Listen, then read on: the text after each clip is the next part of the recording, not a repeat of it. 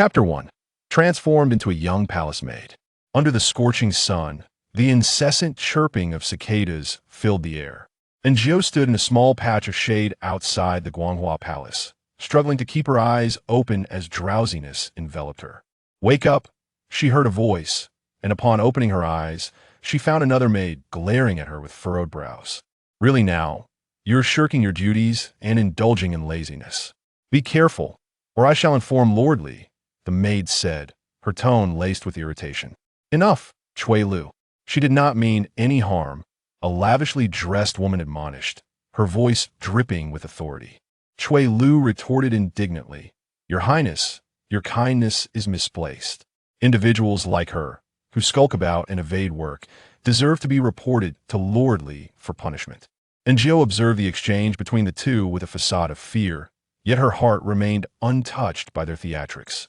At last, once their banter concluded, Chui Lu, with an air of superiority, instructed Jiao, "You must go inside and announce that Lady Mei has personally prepared soup for His Majesty." And Jiao was taken aback. Was there something amiss with these two? It was the height of summer, sweltering heat enveloping the palace, and the emperor was napping. They expected her to rouse him for soup they had concocted? Who did they think they were? And who was she in this equation? Could they not think rationally? The emperor possessed a notoriously volatile temperament, something she had learned 3 days prior. And Jiao was a time traveler of sorts. The original owner of her body had entered the palace at the tender age of 13, enduring 3 arduous years before finally accumulating some wealth and connections, thus securing a chance to serve the emperor personally. With a touch of beauty, the original owner aspired to ascend to the emperor's bed and claim dominion. On the day that should have been her turn to attend to the emperor's ablutions, another newly arrived maid, having been more generously compensated, was granted the coveted opportunity to serve closely. Before long, that maid had unwittingly provoked the emperor, who, in a fit of rage, unsheathed his sword and pierced her through, blood splattering in every direction. Wiping the blood from his blade, the emperor disdainfully discarded the handkerchief on the ground and departed, clearly unimpressed. Lord Li, witnessing the scene, showed no surprise, merely instructing the others, "Hurry and clean this up. We must not tarnish His Majesty's sight." The maid's body was removed, and the original owner, along with several other maids, tidied the room. Upon returning, the original owner succumbed to shock and fever. Leaving her fate uncertain whether she perished from the fever or from fright, it remained unclear. Ultimately, she met her demise, and Jiao awoke in her place. Thanks to prior connections, Aunt Chu had made an exception, allowing her 3 days of rest. Today was her turn to serve, and she dared not approach too closely, instead standing dutifully at the palace entrance as a mere sentinel, unexpectedly encountering the duo of Lady Mei and her maid. Upon hearing Jiao's words, Lady Mei's brow furrowed slightly. Chui Lu, however, persisted, "Are you deaf? I said Lady Mei wishes to see His Majesty." Before she could finish, Lord Li hurried out, noting Jiao on her knees before glancing at Chui Lu with an inscrutable expression. "What is the matter?" Seeing Lord Li, Chui Lu instantly donned a sycophantic smile. "Lord, Our Lady has personally prepared soup for His Majesty, yet this maid refuses to assist us in delivering the message. Who knows what she is plotting?" She shot Jiao a furtive glare upon finishing her sentence. Lord Li maintained a smile, though the corners of his mouth dipped slightly. "His Majesty is still napping. It would be best for the noble lady to return for now." Madame May dared to reprimand Jiao, yet she feared offending Eunuch Li. She signaled to Chui Lu, who produced a pouch of silver and attempted to place it in Eunuch Li's hands, only for him to return it to her. "Madam, it would be best if you returned. His Majesty is still taking his afternoon nap, and we cannot dare to disturb him." Madame May sighed and was about to depart when a young attendant named Xiao Fu hurriedly emerged from the hall. "Eunuch, His Majesty has awakened." Eunuch Li's expression shifted dramatically, and he hastily disregarded Madame May as he rushed back to the Guanghua Hall. The heat outside remained oppressive, and the incessant chirping of cicadas was a source of irritation. Madame May anxiously awaited. "Chui Lu, do you think we have disturbed His Majesty?"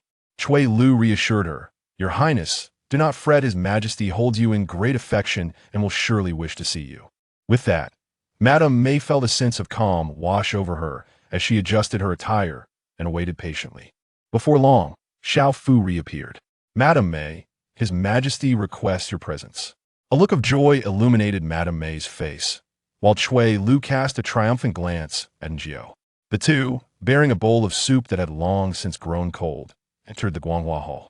Njio observed their retreating figures. Pondering the emperor's notorious temper upon awakening, it seemed likely that Madame May was on the brink of losing her status. Indeed, it was not long before a harrowing scream pierced the air, and Madame May emerged, her body limp, supported by several young eunuchs. As for Chui Lu, she was carried out, blood trailing behind her in a gruesome stream, while Njio and two young maidens silently and numbly attended to the task of cleaning the bloodstains from the floor. Chapter 1. Transformed into a young palace maid. Under the blazing sun, the incessant chirping of cicadas filled the air. Njio stood in a small patch of shade outside the Guanghua Hall, dozing off. "Wake up!"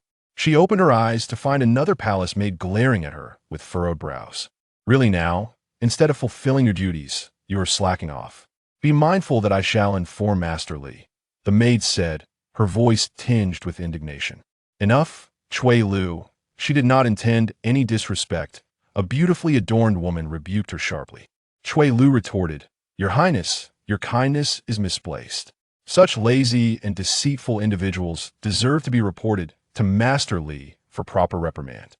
Njio observed the exchange between the master and servant, her face betraying anxiety, yet her heart remained untouched by their theatrics. At last, when their duet of reproach concluded, Chui Lu arrogantly instructed Njio, "You shall go in and relay the message that Lady May has personally concocted a soup for His Majesty." Njio was taken aback. Surely, these two were out of their minds during the sweltering heat of summer. While the emperor was napping, they expected her to rouse him for soup? What authority did they possess? What authority did she possess? Could they not exercise a modicum of common sense? The emperor's temper was notoriously full of fact she had come to learn just 3 days prior. Njio was a transmigrator. The original owner of this body had entered the palace at the tender age of 13, enduring 3 arduous years, and finally managed to save a bit of money, which allowed her to curry favor and gain an opportunity to serve the emperor directly. Relying on her modest beauty, the original owner aspired to ascend the dragon's bed and claim the title of mistress. That fateful day, it was her turn to attend to the emperor's ablutions, but another newly arrived maid, having bribed her way in, seized the chance to serve him closely.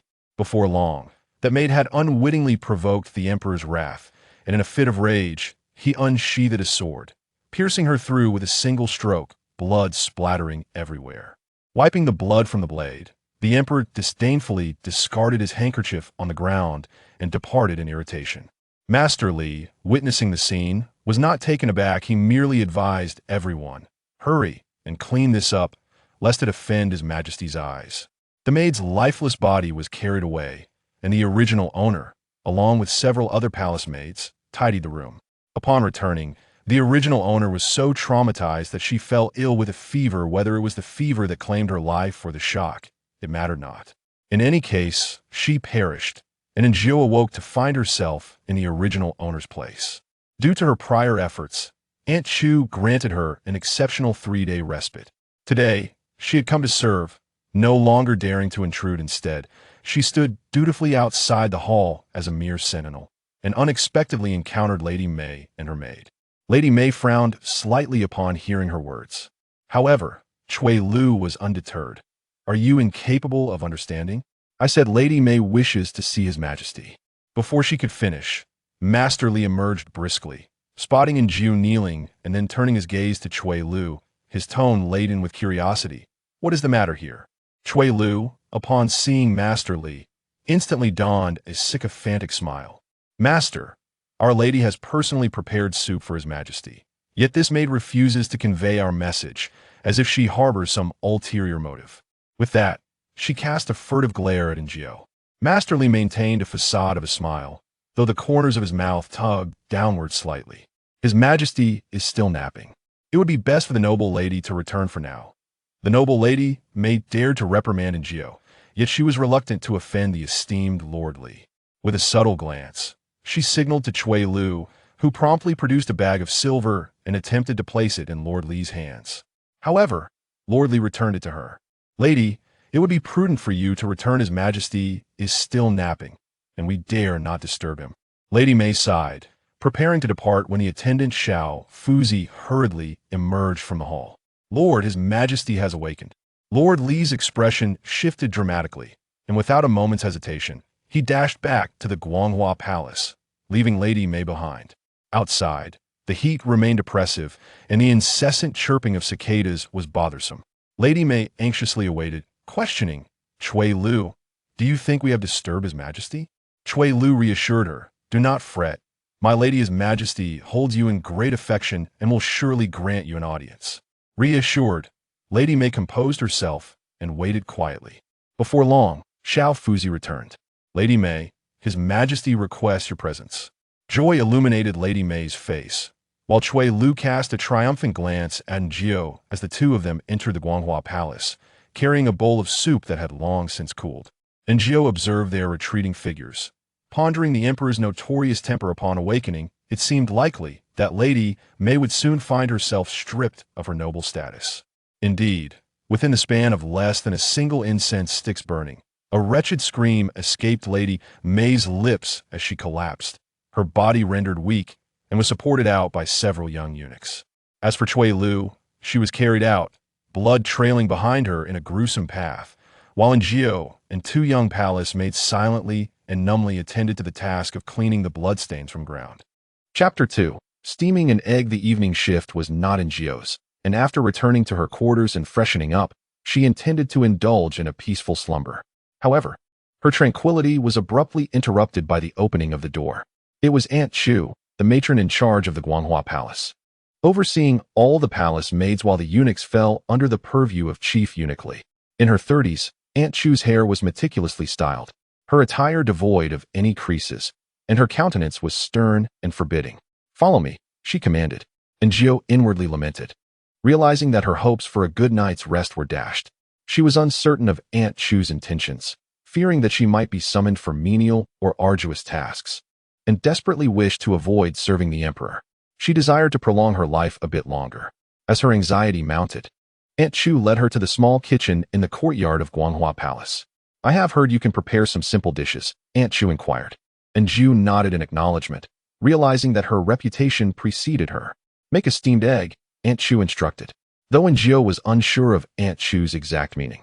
She was not foolish. She possessed enough insight to understand the task at hand. Thus, she promptly set to work. While steaming an egg may seem simple, an improper execution would result in a disastrous dish, riddled with air pockets and unsightly in appearance. Fortunately, Njio was quite adept at this culinary endeavor. She cracked the eggs, added salt, mixed them thoroughly, poured in warm water, stirred again, and carefully skimmed off any foam before placing it over the steam. Before long, the egg was ready, its golden hue soft and gelatinous, reminiscent of jelly. Aunt Chu cast a cursory glance at it. "Are there any dietary restrictions?" Njio asked. Aunt Chu remained silent, prompting Njio to take the initiative and drizzle some vinegar, soy sauce, and sesame oil over the egg, garnishing it with a sprinkle of chopped scallions. Aunt Chu then instructed her to return, reminding her, this matter must not be disclosed to anyone. Njio nodded, "I understand, my lady." Upon returning to her quarters, she finally exhaled in relief. The sky had darkened, and the other palace maids had returned, gathering together for hushed conversations. Not yet familiar with them, Njio refrained from joining their discourse. Just as she prepared for sleep, she heard one of the maids quietly weeping.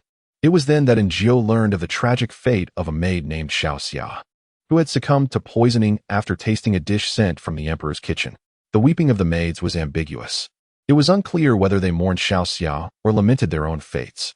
Njio did not sleep well that night. In her dreams, she became the original owner of her body, only to be fatally struck by the emperor's sword while attending to him.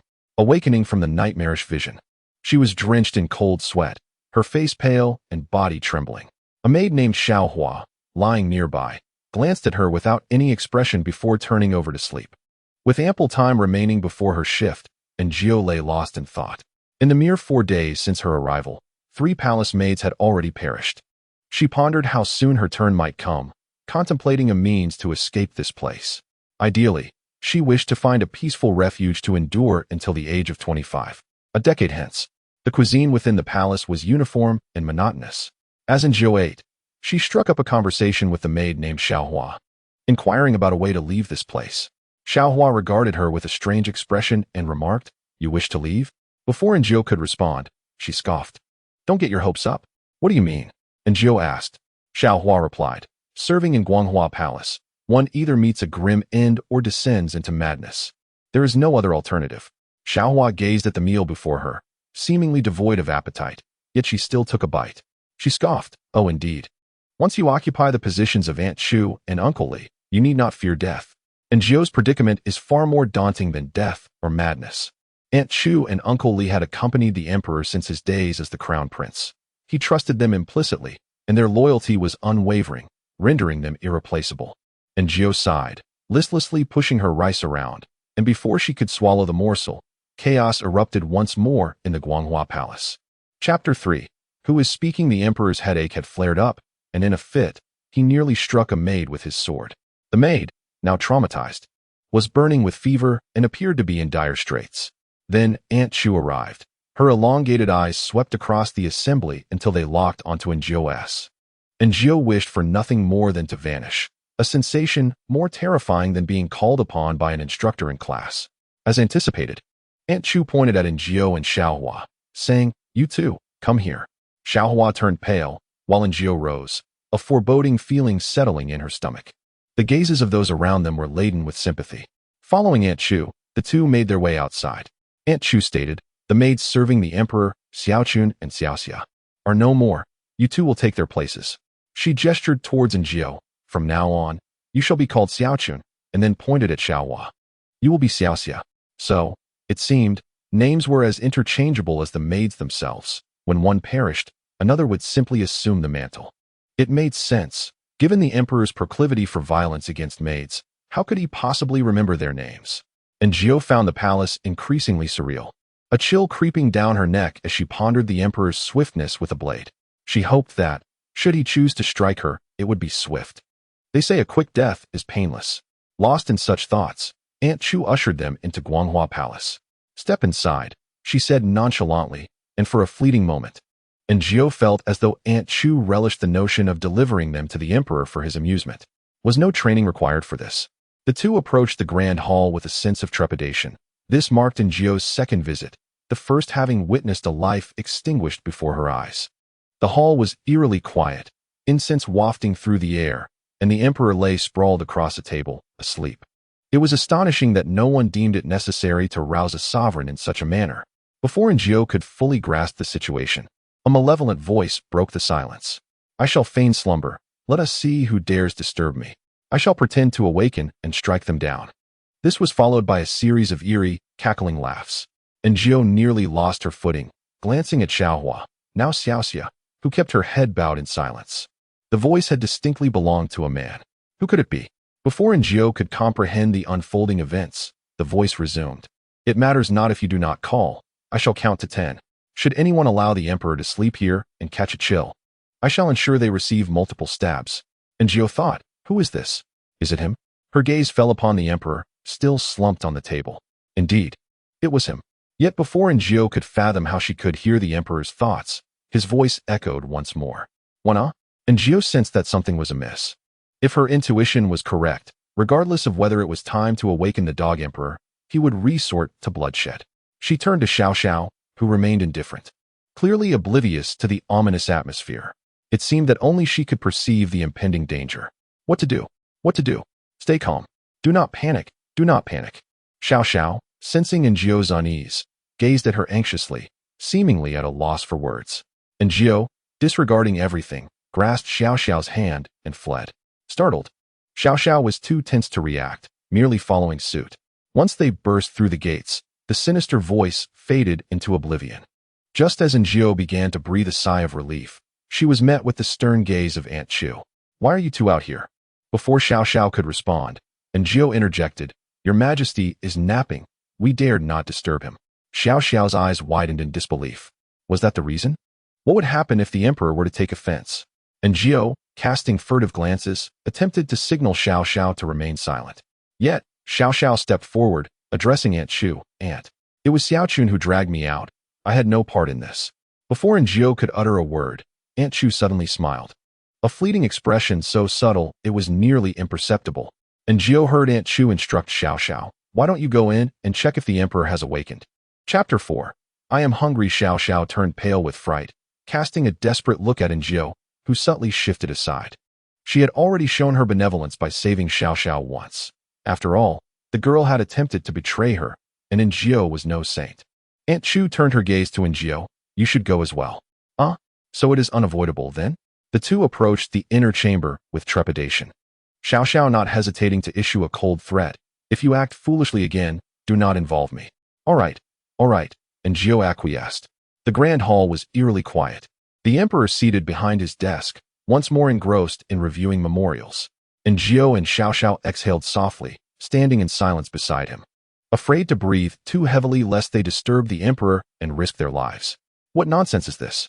The writing is akin to dog excrement. Once again, and Jiao heard that voice. She was certain it emanated from the emperor before her. From her vantage point, she could see his profile, tall, handsome, and with perfectly chiseled features exuding an air of nobility. Stealing glances, she heard the voice again. "Peaches are in season. Are they sent to me for consumption? The governor of Jiangzhou must be out of his mind. I declared last year that I do not wish to eat peaches. Do not wish to eat peaches. Do not wish to eat peaches." As she listened to his irritable complaints, he would scoff at each document he perused. The position of the governor of Li's home must have been purchased. The memorials are lengthy and filled with drivel. He impatiently tossed aside the memorial. Xiao Xiao, terrified, tensed up completely. The emperor, perhaps sensing her distress, turned his gaze toward her, prompting her to instinctively kneel. The emperor's eyes were cold, yet internally he continued to grumble. "Is this maidservant unwell? Why kneel for no reason?" And Jiao contemplated. "Your confusion stems from your indiscriminate killings. Do you have any idea how many little Xias you have sent away this past year?" The emperor cast a glance of impatience and commanded, "Leave." Little Xia, as if granted a reprieve, dashed out, and Jiao gazed enviously at her retreating figure, yearning for her own freedom. Yet, without the emperor's permission, she dared not move. The emperor resumed his examination of the memorials, most of which were filled with harsh criticisms directed at officials from various regions. Amidst the cacophony, Jiao overheard numerous clandestine tidbits. As she pondered why she could catch the emperor's innermost thoughts, she suddenly heard him muse, "I desire something sweet." And Jiao feigned ignorance, determined not to acknowledge it. "Are those in attendance mere fools? Do they not know to present me with a snack? I have yet to dine adequately and am starving." And Jiao wished to disregard his words, but the emperor's voice reverberated through the hall like a chorus of ducks. Moreover, he turned and regarded her several times, cautiously. And Jiao exited the grand hall, where Aunt Chu awaited, raising an eyebrow and inquiring, "What brings you out?" After a moment's thought, Jiao replied, "His Majesty has reviewed the memorials."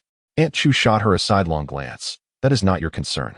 And Jiao tentatively suggested, "Shall we not send His Majesty something to eat?" Aunt Chu frowned. "It is past mealtime, and His Majesty does not partake at this hour." And Jiao acquiesced, "Very well, as long as you are content." Breathing in the liberating air outside, she noticed Aunt Chu deep in thought. And Jiao returned to the grand hall, now holding a platter of pastries. The emperor looked up. "What is this? A snack?" And Jiao pretended she had heard nothing and placed the pastries on the table. The emperor regarded her with curiosity. "Who is this maid? I have not seen her before." He glanced at the platter. "Who promoted her? She possesses no discernment." And Jiao reflected on her role, recalling she was a taster, or more accurately, a poison tester. Thus, she took a piece of pastry and bit into it, only to hear the emperor's cold complaint. "This maid has never tasted food before, taking so much, and it is my favorite peach blossom cake." And Jiao thought, "Did you not profess a dislike for peaches? Why then do you relish peach blossom cakes?" Chapter 5. A stroll in the garden. The emperor's grumbling unsettled Jiao, wishing fervently that she had never tasted a morsel, fearing his displeasure might result in dire consequences. After all, he is the emperor. Could he not simply request another plate if he desired more? Why be so miserly? And Jiao stood respectfully, observing the emperor savoring each bite. Once he finished, he sat still, and just as Jiao was puzzled, she caught his thoughts. "The new maid is a simpleton. Does she not see my hands are dirty?" I shall alarmed at the prospect of hearing something dreadful, and Jiao hurriedly offered her handkerchief to wipe his hands. The emperor remained unmoved. His thoughts echoed, "Indeed, she is a fool." Fortunately, Eunuch Li appeared, reproaching Aaargh and shoving her aside. You lack etiquette. With that, he summoned a basin of water, allowing the emperor to wash his hands and dry them with his personal handkerchief. Aaargh stood stiffly, anxiety coursing through her from head to toe, fearing an outburst from the emperor. Yet he remained calm. After completing his ablutions, the emperor rose, intending to take a stroll. Aaargh approached, attending to the emperor as he changed his attire and footwear. Once the emperor stepped outside, Aaargh shot her a glare. Aren't you going to properly attend to his majesty? Aaargh could only comply, and on her way out, she encountered her colleague Xiao Xia, who appeared shaken from a recent incident, her eyes reddened, head bowed, reluctantly trailing behind the emperor. The sun was still quite bright at this hour, and the emperor ambled along, his thoughts incessantly murmuring. It's so hot. This dilapidated palace is far from the garden. I should have known better than to come out. The surroundings remained eerily quiet, his inner voice resounding in Aaargh's ears, impossible to overlook. She listened as he grumbled about the lack of handsomeness in the passing guards, lamenting the dullness of the palace maids and eunuchs standing against the wall. His words were particularly incessant. Why couldn't he ride in a palanquin like Empress Hua? Yet, he insisted on equally tormenting everyone. At last, they arrived at the imperial garden, where he expressed a desire to feed the fish. However, no one, including Aaargh, could discern this sudden need from the abrupt halt of his footsteps. Thus, they all stood in silence behind him. I wish to feed the fish. Where is the fish food? He frowned, refusing to speak. You are all useless. Aaargh, hearing his increasingly agitated thoughts, feared he might explode in fury once more. She quickly whispered to Aaargh, Does His Majesty wish to feed the fish? Aaargh, trembling with apprehension, ruminated on what the emperor desired. With Aaargh's prompt, he suddenly understood and hurriedly procured the fish food for the emperor. This brought him some relief. A generous handful of fish food was tossed into the water, and several koi swam over, mouths agape, waiting for him to feed them. Just as Aaargh began to relax, she heard his perplexed thoughts. I wonder if braised koi tastes good? Aaargh thought, Your Majesty, please be reasonable.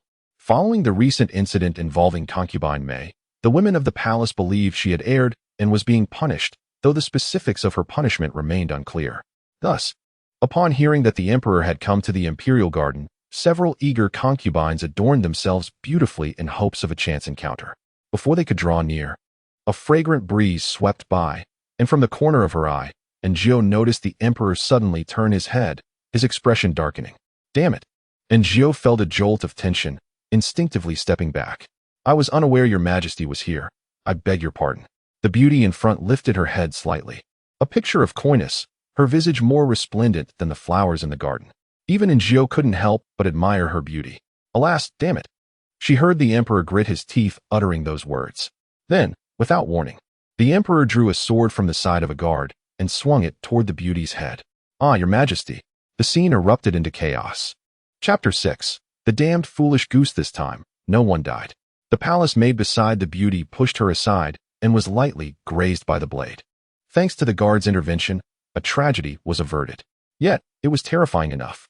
Aaargh had already hidden away at the first moment, but amidst the raucous commotion, the emperor's thoughts were strikingly clear.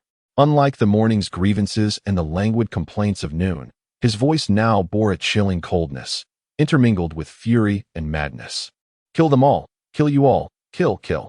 Aaargh clasped her hands over her ears, overwhelmed by the terror. The chaos persisted for an indeterminate duration, and when Aaargh returned to the Guanghua Palace with the others, twilight was descending, the blood-red remnants of the sun staining the clouds like spilled blood. A profound silence enveloped everyone. Aaargh intended to distance herself from the mad emperor, but once again, Aunt Chu called her back. Not just her, but the three palace maids, Xia, Xiao, and Dong, gathered as well. Heads bowed, their hands trembled slightly within their sleeves. Aunt Chu stated, His Majesty is unwell. You four, be sharp and attend to him diligently. She refrained from further elaboration, perhaps believing that their lives were precarious enough that verbosity would be a waste of breath. The faces of Xiao and Dong were ashen, their movements numbed as they entered. Xia, terrified, trembled uncontrollably, clutching Aaargh and pleading, What should we do? I don't want to die. Aaargh swiftly covered her mouth. Are you seeking death? Xia looked at her with teary eyes. Aaargh shot her a cold glare. Silence. You may choose your fate, but do not drag me into your demise. She, too, harbored a fear of death, and at this critical juncture, she could care less for Xia's cowardice. Are we not going in? Aunt Chu's icy gaze compelled them to move forward. The grand hall was eerily quiet. A physician appeared to be taking the emperor's pulse. After fainting post-execution, the emperor's condition remained a mystery to the physician, who departed, leaving the eunuch, Li, to fetch medicine. Before leaving, he warned them to be attentive, lest they suffer for any negligence. Once Li departed, the hall became so silent that one could hear a pin drop. The air was thick with apprehension. Time passed, though it felt both long and short. And Gio suddenly heard a faint male voice, thirsty. She strained to listen. Indeed, it was the emperor's voice.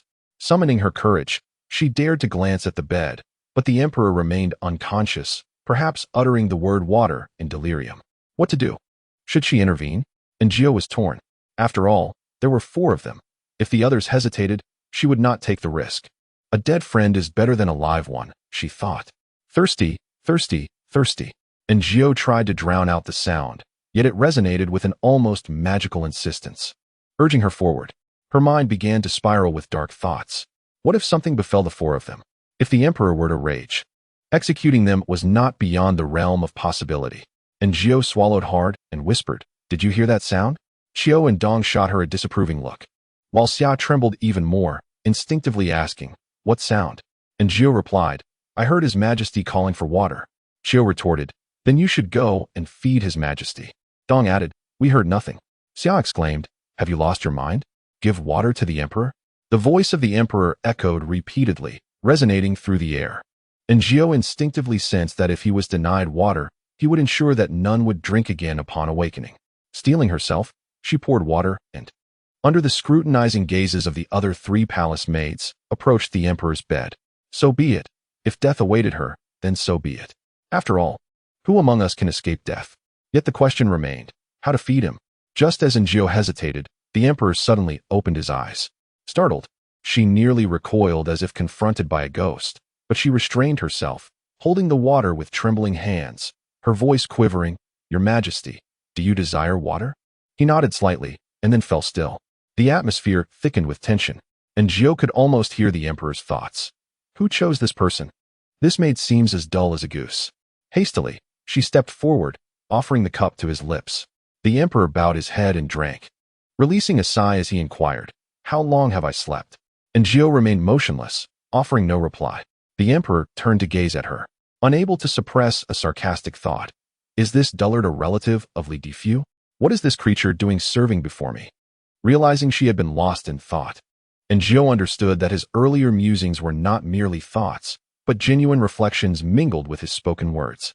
She dared not meet his gaze to ascertain if his lips had moved. Swiftly, she replied, "Your Majesty, you have slept for an hour."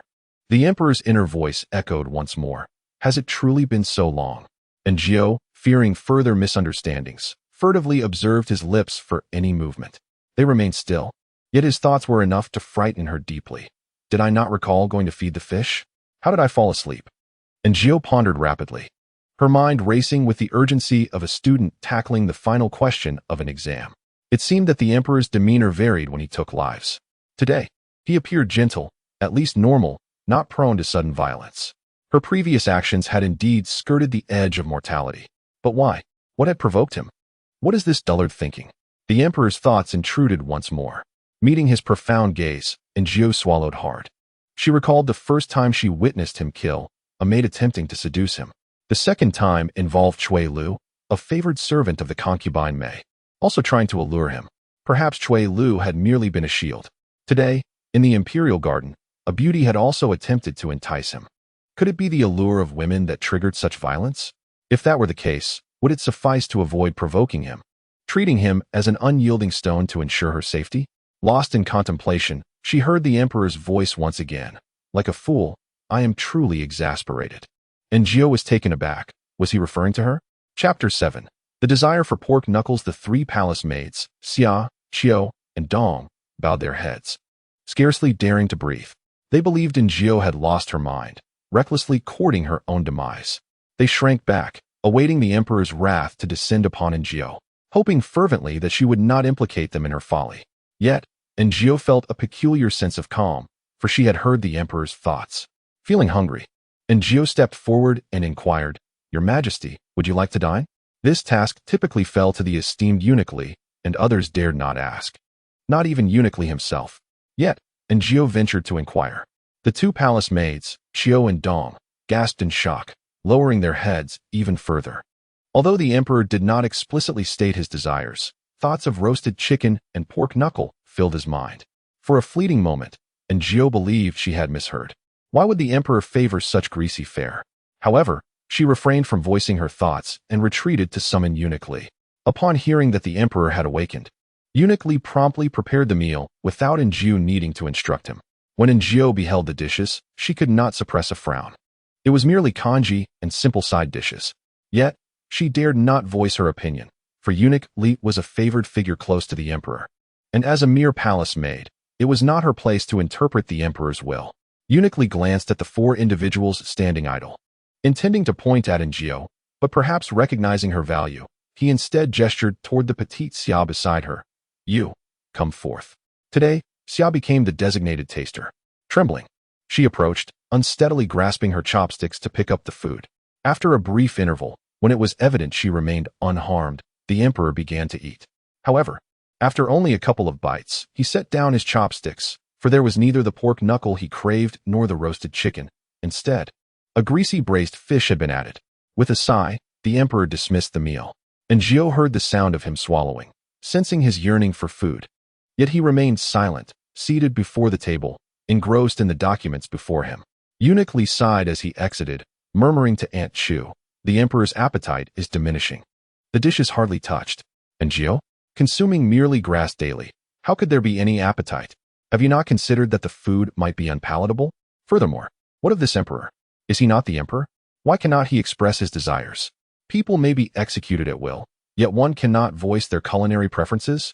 Despite her internal musings, Enjiu maintained a composed exterior. Having watched countless palace dramas, she understood the necessity of discretion within the palace, listening more and speaking less. However, some were not so reticent.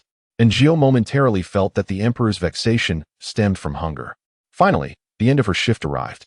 Enjiu, weary, collected her employee meal, found a quiet corner, and consumed her tasteless food before collapsing into bed. In the midst of her slumber, she heard the door creak open as Xia, Dong, and Xiao returned, whispering amongst themselves about some unknown matter. Turning in her sleep, Enjiu dreamt of herself, meticulously adorned, approaching the emperor with flirtatious gestures, only to be met with a chilling rejection. Awakened abruptly, Enjiu gasped. "What is it?" Xia shot her an irritated glare. Enjiu glanced around. Dawn was fast approaching. Wiping the cold sweat from her brow, she decided against returning to sleep, rising to wash up. It was her turn to serve again today, after all, as the Guanghua Palace required numerous palace maids, and the newcomers were insufficient to fill the gaps. The emperor rose early, his brow furrowed and his expression one of impatience. The maidservant tasked with combing his hair appeared anxious, inadvertently tugging at a strand of the emperor's hair. She quickly knelt and bowed her head in supplication. The emperor merely cast a glance at her before striding away, and Gio observed this, pondering the stark contrast between the emperor in moments of violence and the one before her now. What ailment could this be? Once the emperor departed, the maid breathed a sigh of relief, collapsing onto the ground. During the emperor's morning court session, for individuals, spring, summer, autumn, and winter were responsible for maintaining the cleanliness of the hall. They worked in silence, their movements swift and efficient. But Enjiu soon realized she had been ostracized by the other three. Her act of pouring water for the emperor the previous day was deemed an act of flattery and a foolish endeavor in their eyes. To curry favor with the emperor suggested that Enjiu was restless. They preferred to distance themselves from her, hoping that should misfortune befall her, it would occur far enough away to spare their freshly washed garments from her blood. Once the room was tidied, she exited the grand hall, finding the courtyard tended to by young eunuchs, bent over and moving deftly to clean the area. At that moment, the emperor returned. Chapter 8. Who invited trouble? The emperor was in a foul mood, having not yet eaten breakfast. When the meal was served, Enjiu cast a glance at the table. It was the same simple fare, thin porridge, and vegetarian buns. Was the emperor a vegetarian? That could not be right. He had expressed a desire for pork knuckle just the day before. After taking a couple of bites, he lost his appetite. Steward Li sighed heavily. The portions of food were dwindling, and if this continued, How would he sustain himself? Aunt Chu also wore a worried expression. She was about to speak when she suddenly spotted Aaargh. Aaargh swore she did not deliberately seek attention. It was Aunt Chu who had instructed them to wait outside the hall today. Yesterday, she and Xiao Xia had been inside while Autumn and Winter had been stationed outside. Today, it was she and Xiao Xia outside, leaving Autumn and Winter within. Clearly, Aunt Chu had forgotten her name. Servant Xiao Chun, and Aaargh replied. Yes, come with me. Aunt Chu directed. The small kitchen was empty, and Aunt Chu called her over, saying, prepare another steamed egg as you did last time. And Aaargh was not naive. Whatever Aunt Chu was concerned about was surely for the emperor's benefit. She understood the emperor desired meat, yet she refrained from voicing this thought. Whatever Aunt Chu instructed, she would comply. Speaking out might invite trouble. After all, everyone in the palace was astute. Surely they understood the necessity of providing the emperor with meat. The prohibition against it must have a reason. Could it be related to the emperor's condition? Did consuming meat incite his violent tendencies? No. It was evident from previous occasions that his fury had been provoked by someone tempting him. And Aaargh worked swiftly, and upon noticing fresh shrimp in the kitchen, Aunt Chu suddenly inquired, can we add shrimp to the steamed egg? Clearly, this had not been done before. And Aaargh nodded, I believe it would be quite good. Aunt Chu agreed, let us give it a try. Once the steamed egg was prepared, Aunt Chu took it away. Upon her return, Xiao Xia asked, what did Aunt Chu want you for? Nothing much, and Aaargh replied, lacking the inclination to engage in conversation. Xiao Xia let out a disdainful snort and muttered, you had better behave yourself, or you won't even know how you met your end. And Aaargh couldn't help but laugh in irritation, thinking how hypocritical Xiao Xia was to admonish her when they were equally reckless and lacked any discernment. Xiao Xia turned her nose up and ignored her.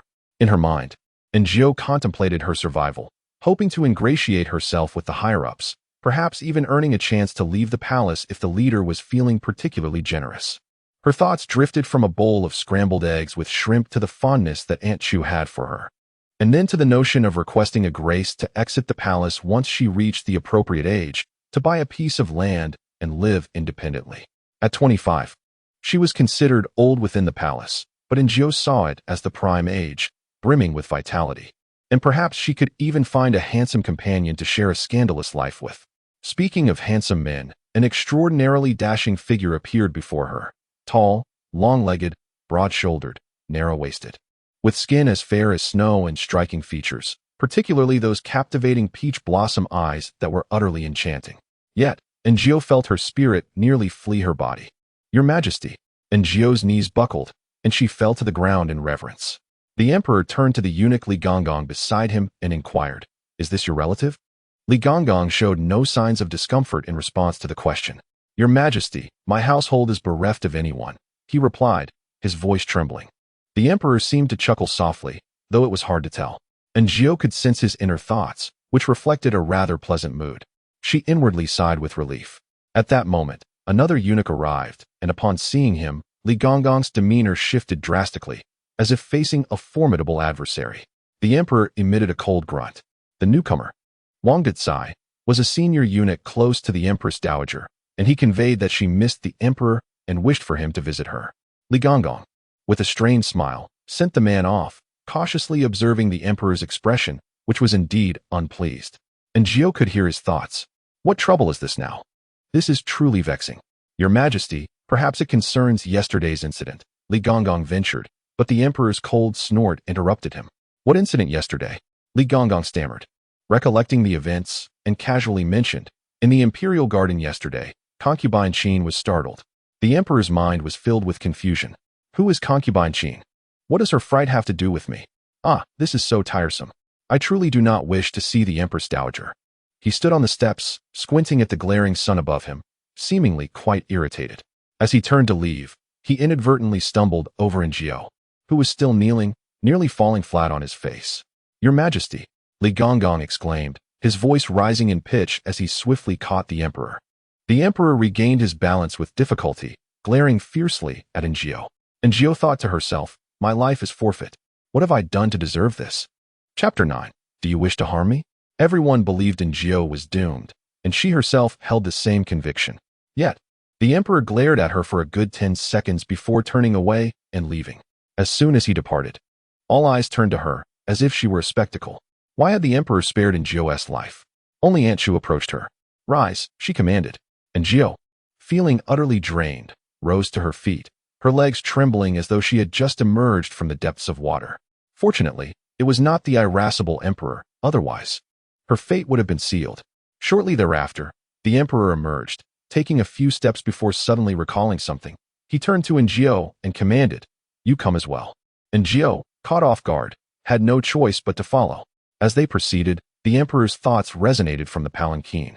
"The Empress Dowager must have summoned me for something unpleasant," he sighed, glancing at Jiao, and she then heard his musings.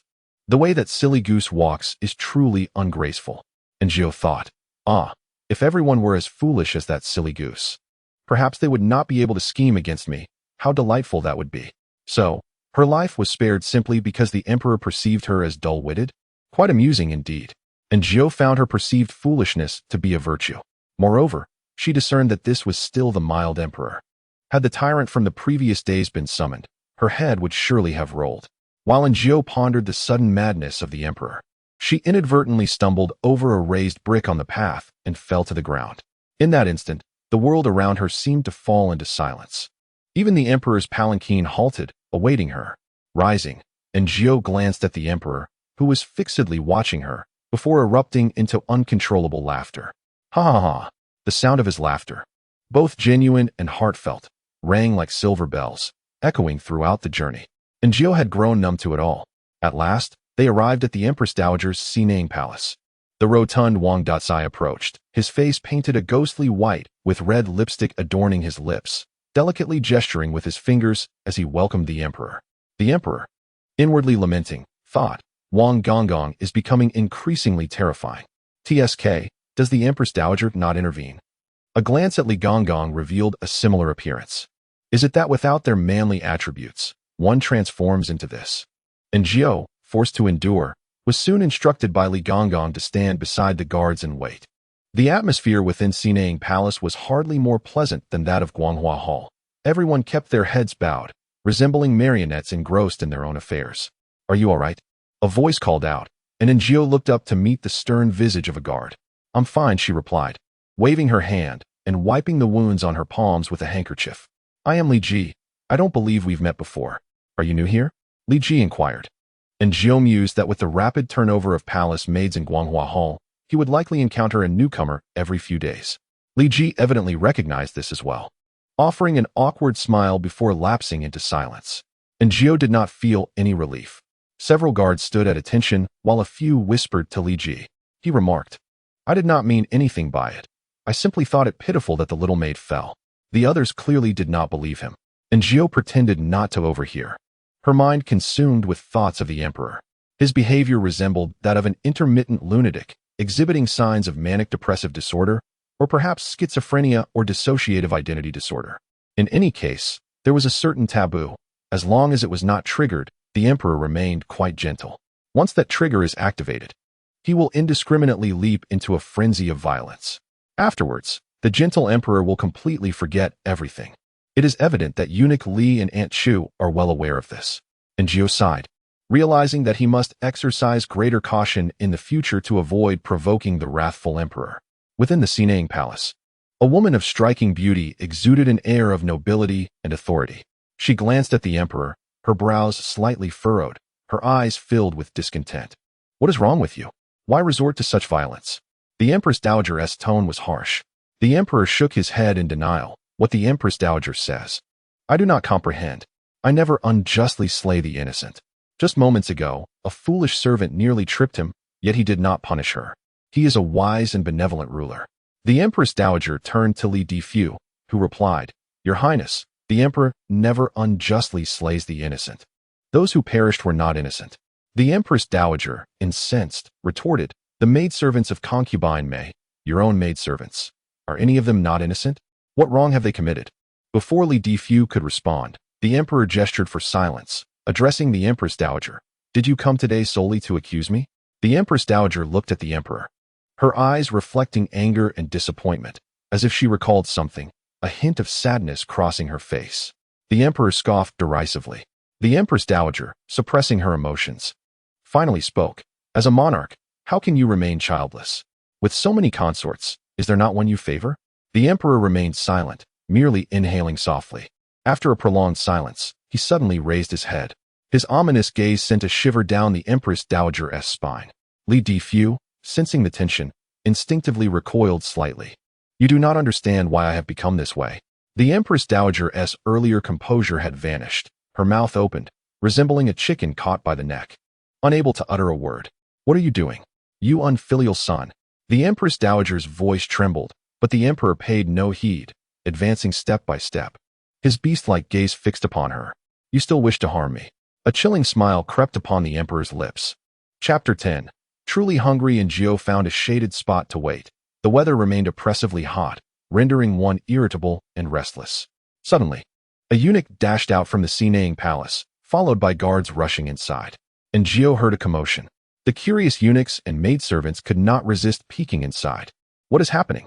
Someone finally dared to inquire. I don't know. Perhaps. After that, no one continued the thought. Moments later, Li Defu emerged, hurriedly followed by guards carrying the Emperor away.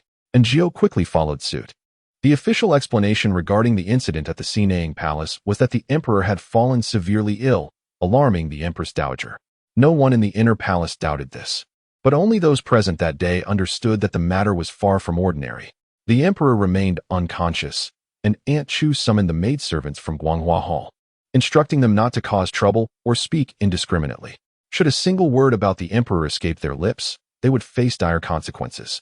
Tension enveloped the atmosphere, and Gio and her companions were attending to the inner chambers when the imperial physician arrived.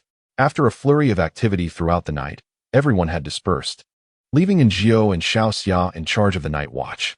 This evening, both Eunuch Li and Aunt Chu were present, and Gio suddenly found it peculiar that, within the entire imperial harem, only Aunt Chu and Eunuch Li seemed to express concern for the Emperor.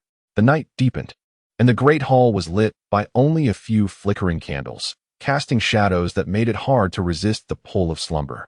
As Gio stood, her head began to droop, and she lost track of time.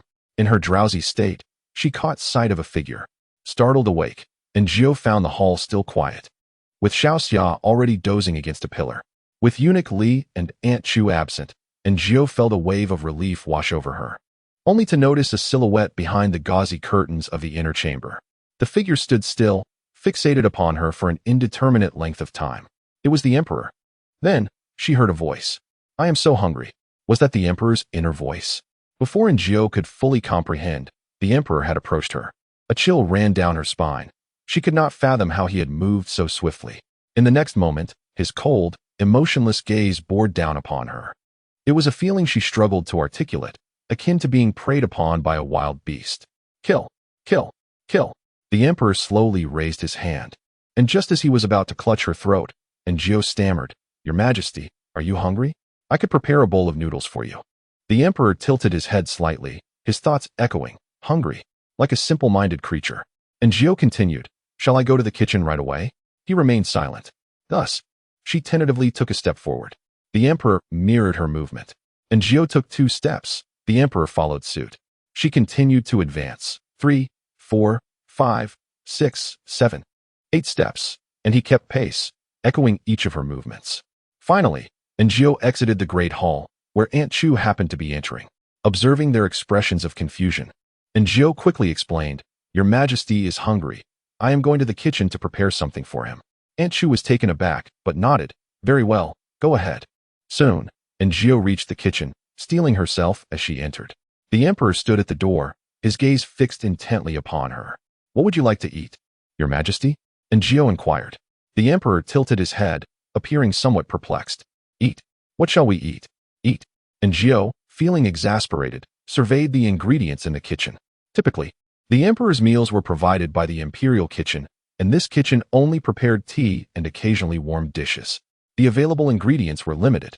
She resolved to quickly prepare a simple bowl of noodles, as she was adept at it, adding an egg, some chopped green onions, and a touch of meat.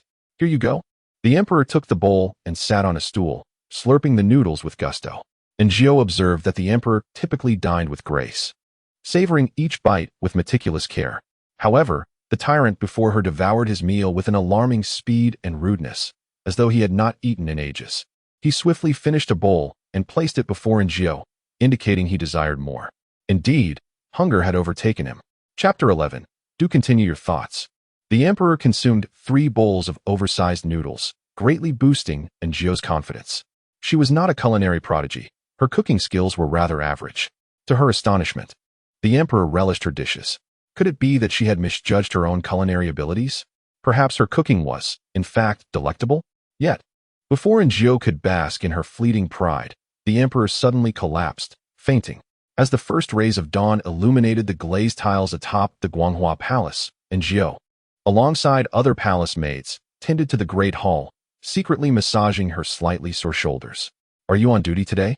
Upon hearing the voice, Aaargh looked up to see the guard, Li Ji, who greeted her with a smile. She nodded curtly, preparing to depart, but Li Ji stepped forward. "What is your name?" Aaargh raised her gaze to him. "Do you require something?" Faced with her icy demeanor, Li Ji felt somewhat awkward. "And no, nothing." Thus, Aaargh maneuvered around him and continued on her way. Once she had distanced herself, she exhaled in relief. She dared not provoke the guards, fearing a fate similar to that of Sun De-ing, unless she were to ascend to the position of empress, at which point she could engage in heartfelt conversations with the guards, nurturing a pure friendship under the moonlight. Alas, her status was far too lowly. Life in the deep palace was tedious. The maids were quite fond of gossiping. Upon returning to their quarters, they often indulged in idle chatter. The emperor was off limits for discussion, and the concubines were unreachable. Thus the guards became their primary focus. They would remark on which guard was handsome, which possessed an impressive physique, and which came from a distinguished family. At their age, the maids were filled with youthful infatuation, while the guards were brimming with vigor. Yet both sides harbored secret desires without the courage to act, merely passing the time with fanciful thoughts. In truth, engaging in a romance with a guard bore no real benefits, for men were but reckless fools. Regardless of Li Ji's intentions, Aaargh wished to avoid entanglements that would bring her trouble. As evening approached, she carelessly tossed her undergarments into the bottom of her chest, fearful that a moment of impulsiveness might lead to her making a grave mistake, such as inadvertently draping them around the waist of some reckless rogue. Humph. Just as Aaargh settled down for a brief respite, she heard a cold snort from Xiaoxia. Someone is quite amusing. After just a few days, she has already entangled herself with a guard. Within the room, Xiao Qiu and Xiao Dong exchanged glances, appraising Aaargh. "Xiaoxia, what do you mean by that?" Xiao Qiu inquired with a hint of malice. "Who has entangled themselves with a guard?" Xiaoxia pointed at Aaargh. "Li Ji. I hear he comes from a good family. He will undoubtedly marry a lady of high status, certainly not some lowly maid." Xiao Qiu and Xiao Dong shared knowing looks, both observing Aaargh. Indeed, they had sensed she was not one to remain compliant. In just a few days, she had attracted the attention of both the emperor and guard Li. Tsk, how shameless. 2 palace maids were contemplating, when suddenly, Aaargh stood up, approached Xiaoxia, and forcefully shoved her against the wall. "What do you intend to do?" Xiaoxia stammered, taken aback by Aaargh's sudden aggression. Aaargh yanked her collar and threw her to the ground, tugging mercilessly at her hair. The pain brought tears to Xiaoxia's eyes. "You wretched girl! How dare you hit me?" Xiaoxia, both hurt and furious, lunged at Aaargh. However, Aaargh was not one to let herself be struck. Seizing the opportunity, she delivered a swift kick to Xiaoxia's abdomen. This left Xiaoxia utterly devoid of fighting spirit, clutching her stomach and glaring at Aaargh with resentment.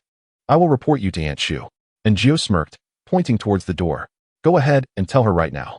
Fighting among palace maids was a grave taboo, and if Xiaoxia dared to speak up, Aunt Chu would surely punish both of them. Yes, both of them.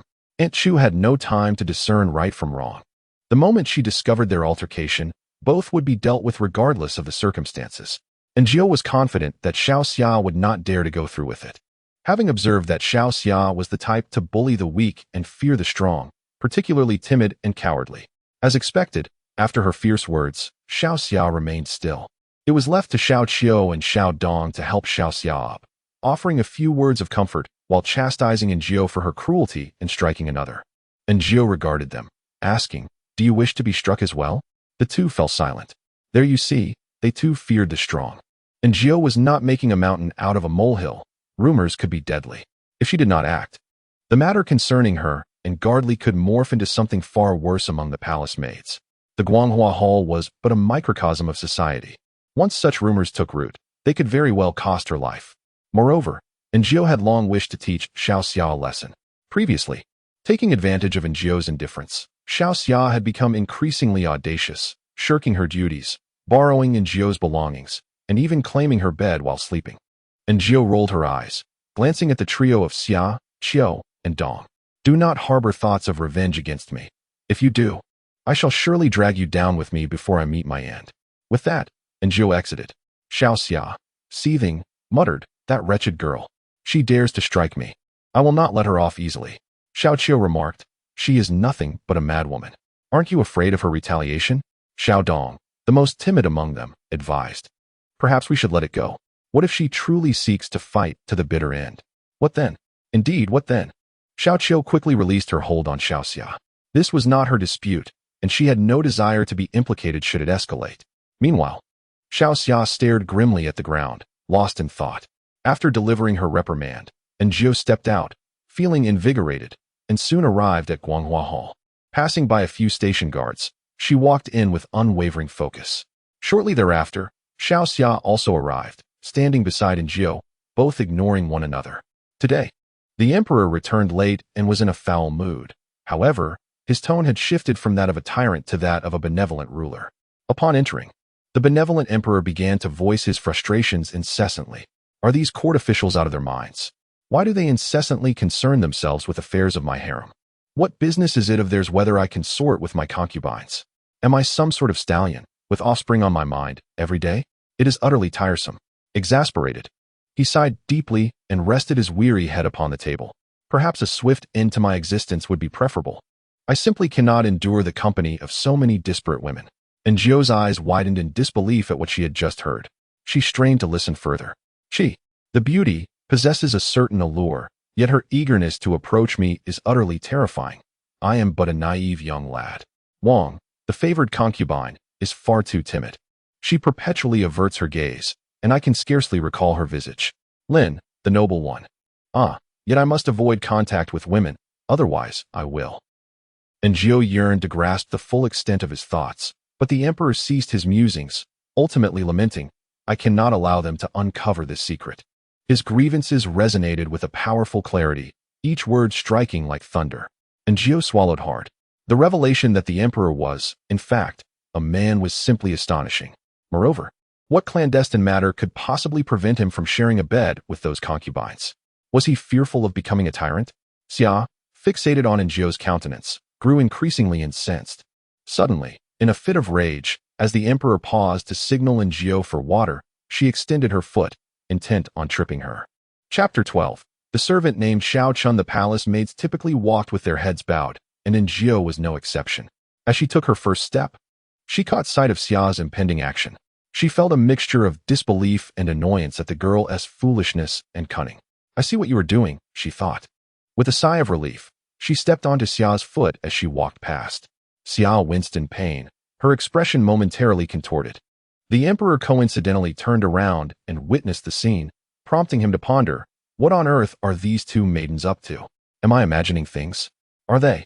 And Njio silently affirmed, recognizing their mutual antagonism. The emperor's thoughts escalated. Are they competing for the chance to serve me water? Indeed, these women are attempting to seduce me. And Njio's eyes widened in alarm, fearing that if the emperor continued this line of thought, it might invoke the wrath of a tyrant, endangering both her and Xia. Your Majesty, please enjoy your tea, and Njio interjected swiftly, interrupting his contemplation. The emperor took a sip, his gaze lingering on Njio's face. Do not stare at me, she thought anxiously. The emperor mused, how tedious. Watching them bicker could be entertaining. I have heard it can lead to hair pulling. I must consider how to make this more amusing. And Njio silently urged, you cannot see me. You cannot see me. Come here and massage my shoulders, he abruptly commanded. Realizing his intentions were far from benign, Njio approached to comply. To her surprise, he was quite sturdy, with thick skin that made the task laborious. She noticed that the emperor was observing Xia, who stood with her head down, fists clenched. It appears to be effective, he chuckled, then turned to Njio, inquiring. What is your name? Your servant is called Xiao Chun, she replied. The emperor shot her a piercing glance. Dare you mock me? Njio, bewildered, responded. Wherein lies the jest? It is you who seeks to play tricks on me.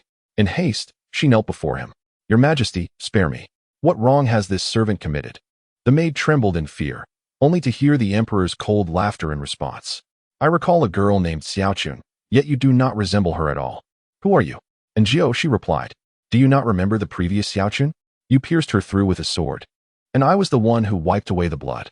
However, the emperor seemed oblivious to this memory, as the tyrant prepared to make his entrance. And Jiao hastily pointed to the gleeful Xiaoxia nearby. This maid is Xiaochun, and she is Xiaoxia. Both names were given by Aunt Chu. Come now. If we are to perish, let us all meet our end together. No one shall escape. Upon hearing her name called, Xiaoxia immediately tensed, collapsing to her knees and bowing her head to the emperor. Your Majesty, spare me. Your Majesty, spare me. The emperor furrowed his brow in confusion. No. I distinctly remember Xiaoxia did not look like that. Could it be that I have misremembered? He instinctively pressed his hand to his head, growing increasingly agitated. Why can I recall nothing? Where have the original Xiaochun and Xiaoxia gone? He pondered, falling silent again. Yes, there was indeed an original Xiaochun. She too did not resemble this one. Xiaochun. The emperor seemed to conjure many faces in his mind. Are they all Xiaochun? Or am I losing my sanity? Why are there so many Xiaochuns? My head aches.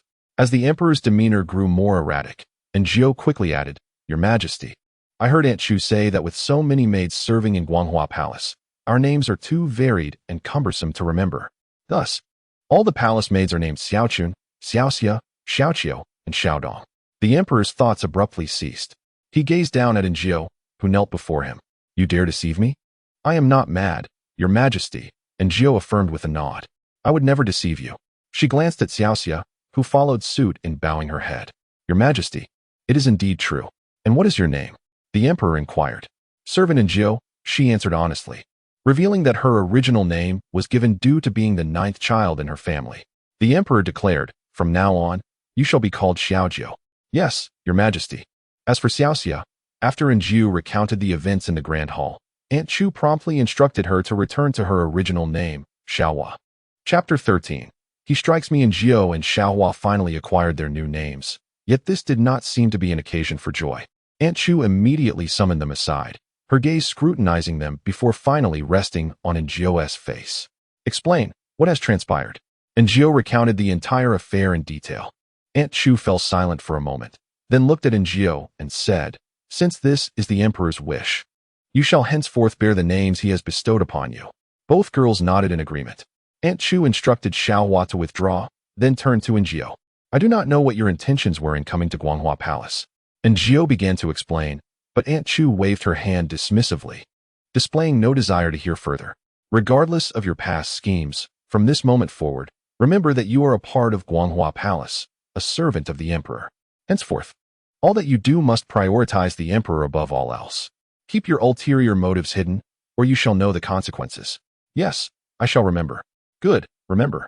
After Aunt Chu finished reprimanding Jiao, she began to distribute treats, emphasizing sincerely, in this palace, serving as a servant is the same everywhere. As long as you do your duties well, the emperor will not mistreat us. And Jiao could only acquiesce. Once she departed, she finally exhaled in relief. Upon returning to her chamber, she discovered that the two young ladies, Qiu and Dong, had already left for their shifts, while Xiaohua sulked on the bed, glaring at Jiao. Having been previously chastised by Jiao, she had become considerably more restrained and dared not retort, though her resentment lingered. Do not be too pleased with yourself. Being noticed in the Radiant Hall is hardly a blessing. Who knows when you might meet your demise, leaving behind nothing but remnants. As she spoke, a thought crossed her mind, and she began to cry pitifully. And Jiao unfurled her bedding, disrobed, and nestled into the covers. For she had a shift to fulfill the next day. They were all weary workers, who had the time to engage in petty squabbles with Xiaohua. And Jiao drifted into a beautiful slumber. In the dead of night, someone knocked on her. And Jiao, groggy, opened her eyes to see a handsome face looming above her, startling her fully awake. The emperor. Why was the emperor here? Why was he knocking on her? She glanced around. Xiaohua was sprawled across the bed, soundly asleep and blissfully unaware of anyone entering the room. After all, this was her chamber, not the emperor's quarters. What could the emperor possibly want at this hour?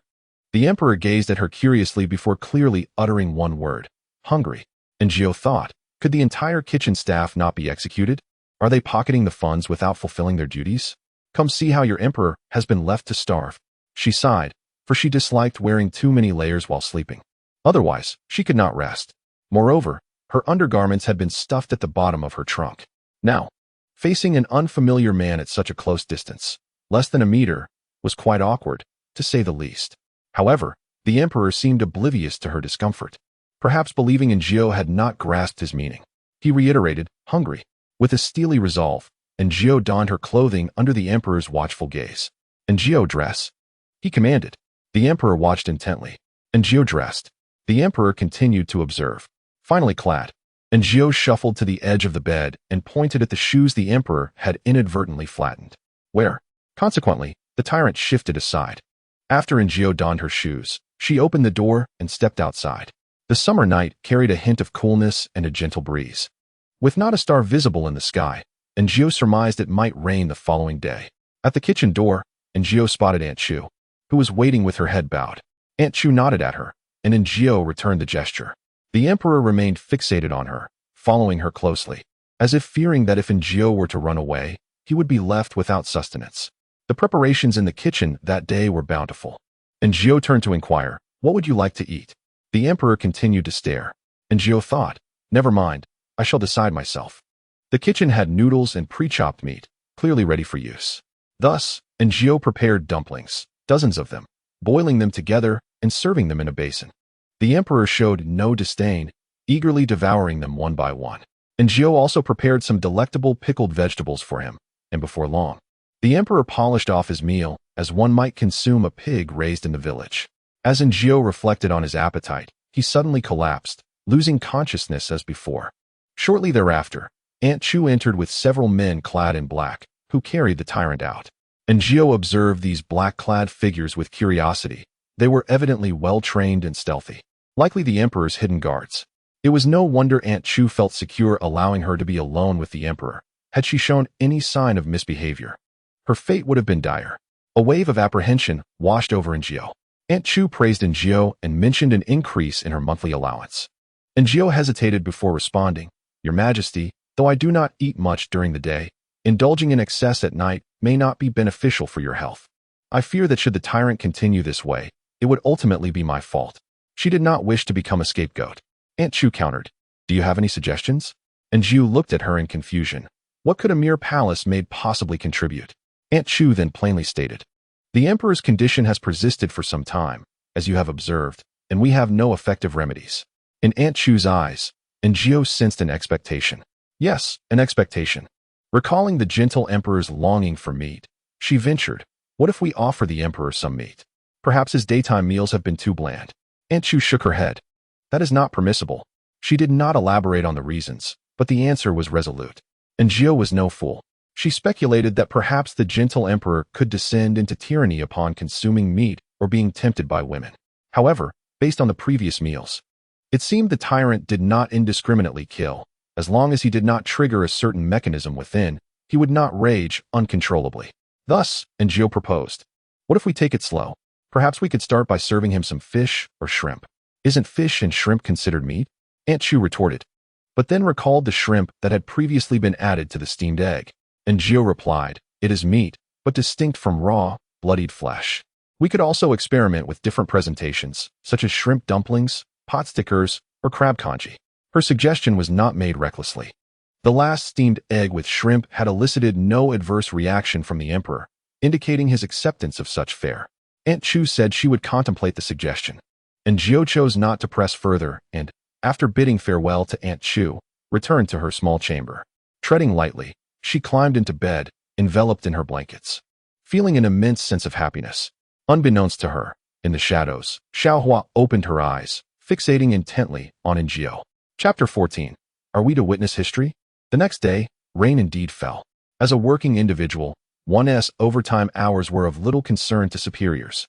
Thus, Aaargh rose early alongside Xiaohua, sharing breakfast before taking over the shift with the palace maids Qiu and Dong. With the emperor attending the morning court, Aaargh found herself with nothing to do but stare vacantly at an exquisite vase on the table. The beauty of this vase was truly remarkable, beyond the capacity of mere words to convey its elegance. In the vase, a few branches of flowers freshly picked from the imperial garden still retained the dew upon their petals. Even from a distance, and Jiao could discern their fragrant aroma. Xiao Hua stood nearby, her countenance shrouded in gloom, lost in her own thoughts. Outside, the gentle patter of rain persisted, and as Jiao felt herself drifting into a stupor, the emperor returned, followed closely by the solemn and cautious eunuch Li. Jiao and Xiao Hua hurried to assist him. One offered a towel to wipe away the rain that had inadvertently splashed upon him, while the other poured him a cup of hot tea. The emperor, with a darkened expression, took his seat, leaving everyone uncertain of his thoughts, except for Jiao. These ministers have truly overstepped their bounds, daring to coerce me, he muttered, mentioning several names. Li Ruhai, Zhang Mingli, Chen Siwei. You shall all wait for my reckoning. He vented his grievances, yet Jiao remained perplexed as to how these dignitaries had offended him. After breakfast, Jiao became enlightened. The emperor's morning meal was once again rather light, but at her suggestion, shrimp and steamed eggs adorned the table, perhaps having dined too heartily the previous night. He consumed little, though it was still a marked improvement compared to his usual appetite. On her way back from breakfast, Jiao overheard discussions among the court, revealing that the emperor's absence from the harem had not only displeased the concubines, but also stirred discontent among the former officials. After all, many women in the harem were daughters or sisters of these ministers, and the connection between the former court and the harem was inextricable. Typically, when a favored concubine flourished, the officials enjoyed a semblance of prestige, and the emperor would, in consideration of the old ministers, look after their daughters or sisters. However, this emperor was different. It was said that upon his ascension, he had briefly visited the harem, but for reasons unknown, he ceased to do so thereafter. Jiao recalled his previous complaints about the concubines being overly enthusiastic and aggressive, likening their approach to a predatory instinct. He was not accustomed to the physical intimacy with a stranger and held traditional views. Regrettably, he was born into the role of emperor. The royal family placed great importance on the continuation of the bloodline, and the absence of an heir posed the gravest dilemma. The former officials grew anxious, proposing that the emperor hastily appoint a queen, while others suggested another selection of maidens, allowing them to place their daughters and sisters into the harem. They envisioned a future where, with the emperor's vigor, several heirs could be born within 3 years, ensuring a relative of theirs might one day ascend the throne, thus enhancing their social standing and political clout. The assembly of officials reveled in their own excitement, the only discontent arising from the emperor himself. He set down his chopsticks and unleashed a torrent of complaints for nearly an hour, cursing the ancestral lines of those ministers. One day, I shall see them all executed, he declared, and upon hearing this, Jiao was instantly roused. Stealing a glance at the emperor, she was startled to find him looking directly at her, as if he possessed a radar atop his head. What do you stare at? Is this made a fool? Does she not realize I am parched?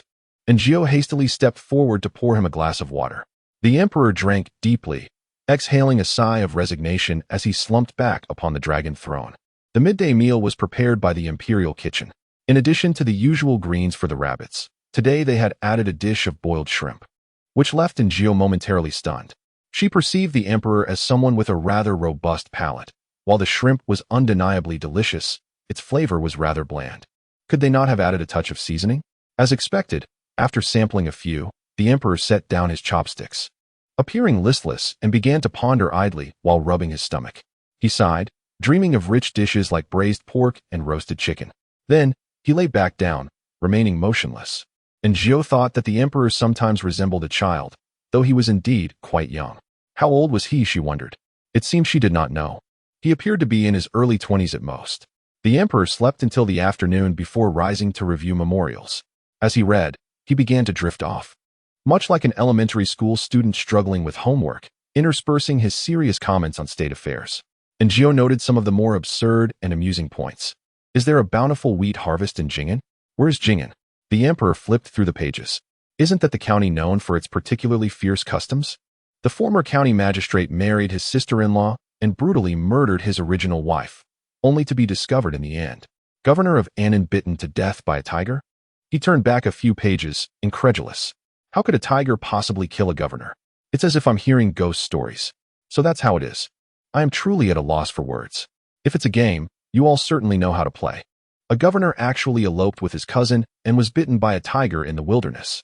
I am utterly impressed. He then turned to the next memorial. Wild men discovered in the Qinling Mountains? A large question mark seemed to hover over his head as he reread the document. What kind of people are wild men? Are they unregistered citizens? What relevance does this have to me? Are you suggesting they should be brought to the palace for my amusement? He tossed the memorial onto the table in frustration and moved on to the next one. Commoners in Aaargh County discovered the remains of a dragon. The emperor was speechless as he flipped to the next page, which stated that the dragon bones were hastily being sent to the capital. He summoned Aaargh. Bring me the items from Aaargh County. I wish to see them. He was curious about what the dragon bones looked like, and Aaargh was equally intrigued. It had been said that the dragon from the 12 zodiac signs truly existed, yet no one could prove it. Was she about to witness history? Chapter 15. Dinosaurs are also dragons at that moment. The dragon bones the emperor wished to see were not yet in the palace, but upon his request, Aaargh dispatched someone to coordinate their arrival. Within less than an hour, someone brought them in. When Aaargh beheld them, she felt an inexplicable sense of familiarity. In the museum of the city where she had lived before her time travel, there was a towering assembled dinosaur fossil, standing over 10 meters tall. Indeed, the enormous bones piled before her were what they referred to as dragon bones. Well, dinosaurs are dragons too. Everyone gazed in astonishment at the magnificent bones. Indeed, it is truly a dragon bone. My goodness, it actually exists. Someone could not help but wipe their eyes with their sleeve, exclaiming that to witness a dragon bone in one's lifetime would make even death worthwhile. Yes, it is indeed a dragon bone, and of such grandeur. Aaargh suddenly became curious about the emperor's reaction. Yet, the emperor remained unresponsive, standing with his hands clasped behind his back, exuding an air of composure and dignity, as if this were merely a trivial affair. Aaargh marveled at his poise, affirming that he was indeed the emperor, the esteemed sovereign, a person well-versed in the grandeur of life, showcasing an unparalleled bravado. Just as Aaargh finished her contemplation, an abrupt voice pierced the air. It was distinct from the low murmurs of the crowd, possessing a remarkable clarity. Aaargh discerned that the emperor's inner voice resonated with his emotions when he was despondent. His thoughts were subdued, yet in moments of excitement, his voice soared, cutting through all barriers to reach Aaargh's ears like a rooster crowing at dawn. What is this? What on earth is this? Is it truly a dragon? Do dragons really exist in this world? But my father said that mythological texts are deceptive, and that dragons do not exist.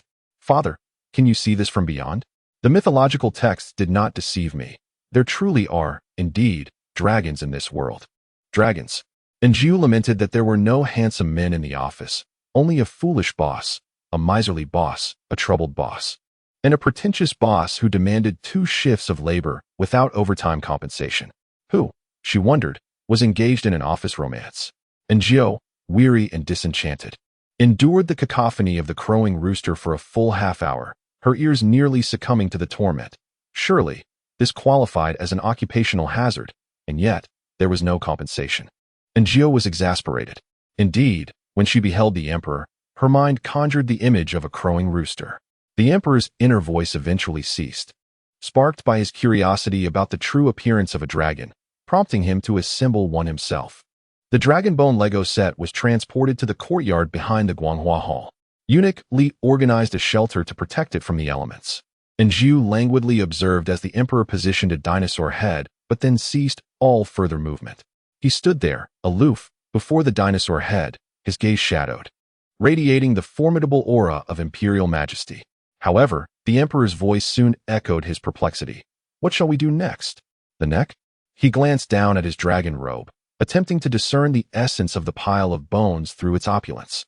Thus, he remained, high and mighty, as all others held their breath in reverent silence. Aaargh yearned to tug at his ear and enlighten him that one must first learn to construct before attempting to create a masterpiece. You must take action. Simply standing there posing will not suffice. Where is the neck? All these bones look the same. Fortunately, after a brief period of contemplation, the emperor finally commenced his endeavor. Thus, he meticulously compared the bones one by one, only to find no discernible differences. To him, they appeared strikingly identical. He began anew. Alas, it seems I have lost my touch. If I fail to create something, will the palace maids and eunuchs mock me? His voice grew increasingly frigid, tinged with a hint of mania. Aaargh discreetly signaled to Li Gonggong, who was equally perplexed by the emperor's intentions. Upon glancing up, he noticed a palace maid casting him a knowing look. What does this mean? Li Gonggong could not decipher Aaargh's implications. Meanwhile, the emperor's expression had turned utterly frigid. His imagination ran wild in ways Aaargh could scarcely articulate. He envisioned the palace maids and eunuchs laughing at him, which spiraled into thoughts of him wielding a blade against those who mocked him, and then the ministers of the previous dynasty condemning him for the indiscriminate slaughter of innocents. He had already concocted 3 impeccable retorts, rendering the ministers speechless. Aaargh sighed, "Please curb your imagination, we are not dead yet." Furthermore, it was a shame that this tyrannical emperor did not pursue a career as a screenwriter. She had initially thought him a benevolent ruler, only to discover he was a black-hearted creature, akin to a black sesame dumpling. Even a tyrant would be more endearing. In the end, the dragon bone Lego merely resulted in a head, and it was only when Li Gonggong reminded him that dinner was nearing that he coldly took his leave. The incessant clamor had finally ceased. Aaargh, exhausted from the day, longed for a restful sleep. After settling into bed, she locked the door. The tyrannical emperor would not gain entry. Yet, she was roused abruptly. Upon seeing the emperor's handsome visage again, she felt a peculiar calmness, though the remnants of sleepiness lingered heavily. She pointed at her shoes, which he had carelessly trampled, leaving behind 2 unsightly imprints and squashing them flat. Aaargh couldn't help but laugh in exasperation. Having learned from the previous day, the tyrant had grown cunning and shifted aside. As Aaargh donned her garments, the tyrant's gaze remained fixed upon her. In a moment of impulse, she commanded, "Turn around, do not look." Immediately regretting her words, she realized she had forgotten the tyrant's ruthless nature when wielding a blade. However, he paid no heed to her request, his eyes glued to her, sending shivers down her spine. Very well. Once she had slipped on her shoes, she exited, and the tyrant followed suit. At the kitchen door, Aunt Chu remained dutifully waiting. Upon entering the kitchen, Aaargh glanced around. Today's offering included fish, likely intended for her to prepare fish slice porridge, which would simplify matters as the ingredients were all prepared. However, Aaargh overlooked one significant detail: the prolonged waiting time required for the porridge to simmer. And the tyrant stood beside her, watching intently. After a brief moment, under his unwavering gaze, she felt utterly defeated. It was akin to having a superior linger to ensure you worked overtime while you nervously refreshed your screen, an awkward and anxious sensation. Chapter 16. The tyrannical emperor is so handsome. A pot of fish slice porridge was ready, and Aaargh realized she was hungry too. But the tyrant continued to fixate on her. Aaargh only reserved a bowl for herself, smiling as she said, "Let me offer you a taste." The tyrant continued to gaze at her. Aaargh handed him the bowl, cautioning, "Your Majesty, do take care. It is quite hot." He tilted his head back, and in an instant, the bowl of porridge was gone. Aaargh wondered, isn't it too hot for him? Indeed, it was scorching. And the emperor eventually slowed his pace as his lips turned crimson from the heat. Aaargh nibbled at her portion, thoughtfully setting aside the remaining bowls to cool. The tyrant continued to consume bowl after bowl, fortunate that Aaargh had not prepared an excessive amount, fearing he might overindulge. Once he finished, he fixated on Aaargh's bowl. She raised her head and drained her bowl, chuckling awkwardly, "It's all gone." The tyrant collapsed, overwhelmed. Aaargh tiptoed back to her chamber, but despite lying on her bed, slumber eluded her. She endeavored to recall the events since her arrival in this realm, feeling as though it were but a dream. She could not comprehend why she could hear the emperor's innermost thoughts. They say the heart of a sage is unfathomable. Although this peculiar ability had brought her certain advantages, she remained vigilant. This matter must remain a closely guarded secret, for to divulge it would spell her doom. Sighing softly, Aaargh felt a wave of melancholy wash over her as she contemplated the indefinite duration of her stay in this unfamiliar land. The uncertainty of ever returning home weighed heavily upon her heart. The more she pondered, the more despondent she became. Eventually, when she finally drifted into slumber, she was plagued by a nightmare. She dreamt of transforming into a diligent bee, laboriously gathering nectar, only to have a colossal bear with the emperor's visage extend its hefty paw and seize her honey.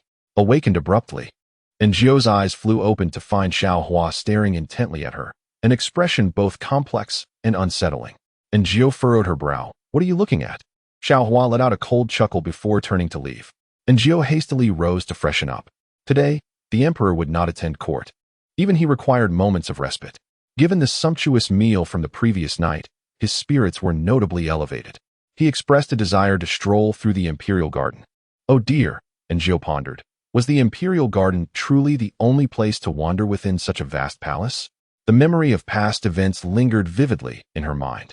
It seemed that Eunuch Li shared her concerns, for he mentioned that the equestrian grounds in the outskirts of the capital had been refurbished, and the Duke had inquired whether the Emperor wished to ride.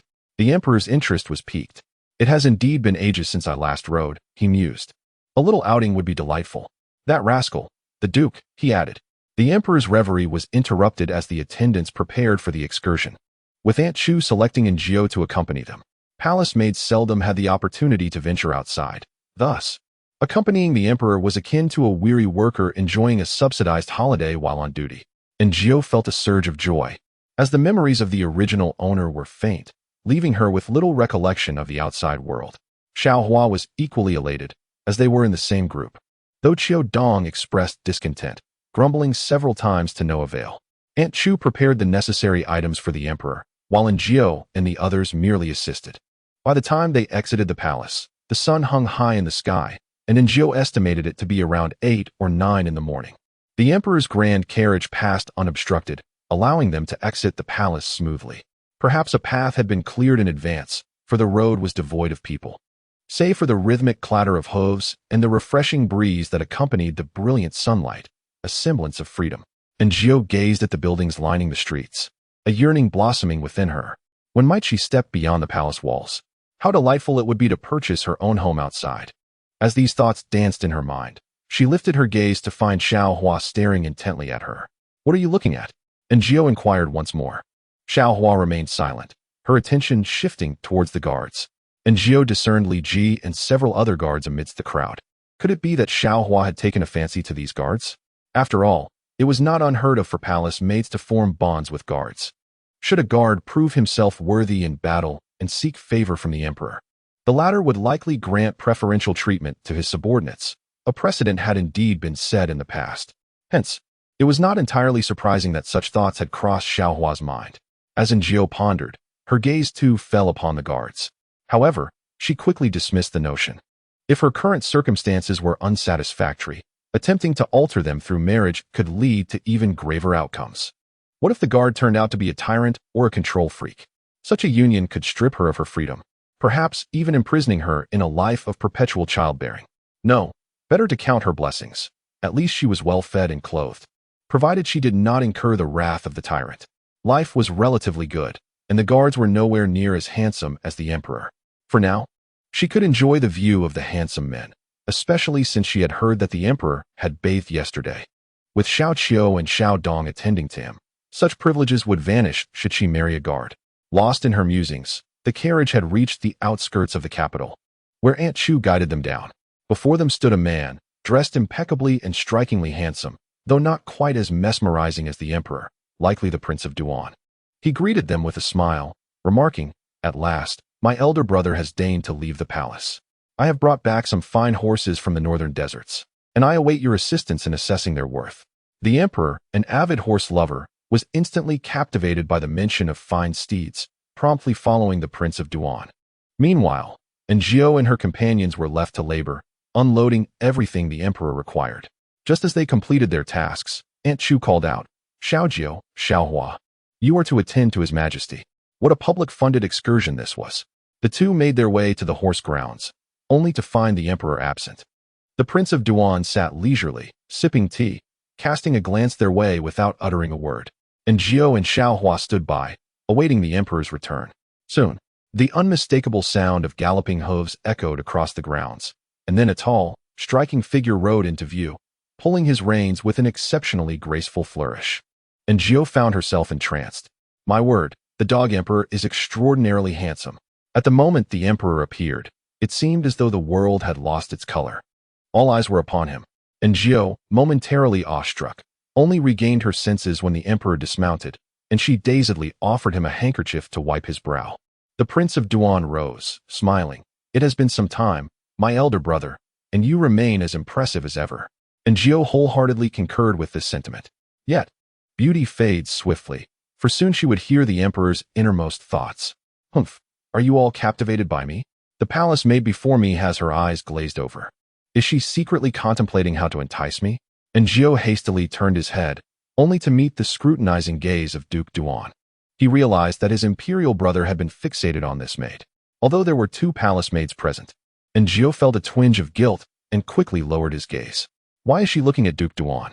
The emperor cast a glance at Duke Duan, and Gio then heard him let out a cold snort. Another foolish mortal yearning to ascend to the heights of power. And Gio cursed under his breath. Cursed be the dog of an emperor. Brother, you must be weary. I have prepared some delicacies. The mere mention of food instantly restored the emperor's focus. Duke Duan, at last, exhibits some discernment. I wonder what he will serve me. And Gio felt puzzled. After all, he was the emperor. Surely he could express his desires with a mere word? Why did he remain silent? How could anyone guess if he did not speak? Indeed, the emperor walked with a light step, speculating that Duke Duan would treat him to pork knuckles, braised fish, or stewed lamb. However, upon reaching their destination, the emperor's smile froze upon seeing a table laden with vegetarian dishes. Very well, Duke Duan, you may take your leave. And Gio heard the emperor's teeth grind in irritation. Knowing his brother favored lighter fare, and Gio had specially arranged for these vegetables, all cultivated from his own garden. Yet, Duke Duan's confident discourse only darkened the emperor's expression further, and Gio was at a loss. Could they not raise a few chickens or ducks in the garden? Why not slaughter one for his brother? In the countryside, when guests arrived, it was always a feast of meat. To entertain the emperor with a purely vegetarian banquet, any ordinary relative would have stormed out in indignation. Yet the emperor said nothing. He merely sat in his chair, picked up his chopsticks, took a couple of bites, and indeed had little appetite left. Duke Duan appeared somewhat flustered. Was his brother's appetite still poor? The emperor remained silent. Yet it was clear that his previous good spirits had evaporated. With a stern countenance, he seemed to be suppressing a frustration, and Gio listened to his complaints, thinking him akin to a petulant child. When angered, he would not speak and expected others to guess. How could anyone possibly know? Duke Duan, too, fell silent. Though they were brothers, they were also sovereign and subject. As a minister, he had displeased the emperor. With an empty stomach, the emperor had no desire for horseback riding. He wished to return. A maidservant by Duke Duan's side approached to assist in clearing the table, seeking to cultivate camaraderie within Gio and the others. Xiaohua was particularly animated, sharing every detail about the emperor with unreserved candor. And Gio gave her a sharp slap. Have you completed your work? Must you jest about in such frivolity? What is it to you? Xiaohua retorted, visibly irked. And Gio was exasperated with this reckless girl. Revealing the emperor's privacy could lead to dire consequences for them all. Despite his numerous hints and attempts to interrupt their conversations, this foolish girl, with her naive demeanor, seemed oblivious to the gravity of her words, speaking freely of things that should remain unsaid. And Gio could no longer tolerate her indiscretion and had to put an end to her chatter. I cannot be bothered with you. I only wish to remind you not to be oblivious to your own demise. She cast a glance at the maid sent by Prince Duan, and suddenly, Xiaohua comprehended, promptly shutting her mouth in regret. The maid from Prince Duan smiled lightly, her demeanor entirely unconcerned as she remarked, Sisters need not worry. I merely wish to engage in casual conversation with you both. And Gio replied with a smile, Is there anything else? The maid continued, The prince has prepared some items. I would trouble you both to take them back. And Gio glanced over. It appeared to be some supplements or the like, though she was uncertain and hesitant to accept, merely stating she would inform Aunt Chu. The maid from Prince Duan said nothing further and departed. Xiaohua scoffed. So you believe yourself clever while others are fools, do you? And Gio nodded. Indeed, you are quite foolish. The emperor, having gone a day without food, was filled with resentment on the journey back. Although Gio was still too distant to hear him, upon returning to the palace, his ire reached its peak, clutching his belly and gazing forlornly in a particular direction. And Gio truly could not fathom him. Aunt Chu summoned her, revealing the items sent by Prince Duan. To her surprise, the goods were rather impressive. Jujubes the size of eggs, unknown from which chicken they were laid, some wild delicacies, various rare dried fruits, and a bounty of fresh vegetables and fruits, along with cordyceps and bird's nest. However, there was no meat. While they were aware of sending wild vegetables, they seemed oblivious to the need for game. Most of the items were unfamiliar to Gio, but being from Prince Duan, they surely were of high quality. Aunt Chu instructed, Take them to the small kitchen. You oversee the preparation. And Gio swallowed hard. May I partake in them? Those jujubes look delectable. I have never tasted such. Aunt Chu paused, glancing at her. And Gio hurriedly shook her head. Not that I. Yet Aunt Chu remarked, I have never seen a cook starve from lack of culinary endeavors. These are indeed edible. And Gio took 4 or 5 jujubes, wiped them with a cloth, and took a bite. The sweet jujube yielded no pit. Delicious. There were also raisins. She grabbed a handful. Aunt Chu observed her for a moment, but ultimately said nothing. Ah, she is but a child at heart. Chapter 18. No longer dizzy upon her return, Xiaohua began to boast to the palace maids Qiu and Dong about the amusing incidents they encountered on their outing. In truth, there was little to recount, merely a few tales repeated. Yet, even so, it was enough to ignite the longing of the two maids. I wonder when His Majesty will venture out again. We too wish to see the world, sighed Xiao Qiu. Xiaohua laughed. Next time, I shall make sure to invite you both. Xiao Qiu grasped her arm with a smile. You are so kind.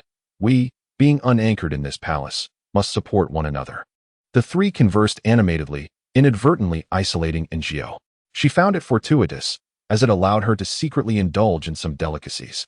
She yearned for meat, for due to the emperor's aversion to it, the cuisine within Guanghua Hall was rather bland and vegetarian. The cooks lacked dedication, rendering the flavors of the dishes indescribably poor. Aaargh marveled at how such fine ingredients could be transformed into unpalatable meals. She had tasted the emperor's dishes. Although vegetarian, they were still quite delightful. Indeed, cattle and horses are not of human caliber. With this thought, Aaargh suddenly experienced a moment of enlightenment. Could she not prepare the meal herself? After all, the tyrant had a hearty appetite.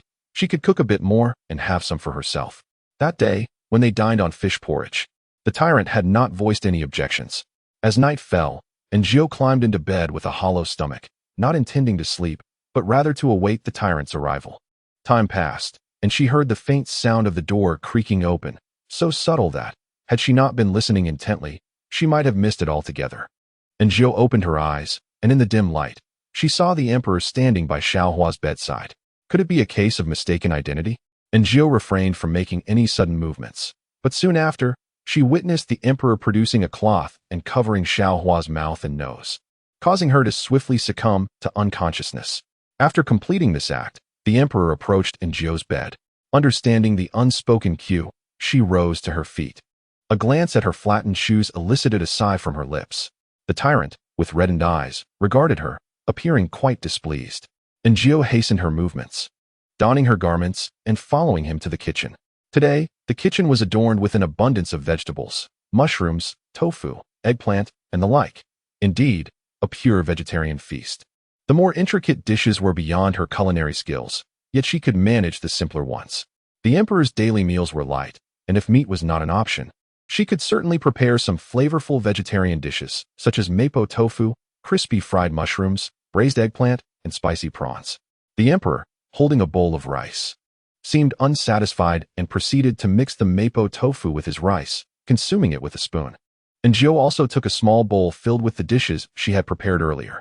The tyrant, amidst his busy eating, shot her a glance, his expression sour, seemingly blaming Aaargh for partaking in his meal. Aaargh let out a dry chuckle. I merely wished to test the poison. The emperor accepted this explanation and continued to devour his food. Just as Aaargh set her bowl down, he finished his meal. She anticipated that he would faint, allowing her to return to sleep. Yet tonight he remained alert, simply staring at her with an absent expression. Aaargh swallowed hard. What was happening? Why was the tyrant not fainting tonight? She contemplated seeking out Aunt Chu for answers, but the emperor's gaze remained fixated on her. As she shifted her weight, he frowned slightly, not pleased. Aaargh heard the tyrant's thoughts. Until now, she had only encountered the gentle whisper of his mind.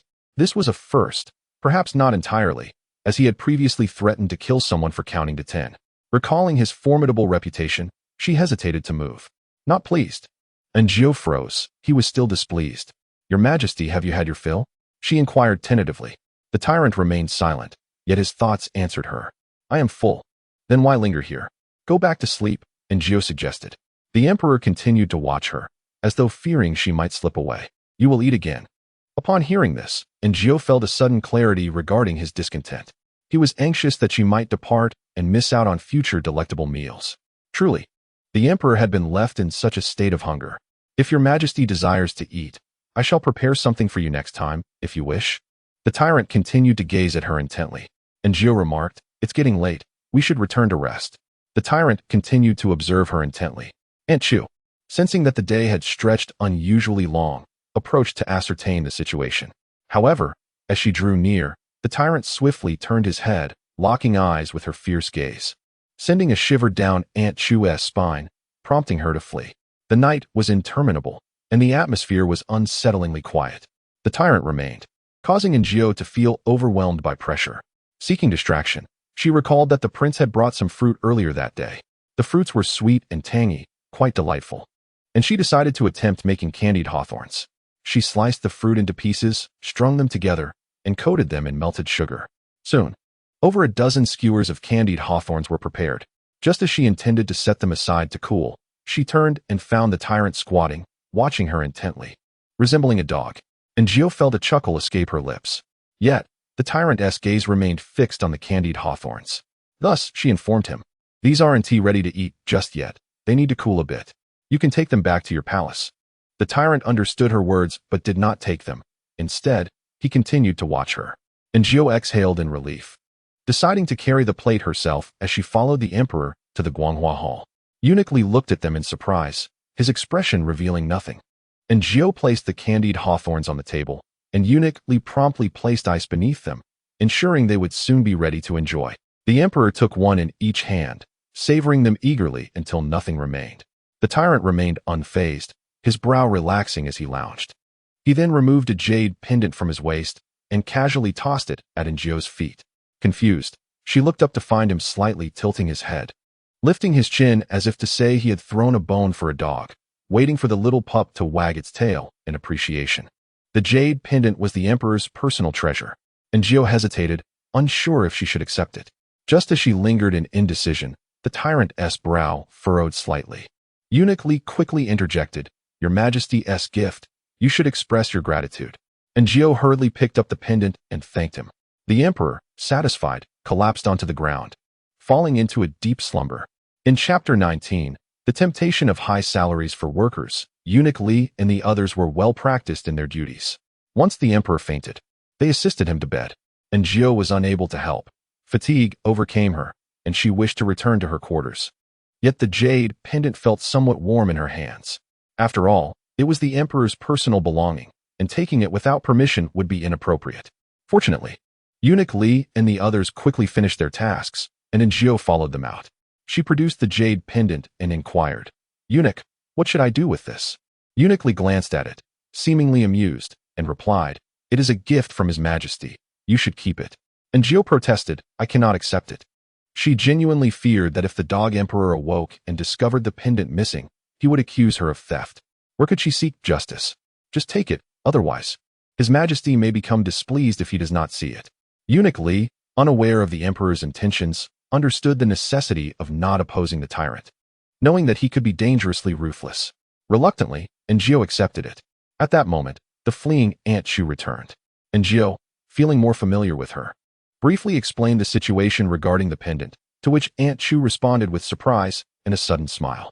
"You shall accept what His Majesty has bestowed upon you."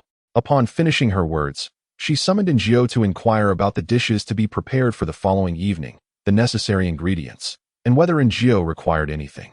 Aaargh pointed to her shoes, and upon noticing the two dark footprints on her light-colored footwear, Aunt Chu remarked, "I shall have new shoes delivered tomorrow." The Internal Affairs Office provides shoes, while some palace maids craft their own. However, Aaargh lacks the skill, and with only this pair, washing them would render them unwearable. These shoes were trampled by the dog emperor. Thus, he must compensate her. Yawning, Aaargh returned to her slumber, lamenting the plight of the working class. Xiaohua remained unconscious, and Aaargh discreetly took out the jade pendant. It was white, translucent, and possessed a warm texture. Intricately carved with a dragon, its exquisite quality was undeniable, likely worth a considerable sum.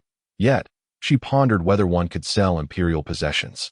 After securing the item, she drifted into a serene sleep. In the morning, she was roused by the commotion of her roommates, the two palace maids, Xiao and Dong, appearing quite fatigued. Notably, Aaargh had not seen them in the Guanghua hall the previous night, indicating that only the steward, Li Gonggong, and his apprentice had kept watch, while the other maids were assigned elsewhere. In a few days, it would be her turn to stand vigil, an occurrence she anticipated, as it would spare her from toiling both day and night. She hastily washed and prepared to leave. The weather had turned slightly cooler, prompting Aunt Chu to prepare thicker garments for the emperor. Perhaps due to a satisfying meal the day prior, the emperor was in good spirits. After returning from the morning court session, he lingered in thought for a while before instructing Li Gonggong to gather supplies, expressing his desire to paint. Having not slept well, Anjou leaned against a pillar, drowsily dozing off. When she regained her senses, the emperor had already commenced his painting, and Li Gonggong beckoned her to grind the ink. Anjou perceived, perhaps mistakenly, that Li Gonggong displayed an unusually warm demeanor toward her, his attitude markedly transformed. She stood beside the emperor, grinding ink while observing his artistic endeavor, expecting him to depict flowers, birds, or fish. She was taken aback when he skillfully illustrated a row of candied hawthorns on fine paper. Li Gonggong's laughter was accompanied by a beaming smile, and with a theatrical tone. He queried, "Your Majesty, what is this?" And Anjou found herself equally curious. Did the emperor retain memories of the previous night? Why would he choose to illustrate the candied hawthorns from then? Her hand trembled slightly. The emperor replied, "I dreamt of consuming this sugary fruit last night." And Anjou watched as he licked his lips. Li Gonggong, unfazed, continued with exaggerated enthusiasm, "Is that so? Does your Majesty wish to indulge in some?" He feigned a scan of the room, his gaze landing on Anjou. "Can Xiaozhou prepare this?" Anjou nearly laughed, responding, "I can manage a little." Li Gonggong commanded, "Then proceed to the kitchen and prepare some for His Majesty." "Yes," she replied, bowing her head as she exited, only to overhear the emperor's thoughts. "Oh, it seems I have misplaced my jade pendant. Where could it have been lost? I quite cherish that piece." Anjou thought to herself, "You truly are a dog, aren't you?" "Indeed." Anjou resignedly stepped out, and Aunt Chu inquired about her destination. She conveyed the emperor's intentions. Aunt Chu nodded and said, "I will accompany you." Thus, the two made their way to the kitchen, dismissing everyone present. Anjou commenced the preparation of sweets, while Aunt Chu stood by, observing with an inscrutable gaze that sent shivers down Anjou's spine. Suddenly, she asked, "Little Jiu, do you think life in this palace is good?" "Good? That depends on whom you ask. For those in power, it may indeed be quite favorable, but for the servants, well, it's a different matter altogether. 2 portions of labor for 1 portion of pay, and there's the ever-present danger to life. Would you call that good? Why do you ask?" And Anjou did not respond, for she understood that when a superior inquires about the state of the company, it is merely a trap. They expect you to affirm the goodness of the establishment, seeking your loyalty, while the worker often hesitates to voice their true feelings. "Life as a mere servant offers little in terms of rewards," Aunt Chu remarked with a slight smile. And Anjou nodded in agreement, yearning to leave the palace. However, Aunt Chu countered, "To win the emperor's favor and affection is the key to a better life here." And Anjou, somewhat taken aback, replied, "What? Auntie, I am quite content with my current circumstances and have no desire for more." "What do you mean?" Aunt Chu scrutinized her. "I recall your eagerness when you first arrived at Guanghua Palace. Your aspirations were quite different then." And Anjou nearly forgot that the original owner of her body had entered Guanghua Palace with the intention of ascending to the emperor's bed, to become one of the elite. "Auntie, I was once naive and unaware of the world's realities, but now I have different aspirations." Before she could finish, Aunt Chu pressed a hand gently on her shoulder. "No, you must think about it." And Anjou? "No, I do not wish to." Aunt Chu gazed at her earnestly. "The emperor is the most esteemed man in the realm. To earn his affection is to secure a prosperous life. But the rewards come with risks. Your emperor has a penchant for executions. One day, one might find themselves in peril while asleep." And Anjou remained unmoved, likening it to the enticing yet treacherous offers of high-paying jobs abroad. "It is undoubtedly a trap. I am not suited for such a fate." And Anjou resolutely asserted her disinterest. Aunt Chu sighed, saying, "If you truly do not wish it, then remain steadfast in your convictions. Otherwise—" Though Aunt Chu did not finish her thought, Anjou understood the implication. To seduce the emperor would require absolute commitment. Otherwise, one should avoid entanglements beyond mere servitude. The emperor is not akin to a young man from your village. If one does not favor him, they might simply say, "Oh, I see you as a brother. You are a good person." A mere village youth may feel slighted but would be powerless to retaliate. Perhaps you might even become his unattainable first love. But to offend the emperor would bring forth consequences that would impart a stark lesson on the nature of kindness. "I understand," and Anjou affirmed her loyalty, and Aunt Chu ceased further discussion. However, on the emperor's side, a dilemma had arisen for Eunuch Li. Chapter 20, Fortune on Offer. "I can't shake the feeling that the jade pendant was intended for someone," The emperor mused, casting a dubious glance at Eunuch. He was still preoccupied with thoughts of the pendant when Aaargh entered. A profound desire surged within me to hurl the item at his face, declaring that I am utterly indifferent to your trifling gifts. A piece of jade, too hot to sell, pales in comparison to the practicality of 2 taels of silver. Once given, the gift should remain forgotten, yet your incessant longing to reclaim it reveals your true nature. O you wretched emperor. Aaargh placed the candies she had crafted upon the table. Li Gonggong hastily summoned someone to place ice beneath them. The emperor appeared lost in thought. This scene feels strangely familiar. Aaargh scoffed.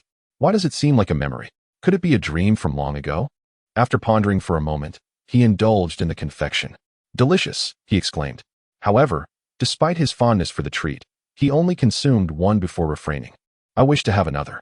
He contemplated this, yet still allowed the dish to be taken away. Aaargh furrowed her brow, sensing an increasing peculiarity about the emperor. It seemed as if he was repressing himself, morphing into something distorted in the process.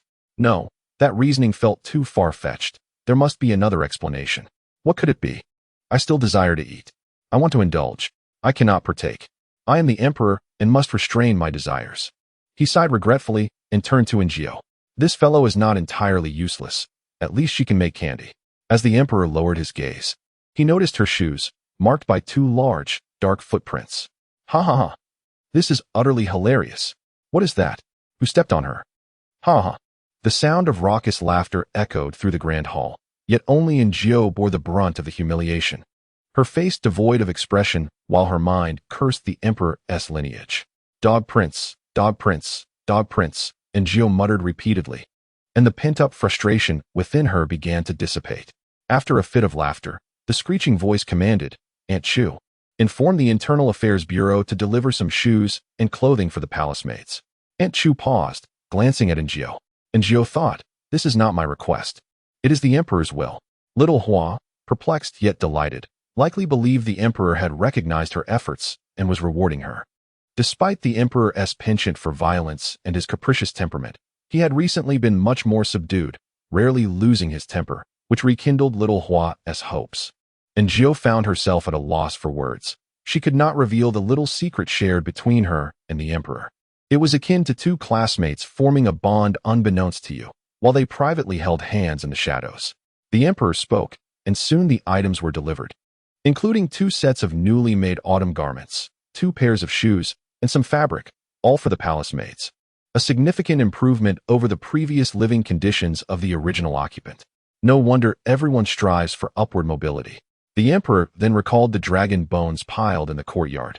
And that day, Aaargh donned her new clothes and shoes, accompanying him as they assembled a dragon bone Lego set together in the yard. The emperor possessed a certain cleverness, and it wasn't long before he discovered the dinosaur's head and neck. Observing this peculiar creature, the emperor's inner voice once again resonated. What is this? It hardly resembles a dragon. It looks more like a monster. Could it truly be a monster? And so massive. I feel rather frightened. At first, Aaargh had mocked the emperor, but upon reflection, she realized that ancient people were unfamiliar with dinosaurs. For them, such colossal unknown beings were indeed a source of fear. Yet, as Aaargh gazed at the emperor, handsome and graceful, yet inwardly trembling like a mouse, she found it immensely amusing. However, joy turned to sorrow. Sensing something amiss, the emperor turned to lock eyes with Aaargh. The moment she recognized this was too late. The emperor declared, I am weary. You shall assemble the dragon bones. Not only was Aaargh taken aback, but so too were the others present. The audacity of the emperor left them aghast. Your Majesty, do you truly believe I, a mere palace maid, can accomplish what you cannot? This reminded Aaargh of her past as a graphic designer. Once, when she earned a modest salary, her boss had assigned her an exceedingly challenging task. Despite her best efforts, she failed to deliver, leaving her boss disappointed, who subsequently outsourced the task for a substantial sum. The boss, gleefully presenting the completed project, had said, Ah, youngin, one must strive for progress and learning, rather than merely wishing for an early departure. The current predicament felt strikingly familiar. Indeed, whether in ancient or modern times, the essence of a boss remains unchanged. They expect you to come to work to gain experience for free, while they pay you, believing you to be ungrateful if you do not work overtime, improve, or show loyalty to the company. an ungrateful wolf in sheep's clothing. And Jiu longed to refuse. Yet she lacked the courage, just as she had once hesitated to decline her boss who offered her a meager salary. Now, she could not refuse the emperor who granted her a meager stipend. The emperor, satisfied, smiled and departed. Xiaohua approached, eyeing the pile of bones with glee. "Oh, little Jiu, this is a splendid task. You must do well."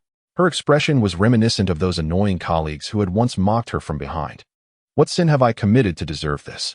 Li Gonggong followed the emperor, while Gu Qiu glanced at the mess left behind, puzzled by the emperor's decision. However, she sensed that this little Jiu must be special to his majesty. Otherwise, he would not have assigned her such a task. In the past, the emperor could hardly remember the names of the palace maids surrounding him. Do you wish for this fortune? Chapter 21. Personal space. The news of the Dragon Bone Lego project quickly spread throughout the Guanghua Palace. When Jiu returned, Qiu Dong and Xiaohua fell silent upon seeing her, and Jiu felt exasperated. Having endured an unpleasant class was one thing, but now she had to share a space with her colleagues. All day long, faced with bothersome colleagues, Xiaohua chuckled, "Sisters, do you really only need to keep watch in the back hall at night? Doesn't that allow for a bit of leniency?" Xiao Qiu nodded in agreement. "Indeed. Next month, it will be your turn." Proudly, Xiaohua replied, "Yes, it is my turn, but for someone else, it may not be so certain." She covered her mouth and laughed, clearly amused by the prospect that if the Dragon Bone Lego was not well assembled, the emperor would surely execute Jiu. And Jiu had intended to sleep, but suddenly recalled something and turned to leave. Xiaohua scoffed, "What is so impressive?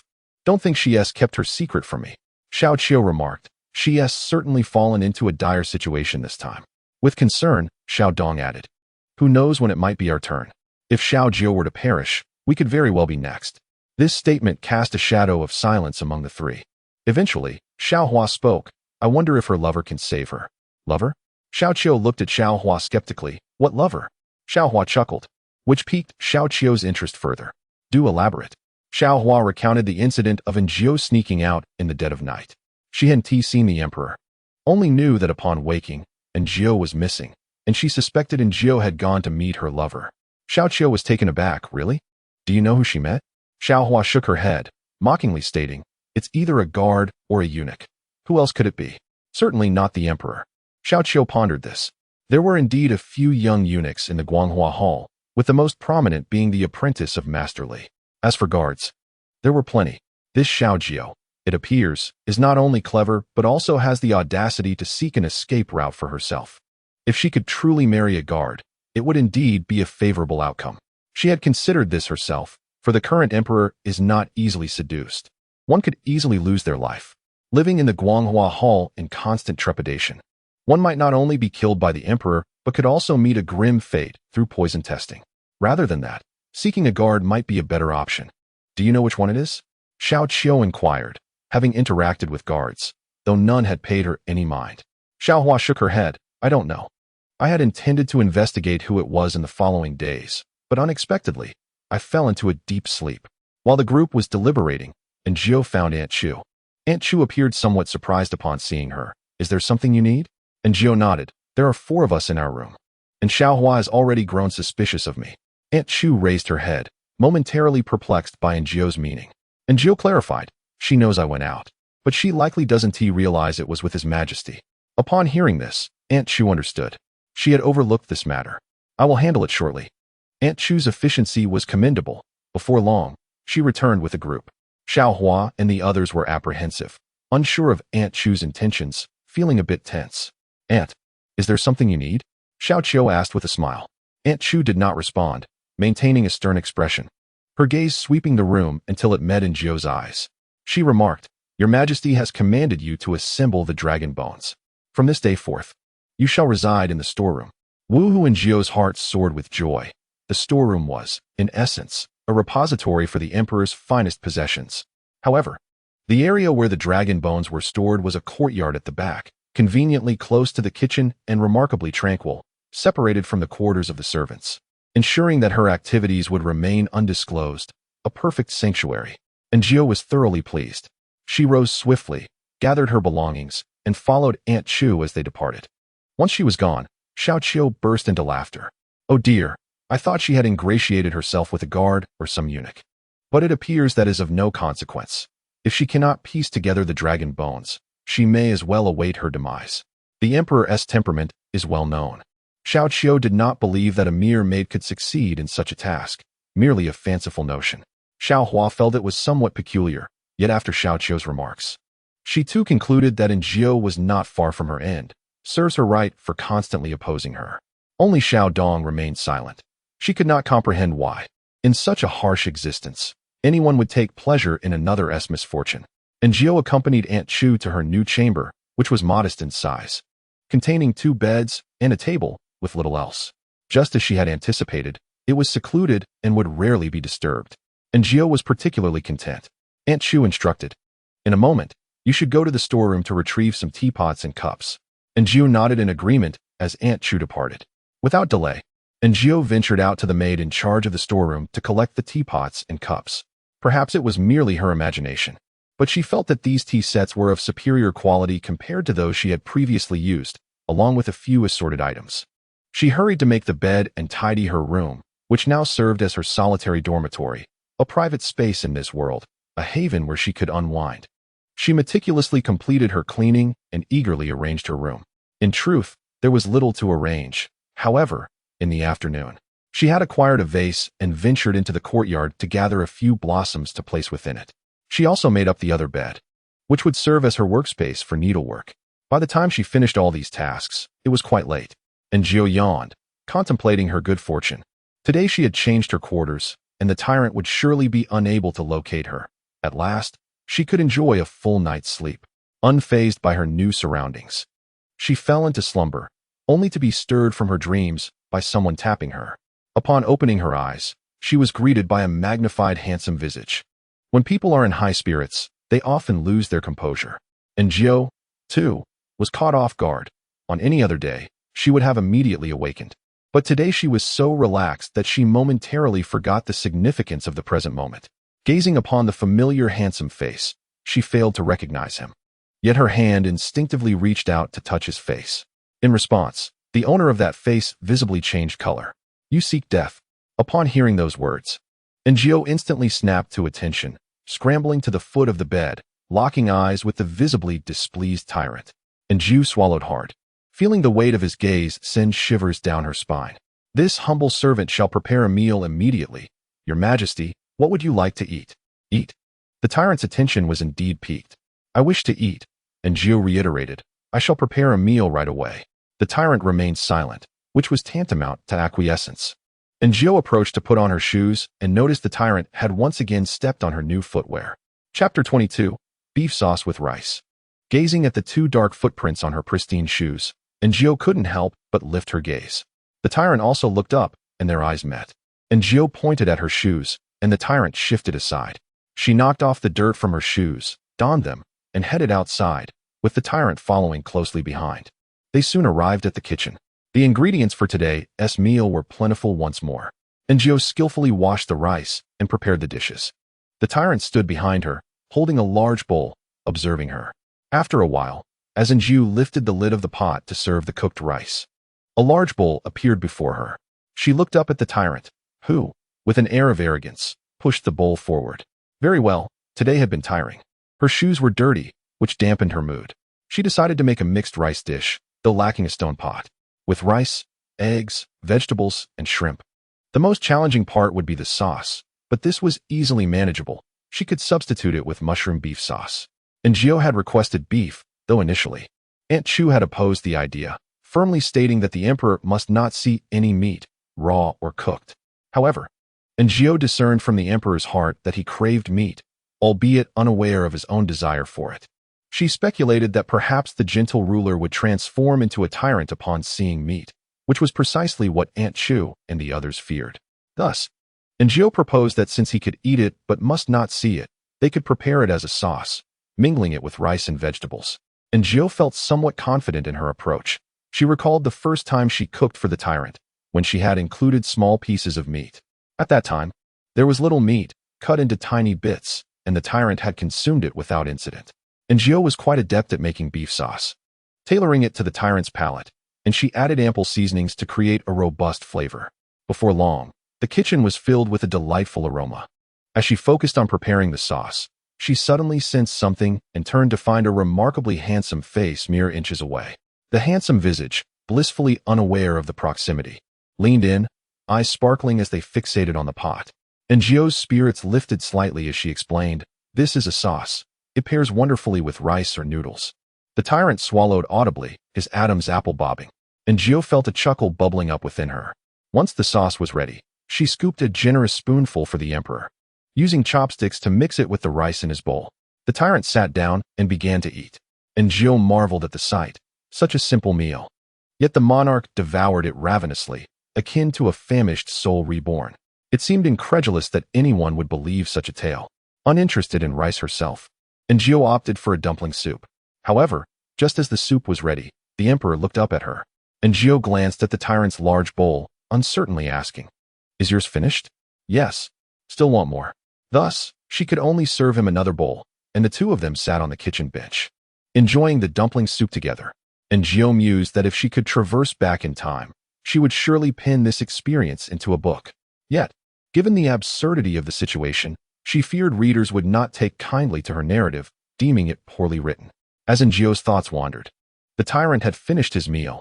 He had neither fainted nor returned to the Guanghua Palace, but instead headed straight to the modest abode that Gio had only just moved into today. "That is my room. Mine," Gio exclaimed inwardly, though the tyrant could not hear her silent protest.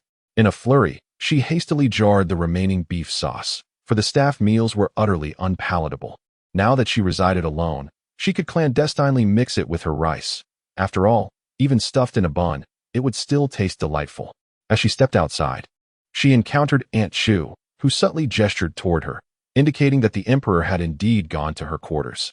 And Gio yearned to inquire of Aunt Chu whether she would not intervene, but then she reconsidered. The tyrant was unhinged and had forsaken familial ties, leaving even Aunt Chu hesitant to act. But what was she to do? A solitary man and woman together. Was this not inappropriate? Aunt Chu offered her a reassuring glance before retreating into the shadows once more. With trepidation, Gio steeled herself and returned to her room, where the tyrant lay sprawled on her neatly made bed. Should she perhaps sleep on the dragon bed instead? Oh, what was this? What was the tyrant scheming? This was her designated staff dormitory. She glared at the tyrant, wishing she could bore a hole through him with her gaze. Yet he merely lifted his chin, haughtily tossing a jade ring he had removed onto the floor before her. And Gio thought it a pity that such a humble board bed was beneath the dignity of his majesty. Chapter 23. Assembling Legos, and Gio picked up the ring and examined it. Its rich green hue signified considerable value. She felt a wave of joy. Unlike the jade pendants, which bore dragons and were easily recognizable, this ring could be sold without arousing suspicion. Previously, she had lamented the hardships of working for a miserly employer. But now she wondered, was he truly so stingy? Was labor truly so burdensome? Was it not merely cooking? Even if he desired dragon meat, she would gladly prepare it for him. What of it if the employer had a few peculiar tastes? Who among us did not harbor some small indulgences? And Gio's smile blossomed radiantly, and she made a promise. "In a few days, when the hawthorn ripens, I shall make hawthorn candy and preserves, shall I not?" The tyrant regarded her intently. As she moved to another bed, scrutinizing the green ring beneath the lamp, she noticed the tyrant's gaze fixed upon her. Suddenly, she heard an exclamation of realization, though she understood not its meaning. Turning to look, she found the tyrant had collapsed into a deep slumber, utterly oblivious. Indeed, the payment had been sufficient. The tyrant appeared much more amiable now, and Gio dashed out to find Aunt Chu, who promptly summoned Eunuch Lee. Soon, the familiar dark-clad guards arrived to escort the emperor away. Eunuch Lee's smile was exceptionally bright, and with his pallid visage, it bordered on eerie. "You are Xiao, are you not?" And Gio nodded. "You have performed admirably. Attend to His Majesty well, and you shall reap the rewards," Eunuch Lee declared. And Gio pondered the implications of his words. Was attending merely a matter of service, or did it extend to other realms? That would demand a different price altogether.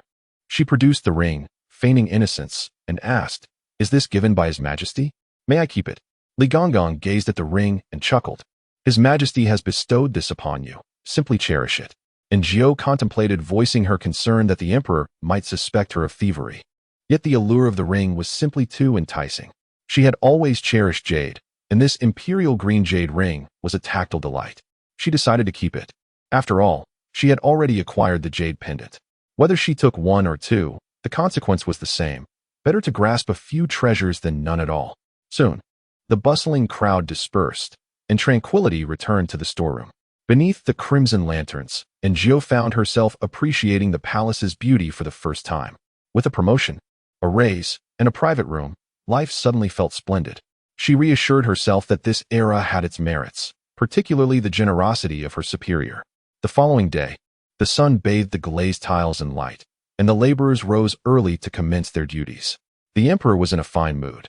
He stretched languidly while Li Gongong's apprentice, Xiao Fuzi, assisted him in dressing. Aaargh held a basin, awaiting the emperor to wash his face. In that moment, she overheard his thoughts. "Where's my ring?" His perplexed voice was distinctly clear, nearly causing her to fumble the basin. "Where has my sizable ring gone?" Aaargh thought to herself, "It's beneath my pillow." Lost again, he mused.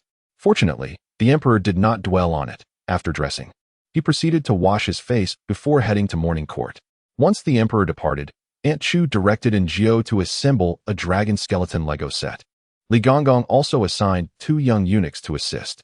The trio made their way to the courtyard, when Xiao Hua scoffed, intending to mock Aaargh. However, Aaargh remained unfazed. She possessed the imperial green ring, something Xiao Hua could toil a lifetime without ever obtaining. As Xiao Hua glared at her departing figure, a pent-up frustration surged within her, leaving her irritable and oblivious to the emperor's return.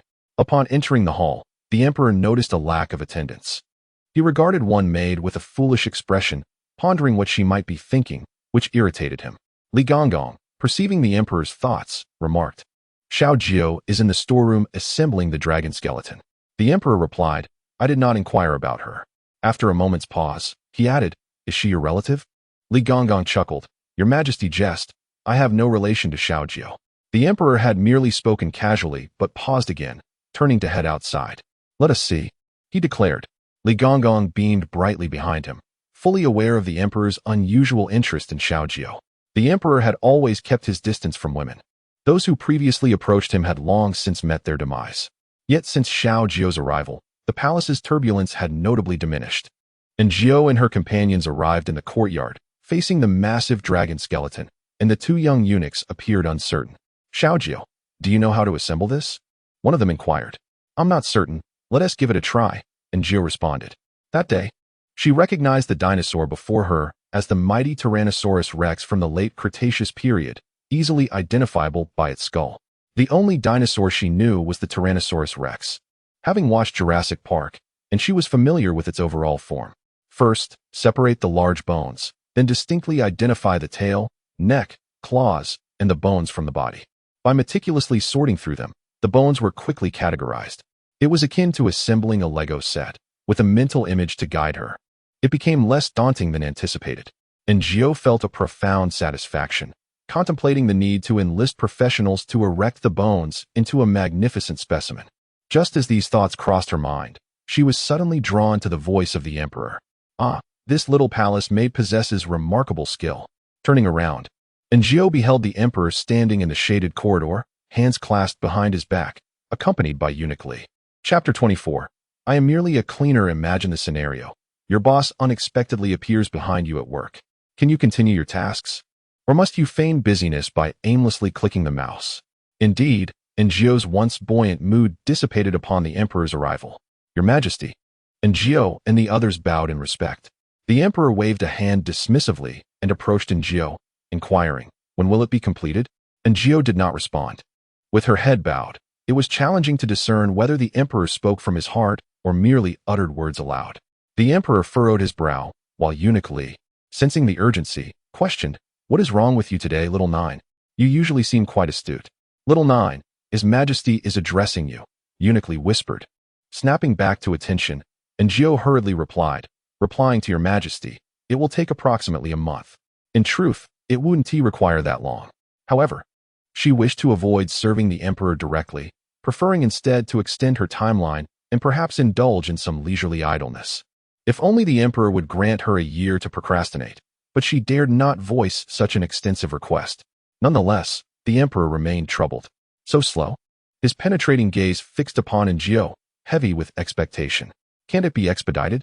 As the supreme ruler, The emperor exuded an aura of authority that could induce pressure in direct encounters.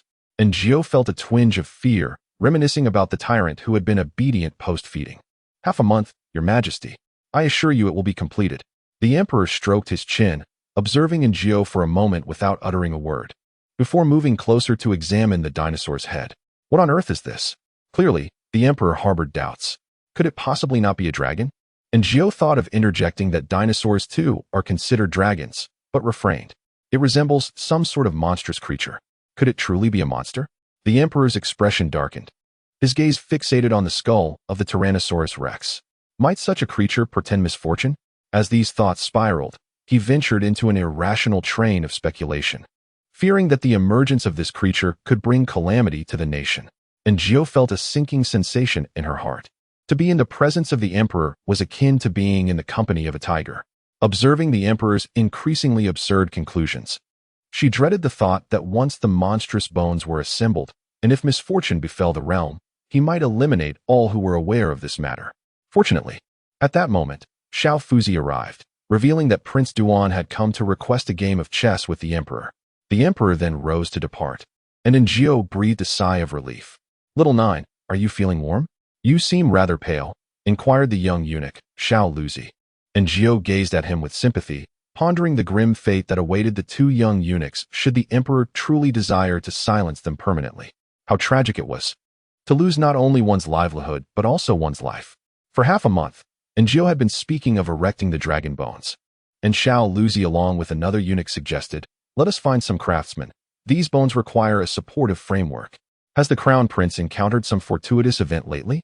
He seems in good spirits," remarked the enduring prince, a frivolous noble known for his carefree demeanor, lacking ambition, and devoted to indulgence in revelry. Upon hearing this, the emperor hesitated, contemplating whether to share the matter of the dragon bones with him. The crown prince frequently traveled about. Perhaps he might comprehend its significance. The enduring prince discreetly observed the emperor's expression, noting his pensive demeanor, and realized that the emperor was indeed preoccupied with something. What could it be? Just as he was musing over this, the emperor suddenly inquired, "Have you ever seen a dragon?" "What?"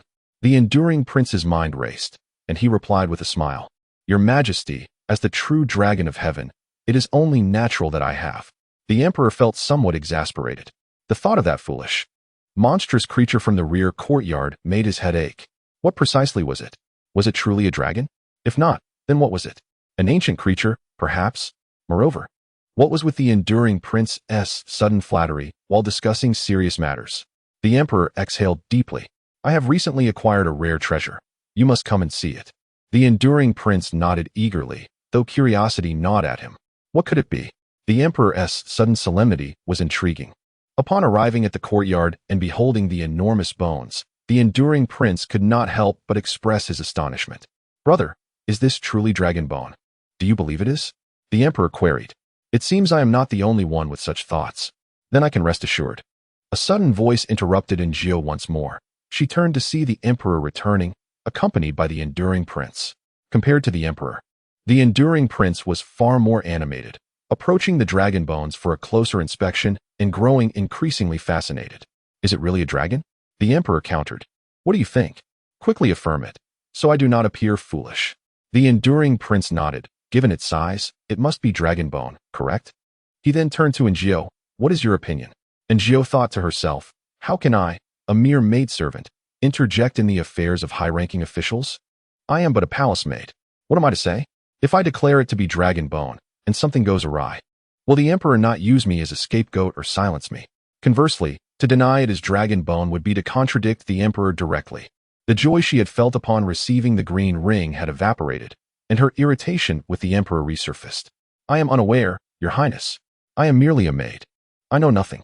The enduring prince squinted slightly. "You know nothing?" He did not dwell on it further, turning back to the emperor. "Brother, have you sent someone to investigate? Is it indeed dragon bone?" The emperor replied, "I have not. Why did I not think to send someone to inquire?" He continued, "Investigations are underway, but no news has yet emerged." The enduring prince ceased his inquiries, content to curiously examine the dragon bones, while Aaargh resumed her task of piecing together the puzzle. One must seek out skilled artisans to assemble these bones into something reminiscent of a museum exhibit. Alas, I wonder if that is even feasible. After all, I am but a humble cleaner. To have a cleaner undertake modeling, how audacious. In chapter 25, the boss has two attendants. The first, Prince Duan, is a frivolous young man, lacking any serious pursuits and living a life of leisure. Thus, when the emperor attends to state affairs, he remains behind, supervising Aaargh and her companions as if he were a foreman. This leaves Aaargh with no opportunity for idleness. The two young eunuchs appear somewhat anxious. Fortunately, the craftsmen arrive promptly. These individuals are palace specialists, typically responsible for minor repairs like roofs and furniture. It is their first time engaging in such work, and they gather around the large bones, their eyes brimming with curiosity. Aaargh muses that the more people who become aware, the less likely the emperor will eradicate the matter entirely. The leader of the craftsmen, Dai, is reputed to come from a lineage of carpenters, possessing exceptional skills. Aaargh presents him with a sketch depicting a rough outline of a Tyrannosaurus rex, leaving the standing position to their expertise. Is this your drawing? He inquires. Indeed, it is. I believe it should resemble this, she replies, only to realize her error when she turns to find Prince Duan curiously examining the draft in her hands. Aaargh furrows her brow slightly. Upon noticing her expression, the prince looks up, prompting Aaargh to hastily apologize. As a person of modern times, she lacks the innate reverence and wariness characteristic of those from the past, a rather perilous habit that could one day cost her dearly. Aaargh resolves to exercise greater caution henceforth. You have received an education? Prince Duan now regards the young maid with newfound interest. He understands the emperor's stature. Why would he show such attention to a mere maid? In his eyes, maids are akin to the teapot on the table, mere tools for service. Previously, the emperor would scarcely acknowledge their existence, yet now his gaze frequently lingers on this maid, allowing her to piece together the dragon bones, an idea that seems ludicrous. However, Prince Duan senses something amiss. He believes Aaargh possesses some quality that captivates the emperor. What could it be? It is a tantalizing mystery. In that fleeting moment, Aaargh feels as if she is being scrutinized. When she glances back at Prince Duan, he is smiling gently at her, seemingly just asking a casual question. I studied a bit in my youth, Aaargh replies. Just a bit? You certainly do not appear to be a prodigy, he observes. Then it must not be talent that attracts attention. Is it beauty? Prince Duan is not disparaging Aaargh. Within this palace, there are countless beauties. The maid before him is quite fair, yet amidst the throng of enchanting women, she does not stand out enough to ensnare a monarch's heart. What could account for this? Prince Duan glances at Aaargh's draft and inquires, why does your royal brother have you assembling these dragon bones? Indeed, why? Aaargh is equally curious.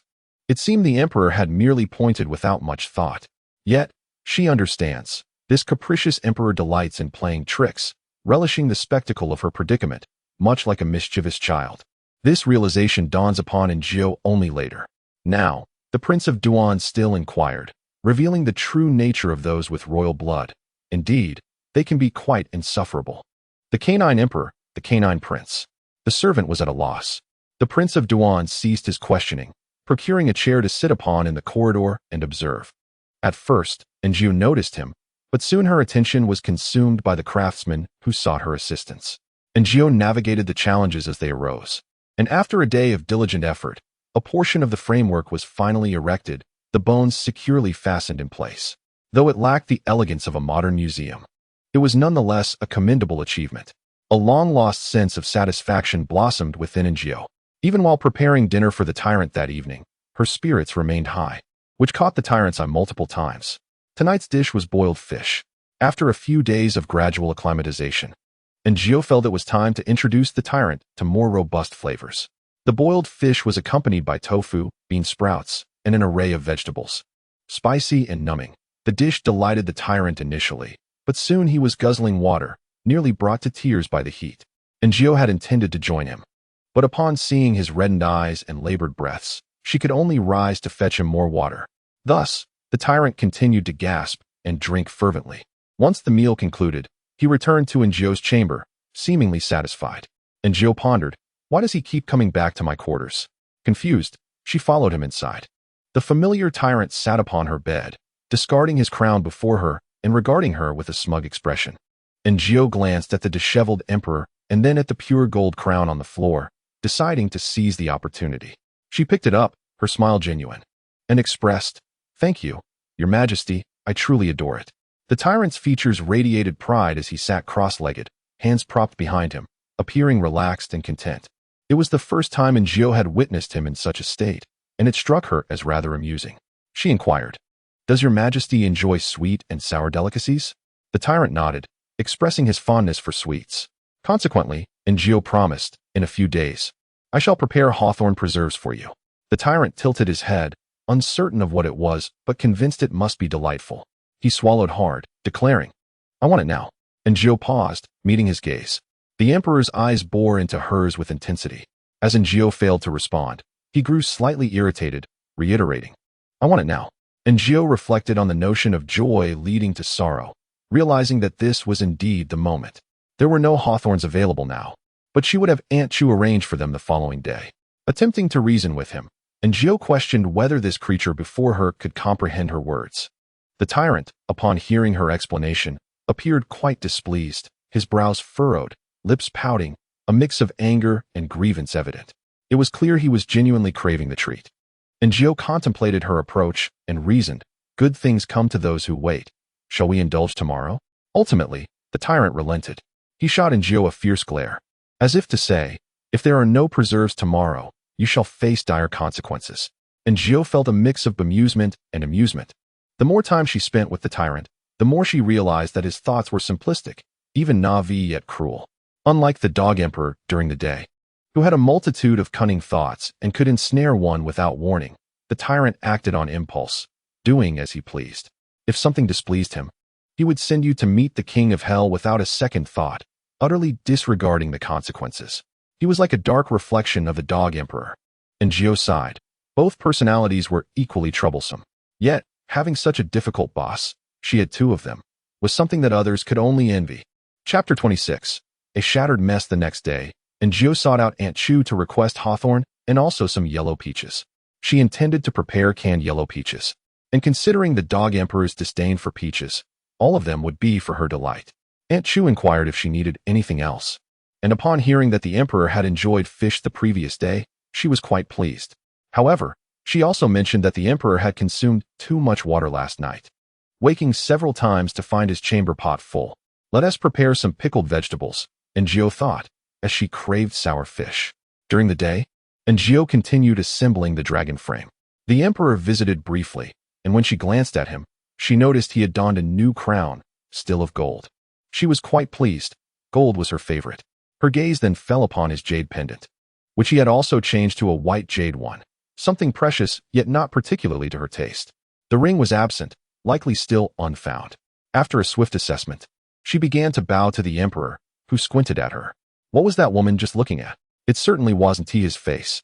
The emperor recalled her initial gaze at his crown, seemingly amused, before shifting her focus elsewhere. Unable to suppress a reaction, he discreetly adjusted his position. "This shouldn't be. She is not that bold." "What?" Aaargh mused, wondering if he was speaking about her and what she had done. As these thoughts crossed her mind, the emperor approached the dragon frame, inspecting the assembled parts, his doubts resurfacing. "Do those claws resemble a dragon?"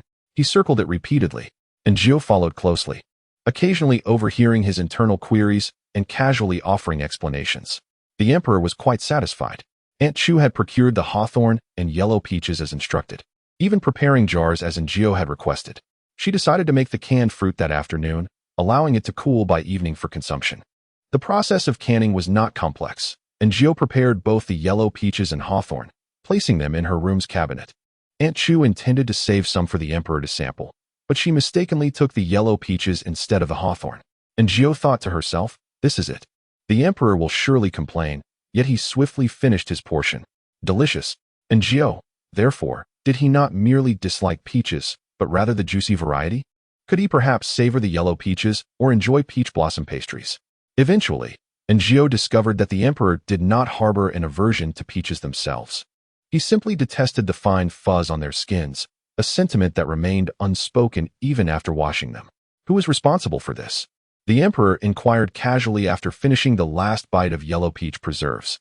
Aunt Chu glanced at Aaargh and replied, "It was made by Xiaojio." "Her?" The emperor scrutinized Aaargh from head to toe, emitting a sound of disapproval. Aaargh wondered what displeased the emperor. However, he remained silent. setting the jar down before departing. As he left, the air around them began to circulate freely, and Gio noticed the artisans visibly relaxing, their work becoming notably lighter. That night, a breeze swept through, seemingly heralding the arrival of cooler weather. And Gio felt fatigued after the past few days and longed to retire early. So she began preparing the ingredients without waiting for the emperor. Yet, as she waited, the tyrant did not arrive. Just as she pondered whether he would come, someone entered the room. In that instant, the long-forgotten sensation of dread returned. The tyrant glared at Gio with a darkened expression, causing her hair to stand on end, as if he were poised to take her life at any moment. Uncertain of the cause for his ire, she pointed to the sour fish stew in the pot. "Your Majesty, would you care to dine?" The tyrant remained motionless, and Gio's unease grew. Unlike the 1,001 schemes of the wily emperor, this one was far more challenging to confront. After what felt like an eternity, she sensed her body stiffening, and he finally approached and took a seat. Gio hastily served him rice, and watching him eat heartily, she finally breathed a sigh of relief. After dinner, the tyrant made his way to Gio's quarters. Puzzled, she wondered if he had forgotten about the preserves. Perhaps she would offer them to him later. However, upon entering the room, she was taken aback. Her meticulously arranged space was now in disarray. The bedding resembled ragged strips, and cotton was strewn about. Her clothes, shoes, vases, and teapots lay in tatters. Gio felt a surge of anger rising within her as she turned to confront the culprit.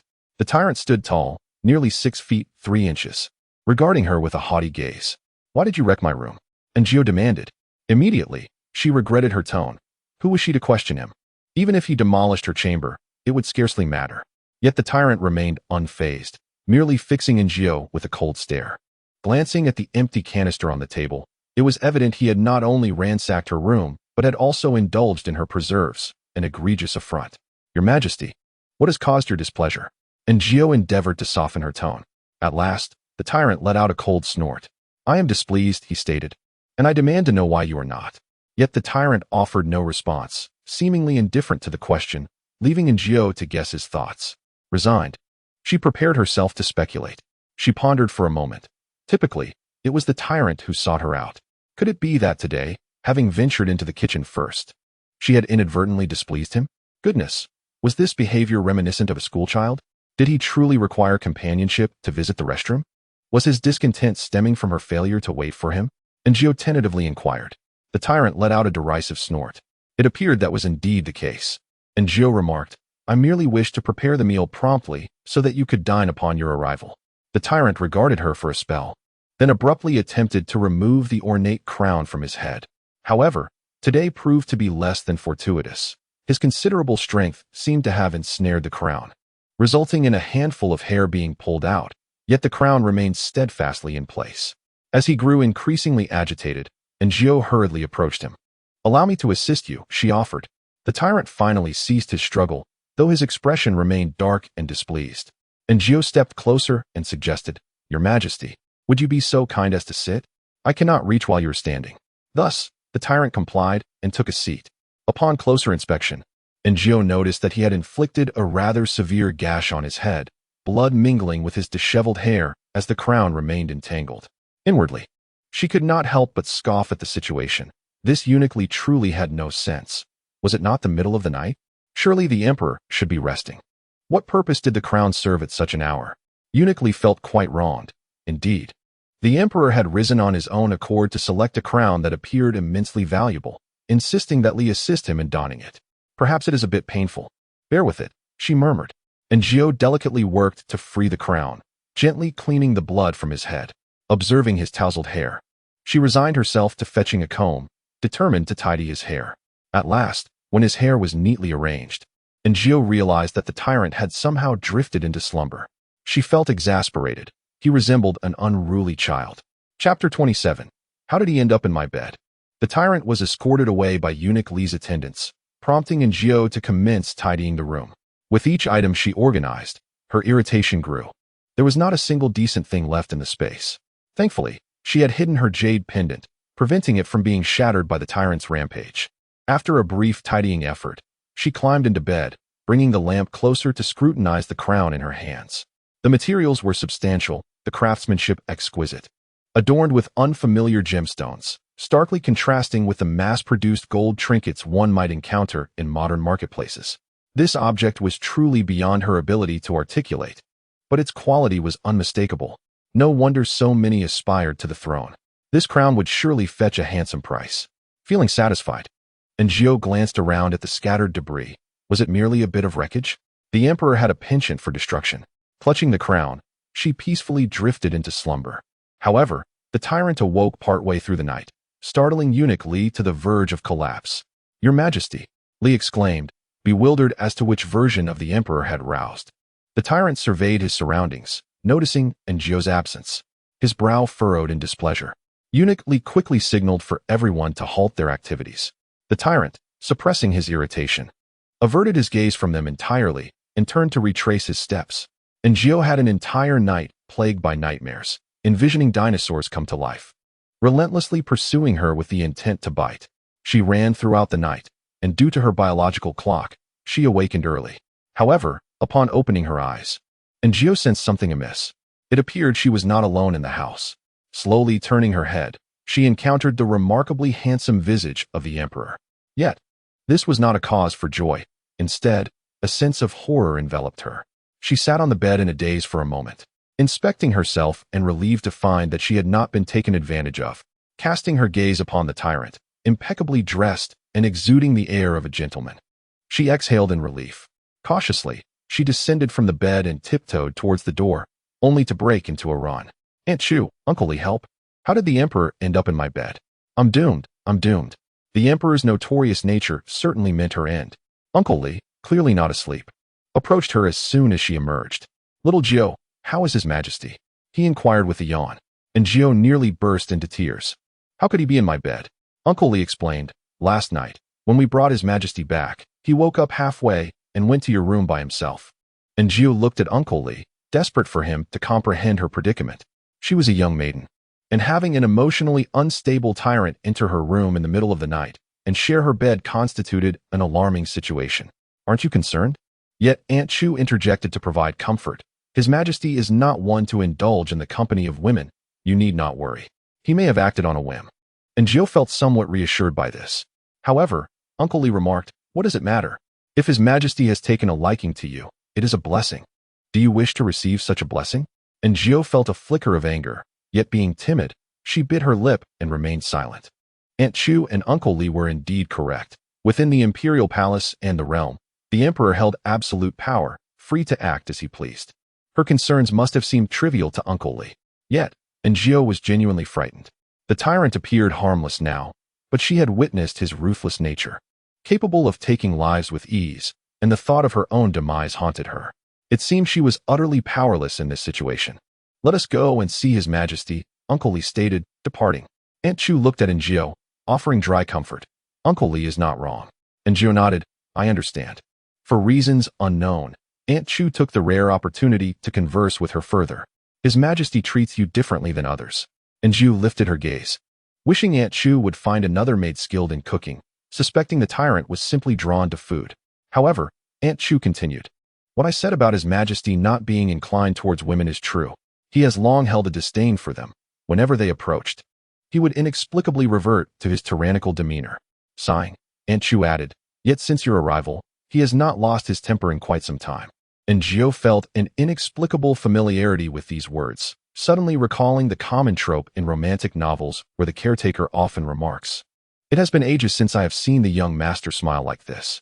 You are the first girl he has brought home. He treats you differently." Good heavens! If he were truly a tyrannical ruler, Aaargh would have been taken without a second thought.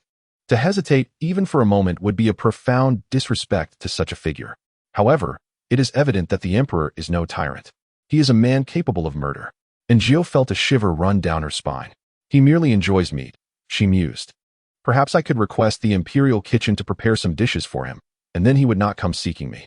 Seizing the opportunity, Aaargh mentioned this notion. Yet, Aunt Chu shook her head, saying, "We are well aware of His Majesty's craving for meat. We have tried in the past, but the moment he sees it, he flies into a rage." This speculation had crossed Aaargh's mind before. She understood that Aunt Chu's description of his rage was far from mere annoyance. It was a fury that could lead to bloodshed. Aaargh recalled the meat she had prepared for the tyrant. What was meant to be sustenance had instead felt like a threat to her very life. She cast a glance at Aunt Chu, who seemed to understand her unspoken thoughts. This is a flaw that has lingered since His Majesty's childhood, Aunt Chu continued. I cannot elaborate much, but suffice it to say, you hold a unique place in his heart. She turned to Njio, her tone growing stern. Little Njio, in this imperial palace, individuals like us have no choices. Njio grasped her meaning. This was an ancient, feudal dynasty, and the emperor was its sovereign. He could decree who would live and who would die without hesitation. And no one would dare to object. There was no talk of fairness, nor even of human rights, whether it was Njio, a mere maid, or Aunt Chu and the eunuchs. They were all but servants, tools born to serve the privileged ruling class. Thus, Njio had no choice. I understand, she replied softly. She possessed no extraordinary skills, but she was particularly adept at recognizing the times and adapting to circumstances. Since resistance was futile, she resolved to go with the flow. Living another day would be a blessing. Aunt Chu was pleased with her perceptiveness. Do your best. Life outside may not be better than here, she advised, reiterating her belief that women faced hardships in the outside world, whereas in the palace, at least one was fed and clothed. And Ju nodded obediently, satisfied with her compliance. Aunt Chu's voice softened. Later, you shall go to the storeroom to collect the supplies. Yes. Chapter 28. Perhaps it is a ghost possessing me after Aunt Chu departed. And Ju stood in place for a while. Before heading to the storeroom, she encountered Xiao Hua and her companions. Xiao Hua let out a cold laugh. Unable to resist a sarcastic remark, has someone's dragon bone been completed? I wonder what punishment awaits if it remains unfinished? Her triumphant laughter reminded Njio of the wicked female antagonists in tyrannical narratives. Xiao Hua was, at best, a mere spiteful foil. What benefit did her words serve, other than momentary satisfaction? Ignoring Xiao Hua's taunts, Njio intended to walk away, but Xiao Hua, eager to showcase herself before the other maids, felt her pride wounded by Njio's indifference and grasped her arm. Where are you going? Share with us how your dragon bone construction is progressing. Njio smacked her hand away. What are you doing? That hurts. Xiao Hua exclaimed, her hand reddening as she glared at Njio in anger. Njio let out a cold laugh, turning on her heel to leave. She navigated her way to the storeroom with practiced ease, where an elderly palace maid, affectionately referred to as Lu Mama, stood guard.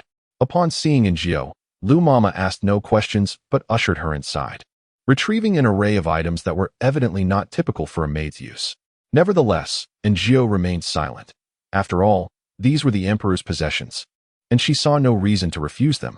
Contentedly, she took what was offered, and the old maid even sent a younger maid to assist her in carrying the items. Qiu Gu is truly kind to you, exclaimed Shuang Shui, filled with admiration.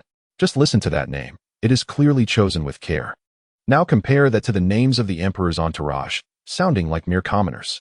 And Njio recalled her mother's fondness for dogs, naming each new puppy Tiger. The first one was lost to a dog trader, and the second bore the same name, only to run away as well. After a few years, she named another one Tiger. The seasons passed, and the repetitive naming evoked thoughts of the enduring yet transient nature of her childhood pets. Fortunately, she had shed the moniker of Tiger. She was now a dog with her own name. Reflecting on this brought her a sense of joy. Shuang Shui was quite talkative, engaging Njio in conversation throughout their journey. Njio, wary of saying the wrong thing, responded minimally, believing it prudent to speak less in the palace. Upon arrival, Shuang Shui helped her move the items inside. Is this where you'll be staying? Shuang Shui inquired. Njio nodded. Thank you for your help. It's no trouble. Shuang Shui replied. Living here is rather pleasant. At least it's quiet. Njio smiled. Isn't your place quieter? The storeroom was a coveted position, assigned to those trusted by Qiu Gu, and Shuang Shui had previously served in the imperial court. Shuang Shui shook her head. It is quiet, but perhaps too desolate. Lu Mama can be quite strict. She scrunched her lips and surveyed Njio's new quarters, before laughing. How is it that you're living here alone? Njio explained. I need to work on the keel. It's more convenient to stay here. Oh, I see, Shuang Shui continued. But why has His Majesty assigned you to work on the keel? Njio cast her a glance, visibly troubled. I do not know. That day, the emperor seemed in a foul mood, and as I stood before him, he pointed at me without a second thought. With a sigh, Njio lamented. I wonder if I can manage it well. If not, Shuang Shui, displaying sympathy, reassured her, do not worry too much. Glancing outside, Njio exclaimed, oh dear. Time is running short. I must hurry. Standing up, Shuang Shui smiled. Then I shall return as well. If you find yourself feeling lonely, feel free to come and visit me. Once Shuang Shui departed, and Jiao finally felt a sense of relief. In this palace, it seemed that everyone bore complexities beneath the surface. She quickly organized her belongings. The bedding was of substantial quality, clearly a fine item, and the teacups, teapot, and vase. And Jiao felt as though she were an illicit mistress kept by a man in secret. With a sigh, she stepped out to undertake her second task of the day. The craftsmen had already begun their work. Xiao Luzi and Xiao Huazi, both young eunuchs from Guanghua Hall, proved to be remarkably reliable despite their youth. Even without Jiao's guidance, they understood the intricacies of constructing the keel, sparing her any worry. And Jiao finally found herself with some leisure time, prompting her to seek out Aunt Chu. Aunt Chu inquired, "Have you received the items?" And Jiao nodded in acknowledgement, expressing her gratitude. "Thank you, Aunt." A rare smile graced Aunt Chu's face. Suddenly, Jiao remarked, "Aunt, I believe Xiaohua may have uncovered something." Aunt Chu, well aware of who Xiaohua was, the girl who previously shared a room with Jiao, acknowledged this. Living under the same roof could indeed lead to discoveries. "I understand," Aunt Chu replied succinctly, offering no further comment. And Jiao departed, unconcerned with Xiaohua's fate, especially since Xiaohua had shared many words with her, while she had only offered a single response. The emperor appeared to have an intense fascination with the dragon bones. Returning in the afternoon with a simpler crown adorning his head, a mere jade hairpin unlike the previous extravagance. As he entered, Jiao hastily rose, feigning busyness. Before long, the emperor's inner thoughts echoed in her mind. "It hurts." And Jiao paused, bewildered. Where does it hurt? She yearned to glance back at the emperor, but feared making eye contact, hastily focusing on her tasks instead. She noticed the spirited eunuch Lu also bowing his head, observing the ants traversing his toes. Indeed, with the arrival of the emperor, no employee felt at ease. The emperor exhaled deeply, his mind wandering. When did I ever hit my head? Why can I recall nothing of it? And Jiao finally discerned the source of his discomfort. It was indeed his head. She longed to inform him, "Your Majesty, you did not strike your head. Rather, you yanked out your own hair and injured your scalp. Have I succumbed to sleepwalking again? Everything feels amiss." And Jiao was once more taken aback. Sleepwalking? Did he believe he was wandering in his dreams at night? No, absolutely not. That state was not sleepwalking. It seemed more akin to a split personality. As Jiao pondered, her thoughts began to wander. Yet, it also seemed incorrect. Modern medicine's notion of split personalities, could that not be interpreted as possession? If she could inhabit the original host's body, why could another personality not emerge within the emperor? The ancients, unaware of personality disorders, might have thought the emperor was possessed by a spirit. Conversely, modern individuals, having never encountered apparitions, might label possession as a split personality disorder. And Jiao mused casually, unable to resist casting a glance at the emperor's silhouette. It was one. She shook her head, reminding herself to trust in science. Yet how could she explain her own inhabitation of the original host's body? Perhaps it was wiser to believe in spirits. Who knows? The tyrant within the emperor might indeed be a ghost. Chapter 29. Flower picking. No one uttered a word. The once bustling construction site was now eerily silent. After a brief stay, the emperor departed, and a collective sigh of relief escaped from everyone present. And Jiao noticed his departure was not towards the Guanghua Palace, but rather in the direction of the storeroom. What could he be doing in the storeroom? She found herself distracted. The emperor indeed ventured into the storeroom, idly deciding to take a look around. Frost and Snow were dozing when suddenly they spotted a pair of black boots adorned with golden dragon embroidery, jolting them wide awake. "Your servant pays respects to your majesty." The emperor inquired, "Where's Lu Mama?" The servant promptly responded, "I shall summon her at once." During the brief wait, the emperor's gaze drifted around the vicinity, an uncanny familiarity enveloping him. As if he had only just visited the place yesterday, he began to walk in a particular direction, the surroundings growing increasingly recognizable. Behind him, Eunuch Li followed closely. Anxiety etched across his face, noticing that the emperor was heading towards Jiao's modest chamber. Just then, Lu Mama returned. The emperor halted, glanced back momentarily, and then entered the storeroom. "What does your majesty wish to see?" Lu Mama inquired. As the emperor meandered through the storeroom, he felt indifferent towards most items. Yet his gaze fell upon a beautiful headpiece, resplendent in pink, presumably crafted for a woman, its allure captivating him. He pointed it out. Eunuch Li promptly secured it. Lu Mama cast a fleeting glance at it before diverting her eyes. The emperor then selected a jade pendant, which bore an intriguing design of a small fish. Its reverse adorned with gold. Such trinkets had never piqued his interest before, yet today they appeared oddly appealing, prompting him to take it. He also chose a vase tinged with hues of pink and red, leaving Lu Mama increasingly perplexed. Eunuch Li, however, narrowed his eyes slightly. After acquiring a few more knickknacks, the emperor departed. Lu Mama quietly asked Eunuch Li, "What does His Majesty mean by this? He has never favored such feminine colors before." Eunuch Li, with a grave expression, replied, "Perhaps His Majesty has undergone a transformation." With that, he chuckled and walked away, seemingly in good spirits. Shuang Shui approached and inquired, "Godmother, is there an issue with the items chosen by His Majesty?" Lu Mama replied, "Indeed, several of them are items favored by women." Shuang Shui frowned, her voice tinged with urgency. "Isn't His Majesty indifferent to the fairer sex?" Lu Mama regarded her with a knowing look. "His Majesty is the Son of Heaven. With a harem of 3,000 beauties, surely one captivates his heart." Shuang Shui pouted, a flicker of discontent flashing in her eyes. Lu Mama cautioned, "Cease your fanciful thoughts. Should this occur again, I cannot guarantee your safety." Shuang Shui bit her lip, nodding in acquiescence, yet her eyes still betrayed a profound unwillingness. After a long day, Aaargh, during dinner, noticed the absence of Xiao Hua and inquired of a nearby maid, "Where's Xiao Hua?" The maid scoffed, caught gossiping by Aunt Chu. She was dispatched to the outer courtyard. The outer courtyard was inhabited by the coarser servants, tasked with menial chores such as scrubbing tables, sweeping floors, and laundering clothes. Far from the ease and dignity of the inner court, yet it offered safety, as they were kept separate from Aaargh and her companions, overseen by another matron. With the unwelcome presence gone, Aaargh felt a sense of relief, even indulging in an extra bowl of rice. Due to the events of the previous day, she dared not venture to the kitchen alone, opting instead to wrap herself in a quilt while waiting. However, as she awaited, slumber overtook her. In the dead of night, she was awakened once more by a gentle nudge. Aaargh rose, unfazed, and as she pushed aside the tyrant who had stepped on her shoes, she yawned and prepared to leave. Suddenly, she noticed the tyrant holding an object. "What is this?" the audacious Aaargh asked. The tyrant handed it to her. Upon examining it, she discovered it was a vase in shades of pink and red. A pink vase indeed.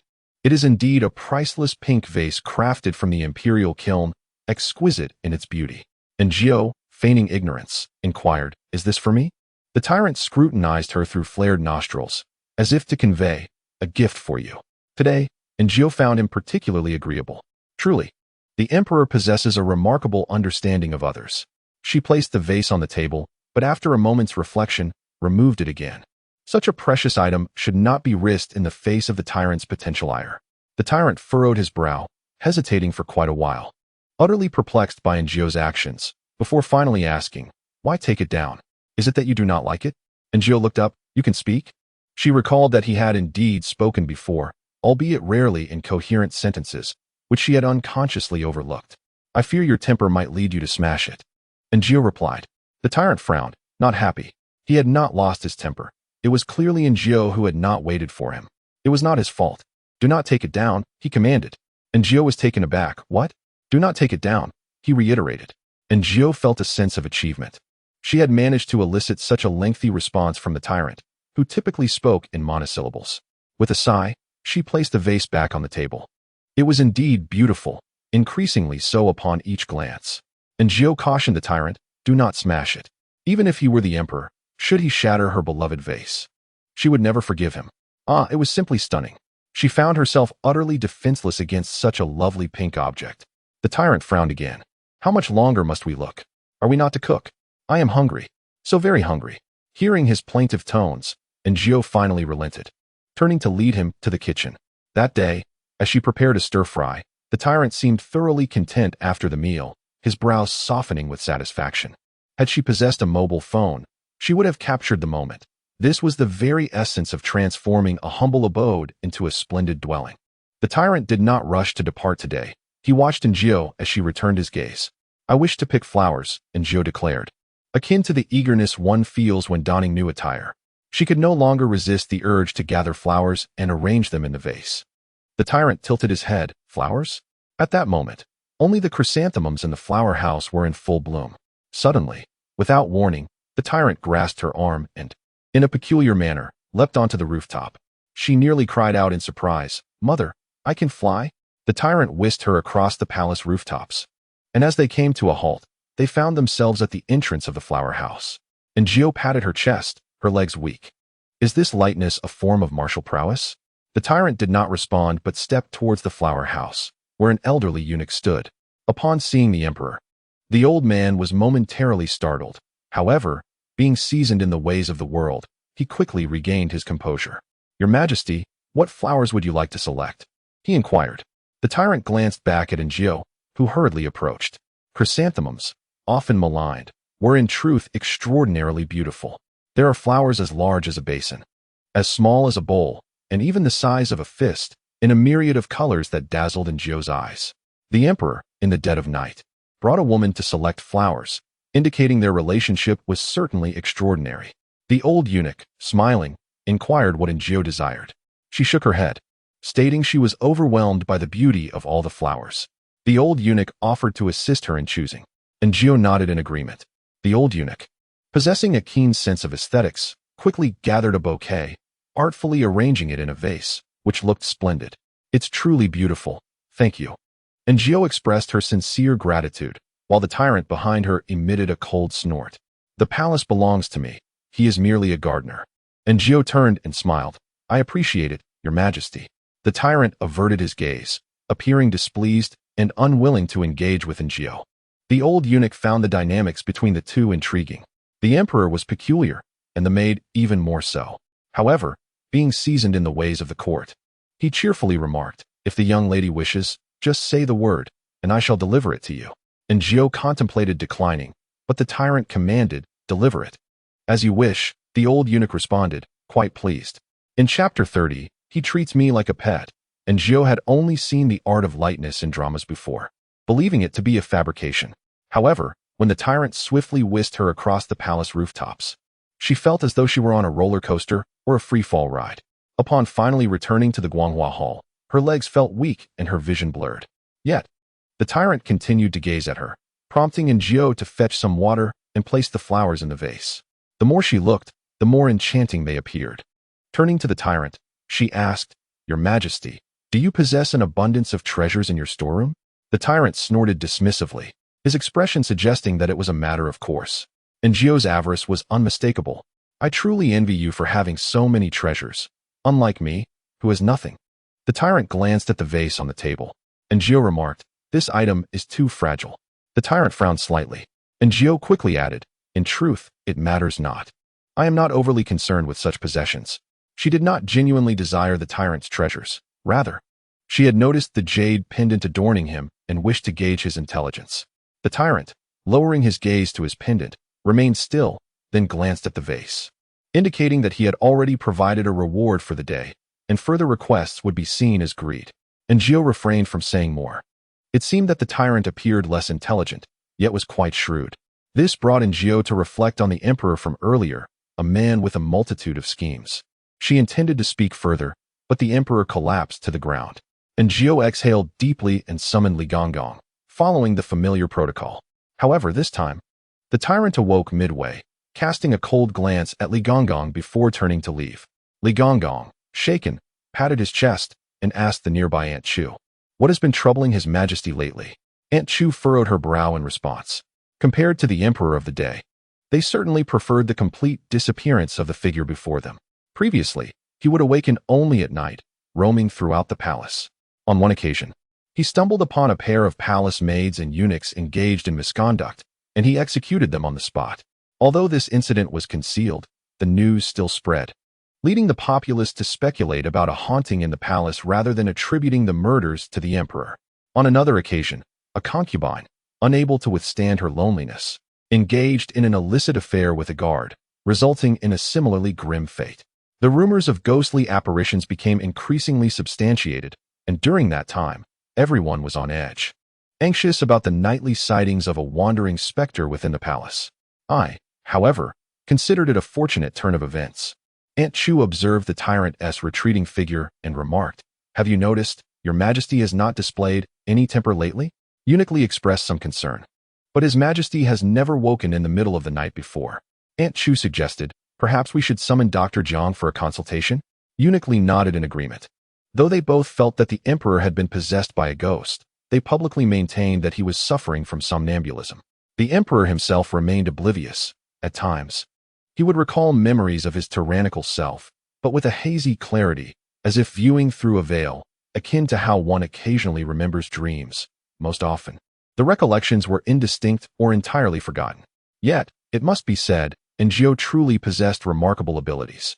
If the tyrant could stabilize within certain bounds, it would indeed be beneficial. Unaware of these matters, Aaargh lingered awake after the tyrant's departure, wrapped in her blanket, admiring a vase.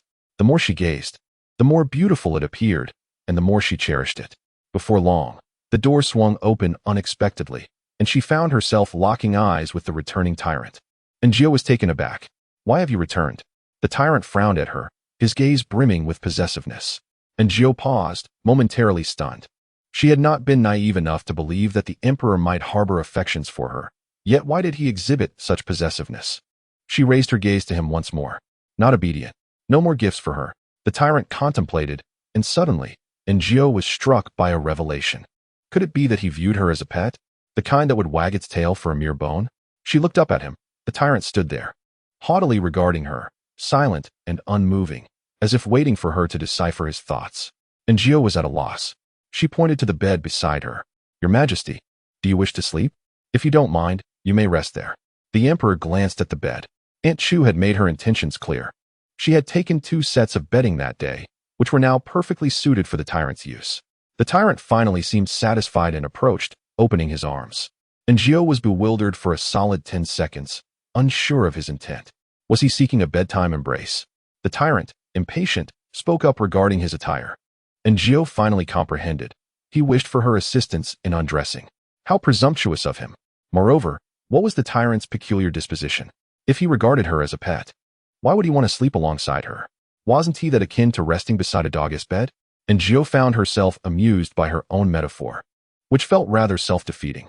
After much effort, the emperor was finally relieved of his garments and shoes, sinking into a comfortable slumber. Aaargh exhaled softly and ventured out in search of Eunuch Lee, who advised that since the emperor was already asleep, it would be prudent to let him rest undisturbed. Waking him might provoke his wrath, leading to unforeseen consequences. Aaargh pondered, was this truly the language of reason? While they feared the emperor's temper, was she not equally concerned? Aunt Chu discreetly pressed a silver ingot into her hands, stating that caring for His Majesty was no small task. And this token was a mere gesture of gratitude. The texture of the silver felt more delightful than touching the chiseled abs of a handsome man. Aunt, this seems inappropriate. It is my duty to attend to His Majesty, she protested mildly. After some back and forth, Aaargh reluctantly accepted the silver, with little else to say before returning to her quarters. Both Eunuch Lee and Aunt Chu breathed a sigh of relief. The following day, upon awakening, Aaargh discovered that the tyrant had vanished, along with his attire. It remained uncertain whether he had departed of his own volition or if Eunuch Lee and the others had facilitated his removal. The weather had turned markedly cooler, and a bountiful array of fruits, grapes, apples, pears, oranges, longan, and cherries, were delivered from various regions, far surpassing the selection Aaargh had encountered in the modern era. Among these were autumn peaches. These fruits, destined for the imperial consorts, also graced the emperor's table, though he seldom indulged, leaving ample for those in the Guanghua Palace. The distribution was modest, reserved for individuals of stature such as Aunt Chu, Eunuch Lee, and Granny Lu. Yet, Aaargh was fortunate enough to receive a share, an entire box of peaches. Ecstatic, as peaches were her favorite, she shared some with Aunt Chu, who in return gifted her a dozen apples. Peaches are not easily preserved, and fearing the tyrant's potential fury upon discovery, Aaargh resolved during her respite to dry them into peach preserves. In the courtyard of Guanghua Palace stood a small fruit tree bearing eggshell-sized fruits that were somewhat tart. Undeterred, Aaargh gathered them, intending to concoct fruit leather for winter snacking. Thus, the industrious Aaargh, already engaged in 2 jobs, inadvertently found herself with additional part-time endeavors. Chapter 31. Do not be so frightening. The day remained overcast, culminating in a downpour that night. Aaargh, listening to the torrential rain outside, felt no inclination to venture out in the middle of the night to prepare a meal. She yearned to dry her peaches, uncertain if the morrow would bring sunshine. Lost in thought, the tyrant made his entrance earlier than usual, indicating his hunger upon crossing the threshold. Aaargh stifled a yawn, donned her shoes, and followed him outside. Lacking the motivation for a grand meal, she prepared a simple dish of sauerkraut fish, which the tyrant relished, enjoying the spiciness and numbing flavors. As she rested her chin on her hand, gazing out at the rain, she mused aloud about the possibility of sunshine the next day. The tyrant, engrossed in his meal, paid her no heed. Aaargh continued, "The weather is turning cold." A pang of homesickness struck her in this unfamiliar place, surrounded by strange people. She cast a glance at the tyrant, who, having finished his meal, finally lifted his gaze to meet hers.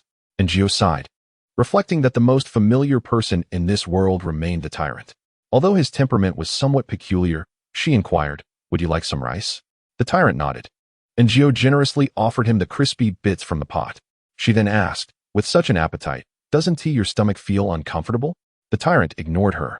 Aaargh continued, "I miss the meals prepared by my mother." Yet, he remained unresponsive. "I wish to return home," she lamented, her heart growing heavier with each thought. The rainy day seemed to evoke her fragile emotions, and just as tears threatened to spill, she noticed the tyrant had ceased eating and was gazing coolly at her. "What's wrong?" Aaargh asked, a sense of unease creeping in, unsure if she had inadvertently spoken out of turn. The tyrant continued to scrutinize her.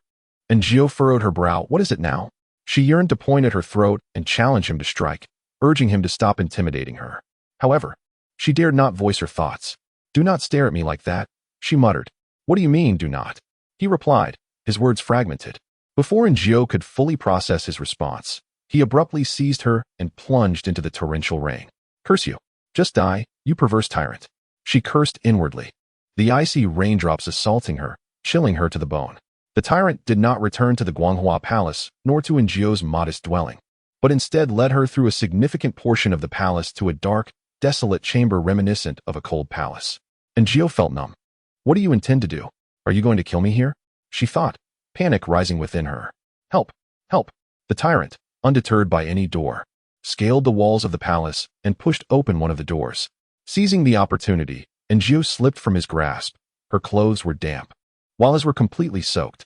He skillfully lit a lamp, illuminating the surroundings. Aaargh now recognized she was in a bedroom, furnished with a bed and a table, the latter devoid of dust, indicating that someone had been there to clean. "What is this place?" she pondered, filled with confusion. The tyrant, observing her, provided an answer, "Home." Aaargh was taken aback, looking up at him in disbelief. "This is your home?" He nodded. Tentatively, she asked, "Is this where you used to live?" The tyrant, growing impatient, reiterated, "Home." "What are we doing here?" Aaargh questioned, feeling the chill enveloping her. She trembled all over. The tyrant frowned and emphatically stated, "Home." Understanding dawned upon her. Upon expressing her desire to return home, he had brought her to his abode. However, this was not her home, it was his. "Did you live here before?" she inquired. The tyrant nodded. "With whom?" Surely, the little prince did not reside here alone. She had heard that the Empress Dowager was not his biological mother. "My mother," he replied. "She went to a faraway place." He paced restlessly around the room, exclaiming, "She does not return to see me." Aaargh paused momentarily, swiftly processing his words. Typically, an adult would not express such sentiments. Suspecting that the tyrant was another persona of the emperor, she wondered if this tyrant was a reflection of the emperor's childhood. As she pondered, she looked up to find the tyrant coolly gazing at her. "Where did my mother go? Why doesn't she come back to see me?" Aaargh pondered for a moment before stating, "She must have gone to seek your father, for a couple ought to be together. As children mature, they inevitably depart from their parents." The tyrant gazed at her. Aaargh pointed to herself, saying, "Look, I too have left my parents." The tyrant, in a fit of anger, seated himself. At that instant, the diligent worker, the servile Aaargh, unexpectedly felt a flicker of sympathy for the emperor, who wielded boundless power over a vast empire. "She is watching you from above." Aaargh gestured towards the heavens. The tyrant glanced up at the sky, then back at Aaargh. She presumed he had come to an understanding, but he suddenly retorted coldly, "You have deceived me as well." "What?" Aaargh replied. "You sought the deception. Blame no one but yourself." She took a step back. The tyrant narrowed his eyes, his voice icy. "You dare to deceive me." Aaargh's temper flared in response. What have I said? This is utterly nonsensical. She exclaimed. Have you ever been to the heavens? The tyrant shook his head. Since you have never been, how can you assert that your mother is not watching you from above? The tyrant hesitated, seemingly finding merit in Aaargh's argument. If your mother were to witness her son treating a frail woman so harshly, she would surely be displeased and would never return to see her son again. Aaargh pressed on. The tyrant hastily stepped back, increasing the distance between them. Aaargh felt a surge of joy, realizing her words bore weight. Thunder rumbled ominously outside. Aaargh trembled in the cold. I am so cold, she remarked, looking at the tyrant. If I fall ill, you shall have no meals. A flicker of fear crossed the tyrant's eyes. There is no need for such extremes. Please return me home, she urged. No, he replied resolutely as thunder crashed again. The tyrant grew agitated, casting glances towards the door. What troubles you? Aaargh sensed something was amiss. It seemed he harbored a fear of thunder, or perhaps feared something lurking by the entrance during the storm. Aaargh swallowed hard and inquired, What is wrong? The tyrant glanced once more at the door, and as another clap of thunder echoed, he swiftly took refuge beneath the bed. Aaargh, caught off guard, was soon pulled beneath the bed with him. The space beneath the bed was immaculate, devoid of dust, leading Aaargh to speculate that he often sought refuge there. However, now was not the time for such thoughts. They were intimately close, both drenched from the rain, and the confined space was cramped. The tyrant, being tall and robust, pressed her against his muscular chest, and she could hear the powerful rhythm of his heartbeat. This was quite enough. Had he not vowed to keep a distance from women? Aaargh contemplated this for a moment before a realization dawned upon her. In the tyrant's eyes, she was not regarded as a woman, but rather as a mere pet. Another thunderclap resonated, and the tyrant tensed, once more glancing towards the door. What is it at the entrance that instills such fear in you? Please, do not frighten me so. Chapter 32. It is permissible to be vulnerable. The door creaked open. A flash of lightning illuminated a large shadow at the threshold. The waterlogged shoes squelched against the floor, producing an unsettling sound that was disconcerting to all who heard it. From beneath the bed, a pair of black boots and a massive, glimmering machete drew nearer. The shadow approached, and soon a visage emerged into view. Aaargh sensed the tyrant's breath quickening, a sign of his evident anxiety, as he stared outside with a look of sheer terror. Aaargh followed his gaze, but beheld nothing amiss. What troubles you? The tyrant remained frozen, his eyes vacant. Aaargh gently patted his face, yet he showed no response. In a state of urgency, she crawled out from beneath the bed and pulled him along with her. The tyrant's countenance was utterly horrific, and Aaargh felt a rising panic. What is wrong? You cannot perish. Should the tyrant fall, she would be the first to suffer the consequences. Yet, he continued to remain unresponsive. Aaargh slapped his face and pinched him, but all her efforts proved fruitless. Just then, the door creaked open, revealing several figures clad in black, initially mistaking them for assassins. Aaargh's heart eased upon recognizing one of them as the Emperor's secret guard. Hurry, he is not well. The guards, seemingly unfazed, swiftly lifted the tyrant and carried him away. Soon, the room was left desolate. Aaargh pondered, even a beast's life holds value. Outside, the rain poured in torrents, accompanied by flashes of lightning and claps of thunder, rendering the room eerily ominous. After some contemplation, she decided it prudent to remain there until dawn. Venturing out now could lead to discovery by patrolling guards, and the rain would only worsen her predicament. With this in mind, she moved to the bed, where a small quilt lay. Though the fabric was once of good quality, time had rendered it gray and tattered in places. Aaargh dared not use it, suspecting it belonged to the tyrant in his childhood. With a sigh, she nestled into the bed, noticing numerous scratches etched into the surface, perhaps a tally of time, amounting to hundreds, densely packed. Reflecting on the past, Aaargh leaped from the bed. What was the name of the tyrant's mother? Chun-Fei. The palace spoke of her in hushed tones, and Aaargh was oblivious to the details. However, since the tyrant referred to this place as home, it was conceivable that it served as the residence of both the young tyrant and Chun-Fei. This bed likely belonged to her, and this room could very well be the site of her tragic demise. A haunted dwelling. Just moments ago, she had deceived the tyrant into believing his mother watched over him from above, and now she felt as though she were inviting misfortune upon herself. A chill enveloped her, and she couldn't shake the thought. Was Chun-Fei's spirit truly observing her within these walls? The more she pondered, the more terrifying the notion became. As she hesitated, contemplating her escape, the door suddenly swung open. Ah! and Jiao shrieked in terror, startling the newcomer. Xiaojiao, is that you? The familiar voice brought her a sense of relief. She looked up to see Li Ji entering, overjoyed to see a familiar face. And Jiao felt tears welling in her eyes. What brings you here? She asked, rushing towards him. Li Ji replied. Li Gonggong mentioned you were to retrieve something and that you had become trapped here. He sent me to fetch you.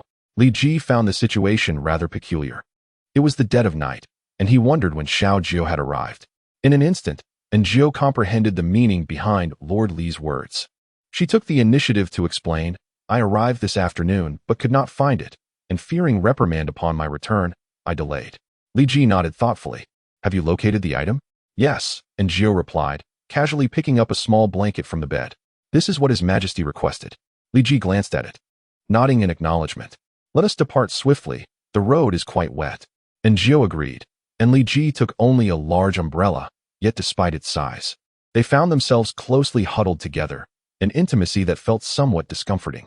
As they walked, the rain seemed to lessen, but the water remained abundant. And Jiao's shoes quickly soaked through, making her steps awkward as they slipped off her feet. Li Ji paused, waiting for her.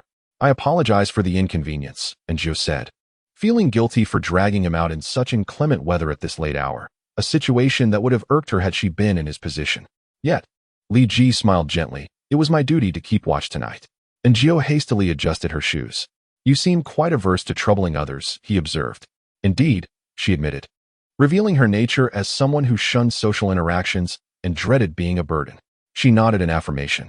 Li Ji sighed. You are still a young girl. It is permissible to be fragile at times. And Jiao looked up at him, her gaze steady. It was unclear whether it was rain or tears that traced down her cheeks. Li Ji produced a handkerchief for her, and Jiao wiped her face and lowered her head, continuing to walk in silence. Ever since she inexplicably arrived in this world, she had lived in constant trepidation, juggling one concern after another. Though she could feign strength, the sudden kindness from a stranger made her unable to hold back her tears. Li Ji sighed again, saying, You are about the same age as my younger sister. He smiled gently. If you ever need assistance, do not hesitate to seek me out. And Jiao nodded, though her demeanor remained subdued. The lengthy, damp, and cold palace corridor seemed interminable, yet in Jiao suddenly felt a wave of comfort wash over her, the atmosphere around her becoming more pleasant. Many years later, she would remember this night, recalling the warmth and kindness bestowed upon her by a guard named Li Ji. No matter how long the road, it eventually reaches its end. Upon returning to the Guanghua Hall, Xiao Fuzi rushed over. Little Jiao, Lord Li requests your presence. It was likely to inquire about the day's events. Just as Jiao was about to leave, Li Ji interjected, It won't matter if we delay a moment longer. Let little Jiao change into dry clothes to avoid catching a chill. Xiao Fuzi smacked his forehead. How could I be so oblivious? He smiled at Jiao. Hurry along. Little Jiao. And Jiao nodded at both him and Li Ji before making her way to her small quarters. She felt quite cold, her teeth chattering from the chill. Surprised that Li Ji had taken notice. Glancing back, she saw Li Ji smiling at her, and Jiao quickened her pace. After changing her attire and bringing the emperor's beloved blanket, she arrived at Guanghua Hall, where Lord Li and Aunt Chu were present. They had not anticipated that the tyrant would bring Jiao to that place. Upon seeing the small blanket in Jiao's hands, Aunt Chu approached her. Why did you bring that along? And Jiao replied with a neutral expression. Just now, Guard Li inquired what had delayed me for so long. Aunt Chu said nothing further, accepting the blanket from her. As the emperor lay in the inner chamber, a man was seated at the bedside, presumably the esteemed physician, Dr. Jiang. May I inquire your name? And Jiao heard a gentle male voice and caught sight of a pair of white boots. This must indeed be Dr. Jiang. Xiaojiao. Xiaojiao. Dr. Jiang chuckled softly. I meant your true name, the one you bore before entering the palace. And Jiao. He repeated, and Jiao, and for reasons unknown. She felt that her name, as it rolled off his tongue, carried an air of distinction, reminiscent of a flirtatious encounter in a bar when someone declares, You look so familiar, have we met before? Laden with intent, Dr. Jiang continued his inquiries. Where is your hometown? Wenyao County. I passed through there during my travels. The melons there are exquisite, he remarked. And Jiao remained silent. Do you have family left? What brought you to the palace? And Jiao had long since organized the memories of her predecessor. There was little recollection of home, only that it was impoverished. She remembered a famine that led to her family becoming separated, and ultimately, she was sold by traffickers, ending up in the palace. although her memories of life thereafter were shrouded in mystery. She responded to Dr. Jiang with the same information. After a moment of silence, he said, "Then it appears you have no leads." And Jiao found his words to be tinged with an unsettling undertone. However, Dr. Jiang said nothing further, instead probing into the particulars of her interactions with the tyrant. "I am genuinely curious why he holds you in such regard." This was a question, and Jiao harbored herself. Could it be merely her ability to prepare a few meals? That seemed improbable. He must have had other experiences prior. Her culinary skills were modest. It was hardly sufficient to warrant such attention. What could it be? She pondered. Is it because I can hear the tyrant's thoughts, making me seem familiar to him? Both she and Dr. Jiang found themselves at a loss for answers, leading him to suggest that she prepare a meal for him. Now, she asked, "Is it too late? What do you think? Are you a devil? I've toiled endlessly today. Cooking for the tyrant is already a chore. Do you expect me to cook for you as well? Speaking of which, I haven't even received my tip from the tyrant today." And Jiao remained silent. A quiet act of defiance. Dr. Jiang smiled. Then let it be tomorrow. Finally, and Jiao was free to return to her slumber. She cast a glance at the tyrant lying on the bed, only able to discern a vague silhouette. She anticipated a sleepless night. However, as soon as her head touched the pillow, she succumbed to sleep. When she next opened her eyes, the sun was already high in the sky, and Jiao had overslept. She hurriedly rose, completed her morning rituals, and ventured outside. Not finding Aunt Chu, she proceeded to the backyard to observe the craftsmen assembling the dragon skeleton. It must be said that the artisans of ancient times possessed remarkable skills. They had already completed nearly half of the structure. The craftsmen looked perplexed at the unusual dragon before them, and, upon her arrival, one inquired, "Is this truly a dragon?" And Jiao, aware of the emperor's concerns, had already devised a response to safeguard her future. It is indeed plausible that in ancient times there existed numerous deities, each accompanied by a variety of steeds, each more fantastical than the last. The craftsmen, initially perplexed by the creature before them, found clarity upon hearing and Jiao's words. Indeed, it could very well be a mount of some immortal, for the mythological texts are replete with descriptions of such extraordinary companions. Could it be that they have stumbled upon a primordial divine beast? One craftsman exclaimed, to which the others nodded in agreement. Dragons, too, are ancient mythical creatures. It is certain that such a being would be ridden by a celestial being. The craftsmen engaged in animated discussions when suddenly, Xiao Fuzi arrived, joyfully calling out to Jiao, "Little Jiao."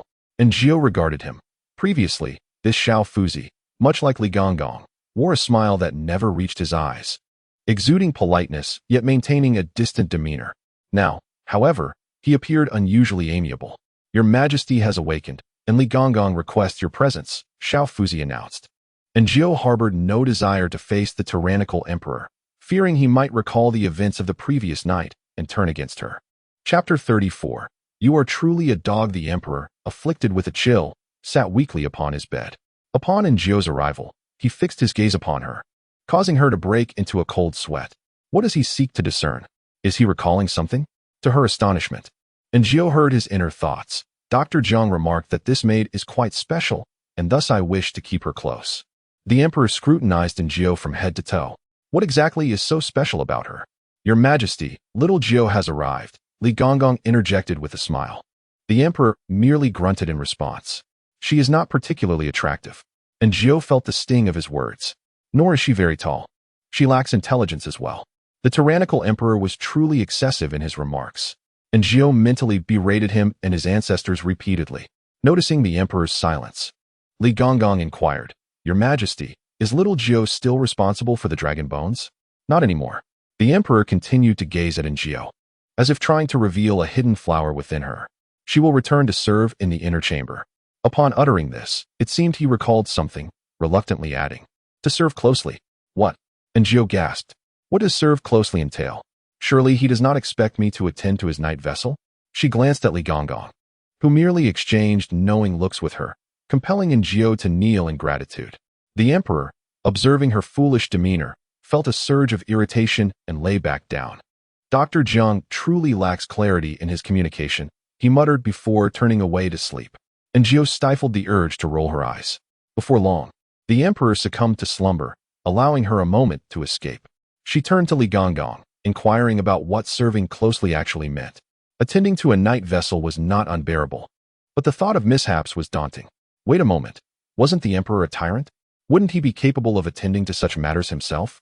And Jiao sighed in relief. Regaining her composure, she noted Li Gonggong's beaming countenance as he explained, to serve closely means to be ever vigilant beside his majesty. Should he thirst, one must provide him with water. Should he hunger, one must present him with food. If he feels cold, one must offer warmth. If he is too warm, one must furnish him with lighter garments. Li Gonggong continued, elaborating on his duties. And Jiao diligently noted everything down. After the conversation concluded, Eunuch Li did not forget to paint a rosy picture for Jiao. There were few individuals whom His Majesty truly trusted. Among them were Xiao Qiu and Xiao Dong, who could scarcely approach the emperor. And Jiao concurred with this notion, believing that those who served in close proximity must possess unwavering loyalty to ensure that the emperor could sleep soundly without fear of treachery. Moreover, the emperor harbored many secrets that ought not to be divulged. Traditionally, these matters were handled by Eunuch Li, Xiao Fuzi, and Aunt Chu. But now Jiao had been added to their ranks. And Jiao was skeptical that these individuals would easily place their trust in her, primarily due to the influence of imperial physician Jiang. It was unclear what the physician had communicated to the emperor, which led to her being retained at his side. And Jiao sighed, feeling akin to a monkey suddenly chosen to perform on stage. Once Eunuch Li finished his discourse, he instructed Jiao to attend to the emperor. And Jiao hurried inside, finding the emperor sleeping peacefully. Leaning against a pillar, her thoughts drifted, and when she became aware of her surroundings again, she found herself face to face with the emperor. Startled, she was about to speak when she realized something was amiss. This was not the emperor, it was the tyrant. How had he suddenly appeared? The tyrant's gaze was heavy, and in a tone tinged with grievance, he uttered, "I am hungry." And Jiao promptly replied, "This servant shall prepare a meal at once." The tyrant remained silent. The food was brought in by Eunuch Li and Xiao Fuzi, who, upon entering, quickly sensed the peculiar atmosphere. Their faces turned pale, and they set down the food before retreating hastily. And Jiao thought to herself, "You truly are cowards." Chapter 35. To love the emperor the tyrant, it must be said, was indeed a figure who inspired fear. However, he was far easier to interact with than the dog emperor. With Eunuch Li and the others having fled, and Jiao found herself solely responsible for serving him his meal. She assumed that serving meant merely placing the food on the table for the tyrant to eat at his leisure. Yet, given his illness, he seemed disinclined to eat independently, remaining seated and fixated on Jiao. Confused, she pondered the situation. Had the food been tested for poison? Thus, Jiao sampled a morsel herself. It must be admitted, the vegetarian dishes prepared by the imperial kitchen were truly delightful. Yet, the tyrant continued to gaze at her intently. Believing he found the fare too bland, she gently suggested, "Your Majesty is unwell. It would be wise to consume something light." The tyrant frowned, his expression clearly conveying dissatisfaction. And Jiao was at a loss for words. Had she failed to strike the right chord? If he had specific desires, why did he not express them? What was the purpose of his mouth if not to voice his needs? Surely he could not expect her to feed him like an infant. Just then, a sudden inspiration struck her, and she looked up at the tyrant in disbelief as he continued to glare at her in annoyance. No, she thought. I do not wish to feed him, not in the least. However, the tyrant's unwavering gaze was growing impatient. With a resigned sigh, Jiao closed her eyes and picked up a spoon. One spoonful after another, she soon emptied a bowl of congee. Naturally, the tyrant was still unsated. His appetite was considerable, yet Jiao felt unwilling to continue. It felt quite uncomfortable. Thus, she remarked, "Your Majesty, being ill means one should not eat too much." The tyrant regarded her with suspicion, yet Jiao, undaunted, continued, "If you do not retire for the night, when Dr. Zhang arrives, you shall have to take your medicine," which is quite bitter. Clearly apprehensive about the medication, the tyrant obediently climbed into bed. Jiao tidied up her belongings, and upon emerging, she encountered a strikingly handsome man clad in white at the doorway. Who could this be? Or perhaps you have a plan. As soon as he spoke, Jiao recognized him. It was Dr. Zhang, who had presumably been waiting at the door for a while, observing her interaction with the tyrant. Jiao stepped aside to allow Dr. Zhang passage, but he did not glance at the emperor. Instead, he remarked, "Your Majesty appears to be in good health. This is merely a slight cold and nothing to worry about." Jiao remained silent, unsure of how to respond. At that moment, Xiao Shazi arrived, announcing that flowers had been sent from the flower room. Dr. Zhang raised an eyebrow. "For the emperor?" Xiao Shazi nodded. Dr. Jiang stroked his chin. The emperor enjoys flowers? This is the first I have heard of it. And Jiao felt somewhat numb to the conversation. She preferred to speak little, for it was daytime. The tyrant was asleep. And upon awakening, he might transform into the dog emperor, who would not recall previous events, and Jiao dared not take any liberties. Do you know the reason? Dr. Jiang inquired, turning to Jiao. Now, she could not remain silent. Thus, she recounted the details of the flower room incident. Dr. Jiang chuckled. He truly cares. He looked at Jiao and added, It seems he holds you in quite special regard. Fortunately, Dr. Jiang did not request Jiao to prepare a meal for him. Rather, he mentioned wanting to examine the dragon bones. After his departure, Jiao finally exhaled in relief, and at that moment, Aunt Chu returned. Seeing Jiao standing on the steps, she asked why she did not go inside. Jiao replied that the emperor was asleep. Aunt Chu pulled her aside and recounted events from the previous night. That was the Jinxiu Palace, where the late Consort Chun had once resided. Jiao nodded. Listening as Aunt Chu continued, Consort Chun was harmed when the emperor was but 8 years old. Thereafter, the emperor lost his memory and could not recall the identity of the assailant. Later, he ascended to the throne. Aunt Chu and the others were longtime attendants of Consort Chun, but after her fall from grace, she was cast into the cold palace. They had been reassigned to various other palaces, and no one knew what transpired during the time of Consort Chun's harm. They believed it was perhaps for the best that the emperor had forgotten. However, who could have predicted? Aunt Chu sighed. Initially, after ascending the throne, the emperor was diligent in governance, and everyone praised him as a good ruler. No one anticipated that he would suddenly erupt into violence. At one point, a minister suggested he establish an empress, which agitated the emperor. The minister persisted, and soon a group of ministers joined in, believing the newly crowned emperor, still on shaky ground, would not refuse. Yet, the emperor abruptly descended from the dragon throne and, in front of all the court officials, stabbed the minister who had spoken. Everyone was taken aback and terrified, yet the emperor, blinded by rage, turned to the others who had spoken. Those individuals seemed as if they had been ensnared by a spell, forgetting to flee. The emperor struck down one and wounded another. The guards dared not intervene, as the emperor's intentions were inscrutable. Just as the situation appeared to spiral out of control, the emperor suddenly collapsed. Upon regaining consciousness, he had forgotten all about his violent actions. From that day forward, he would occasionally lose control, only to forget everything afterward. Aunt Chu sighed, expressing uncertainty about the emperor's condition. The Guanghua Hall had witnessed deaths with alarming frequency, and despite their efforts to conceal the truth, rumors proliferated. Just when Aunt Chu and her companions were on the brink of despair, Jiao appeared. Although Jiao's identity remained ambiguous, Aunt Chu, being a woman, was driven by emotions. She had no children and viewed the emperor as akin to her own child. She believed Jiao was sent to rescue the emperor. Since Jiao's arrival, the emperor's emotional stability had improved remarkably. Just yesterday, he had taken her to the Forbidden Palace, a place where the tyrant sought refuge upon awakening. Typically, anyone who dared to enter would meet a grim fate. Yet, he had brought Jiao there. Aunt Chu had returned the small quilt in the morning and lingered in the palace for an extended period. Upon her return, she shared her thoughts with Jiao. Little Jiao, a woman's life is about whom she chooses to follow. The emperor is the most powerful and esteemed man in this realm. Aligning yourself with him is undoubtedly wise. Aunt Chu's words, however, came from a place of humility.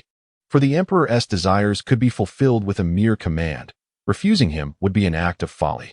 Nevertheless, Aunt Chu spoke from genuine concern for the emperor, hoping that Jiao's intentions were sincere rather than calculated.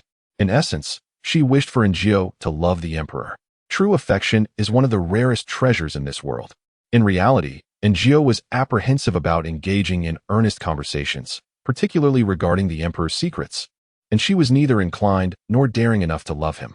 Who was she? What was her station? Could she truly love the emperor? Did he even require love? Perhaps. If she were to offer her genuine feelings, he would find them laughable, for the harem was filled with those who adored him. Yet, did he acknowledge any of them?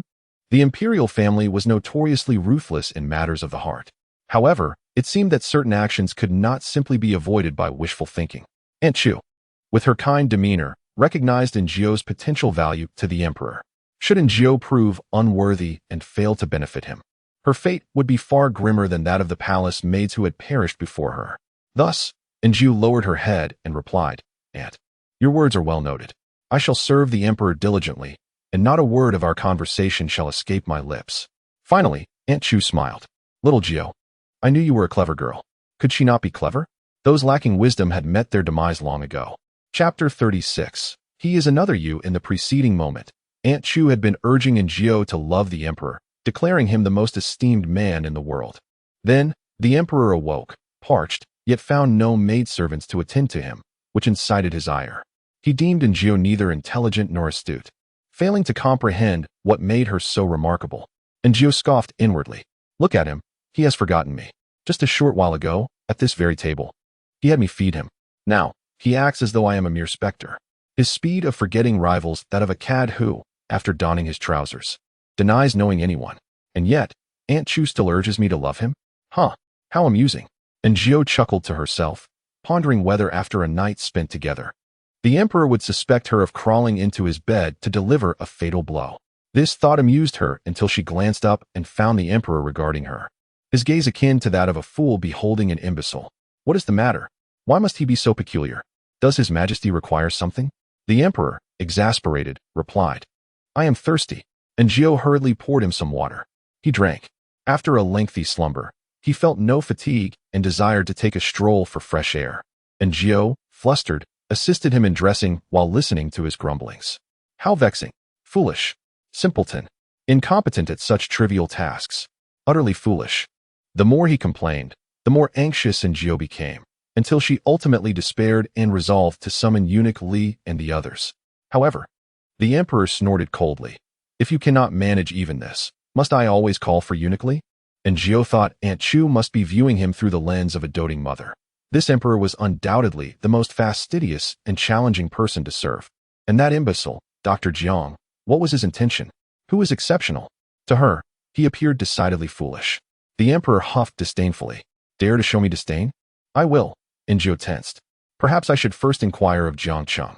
Just as she contemplated this, Eunuch Li entered, immediately sensing the tension in the room. The first thing that caught his eye was the emperor's disheveled attire. Indeed, it was exceedingly disordered. Next, he noticed Gio's perspiration, flushed cheeks, and slightly disarrayed hair. Something seemed amiss, yet something else appeared correct. Your Majesty, Dr. Jiang has come to check your pulse. The emperor, with his chest exposed, wore a frown. Let him enter. Dr. Jiang stepped inside, and upon witnessing the scene, he was straightforward, inquiring with a smile, Your Majesty, what is happening here? The emperor retorted with a sneer, truly exceptional individuals, incapable of even dressing properly. Gio was infuriated. Did she not wish to dress him appropriately? Who in their right mind expects a man nearing 20 to require assistance with his clothing? Gio was curious who wiped his backside. Could the emperor's esteemed hands manage such a sordid task? Moreover, what an absurd garment. So complex, who could fathom how to wear it? Hearing the emperor's words, Dr. Jiang chuckled, casting a glance at Gio. It is only her first time. It is quite normal not to understand. Gio thought, you wretched creature. Do not presume I cannot detect your innuendo. Gio suppressed her fury, gritting her teeth. The emperor let out a cold snort. What are you still doing here? Don't you know to pour the water? Gio heard him but pretended not to, remaining oblivious as Eunuch Li went to fetch the water. The emperor seemed to have matters to discuss with physician Jiang, allowing Gio to finally take her leave. She thought to herself that she could never love the emperor. Not now, nor ever. Little Gio. Gio heard someone call her name, and looked up to see Li Ji standing not far away, just having changed shifts after his afternoon duty. Have you returned to the Guanghua Palace to serve? Li Ji inquired softly. Since that rainy night when he had come to fetch her, Gio had cherished his kindness, nodding in affirmation. I returned today. Li Ji smiled and nodded back, knowing it was best not to say much more. Thus, Gio found a place to stand, waiting for physician Jiang to depart before attending to the emperor. Meanwhile, within the grand hall, the emperor's demeanor was starkly different. He wore a sullen expression as he paced before physician Jiang. What exactly are you trying to do? Physician Jiang responded, I told you, she is special to you. The emperor scoffed, am I a fool? I speak sincerely. Physician Jiang leaned in slightly, whispering, you are quite special to her. What do you mean? The emperor asked, perplexed. Physician Jiang exhaled deeply. Are you still dreaming? The emperor nodded, it's all hazy. I feel as though I am living it, yet upon waking, I can only recall vague shadows. Physician Jiang's gaze grew serious. Perhaps it is not merely a dream. Outside, the sun gradually descended as Aaargh shifted to a more comfortable stance, occasionally locking eyes with Li Ji and offering him a smile. It was pleasant to have someone familiar within the palace. Back in the grand hall, the emperor rose, dark clouds of thought crossing his face as he walked several laps. Then turned to Physician Jiang. The latter, unnerved by the emperor's intense stare, wiped the playful smile from his face. "Cousin, I would not deceive you," Physician Jiang stated earnestly. "He resembles you, yet not entirely." After extensive observation, even consulting folktales for similar cases and seeking guidance from his master, he concluded, he is essentially you, or rather, the you from when you were 7 years old. The specifics eluded him, as he had never interacted with the tyrant, whose temperament was notoriously volatile. However, Physician Jiang sensed that this entity, in Aaargh's company, did not behave like a mere 7-year-old, but rather someone older, albeit not fully matured. He too was in a state of growth. Physician Jiang had never encountered such an ailment. His master had once told him that the world is vast and full of wonders. There was a patient who housed multiple personalities of varying ages and temperaments, alternating appearances, which frightened the villagers into believing he was possessed by a spirit. Yet, Physician Jiang felt that the presence within his cousin was not a possession, but rather a fragment of the emperor himself, a split-off persona from the time before his amnesia. All in all, it was quite peculiar. The emperor, possessing a keen intellect, swiftly grasped the essence of the matter. He seated himself, listening intently as Physician Jiang recounted the extraordinary deeds of this other self over the years. He finally comprehended why he felt inexplicably satiated the day after experiencing hunger, despite having consumed no water, and why he found himself repeatedly arising at night, along with the strange wounds that had mysteriously appeared on his body. Prior to this, the emperor had always believed himself to possess a poor memory, often forgetting his own actions. However, he now realized he needed to contemplate his next course of action earnestly. Chapter 37. I am aware of everything. Aaargh was summoned once more. She stood quietly, striving to minimize her presence. Yet, the emperor's thoughts resonated clearly in her ears. Is that individual truly special to this little palace maid? Aaargh was taken aback. The emperor was indeed astute. This esteemed Physician Jiang was quite impressive. What makes her special? What does she possess? The emperor scrutinized Aaargh intently. Although she felt a surge of anxiety, she feigned ignorance. I must thoroughly investigate this woman. The emperor mused. Perhaps she is a spy sent by someone else. Am I being poisoned by her as I partake of her meals daily? Aaargh thought to herself. You are overthinking it. Simultaneously, she sensed the encroachment of danger. If the emperor was aware of another persona within him, what measures would he take? Would he seek to eradicate that uncontrollable identity? Moreover, if the tyrant were to be annihilated, her fate would surely be grim, for only the dead could eternally safeguard secrets. The emperor summoned a shadow guard, unperturbed by the exposure, and directed, investigate this palace maid. He pointed at Aaargh without hesitation. The shadow guard was a handsome young man whom Aaargh recognized. He had previously carried the emperor away. Upon hearing the emperor's command, he departed without a moment's hesitation. Aaargh swallowed nervously, locking eyes with the emperor. He regarded her with a bemused expression. I am aware of everything. Devious woman, Aaargh thought, stunned and unsure of how to respond. The emperor continued to scrutinize her. I do not know how you deceived that fool, but Aaargh had never encountered anyone who chided themselves in such a manner. You would do well to be honest and not resort to tricks. Otherwise, Jiang Sheng had better devise a solution swiftly. I have no desire for anyone to use my body for foolish endeavors. Aaargh hastily assured, Your Majesty, do not worry.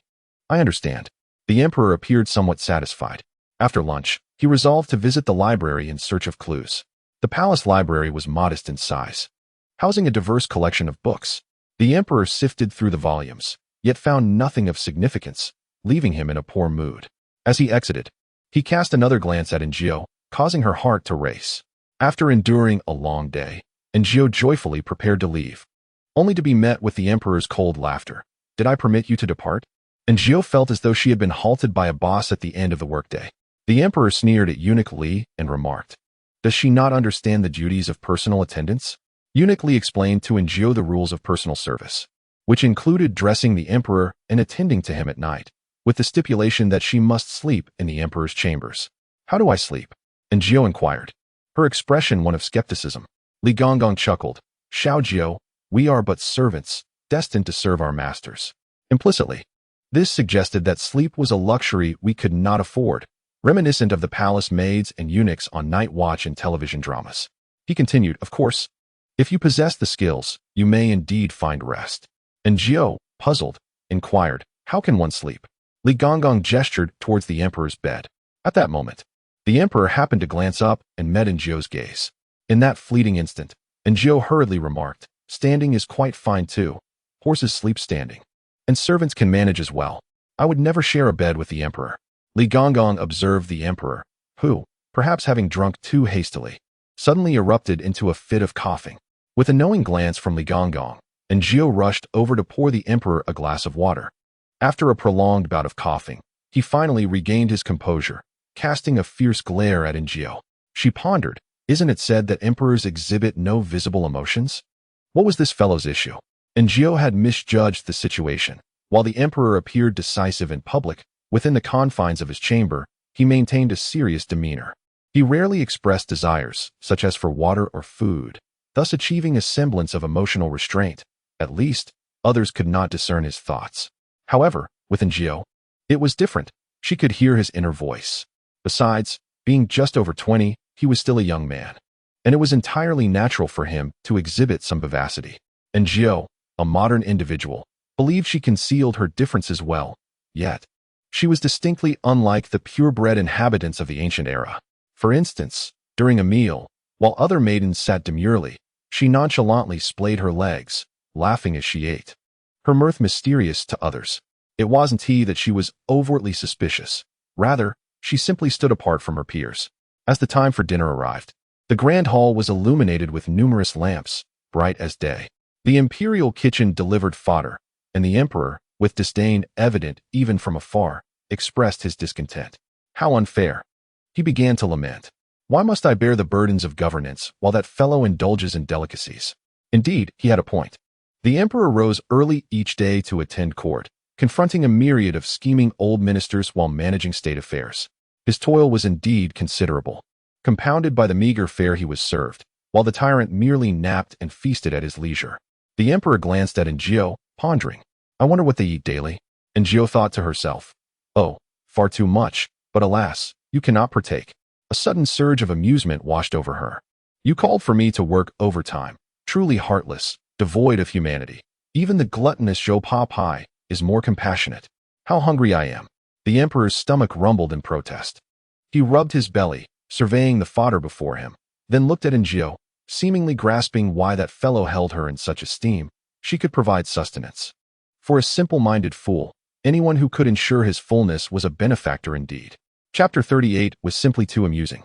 Jiao, like a quail, listened to the emperor bemoaning the tyrant, and indeed, research indicated that the foolish buffoon he referred to was none other than himself. In other words, he spent a considerable amount of time lamenting his plight and reminiscing about the scenes shared with Dr. Jiang regarding the tyrant and Jiao. He felt as though he had lost all semblance of dignity in this lifetime. His resentment was palpable, and Jiao, striving to diminish her presence, shrank back, wishing to avoid the emperor's gaze, for she did not wish to be recognized as another figure contributing to the emperor's humiliation. Yet, the emperor's attention still fell upon her. Fixing his gaze on Jiao, nearly entrancing her to the point of losing herself, he inquired, Are you skilled in cooking? Jiao shook her head, only to nod in acquiescence under the emperor's icy scrutiny. The emperor declared, Go prepare a meal now, I am famished. Jiao was taken aback. For the emperor was known for his restraint, never uttering a word of hunger, yet today was inexplicably different.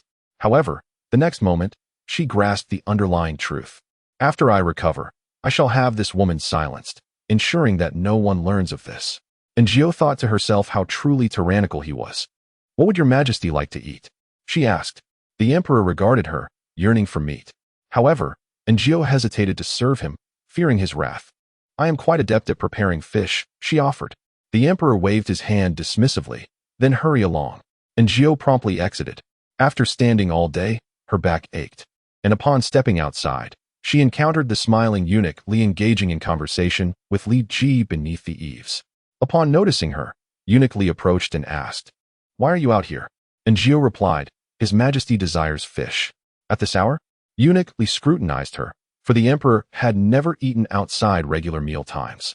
Making today seemed decidedly unusual. Is it truly His Majesty who wishes for it?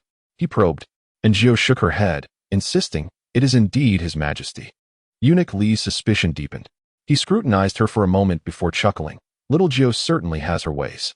And Jiao found little desire to explain that the emperor had resigned himself to his fate, nor did she wish to divulge his intent to silence her afterward. She proceeded to the kitchen, and Jiao could prepare only 3 types of fish: braised fish, steamed fish, and pickled fish. The pickled fish from the imperial kitchen was exceptional, so she decided to make it, as it was her favorite. The fish were already cleaned and cut into pieces, making her task considerably easier, and the meal was soon prepared. While Eunuch Li attended to the emperor's meal, and Jiao sought a place to rest momentarily, standing any longer would surely exhaust her. The tyrannical emperor truly lacked humanity. However, and Jiao was genuinely curious. Once the emperor was satiated, would the tyrant still make an appearance? She hoped for his arrival.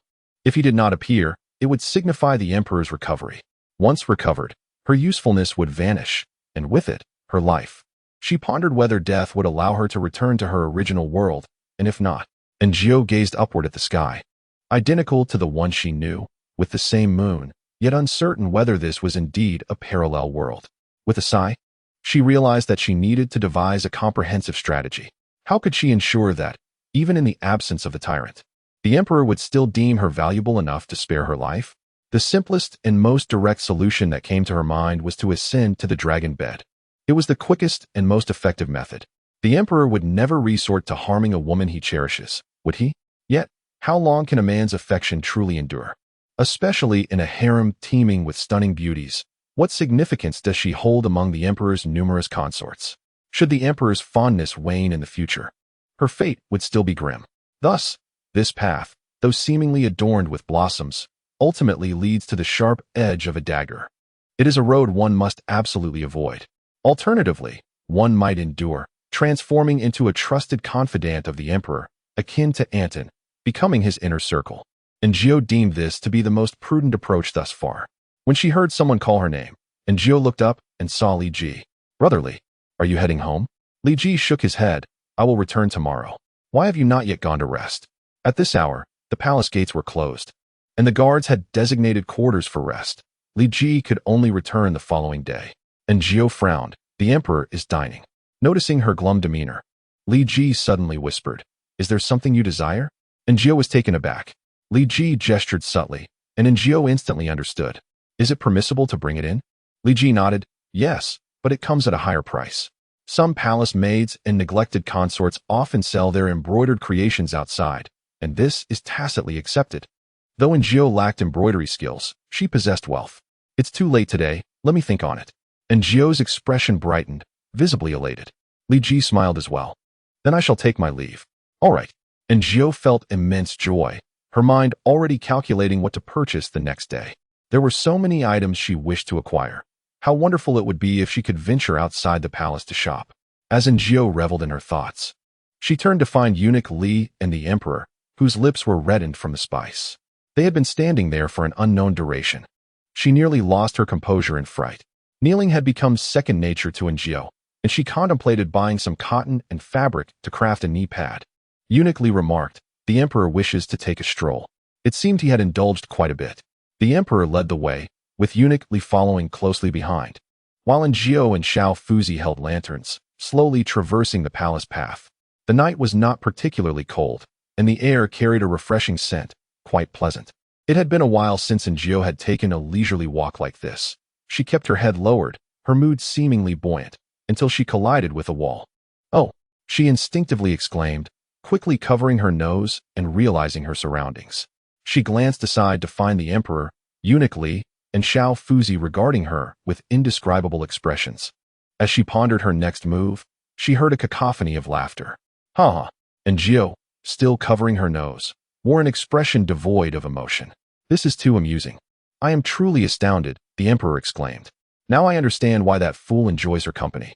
Good heavens, this is utterly hilarious. Ha ha!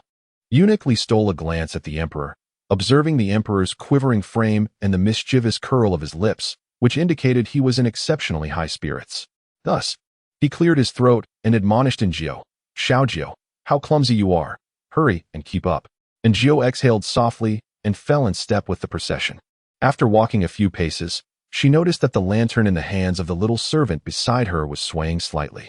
In chapter 39, titled Observation, the emperor, having finished his meal, finally retired to bed, and Gio contemplated inquiring about the whereabouts of Eunuch Li and the others, only to be informed by Eunuch Li that they were all outside, as the emperor had ordered Gio to attend to him personally.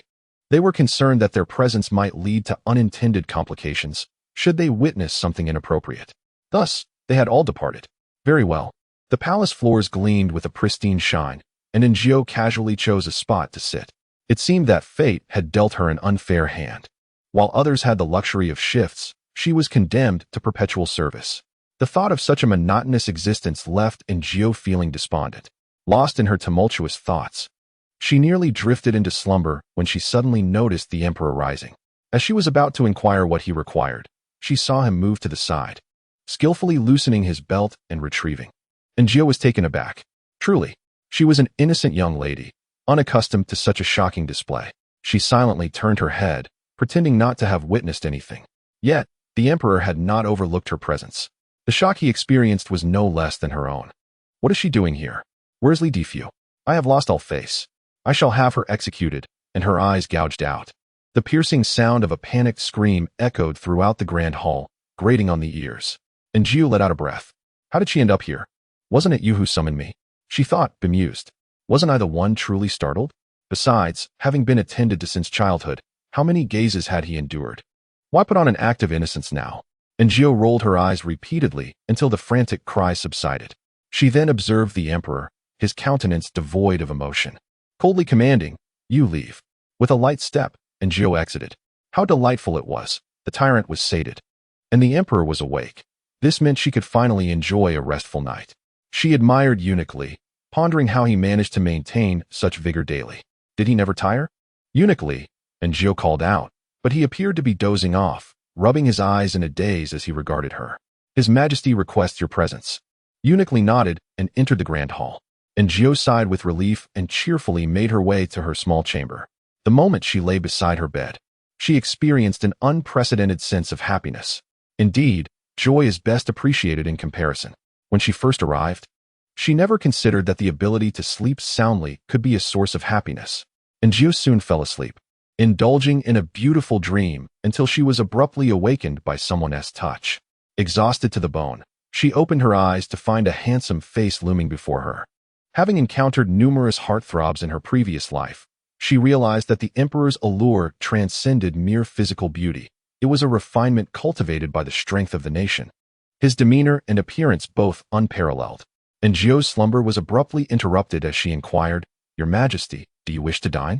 After consuming copious amounts during the day, would it not be excessive to eat again? Indeed, the tyrant shook his head, expressing that he was not at all hungry, despite facing a remarkably handsome individual. Gio felt an urge to roll her eyes. Why seek me out if not for a meal? Am I not entitled to a peaceful rest? Day and night. I am tormented. I am human, not a beast of burden. Moreover, even beasts require their slumber. Unbeknownst to the tyrant, he remained oblivious to Gio's grievances, merely gazing at her with a look of confusion. Gio returned his gaze, perplexed by his intent. The tyrant continued to scrutinize her, causing a chill to run down her spine. She speculated, perhaps he desired something to eat? Certainly not. The tyrant exhibited visible displeasure. He then turned his attention to the vase on the table, which contained flowers nearing their wilted state. Understanding his implication, Gio deduced he wished to pluck some flowers. The tyrant regarded her, prompting Gio to rise, don her garments, and, resembling a lunatic, allow herself to be escorted through the grand palace until they arrived at the flower house. The elderly steward, awakened by the commotion, initially appeared quite irked. Yet upon recognizing the emperor, a smile instantly graced his face. "Your Majesty, you have arrived just in time. The flowers bloomed yesterday." He led both the tyrant and Gio into the flower house.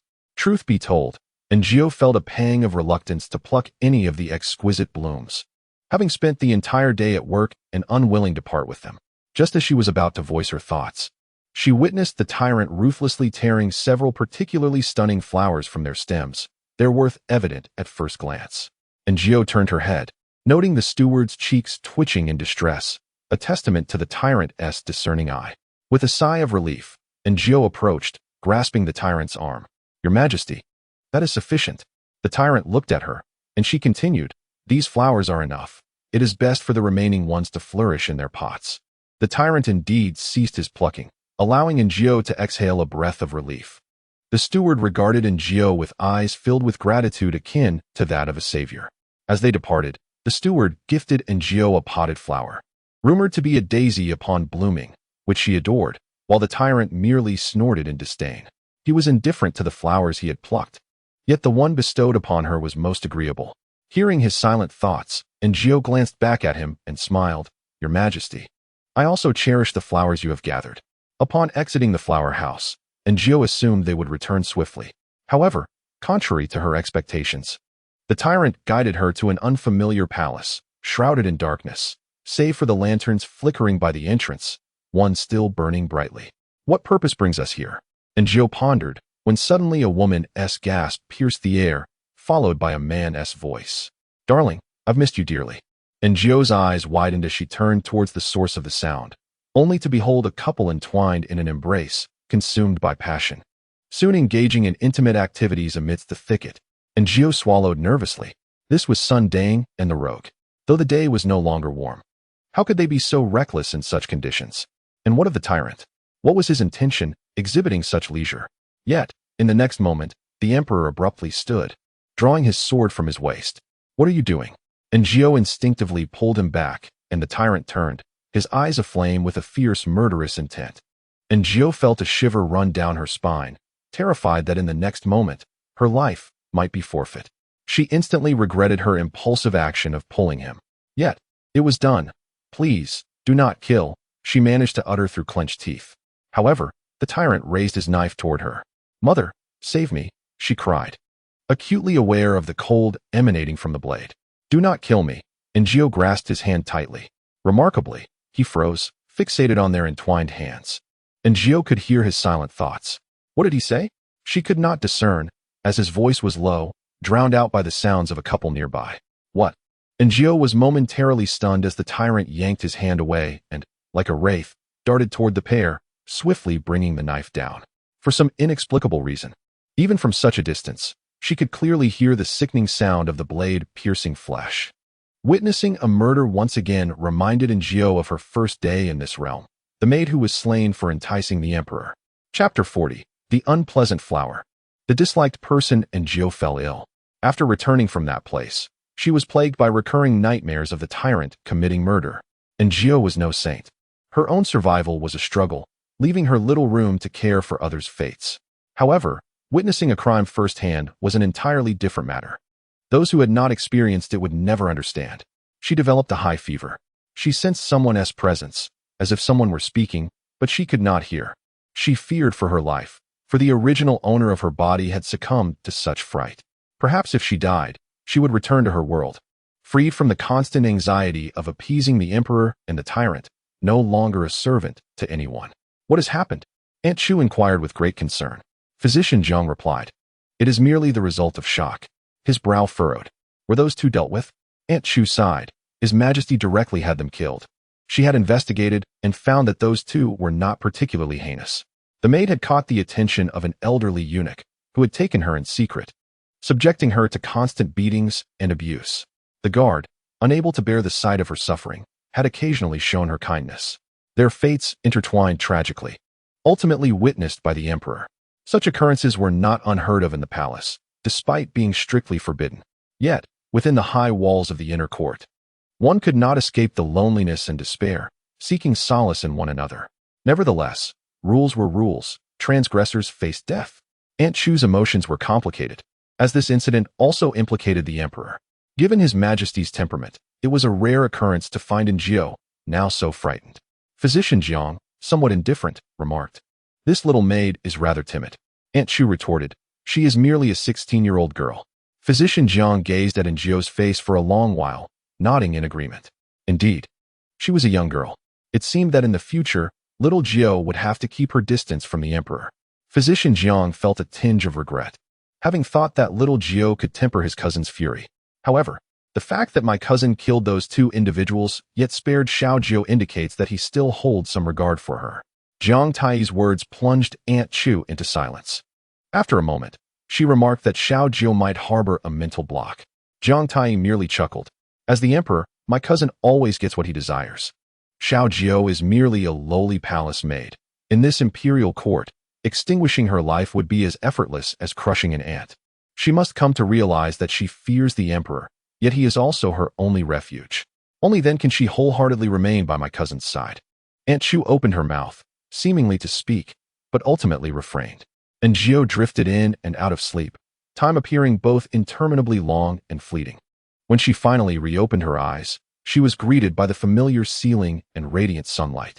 She attempted to speak, but could produce no sound. Her limbs felt heavy and devoid of strength. Awake? A gentle male voice inquired. Turning her head, and Jiu indeed found Jiang Tai present. Yet, seeing the handsome man did not bring her joy. She was neither dead nor returned to her original world. And Jiu acutely realized that she might never return. Struggling to rise, Jiang Tai lent her assistance. Not one to be shy, she sat up and requested, "Please pour me a glass of water." Jiang Tai hesitated momentarily before complying. After drinking, she added, "I am hungry." Jiang Tai laughed. "You are quite a remarkable girl." And Jiu internally scoffed. Perceiving his compliment as no different from teasing a pet, she was disinclined to argue with him, since returning was not an option and death was not imminent. She might as well live well. Day by day, she resolved to make the best of her situation. As a mere palace maid, having the emperor's personal physician attend to her ailments signified her worth in their eyes. Therefore, why not leverage this uniqueness to improve her own circumstances? And Jiu consumed 2 large bowls of porridge before setting down her chopsticks, feeling rejuvenated. Jiang Tai, arms crossed, observed her, and once she finished her meal, he inquired, "Is there anywhere else that aches?" And Jiu replied honestly, "My body feels sore. Perhaps I overexerted myself in recent days." Jiang Tai mused, "You have indeed endured significant hardship." And Jiu grasped the quilt and asked, "Where is the emperor?" "He has gone to court and should be returning soon." And Jiu pondered, thus, the madness was likely unconnected to the tyrant or the canine emperor, and it was probable that the latter had completely forgotten the incident. Those 2 individuals had perished. Jiang Tai remarked with a smile, "In any case, they deserve their fate, so you need not dwell on it." "I am not concerned," and Jiu replied, directing her gaze toward Jiang Tai. "The lives of others are of no consequence to me." Jiang Tai observed her closely. "It is best that you think this way." "I wish to rest now," and Jiu declared. Jiang Tai cast her one last glance before departing, and Jiu noticed a pot of chrysanthemums on the table. The elderly eunuch from the flower house had mentioned that these flowers would bloom into lovely daisies, a prospect that she found quite delightful. She once again caught sight of the pink vase on the table, filled with several flowers that had long since lost their freshness. The tyrant's violent ravaging had caused some petals to fall, rendering them devoid of vitality. And Jiu averted her gaze. Unsightly flowers, loathsome individuals. Upon entering the Guanghua Hall, the emperor first glanced at Xiao Qiu and Xiao Dong, his brow slightly furrowing. After perusing some memorials, he cast another look at the 2 young maids, whose hair seemed on the verge of exploding from anxiety, before finally withdrawing his gaze. Eunuch Li, observing with keen perception, suddenly comprehended the emperor's intent. Xiao Jiu had not arrived, purportedly due to illness. It was understandable. She had endured considerable hardship recently and had also suffered a fright, so her illness was not surprising. Yet, it was evident that the emperor genuinely cared for Xiao Jiu.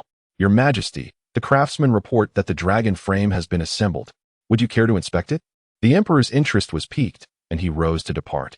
Xiao Qiu and Xiao Dong exchanged glances, preparing to follow, but Eunuch Li directed them, "You 2 remain here." The young maids exhaled in relief. Indeed, the dragon frame had been constructed, but it bore little resemblance to a dragon. The more the emperor examined it, the more peculiar it appeared. "Is it not assembled incorrectly?" the emperor inquired. "What precisely is this?" The craftsman quaked in trepidation. "In response to your Majesty, it has not been assembled incorrectly. It was constructed according to the drawings provided by Miss Xiaojiu." The emperor narrowed his eyes, casually asking, "The drawings she provided?" The craftsman produced the schematics. The emperor scrutinized them and found them to be accurate. Could it be that the simpleton had known what this was from the outset? "Is this a dragon?" The emperor increasingly doubted it resembled a dragon. It appeared more akin to a large, upright lizard. The craftsman explained, Your Majesty. Miss Xiaojiu suggested that this might be the mount of some ancient deity. The emperor contemplated this notion.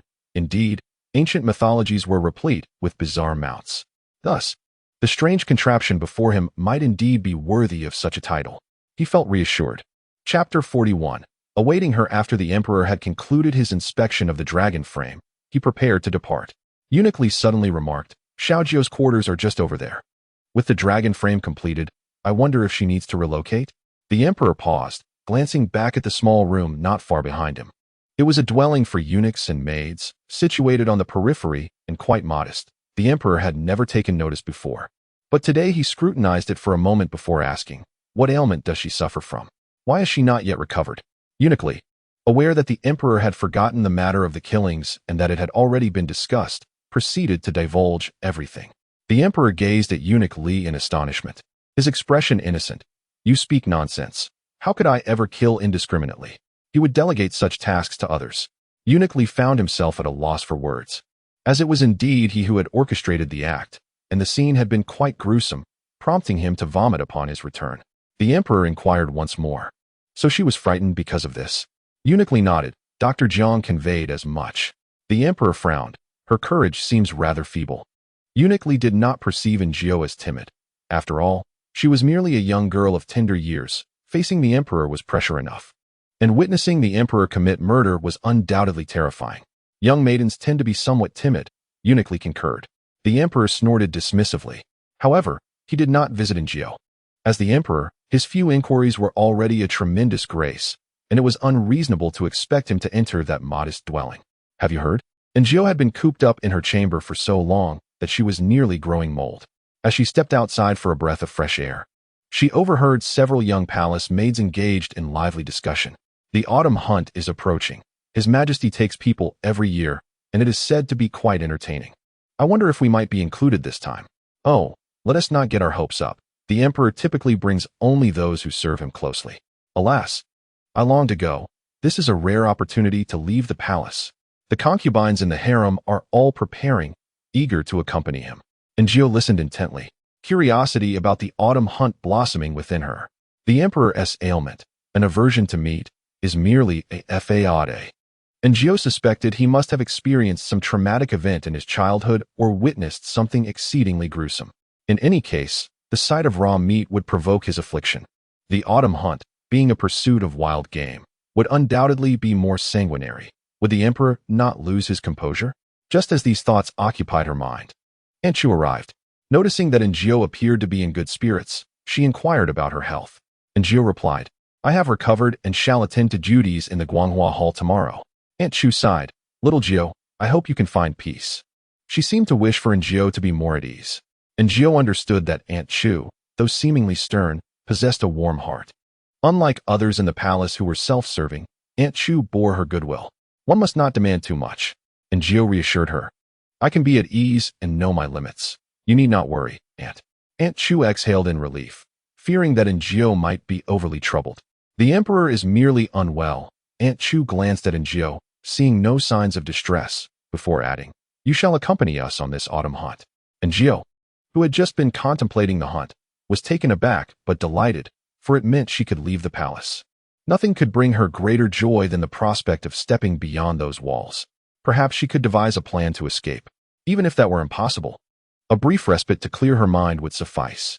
The autumn hunt seemed to breathe life into the otherwise somber harem, igniting the interest of all who wished to partake, prompting the more determined concubines to send inquiries to Guanghua Hall. Aunt Chu handled their curiosity with composure. Will the emperor be bringing concubines this time? Jiao inquired. Aunt Chu nodded. Indeed. This puzzled Jiao. If the emperor held disdain for these consorts, and their presence could incite his wrath, why then would he choose to include them? Aunt Chu explained, the court and the harem are interconnected. His Majesty has only recently ascended the throne, and his foundation remains shaky. He has yet to establish an empress or produce heirs. His reluctance to engage with the harem further aggravates the discontent among the court officials. Bringing a few concubines along this time is thus a display for outsiders and the officials. So that is the case, Jiao mused, feeling sympathy for the concubines. Akin to being married to an ineffectual husband, their grievances left unspoken. What must I prepare? She asked. The tyrant's needs will be seen to by others. Aunt Chu replied, I am more concerned with my own well-being. I wish to avoid falling ill again. Aunt Chu advised her to prepare warm clothing, for the wilderness can be quite frigid. She also suggested that suitable footwear must be arranged, as the shoes crafted in the palace would not suffice for the rugged terrain. Does that mean I must wear short boots? And Gio inquired. Aunt Chu nodded. Everyone is making their own. There is no time left now. You might inquire if anyone else has prepared any for sale. And Gio felt a profound lack of acquaintances within the palace. Nevertheless, she pondered the possibility of making a purchase. Surely there must be options beyond the palace walls. Thus, Gio sought out Li Ji. Upon her arrival, Li Ji greeted her with a warm smile, and Gio realized that his smile was rather charming, exuding a reassuring aura. I heard you were unwell. How do you fare now? Li Ji asked. Just a bout of wind chill. I am fully recovered, and Gio replied, returning his smile. Li Ji gazed at her face for a moment, momentarily lost in thought, his ears tinged with a faint blush, though Gio remained oblivious. By the way, brotherly, you mentioned that one could purchase items from outside the palace, correct? Li Ji queried. What do you intend to buy? I happen to be returning home today and can bring them to you tomorrow. And Gio had a modest list of items in mind, and when she presented it, Li Ji appeared astonished. You can write? He exclaimed. And Gio nodded. I know a little. Though there are a few mistakes, he chuckled. The scripts of this era differ vastly from those of the future, and Gio had been learning by comparison, only to discover that she had made errors. Feeling slightly embarrassed, she confessed, I have been practicing my writing recently. Learning to write is a commendable pursuit, Li Ji remarked. As the two engaged in their conversation, they remained blissfully unaware of the pair of envious eyes lurking in the shadows, fixated on them for some time. This observer was Xiaohua, who had been dispatched by Aunt Chu to the outer courtyard for menial tasks. She toiled incessantly, with the meager wages in the outer courtyard hardly compensating for the relentless bullying from the matrons and palace maids. Her existence felt akin to a living hell, and in moments of solitude during the quiet of night, she often pondered why she had been abruptly sent away from the splendid Guanghua Hall. After much deliberation, she could only conclude that her sole adversary was Gio, the wretched girl who consistently looked down upon her. She must have whispered something to Aunt Chu. Xiaohua harbored a seething hatred for Gio, yet she found herself powerless against her, unable even to confront her directly. Today was a stroke of misfortune. Tasked by the head matron to fetch something, she fortuitously stumbled upon Gio conversing clandestinely with that guard. Memories of a particular night flooded back to her mind when she had awakened to find Gio missing. At the time, she had thought little of it, but eventually, Gio had returned under suspicious circumstances. Xiaohua had suspected then that Gio was involved with some guard, but had never found the opportunity to confirm her suspicions. Now, it seemed clear that it was with this guard named Li. Xiaohua's gaze grew increasingly frigid. Those who dared to undermine her would soon regret their actions. Chapter 42. Following the tyrant due to her tardy return, Xiaohua was met with a scolding from the head matron. Do you fancy yourself a grand palace maid serving at the emperor's side? The matron scoffed. These garments must be washed thoroughly today, otherwise, you shall not be allowed to eat. Once the matron departed, Xiaohua clutched the clothes and headed to wash them, only to encounter further ridicule from her fellow maids engaged in similar labor. Frustration bubbled within her, and she let out a cold huff. Once she reports that vile little Jiuxiao and gains merit, Aunt Chu will undoubtedly summon her back to serve before the emperor. Although outsiders claim the emperor is tyrannical, does she not realize the truth? During her service, the emperor never displayed anger, not even when Jiuxiao intentionally provoked mistakes to garner his attention. The more Xiaohua reflects, the more she longs for the days of her past. Had it not been for that wretched Jiuxiao, she would still be serving at the Radiant Hall, basking in glory, instead of enduring this indignity. At that moment, the maids working alongside her began discussing the autumn hunt. How envious she felt of the senior maids from the Radiant Hall, who would surely accompany the emperor. It was said that the mountains were quite entertaining. Indeed, they had no such opportunity, so they might as well focus on their duties. As Xiaohua listened, her mind wandered to the thought of still working at the Radiant Hall, where she would surely be able to join in this time. The last time the emperor visited the prince's horse grounds, she had the chance to go along. The more she pondered, the more disheartened she became. Ultimately, she decided to abandon her chores, concocting an excuse to slip out to the front hall, a place typically forbidden to maids of her rank. With determination, Xiaohua offered a bit of silver to the gatekeeper, who reluctantly allowed her entry. The young eunuch grumbled, urging her to hurry, warning that if she were discovered, he could not guarantee her safety. Xiaohua shot him a glance and retorted, I do not require your protection. The eunuch scoffed, thinking these maids too proud, despite being mere servants, even looking down upon him. Upon entering the front hall, Xiaohua felt an immediate sense of belonging. Fortune smiled upon her as she encountered the gluttonous Xiao Qiu, who eyed her with disdain. Xiaohua, deemed a hopeless case, was no longer worth her effort. Nevertheless, Xiao Qiu approached with feigned warmth, asking, Is this not Xiaohua? I heard you've been sent to the outer courtyard. What brings you here? A few jabs of mockery would certainly amuse her. Xiaohua smiled softly, Sister Xiao Qiu, I came to visit and also have something to discuss with you. What is it? Xiao Qiu inquired. Xiaohua glanced around and whispered, Shall we not speak in a room? Xiao Qiu rolled her eyes, wondering if Xiaohua understood her own insignificance. Growing slightly annoyed, she replied, I must return shortly. Whatever you have to say it here. Xiaohua clenched her teeth, a flicker of displeasure crossing her face, yet she maintained her smile. Will you be attending this autumn hunt? Of course, Xiao Qiu responded. After Xiaohua left, one less senior maid remained, and Aunt Chu had yet to find a replacement. So the attendees would be Xiao Qiu, Xiao Dong, and that bothersome little Jiu Xiao. It was rumored that Jiu Xiao had fallen ill recently, and Aunt Chu had allowed her to rest indoors. Why should she be granted such leniency simply because of her illness? Xiao Qiu found this entirely unfair. Noticing Xiao Qiu's dissatisfaction, Xiaohua whispered something in her ear. Xiao Qiu's eyes widened as she turned to Xiaohua. Are you serious? Indeed, I bear witness to it. Xiaohua affirmed. Xiao Qiu lowered her gaze, harboring aspirations of becoming Aunt Chu's confidant, only to have her ambitions snatched away by Jiu Xiao. How could she not feel anger? Meanwhile, Xiao Dong, another senior maid, had affections for Li Ji. Xiaohua narrowed her eyes, contemplating how Jiu Xiao might escape this predicament. And Jiu was completely oblivious to the impending darkness, which signified that the murderer would soon arrive. She pondered whether she could maintain her composure in his presence, as she had done previously. But what if she faltered? Such thoughts swirled in her mind as time slipped away. At last, she heard footsteps. The door creaked open, revealing the tyrant, who seemed taken aback that Jiu was still awake at this hour. In that moment of eye contact, a chill coursed through Jiu, yet the tyrant remained unmoved, as if the act of murder had completely faded from his memory. Perhaps, to him, killing was merely a mundane affair, unworthy of remembrance. Very well, he truly embodied the essence of a tyrant. And Jiu silently made her way to the kitchen, with the tyrant trailing behind her. In the stillness of the night, they entered the kitchen, one after the other. And Jiu expertly prepared the meal, while the tyrant savored it with equal skill. It seemed he had genuinely not eaten enough that day, as he consumed a great deal and, upon setting down his bowl, bore an expression of lingering desire. And Jiu awaited his retreat to slumber so that she might also seek rest. However, the tyrant had other intentions. He casually tossed her a jade hairpin. What is this for? And Jiu wondered, bemused, as if he were teasing a cat or dog with a mere bone. Nevertheless, she accepted it, and the tyrant appeared pleased, beckoning her to follow him outside. Reluctantly, she trailed behind, curious about his intentions.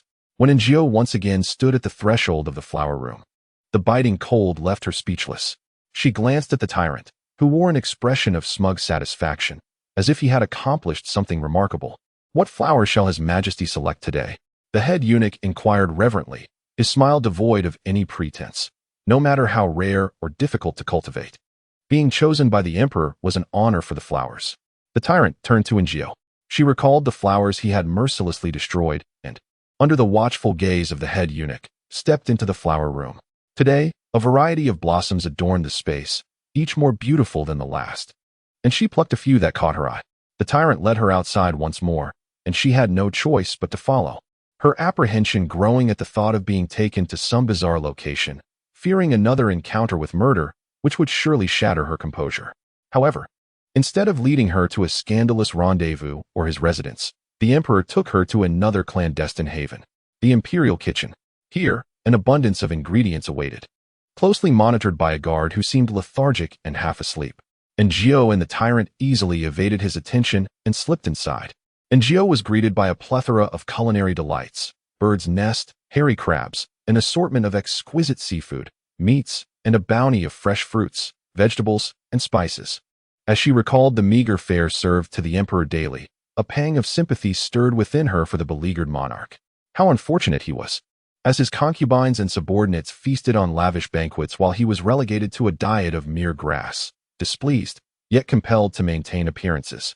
The emperor's fate, indeed, seemed most tragic. The tyrant skillfully rummaged through the items, uncovering a plethora of treasures: plump red dates the size of a child's fist, dried mushrooms, dried daylilies, and dried black fungus, among others.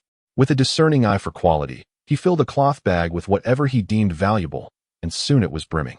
Aaargh suddenly experienced the thrill of pilfering from a supermarket without paying, and she too selected a few of her favorite preserved fruits. "Will we be discovered?" Aaargh whispered, noting how the two of them had entered lightly laden, yet now they were burdened with bags, making them conspicuous. The tyrant, however, had a plan. Chapter 43.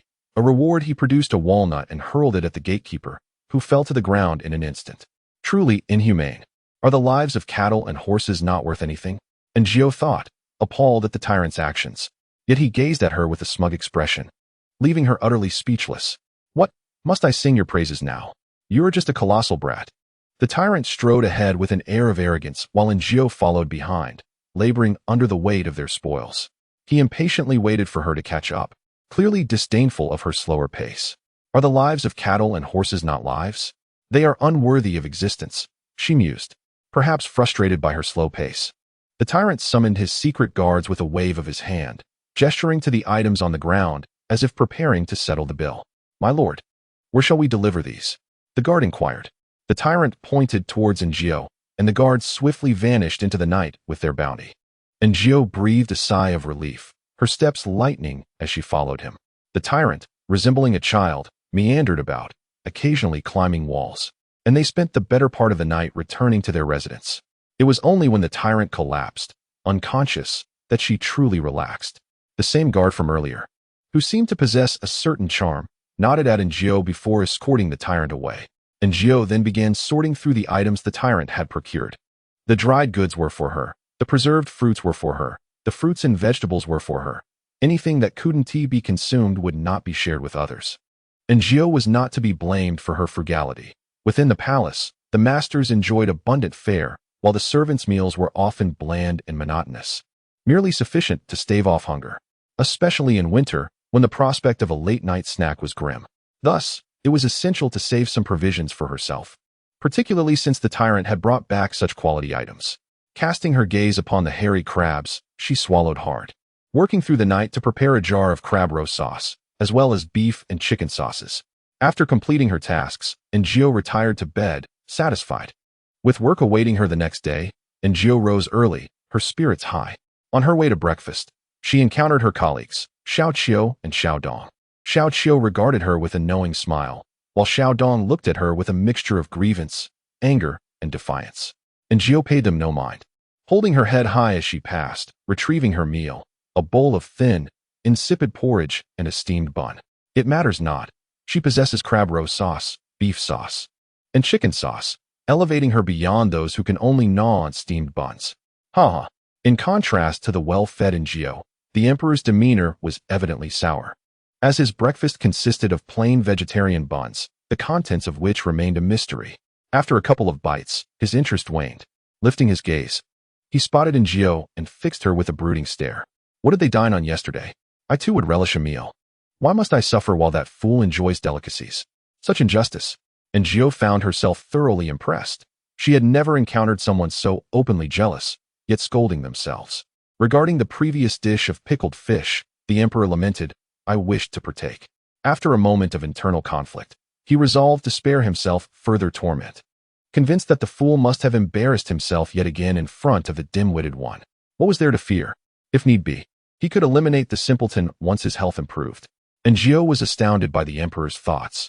Surely, a mere dish of pickled fish did not warrant such drastic measures. However, a clever idea struck her.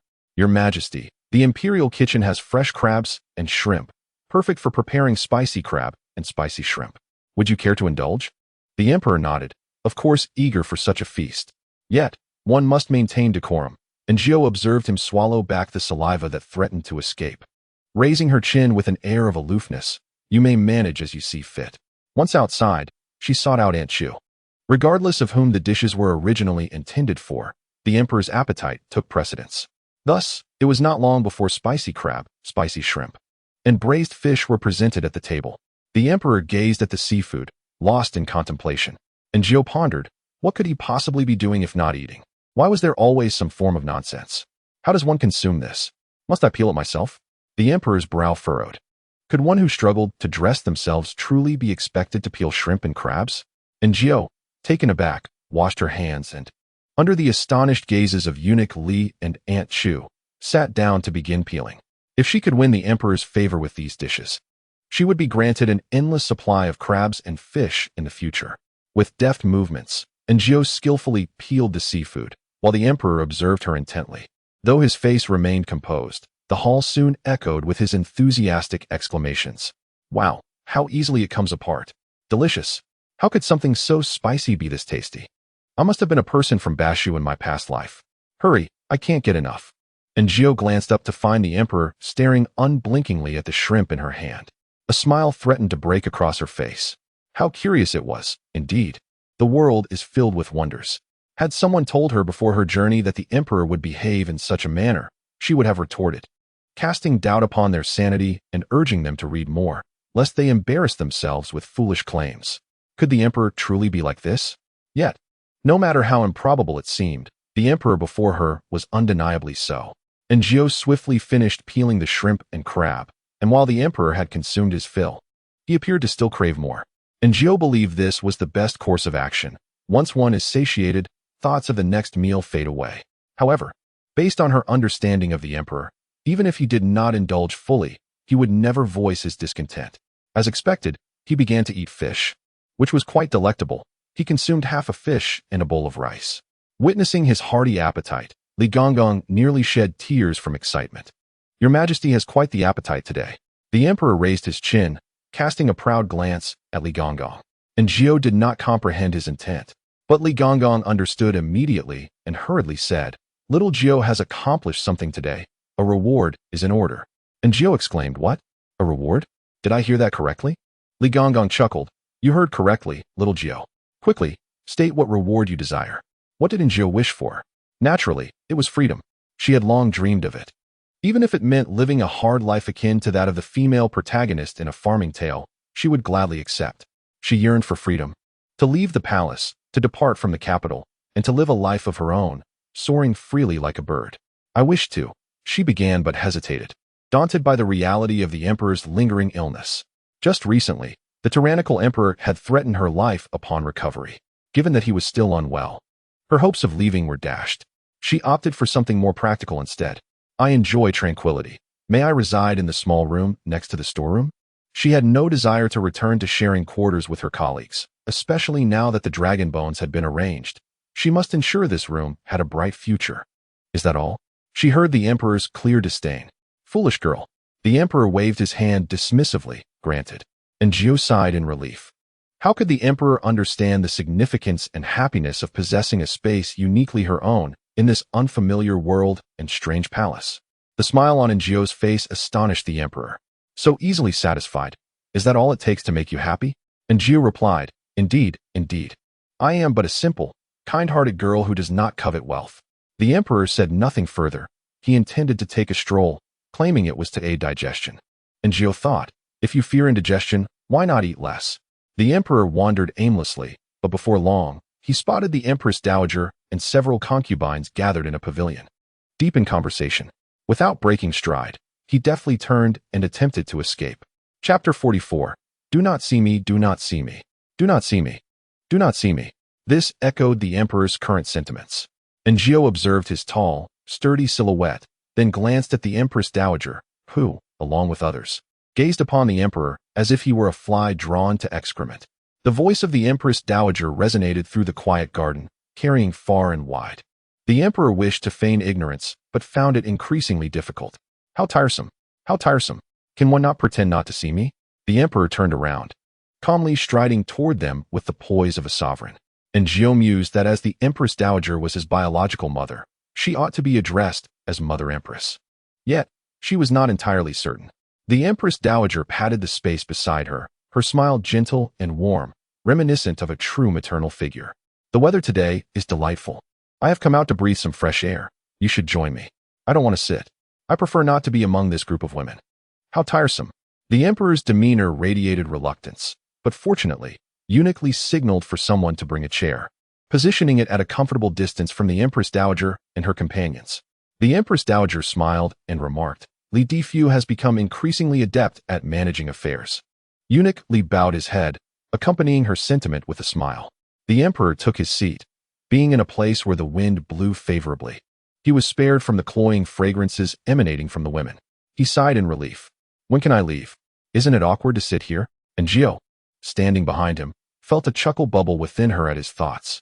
At that moment, the Empress Dowager began to speak of the 3 women seated before her, all of whom were the emperor's consorts.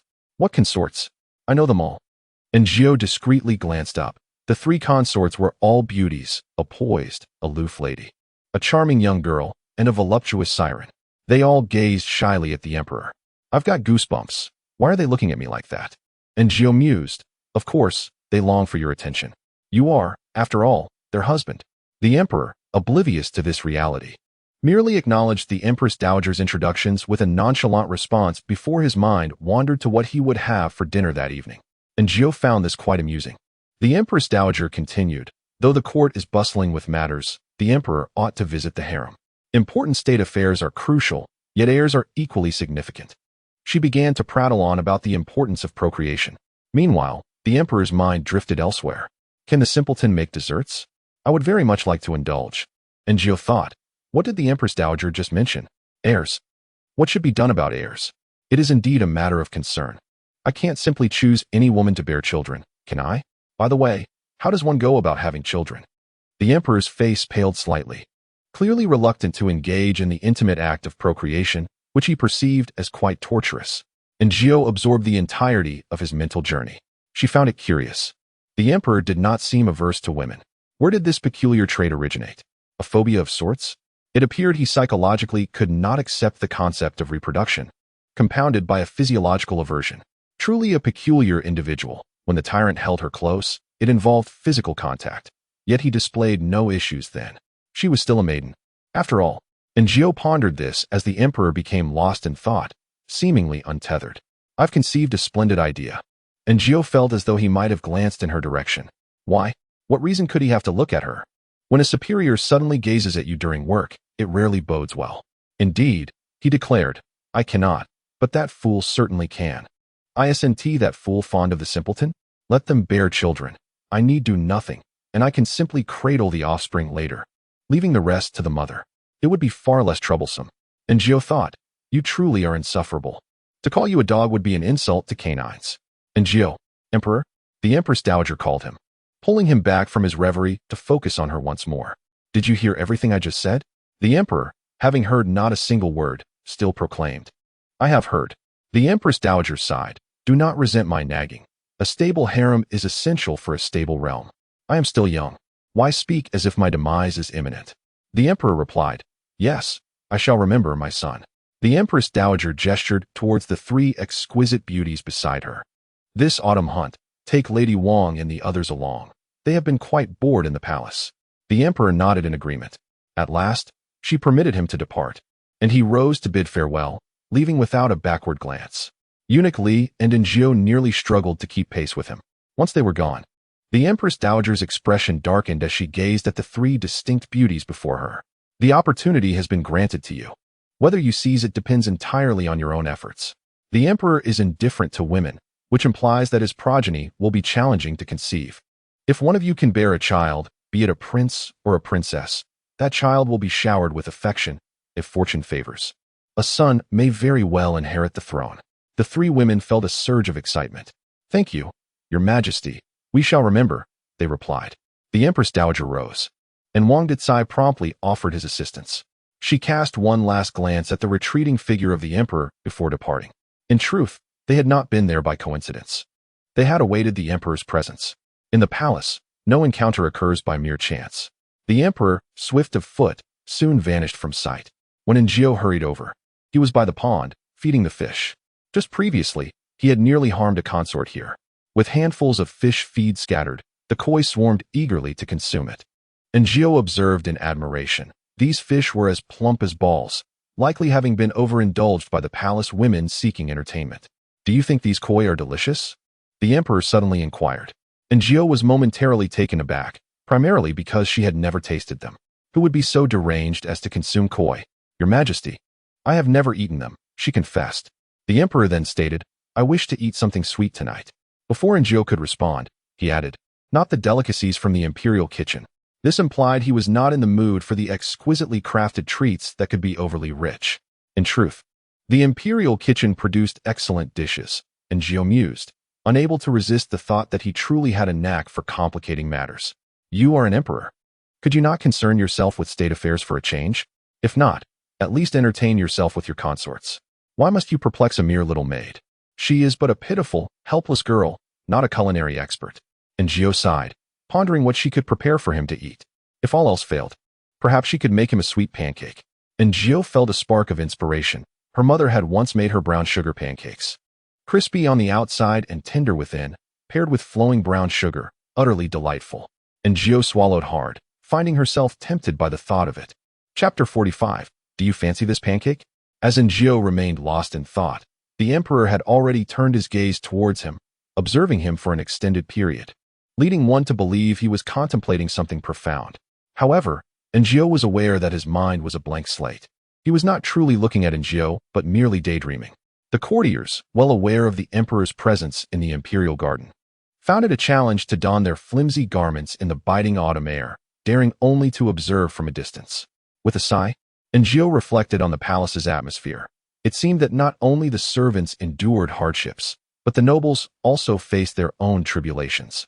Should any of these concubines inadvertently fall in love with the emperor, they would be burdened with the pain of longing. Turning back, the unfeeling emperor poured all the fish feed from the jar into the lake. And Gio cast a sympathetic glance at the round fish, greedily scrambling for the food. In that moment, he felt a peculiar kinship with them. The emperor strode ahead with vigor, while the usually nimble eunuch Li ambled along at an unusually slow pace, prompting Gio to steal several glances in his direction. Eunuch Li, is something amiss? He inquired. Eunuch Li's expression bore traces of discomfort as he murmured, I twisted my ankle while descending a slope, but it is of no consequence. And Gio observed the emperor, who continued to march forward without regard for others, juxtaposed with Eunuch Li, who, despite clearly being in pain, pressed on. History books indeed do not lie. Feudal rulers are devoid of humanity. Xiaojio, hurry and catch up. Eunuch Li urged, his eyes solely focused on the emperor. And Gio quickened his pace, only to find the emperor waiting for him around the corner. Your Majesty, Eunuch Li has injured his foot, and Gio explained. The emperor responded with a nonchalant acknowledgement and resumed his advance. Upon finally reaching the Guanghua Hall, and Gio encountered Xiao Qiu and Xiao Dong, who approached him. As they passed, Xiao Qiu deliberately stepped on Gio's foot.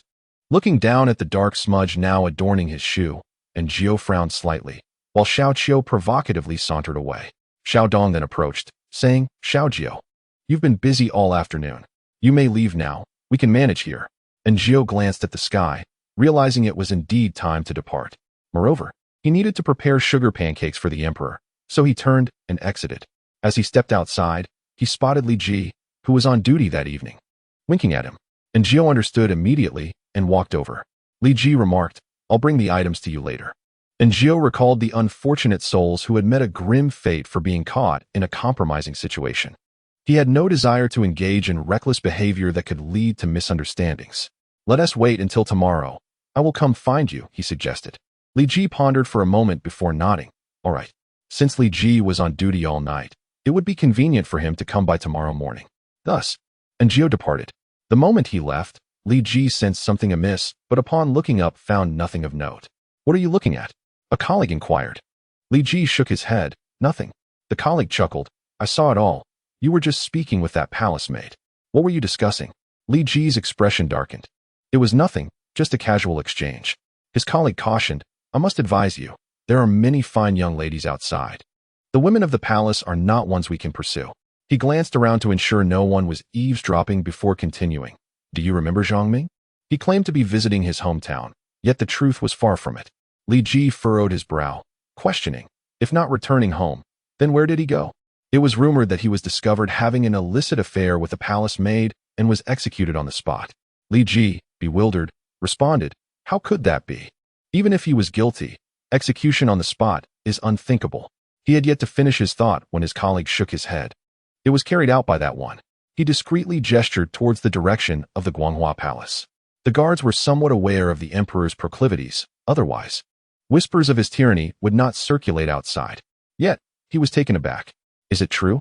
Li Ji recalled Zhang Ming, a man of few words, who appeared quite honest. He never imagined such a fate for him. "No fabrication," his colleague sighed. "It is said the body was beyond recognition. I only mention this because of our good relationship. The women of the palace, no matter how alluring, are unattainable for us." Li Ji nodded in understanding. "I know, and I harbor no such thoughts."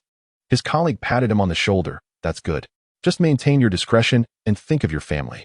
Li Ji fell into silence. Meanwhile, Aaargh returned to the kitchen. Unsure if this was at the behest of Aunt Chu, for the kitchen was now under her purview. Aaargh's mother was a diligent and capable woman from the countryside, possessing a certain magic that transformed simple home-cooked meals into delightful feasts. Aaargh inherited this talent. Being from the north, they excelled particularly in making wheat-based dishes. Thus, crafting sweet pancakes was a simple task for her. Considering the emperor's appetite, Aaargh prepared over 10 pancakes, saving 2 for herself and delivering the remainder. Cut into pieces, to the emperor. Freshly made, the pancakes were crisp on the outside and soft within, utterly delectable. One was enough to satiate her. She wondered if it would suit the emperor's palate.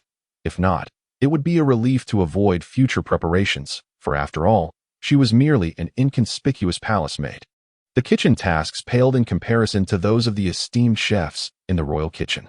At this moment in the Guanghua Palace, without Aaargh present, and with eunuchly injured and seeking medicine from the physician, only Xiao Qiu, Xiao Dong, and eunuch Li's apprentice, Xiao Fu, remained to attend to the emperor.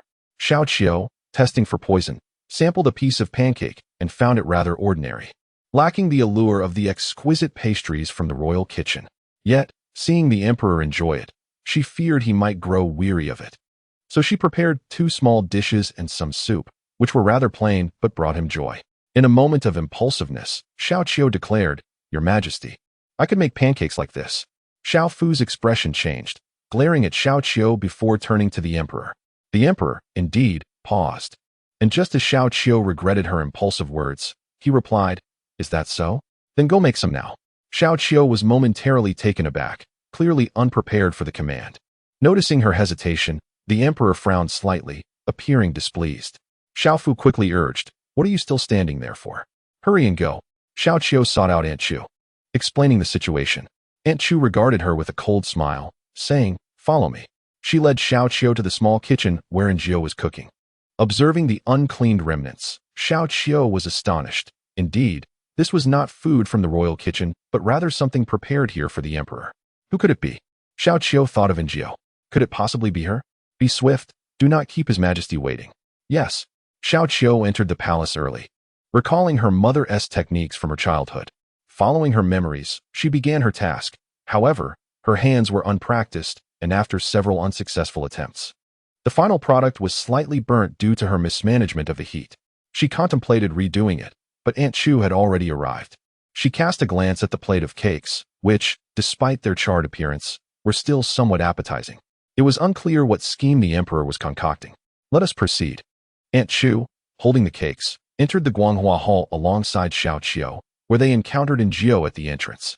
Aaargh scrutinized the cakes in Aunt Chu's hands, then turned her gaze to Xiao Qiu, her eyes filled with uncertainty. What does this signify? Is a new candidate being sought? Why? Does the emperor find her unsatisfactory, wishing to replace her? Aaargh's expression darkened. Xiao Qiu noticed and shot her a challenging glance before entering the hall with Aunt Chu. Aaargh quickly followed. Just moments ago, she hoped her cakes would not please the emperor. Now, she regretted her previous thoughts, wishing fervently for the emperor to appreciate her creations. Chapter 46. Displeasure and Truth. The emperor consumed only a few cakes before losing interest. It sufficed as they were sweet, and indulging too much would lead to a sense of surfeit. Unlike the tyrant, who acted on whims, this emperor was remarkably restrained, bordering on severe. Xiao Qiu feared that the emperor might become too full to enjoy hers, yet upon seeing him eat sparingly, She felt a surge of joy and presented the cakes before him. However, their appearance diminished his enthusiasm. Reluctantly, he took a piece, but after just a couple of bites, he spat it out. The emperor's countenance darkened, and Aunt Chu immediately discerned the issue. Had she served undercooked cakes to His Majesty?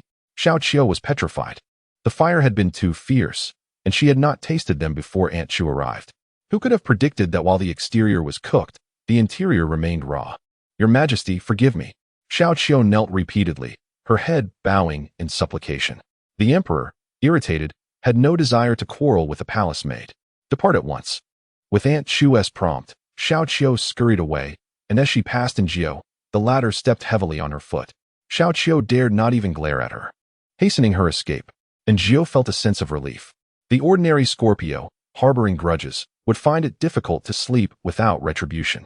Moreover, as Jiao gazed at the cakes on the table, her spirits lifted, her life was spared.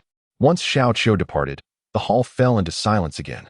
The emperor finally picked up the memorials, proceeding with his customary critiques. Utter nonsense. I genuinely wish to drag this fellow out and execute him.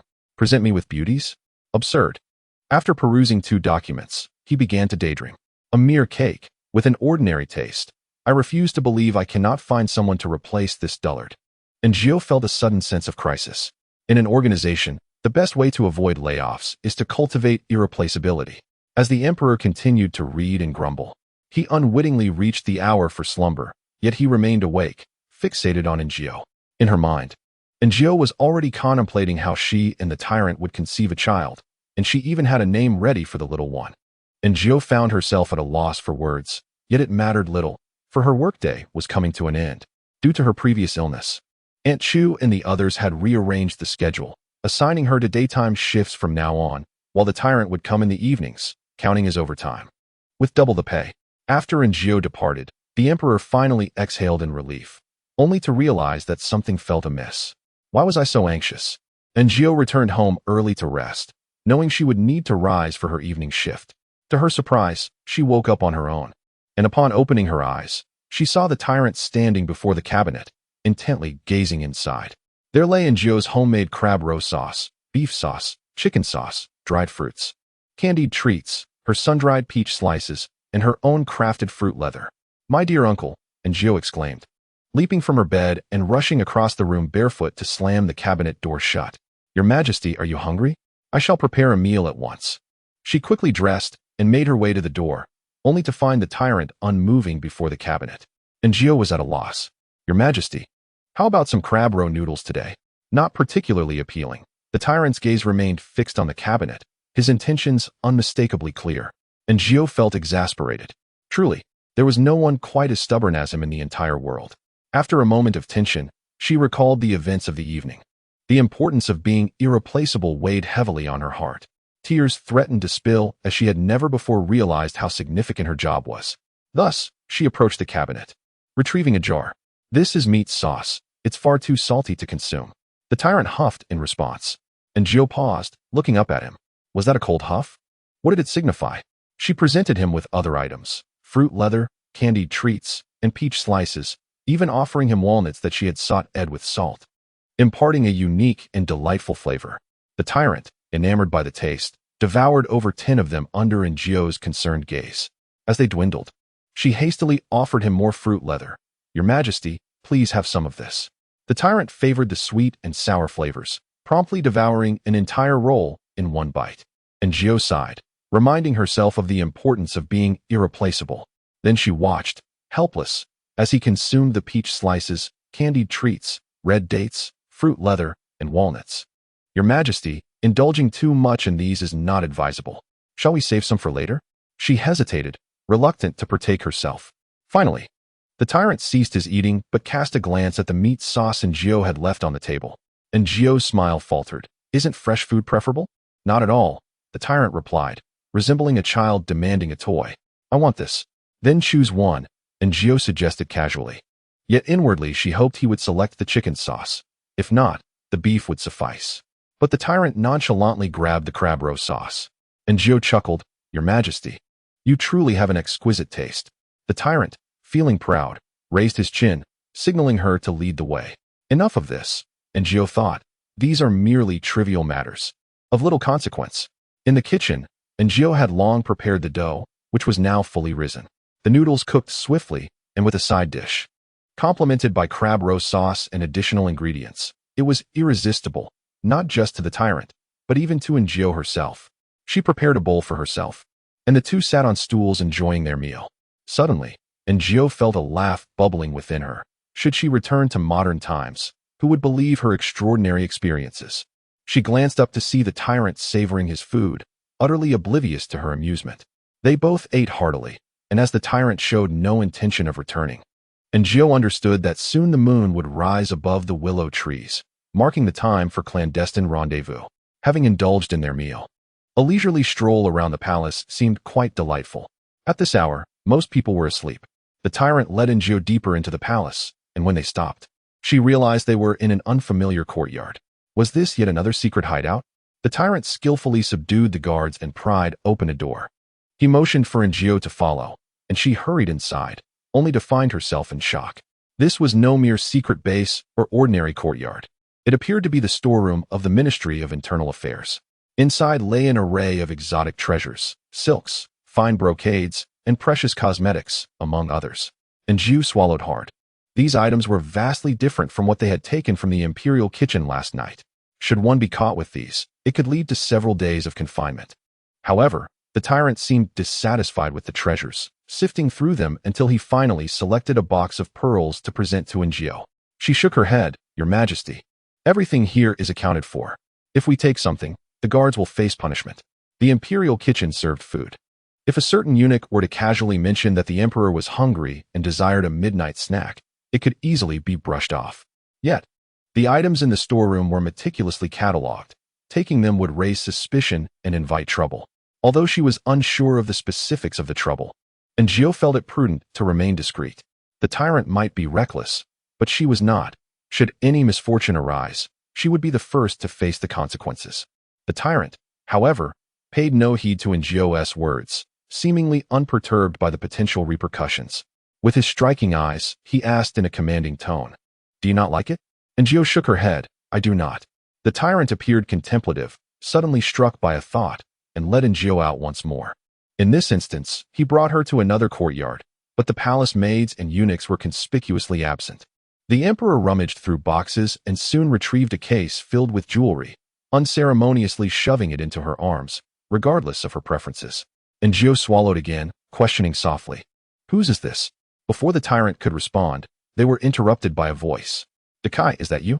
Aaargh's eyes widened in shock. "Oh no, the tyrant has led me to ruin." She recognized the voice of the Empress Dowager.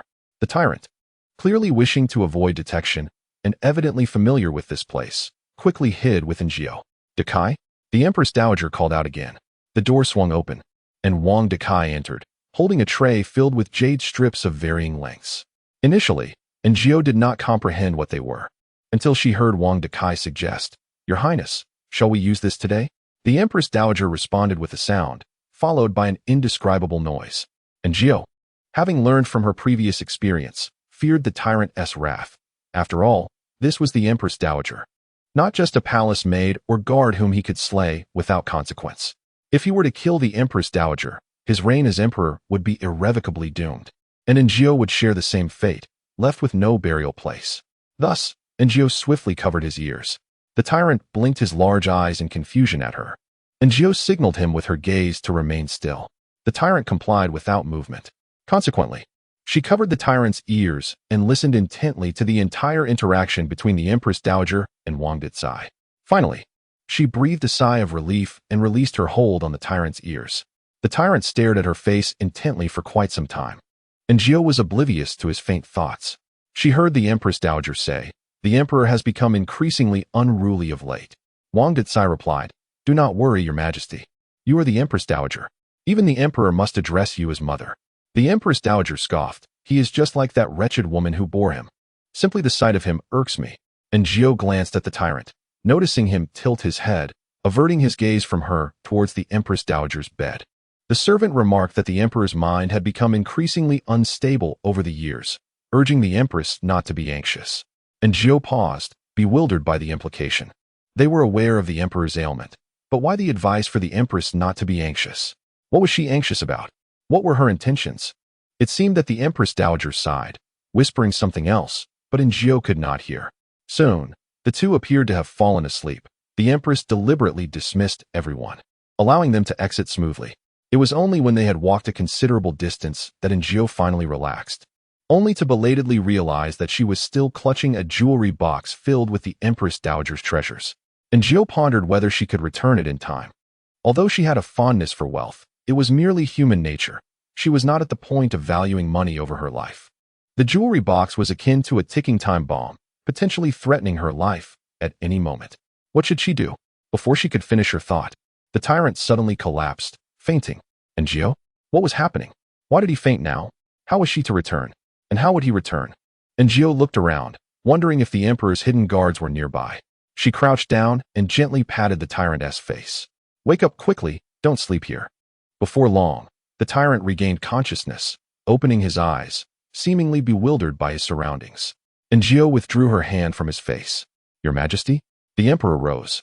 Surveying the unfamiliar palace corridor, the towering walls, and the pitch-black sky, his astonishment surpassing hers. Where's this? Why am I here? Aaargh replied. I too wish to know why I am here in the cold night air instead of sleeping. The Emperor, not receiving her answer, noticed the box in her hand. He frowned and approached her, opening the box to reveal its contents, an abundance of jewelry. Raising an eyebrow, he mischievously remarked, You have stolen the Empress Dowager's belongings. Aaargh? She had never been so speechless in her life. Did he truly believe this was her doing? She gazed at the Emperor, her expression so intricate that he hesitantly inquired, Did I steal? Aaargh replied, Your Majesty, I am but a palace maid. I would not dare to pilfer from the Empress Dowager's chambers. At last, the Emperor grasped the crux of the matter, uncertainly asking, Are you implying that we just visited the Empress Dowager's quarters and absconded with a chest of jewels? Surely not, surely not, surely not. What am I doing? This cannot possibly be me. Is this foolish goose deceiving me? Aaargh thought. No, that would be a crime against the sovereign. She must not dare to do so. Then what was my purpose in the Empress Dowager's chambers?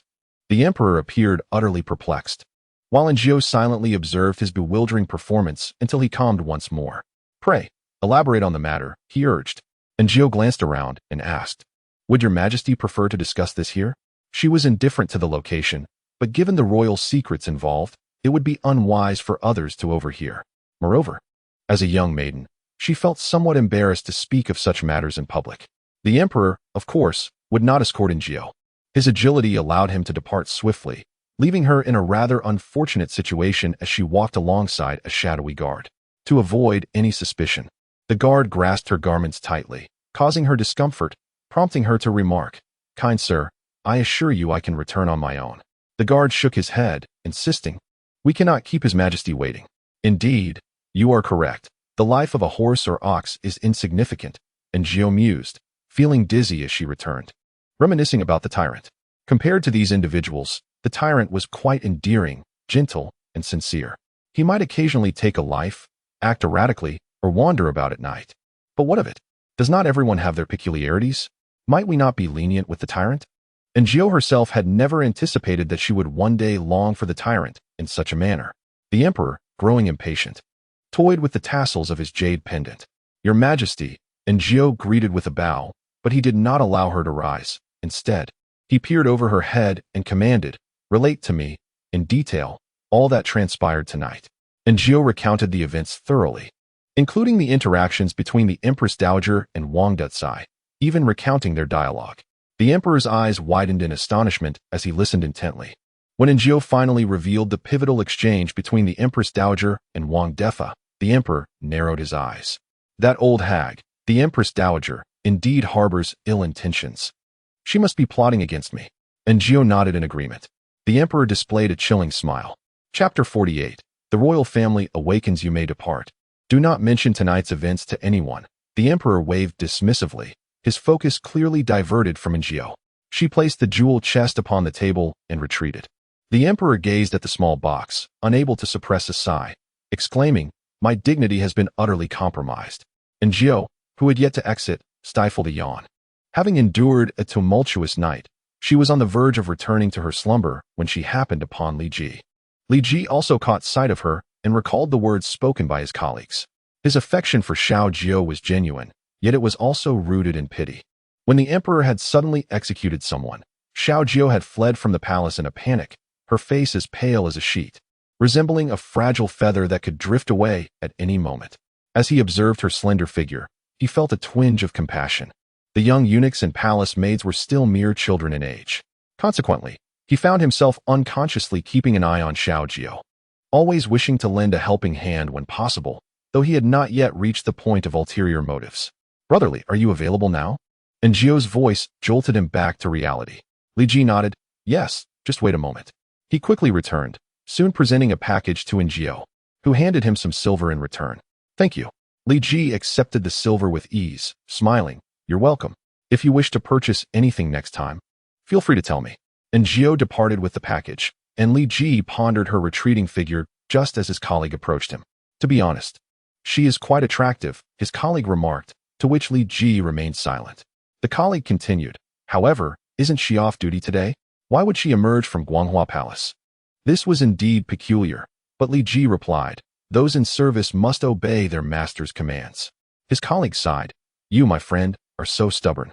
She might be seeking to climb higher in status." Li Ji shot him a glance. Such remarks should not be made.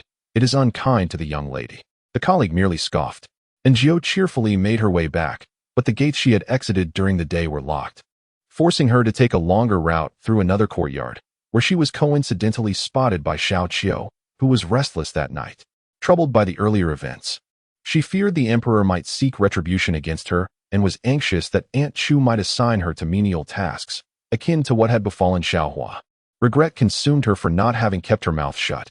She recalled the kitchen. Had Xiao Jiao prepared the pastries today? Having consumed water before bed, Xiao Qiu stepped out to use the restroom, only to catch sight of a familiar figure. Xiao Jiao. Instinctively, she concealed herself. What was she doing out at this hour? Had she gone to meet someone? Xiao Qiu recalled the words of the old matron, who had mentioned that the emperor was the only man in the palace. While the concubines had some advantages, the palace maids faced a harsher reality. Some palace maids secretly consorted with the eunuchs, yet the eunuchs were hardly considered men. Thus, the handsome and dashing guards became the object of many desires. Of course, some merely fantasized, as guards were not easily accessible. One could only find them in the emperor's presence. Some guards, unable to resist temptation, met their demise under the allure of the peony. The old matron had warned them not to indulge in fanciful thoughts, lest they jeopardize their lives for a fleeting thrill. Seeing Jiao reminded Xiao Qiu of the old matron's tales and Xiaohua's previous words. Could it be true that Xiao Jiao was indeed rendezvousing with a guard? She narrowed her eyes. It seemed that Xiaohua's words held truth. A cold smile crept upon her lips. That wretched girl would pay. And Jiao remained blissfully unaware of the malice harbored by others. Upon returning to her chamber, she eagerly unwrapped her parcel, revealing a pair of short boots she had purchased for herself, along with cotton shoes, cotton socks, a piece of cotton fabric, and various facial care items. These supplies would prove invaluable during the winter, though their quantity was limited. Should they become soiled or damaged, there would be no recourse. In her childhood, Jiao had often lacked clothing and shoes, suffering from frostbite during the frigid winters. One particularly bitter winter, clad in only a thin coat that her grandmother had reinforced with a layer of plastic, she became the center of attention at school, her garment making an incessant rustling sound with every movement. Consequently, as she matured, Jiao developed a penchant for amassing an ample wardrobe, fearing a lack of clothing or the pangs of hunger. Regarding the piece of cotton fabric, Jiao intended to craft herself 2 undergarments.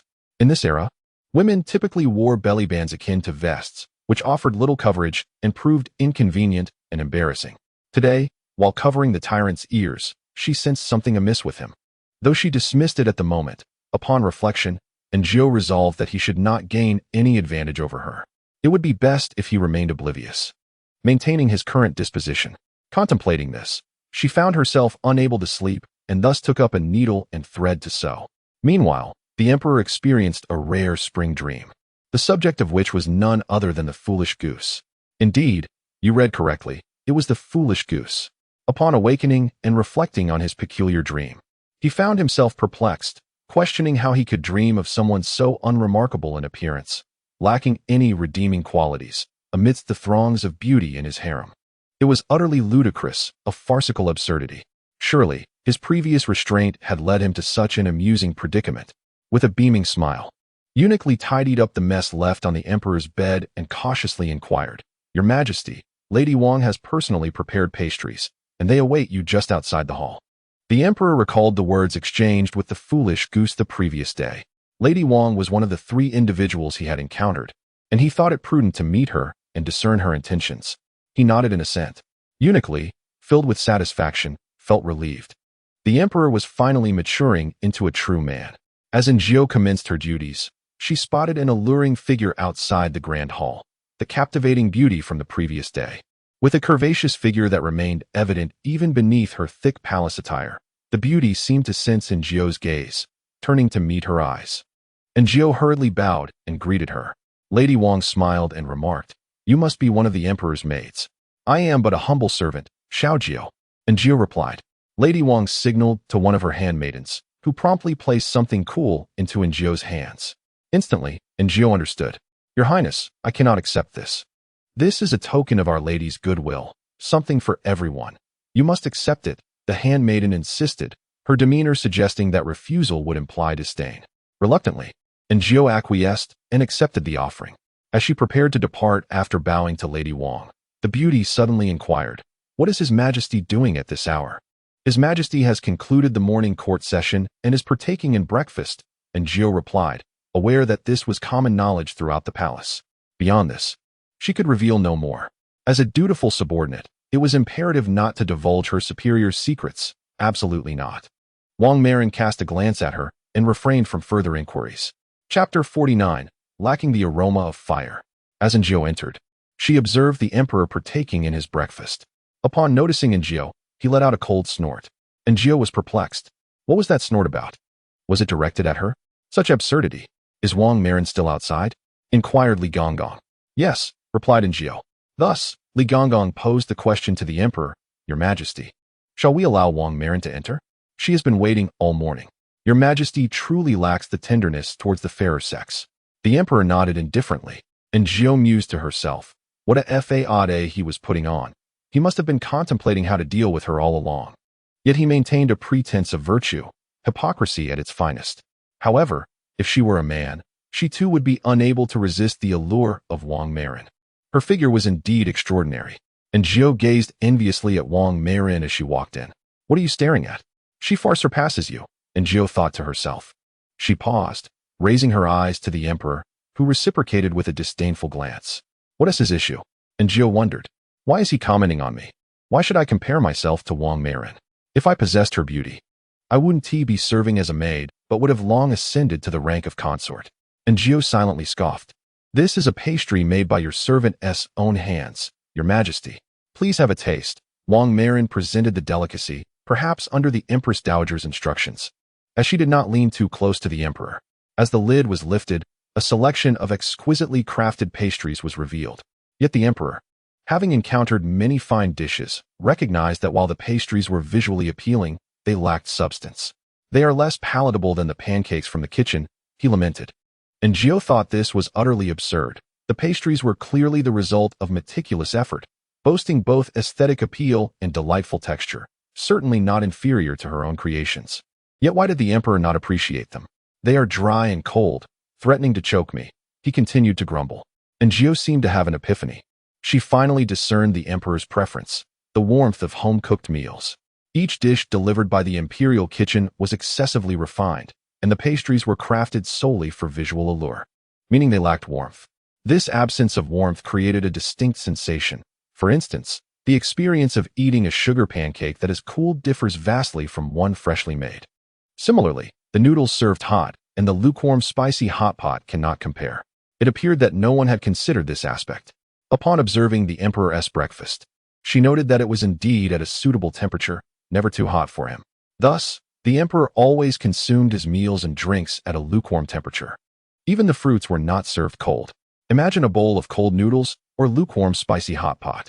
Aaargh's cooking was not necessarily exquisite, but the essence lay in its homely warmth. For the emperor, who had long been accustomed to lukewarm, health-conscious meals, it was akin to a lifelong takeout eater suddenly savoring a home-cooked meal. How enlightening!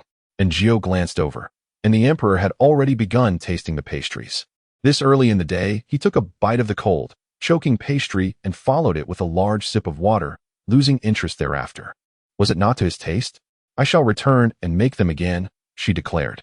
Wang Marin, ever perceptive, understood the situation well. The emperor initially intended to decline, yet he could not allow the silly goose to think herself of great importance. Moreover, he mused, I have women, a mere meal is nothing extraordinary. Thus, he acquiesced with a nod. Wang Marin felt a surge of joy. The emperor was not only handsome and elegant, but also appeared to possess a temperament far less severe than the rumors suggested. Surely, it was the actions of those before her that had incited his ire. With a bit of caution, perhaps she could soon bear the emperor's dragon son.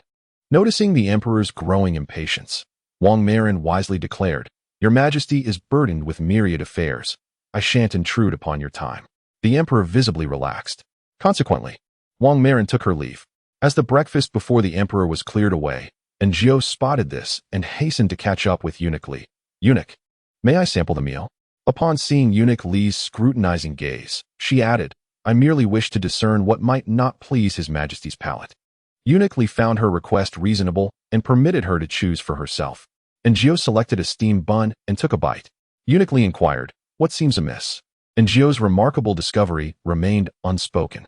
To be candid, the bun was rather bland, a vegetarian offering that, while palatable, was served cold. Even the most delectable cold bun could not fully satisfy, especially when the emperor's breakfast choices were so limited throughout the year. The culinary staff of the imperial kitchen were indeed skilled. If the emperor found it lacking, could they not devise a solution? Did they truly believe the emperor relished only insipid fare? And Jiao whispered something into Eunuch Li's ear, who nodded in agreement. Very well, you may pursue this. I noticed His Majesty scarcely touched his breakfast. For a young man, his appetite is exceedingly modest. Eunuch Li expressed his concern, and Jiao nodded and, as she exited, encountered Xiao Qiu. With a half-smile, Xiao Qiu regarded her, causing Jiao to feel uneasy. What was the meaning behind that glance? It felt as though Xiao Qiu were poised to trample her underfoot. Had she too learned new dishes to present to the emperor? That simply could not be allowed. This was her role, one she could not afford to relinquish, as the consequences would be unbearable. With this thought, Jiao quickened her pace, only to bump into Aunt Chu, who approached her with a look of unspoken concern. Feeling uncomfortable due to her lack of proper undergarments, Jiao slowed her stride. Aunt Chu regarded her with a mix of exasperation and concern, and Jiao offered a smile and shared her thoughts, prompting Aunt Chu to look at her with approval. I shall handle this matter. And Jiao proceeded to the kitchen, while Aunt Chu reflected on how Jiao seemed genuinely invested in the emperor's well-being. Inspired by the steamed bun, Jiao resolved to prepare dumplings, a venture driven by her desire to test her hypothesis, but also by her own craving for them. For the first time, she appreciated the benefits of her work. Aunt Chu procured fresh shrimp, chives, eggs, and black fungus, while traditional three-flavor dumplings often included pork. Jiao opted for simplicity, fearing the emperor might encounter some unforeseen issue again. She did not prepare an excessive amount, merely 60 dumplings. She consumed 20 herself, leaving the remainder for the emperor.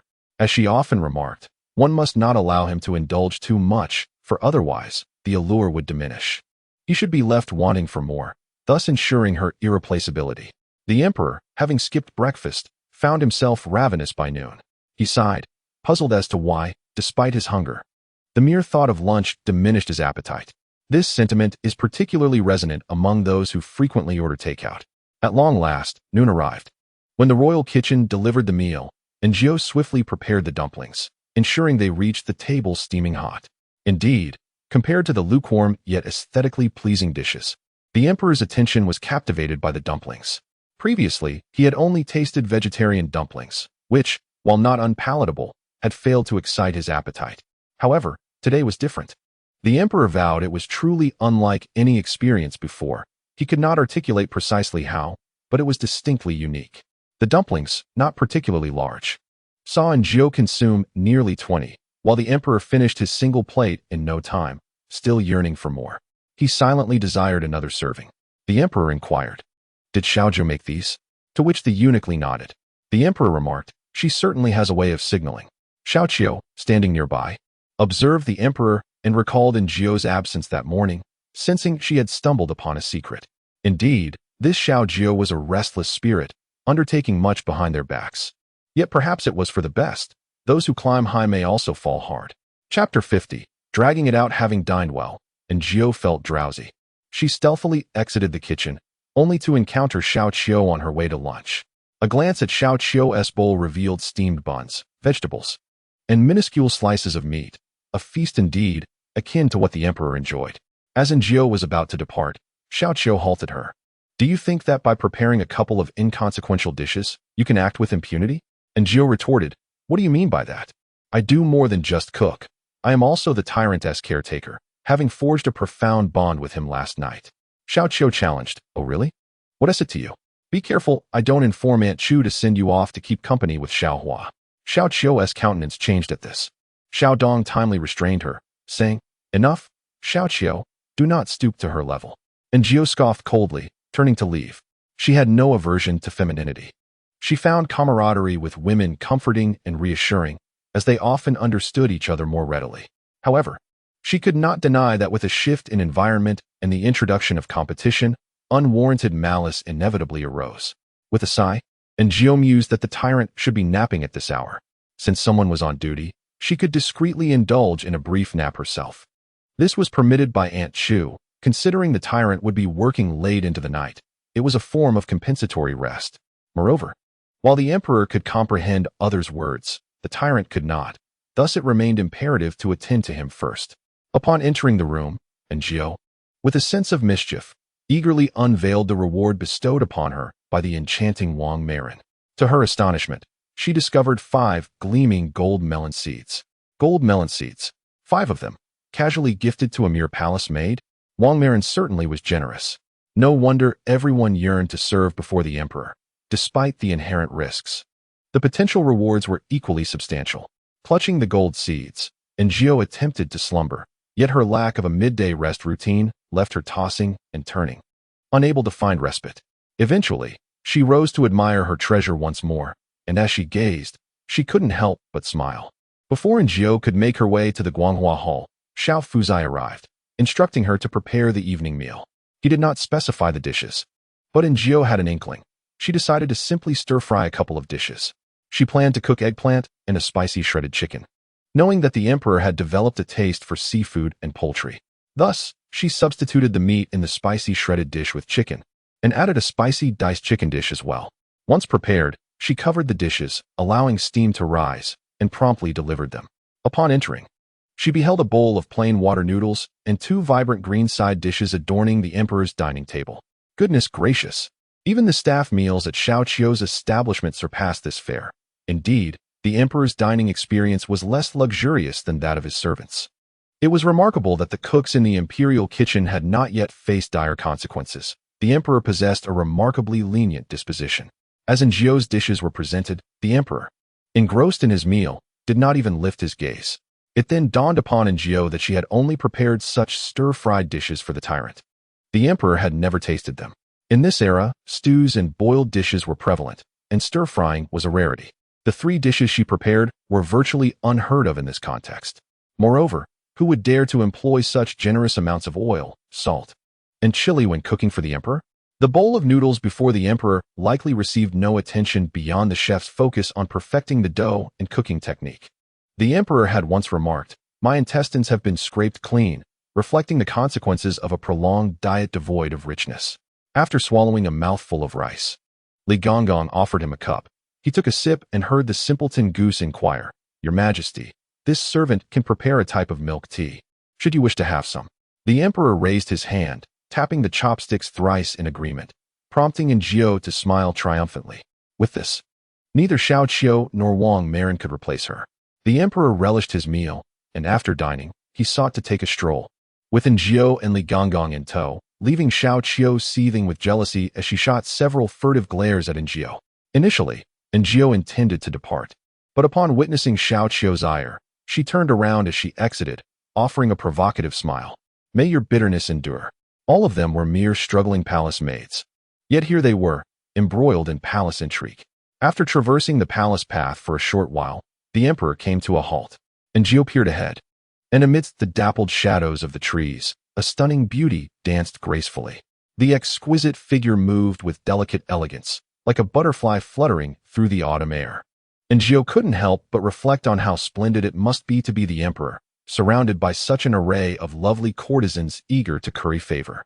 Lost in her reverie, she suddenly heard the emperor addressing Li Gonggong. "Li Difu, is there a draft in my Guanghua hall?" Li Gonggong was taken aback and turned to Xiao Fuji, instructing her to investigate who had leaked the news. And Aaargh raised her head and observed the emperor's exceedingly grim expression. After a moment of contemplation, she grasped the situation. The emperor's decision to emerge for a meal was evidently spontaneous. However, the presence of the dancing beauty, who had been waiting there for quite some time, suggested that someone had indeed divulged information. How could the emperor not be incensed? If he were a debauched ruler enamored with beauty, he would have been utterly captivated, oblivious to the implications. Yet, the emperor before her was clearly not such a man. She heard him coldly command, "Take her away." Instantly, the palace attendants approached, without hesitation, and removed the beauty. Her voice, melodic yet sorrowful, called out for the emperor, but he remained unmoved, losing all interest in his meal, and strode away with purpose. And Aaargh couldn't help but sigh. How terrifying. She had been rather complacent lately, mistakenly believing the emperor's temper had softened. Watching his retreating figure, she resolved to exercise greater caution in the future, vowing not to let herself become complacent or provoke his wrath. Xiao Qiu, clearly taken aback by the emperor's swift return, had been simmering with resentment after Aaargh's earlier provocation, plotting her revenge. Just as she was contemplating her strategy, the emperor reappeared. Eager to make an impression, she hurriedly approached to pour water as he sat down. Perhaps too anxious, her hand trembled, causing the tea to spill, and in her fluster, the cup slipped from her grasp, shattering on the floor. The hall fell into an abrupt silence, a silence that was unsettling and inexplicable, as if all sound had vanished from the world. Before anyone could react, the emperor stood, glaring at the dampened garments, and forcefully kicked Xiao Qiu away. "Take her away. I no longer wish to see her." His frosty voice pronounced her fate with chilling finality. "Your Majesty, spare me. Your Majesty, please." Xiao Qiu pleaded incessantly. Yet, the emperor did not cast even a glance in her direction. Xiao Fuji led the attendants to drag Xiao Qiu away. Li Gonggong and Aunt Chu hurried to procure a change of clothes for the emperor. Xiao Dong, pale and trembling, was utterly terrified. And Aaargh, still processing the events, was abruptly roused by Aunt Chu's reprimand. "What are you still standing there for? Hurry and clean up." Only then did Aaargh spring into action, hastily gathering the fragments of the shattered teacup. Chapter 51. A startling awakening. The emperor had finally fallen asleep. This was indeed good news. And Aaargh, having been thoroughly frightened throughout the day, began to comprehend the truth of the saying, "Serving a sovereign is akin to accompanying a tiger." Lying in bed, she reflected on the day's occurrences, determined to identify the source of the emperor's ire to ensure she would not err again, lest she meet an untimely fate without understanding the cause. Since the appearance of the dancing beauty in the palace, the emperor had been angered. However, it was evident that his displeasure did not stem from the beauty's dance, but rather from his belief that someone had betrayed his whereabouts. The emperor held his privacy in high regard, as evidenced by his long-standing preference for the royal kitchen's cuisine, shunning the exposure of his personal tastes. And Aaargh also recalled how he had dined at noon and evening, feeling increasingly like the most perilous one in the situation. With a deep breath, she resumed her thoughts. Upon the return of the beauty, Xiao Qiu faced consequences, and one cannot entirely blame the emperor. It was Xiao Qiu's own failure to perceive the danger that led her to collide with the perilous situation. And Aaargh pondered repeatedly, ultimately arriving at several conclusions. Firstly, the emperor is an individual of remarkable restraint. Outwardly, he appears amiable, yet once provoked, he can unleash his wrath if someone crosses a line he deems unacceptable. Secondly, the emperor possesses a profound sense of territoriality, placing immense value on his privacy. Should he sense an infringement upon his domain or perceive betrayal from those around him, rendering him vulnerable, he too can erupt in fury, revealing his deep-seated insecurities. Lastly, one must avoid approaching him during his moments of anger, lest one become the target of his misplaced wrath. In essence, he embodies the characteristics of a tyrant, volatile, simplistic, and cruel. The emperor, while restrained and contemplative, harbors a capacity for ruthlessness. They appear as two fundamentally opposing personas. In her childhood, and Jiu would watch animated shows where, at pivotal moments, two figures would whisper in the protagonist's ear, a benevolent angel urging against wrongdoing, warning of punishment, and a mischievous devil encouraging malevolence. And Jiu perceived the tyrant and the emperor as akin to these fragmented entities. If only they could merge into a singular entity. Lost in her musings, she eventually drifted into slumber. That night was particularly serene, and upon awakening before dawn, and Jiu found herself puzzled as to why the tyrant had not appeared. Could it be due to having overindulged the previous evening? As she turned her head, she was suddenly struck with shock. Sitting upright, a chill coursed through her, and every hair on her body stood on end. The emperor? No, it was the tyrant. How did he end up here? Hadn't he awakened her last night, and then fallen asleep here? Where was his sense of territoriality? And Jiu's thoughts raced, but before she could devise a plan, her voice roused the sleeping tyrant. He frowned, slowly opening his eyes, initially clouded by the confusion of waking, followed by shock, darkness, and anger. And Jiu's heart sank. This was not the tyrant. This was the composed, cold, yet fiercely territorial emperor. Just the day prior, he had dealt with two individuals whose fates were undoubtedly grim. Yet here he was, a formidable presence before her. Forget composure, and Jiu wondered if beneath the covers, his undergarments remained intact. It was over. She feared for her life. The emperor glared at Jiu, and before she could react, he lifted his foot to kick. Swiftly, Jiu leapt from the bed, evading his strike, and seized the initiative. Your Majesty, what brings you here? She clutched her chest, feigning a look of profound grievance as she gazed at the emperor. The emperor rubbed his brow, surveying his surroundings. Where on earth is this pigsty? He mused. How did I end up here? His gaze fixed intently on Jiu, and Jiu pressed on. Your Majesty, how is it that you find yourself in my quarters? Did you faint last night? The emperor, with a sullen expression, gazed at Jiu. Surely, it must be the foolish one who fainted on the bed of the silly goose. And Jiu pressed her hand to her chest, feigning a glance at herself before letting out a sigh of relief. Your Majesty, I am properly attired. It seems nothing untoward occurred last night. Is that so? She appears quite pleased without having shared anything with me, the emperor remarked, irritation evident in his tone. And Jiu pondered, what exactly does he desire? Why must he be so mischievous? The emperor cleared his throat and rose from his seat. Surveying the surroundings, he was surprised to find the interior, though modest from the outside, rather elegantly decorated. His gaze fell upon a pink vase on the table, and he turned to Jiu. Did you steal my favorite vase? Jiu was taken aback. She had encountered men who demanded gifts back, but one who accused her of theft was a first. Do you realize how uncouth that is? It is simply something you deemed lovely to place here. Jiu paused. What had the emperor just declared? His favorite vase? It was surprising to learn he favored pink. The emperor exhaled a sigh of relief. He wished to depart, yet as an emperor, such an exit seemed beneath his dignity. And what would others think if they witnessed him leaving unnoticed? Jiu feigned a glance outside, noting there was no one around at this hour. The emperor's mood soured once more. Am I so unseemly that I cannot be seen? Fortunately, there is no one around. Otherwise, should someone behold me entering a lady's chamber at such an hour, I would be utterly disgraced, he lamented. Jiu contemplated mentioning how he visited daily, or that many were aware of his nightly visits. However, she refrained, smiling as she bid him farewell, only for him to turn back and say, I am hungry.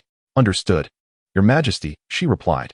The emperor departed, not through the main entrance, but rather by scaling the wall from the rooftop. Unbeknownst to Jiu, upon reaching the rooftop, he locked eyes with a silent shadow guard, who nervously swallowed, unsure of what to say. The emperor sighed, shot him a sharp glance, and walked away with an air of aloofness. In the morning, the imperial kitchen delivered porridge, plain rice porridge, along with a new variety of vegetarian buns. How utterly uninspired they were. Jiu, however, had prepared her own vegetarian dumplings.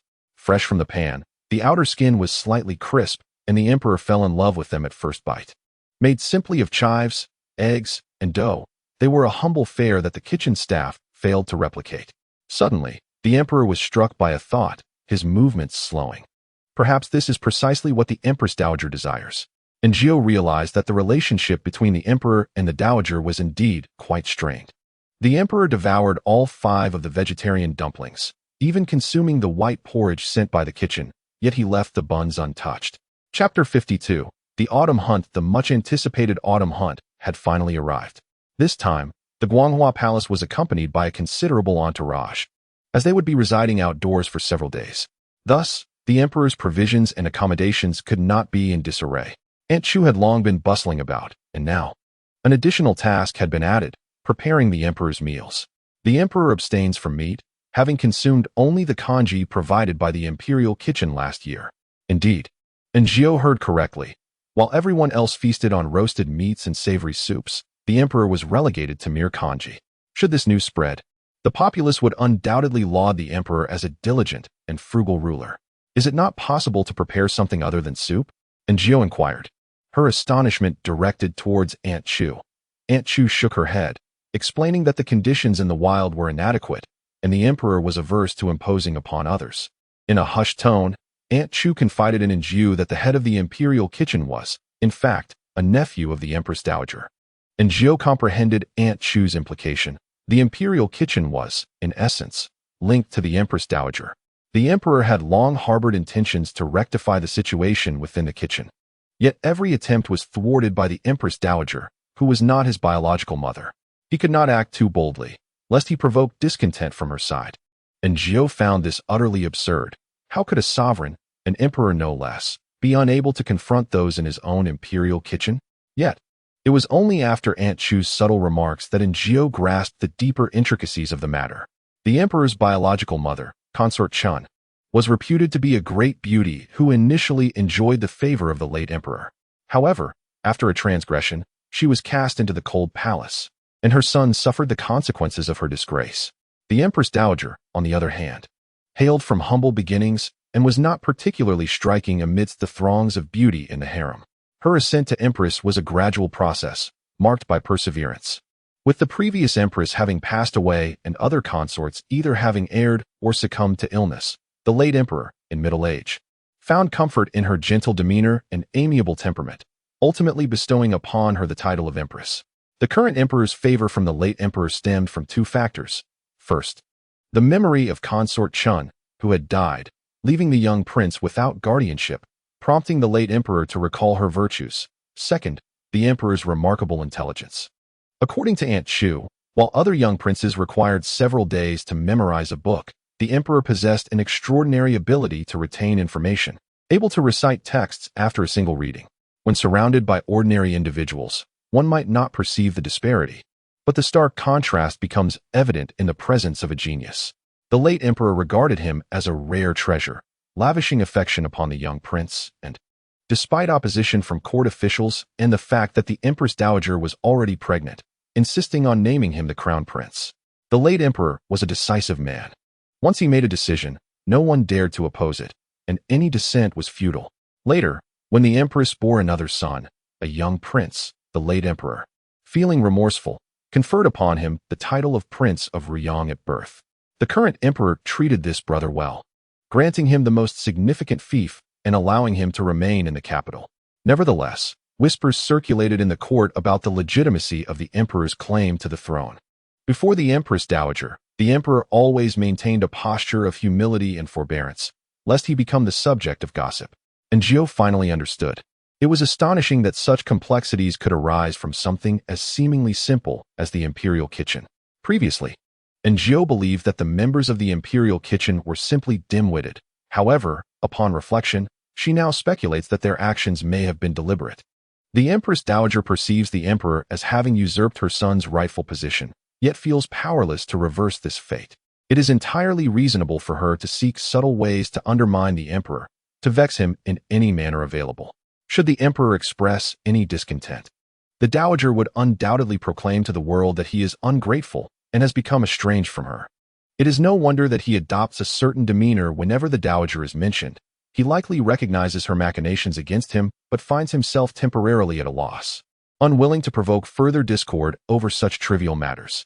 Even Aaargh, a mere laborer, feels a twinge of sympathy for the tyrannical CO oppressed by a malevolent stepmother. With Xiao Qiu's departure, only Aaargh and Xiao Dong remain among the grand maids of Guanghua Palace. Xiao Dong appears quite frightened, rather dull-witted, and not particularly clever.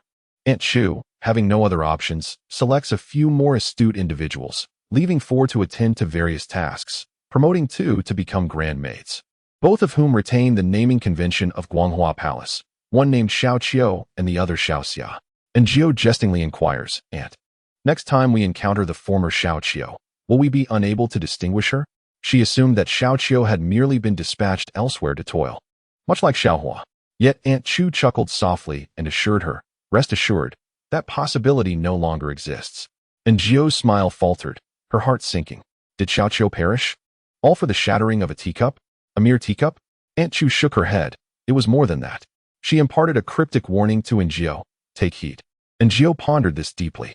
Aunt Chu chose not to elaborate further, trusting that Jiao's intellect would lead her to the truth. Xiao Qiu should not have met such a fate. Shattering a teacup would typically result in a mere reassignment to menial duties, with life intact. However, Xiao Qiu erred grievously by accepting bribes and divulging the emperor's whereabouts, thereby crossing a line. Even in her final moments, she implicated Jiao, claiming she had engaged in illicit activities with the guards during the night. Yet Jiao was not in the company of any guards. Nonetheless, Xiao Qiu's revelations indicated her awareness of certain truths, making her a liability that could not be overlooked. If the execution was swift enough, Xiao Qiu's remains should have already been discreetly removed. The autumn air was crisp, and the sun shone brilliantly. The emperor's carriage was exceptionally grand, and within it, Jiao reveled in the luxurious treatment befitting royalty. She felt a surge of excitement, believing this job to be splendid beyond measure. Meanwhile, the emperor, weary from an early rise, succumbed to drowsiness, attempting to catch up on lost sleep. Their autumn hunt was set in the outskirts of the capital, typically a half-day's journey. Yet the entourage was lengthy, consisting not only of the emperor but also of consorts, ministers, and their families, along with various royal relatives. The crowd was vast, complicating security measures as the imperial guards conducted headcounts to prevent the infiltration of assassins. Many of these individuals had risen even earlier than the emperor and were now asleep. Only the particularly youthful young masters galloped about outside, their laughter resounding as they dashed back and forth. And Jiao refrained from lifting the carriage curtain to gaze outside, for Aunt Chu had instructed her that it was impermissible to allow those outside to glimpse the interior. The caravan continued without pause, but the emperor, having drunk too much water, urgently dismounted his carriage. Not long after, he returned, and Jiao handed him water to wash his hands. The emperor inquired, "Are you not going?" And Jiao replied, "I shall not go." With so many men outside, how could she venture forth? Early that morning, Aunt Chu had forbidden her from drinking water and had instead provided her with 3 eggs, claiming that they would prevent the need for a restroom. The emperor understood and leaned against the carriage, intending to resume his slumber. However, Prince Duan approached on horseback. "Brother, do you wish to ride?" The emperor felt tempted. He wished to go, and Jiao thought to herself, "If he wants to go, then let him. I am weary. I shall not go. Then I shall depart first." Prince Duan rode off into the distance, leaving the emperor filled with envy. And Jiao found him incomprehensible. Soon after, she heard the emperor sigh. She looked up to see him once again resting against the carriage. His thoughts swirled within him. "I wish to go, but I cannot. I am the emperor. I must maintain composure." Chapter 53. I desire to showcase my talents. The autumn hunting grounds were situated on Jinghua Mountain, having long been enclosed as a royal hunting reserve, teeming with abundant game that had grown fat over the year, solely for the indulgence of the nobility during these few days. The trees were tall and dense. Although autumn had arrived, the temperatures had yet to drop significantly, allowing the grasses to remain lush and green. And Jiao overheard other palace maids mention that mushrooms had been foraged from the mountain, and wild fruits had also been collected. She yearned to gather some herself, and Aunt Chu promised to grant her half a day of leisure, during which she could venture out. The newcomers, Xiao Xia and Xiao Qiu, each had distinct temperaments, one cheerful and the other more composed, but they were different from the previous two, appearing quite amiable and even initiating conversations with Jiao. They had agreed that if they could rest together, they would explore the surroundings. The caravan was stationed on a particularly large clearing halfway up the slope. Naturally, the emperor's tent was positioned at the highest point, backed by the mountain and surrounded by the imperial guard and court attendants, creating an impenetrable fortress of security. The tent had been erected in advance, fully equipped, and a designated caretaker had tidied and organized it for the royal hunting grounds. And Jiao and her companions merely needed to arrange the items that the emperor frequently used. While the emperor was thus catered to, others were not afforded the same luxury. standing on the hillside. And Gio beheld the entire slope fanned out with tents of various sizes, bustling with people coming and going. She inhaled a breath of the refreshing outdoor air, feeling her spirits lift. By now, it was afternoon, and everyone was settling in, awaiting the true hunt that would commence the following day. Not far away, and Gio noticed Aunt Chu conversing with a middle-aged man, and Aunt Chu's expression seemed less than favorable. Once the man departed, and Gio approached. "Aunt," she called. Aunt Chu pulled her closer and said, "You came at just the right time." And Gio, feeling suspicious, asked, "What is it?" That man was Qin Bao, the head of the imperial kitchen. He came to inquire what His Majesty wishes to dine on tonight. Since learning of the intrigues surrounding the imperial kitchen and the Empress Dowager, and Gio had lost her fondness for it, naturally aligning herself with the emperor. Therefore, after Aunt Chu spoke, she inquired with sufficient emotional weight, "Does His Majesty wish for hairy crabs? Do they have any?" Upon hearing this, Aunt Chu became increasingly irate. I posed the same inquiry. I asked them what they brought, and they mentioned this outdoor hunt, claiming everyone feasted on game. The more she spoke, the more her anger swelled. Do you hear the implications of such words? Is this not a mockery of His Majesty? They even stated they brought vegetables and mushrooms, suggesting that if His Majesty desired, he could brew a soup. Before I could voice my thoughts, they added that the Empress Dowager was aware of His Majesty's lack of appetite and had specifically instructed them to do so. And Gio, brimming with indignation, exclaimed, "This is utterly audacious. This realm still belongs to His Majesty, not the Empress Dowager. They clearly disregard His Majesty's authority." And Gio's fervent words resonated with Aunt Chu, providing her a sense of relief as her pent-up frustration dissipated. Alas, this is merely the first day. Perhaps I should be more accommodating. Yet it is their attitude that vexes me. And Gio reassured her, "Aunt, do not let yourself be vexed by such petty individuals. It is unworthy of you. When His Majesty has the opportunity, he will surely address them." Aunt Chu's spirits lifted. "Just keep such sentiments between us. We mustn't let others overhear. Words can lead to trouble." And Gio nodded, "Rest assured, Aunt, I understand. I have brought ample provisions from the palace, and His Majesty shall not go hungry." Aunt Chu felt considerably more at ease. After Gio departed, she pondered why the emperor favored her. She possessed an extraordinary talent for conversation. Most individuals tend to conceal their thoughts, believing they are being prudent, yet, in the presence of those in power, a certain display of loyalty is essential. Some words must remain unspoken by those in high positions, leading to their silent frustrations, which necessitate a voice to articulate them. Could Gio be unaware of this? Being a trusted confidant to a leader requires more than mere discretion. In dramas and novels, those loquacious maids and subordinates are not merely careless. They articulate their master's sentiments.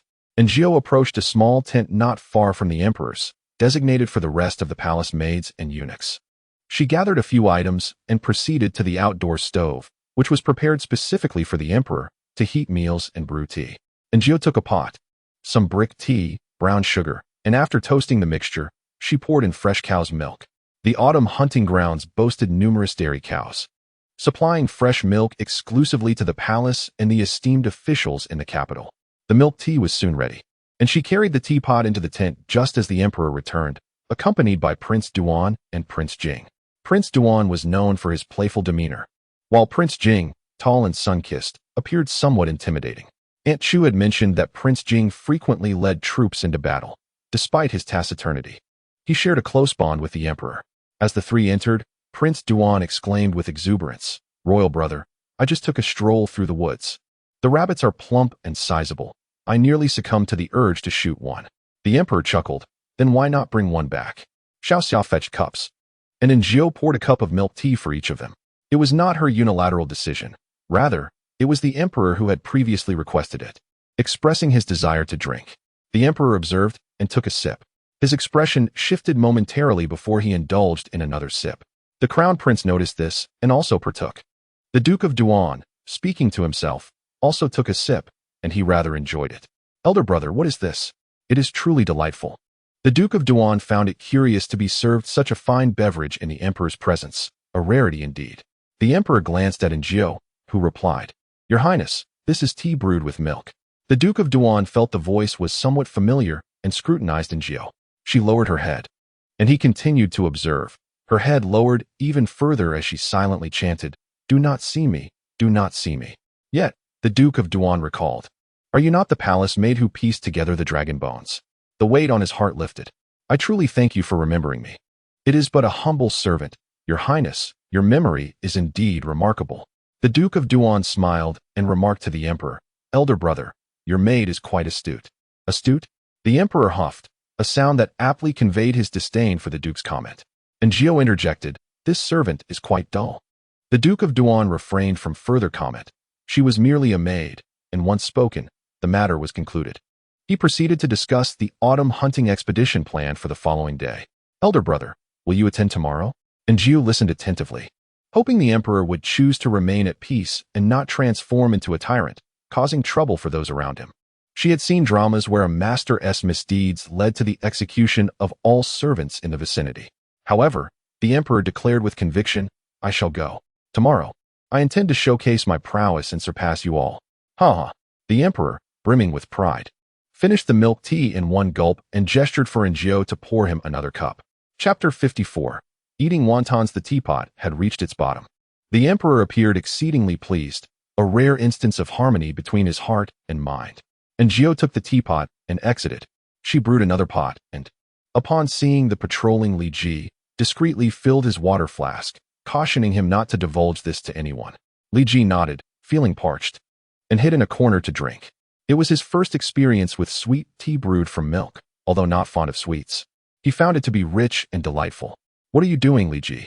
His colleague Zhang Wenyuan approached, laughing as he patted Li Ji on the shoulder. Nothing. Is there something you need? Li Ji inquired. Zhang Wenyuan replied. We are off duty tomorrow. Let us venture out in the morning and see what treasures we might find. Li Ji nodded, intending to catch a few rabbits. He had heard that the rabbits on Jinghua Mountain had become rather foolish and were easy to hunt.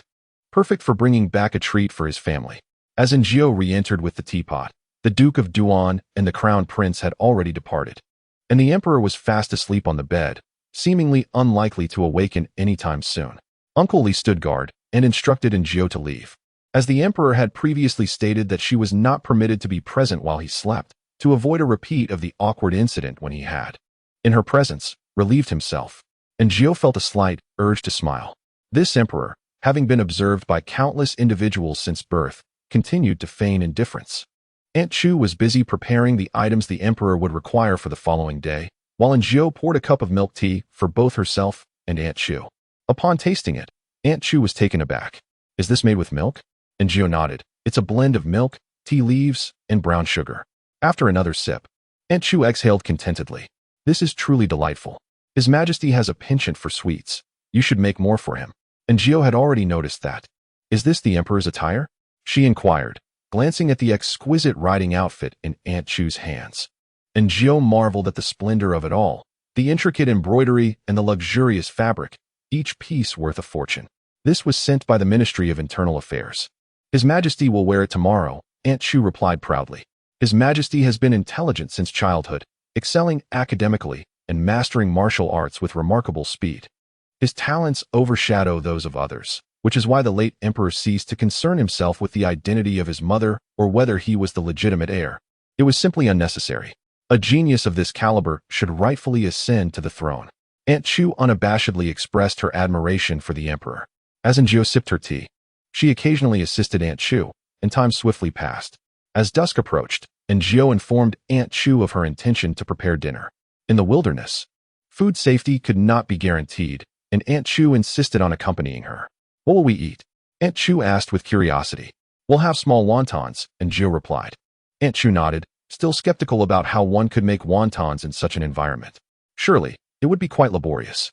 However, she soon witnessed Ngio take out the wonton wrappers. Since the Emperor abstained from meat, Ngio had prepared a 3-flavor filling, with all the ingredients brought in advance. Thus, it was ready in no time. A large steaming bowl was presented just as Prince Jing arrived, visibly displeased. Ngio glanced over. Before the Emperor sat a bowl of congee, a few flatbreads, and some side dishes. Wontons? Prince Jing inquired, looking at Ngio. The Emperor smiled. You should sit down and have some to ease your temper. I'm merely being polite. Do not take it to heart. Ngio stifled a laugh at his words. Prince Jing nodded. Let me see what this is. He was perplexed. How could one find wontons in such a desolate place? As Ngio ladled the wontons, the Emperor occasionally cast a glance. That's enough. Why is there such a lack of awareness? I won't have enough to eat. After serving Prince Jing, Aaargh filled the emperor's bowl, adding, there are still ingredients. If it's insufficient, I can prepare more. The emperor sighed in relief.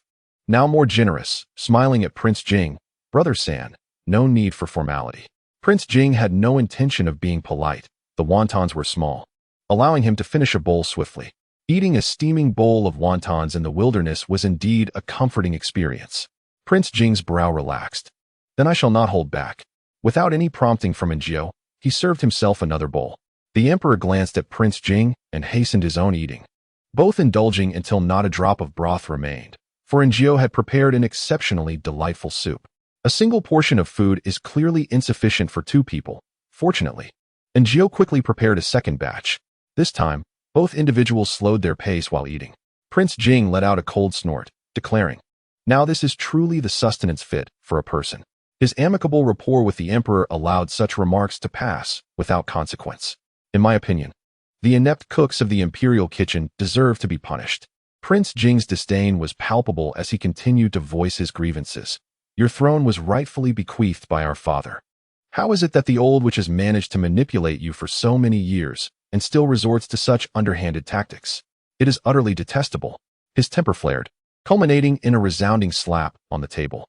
Aaargh wished to leave, uninterested in the royal secrets being divulged. However, the forceful smack from Prince Jing had caused the chopsticks to clatter to the ground. She had no choice but to fetch another pair for him. She then heard Prince Jing inquire, who made the wontons? The emperor gestured towards Aaargh with his chopsticks. Prince Jing appraised her with a nod, acknowledging, you are quite commendable. Thank you for your praise, Your Highness, she replied. Prince Jing remained silent and continued to eat, while the emperor remarked, it is not yet time to confront her. After all, filial piety weighs heavily. He chuckled softly, a smile laden with meaning. Prince Jing scoffed, filial piety? Do you not find it curious? In the past, our father had numerous consorts. How is it that they either fell ill or met with untimely accidents? Such coincidences are indeed suspicious. The emperor paused mid-bite, raising his gaze to Prince Jing. What do you imply? Aaargh sensed the gravity of the situation and attempted to slip away, but Prince Jing unabashedly continued, I suspect my mother was harmed. When I visited her that day, she appeared well, and those attending her claimed she had even eaten more than usual. Yet, she suddenly passed away that very night. The mood shifted as Prince Jing lost his appetite completely. I was young at the time and could not investigate further, but the more I ponder it over the years, the more it seems amiss. Our mother is gone, and the one who benefits most from her demise is undoubtedly her. Were it not for your intelligence and our father's favor towards you, her son would have been the crown prince. This woman, with her sweet words and venomous heart. If her son ascended the throne, what chance would we brothers have? Prince Jing's ire escalated, and the emperor, too, found his appetite waning, lost in contemplation. Indeed, my mother's death was shrouded in mystery. Regrettably, I was too young to remember, yet the one who poisoned me has never been apprehended. I wonder if it is connected to the Empress Dowager? Chapter 55. In the thicket, Aaargh stood there, disheartened, as Prince Jing continued to speak indiscreetly, oblivious to her presence. The emperor, having noticed her, instructed, Little Aaargh, you may step outside. Aaargh felt as though she had been granted a reprieve and hastily exited. Prince Jing remarked, be wary of this woman handling your food. You must not repeat the mistakes of the past. The emperor nodded in acknowledgement. Is your health still a concern? Prince Jing asked. The emperor shook his head. There has been some improvement lately. Jiangsheng is utterly useless, Prince Jing fumed, growing increasingly agitated with himself, ultimately departing with a darkened expression. Aaargh and Xiao Dong returned to clear the dining table. Xiao Dong kept her head lowered, trembling with fear, avoiding any eye contact and pretending not to see the remnants of the meal on the table. Though the day was still young, the emperor expressed his desire to take a stroll for digestion. Eunuch Li and young Fuji accompanied him, while Aaargh retreated to her chamber, feeling weary herself. She had intended to rest, but young Fuji returned, informing her that Aunt Chu required her to keep vigil that night. The others sighed in relief. Grateful they were not tasked with the duty, their gazes towards Aaargh laden with sympathy. Aaargh, exhausted from the day's toil, felt utterly drained and lethargic. Yet suddenly recalled a crucial detail. She could not sleep alongside these individuals. What if the tyrant arrived in the night? The thought of him, Having indulged and then chosen to rest beside her without waking her sent shivers down her spine. Initially, Aaargh could have sought refuge in Aunt Chu's quarters. But Eunuch Lee and the others worried that if the tyrant awoke to find her missing, it could lead to unforeseen trouble. After all, they were in the wilderness, where the tyrant, possessing formidable martial prowess, could easily slip away unnoticed by the guards. In such remote surroundings, who would bear the consequences if anything untoward occurred? Thus, a bed was placed beside the emperor's tent, and Aaargh, without any hesitation, climbed in and fell into a deep slumber. She slept soundly, but was soon roused by gentle nudges. In her dazed state, she instinctively covered her head with her blanket. Eunuch Lee stood nearby, anxious and eager to awaken her. The tyrant, persistent, nudged her again. As Aaargh groggily opened her eyes, she was met with the sight of a face magnified in the dim light of the tent. The tyrant's figure obscured the faint illumination, rendering his features somewhat indistinct. Startled by the sudden presence beside her, Aaargh leapt up, tumbling from the bed, and without a second thought, fled toward Eunuch Lee. Eunuch Lee, perplexed, questioned, "What are you doing, little Aaargh?" Regaining her senses, Aaargh turned to see the tyrant standing still, a rare expression of confusion and mild displeasure crossing his face. She placed a hand on her chest, exhaling deeply, and explained to the tyrant, "I was in a daze." The tyrant regarded her, seemingly coming to terms with her explanation. Aaargh hurriedly donned her outer garments and inquired, "Your Majesty, are you hungry?" The tyrant shook his head and then nodded. Eunuch Lee, bemused, wondered about the mixed signals. Yet, Aaargh discerned the truth. He was not particularly hungry, but would still eat if offered. She retrieved some snacks from her bag, which he accepted and consumed. Eunuch Lee felt a newfound admiration for Aaargh. After serving the emperor for over a decade, he could only half guess his thoughts. While this young girl had arrived just days ago and seemed to understand him completely. After their meal, the tyrant rose and moved towards the exit, startling Eunuch Lee, who wished for him to remain inside the tent. However, the tyrant was not one to heed others' counsel. He pushed past Eunuch Lee and exited. Aaargh hesitated, contemplating whether to follow, but the tyrant turned back, frowning at her. With no choice, she trailed behind him. The moon illuminated the night, casting a gentle glow over the camp, which was aglow with torches, creating a bright atmosphere. Standing upon the hillside, the view extended far and wide. A fleeting smile appeared on the tyrant's lips. Aaargh felt that this smile conveyed a child's mischievous intent, yet the tyrant harbored no such thoughts. Unbeknownst to her, in the next moment, he seized her and dashed away behind the mountain, moving with such swiftness that he resembled a wraith in the night. The patrolling guards sensed a presence glide past, but upon closer inspection, there was nothing to be seen. Am I imagining things? Zhang Wenyuan rubbed his eyes. Did you see that? Li Ji shook his head, feeling a breeze but seeing nothing. Perhaps it was just my imagination. As a few guards continued their idle chatter and moved away, Aaargh found herself in a precarious situation, swiftly whisked away by the tyrant, leaving the camp and arriving at a tree in the woods. The ground beneath her feet provided a semblance of security, yet as her eyes adjusted to the darkness, she found herself locked in gaze with an unidentified creature. Despite her usual restraint, Aaargh couldn't help but scream, startling the tyrant, who turned to see a night owl standing before her. Normally, such a creature would take flight, but today was different. Perhaps it was not entirely sane. Aaargh was nearly frightened to death as its head rotated a full 180 degrees, only to be followed by a curious inspection as it tilted its head almost entirely upside down to observe her. Aaargh, caught off guard in the dead of night, nearly succumbed to fright, but having recently bolstered her resilience, she managed to regain her composure. Finding the owl's antics unamusing, it leisurely took flight. Aaargh thought to herself, could it be that alongside the dogs, there are also dog-like owls? This was infuriating. The tyrant found her reaction amusing. Aaargh merely wanted to roll her eyes. She turned to him with a frosty gaze and declared, "I wish to descend." The tyrant regarded her. Aaargh softened her tone, saying, "Your Majesty, it is too high up here, and I am quite frightened." Only then did he lead her down. The forest at night was truly an unwelcoming place, cloaked in darkness that made Aaargh, a viewer of countless horror films, suspect that a murderer might be lurking within. "Your Majesty, shall we return?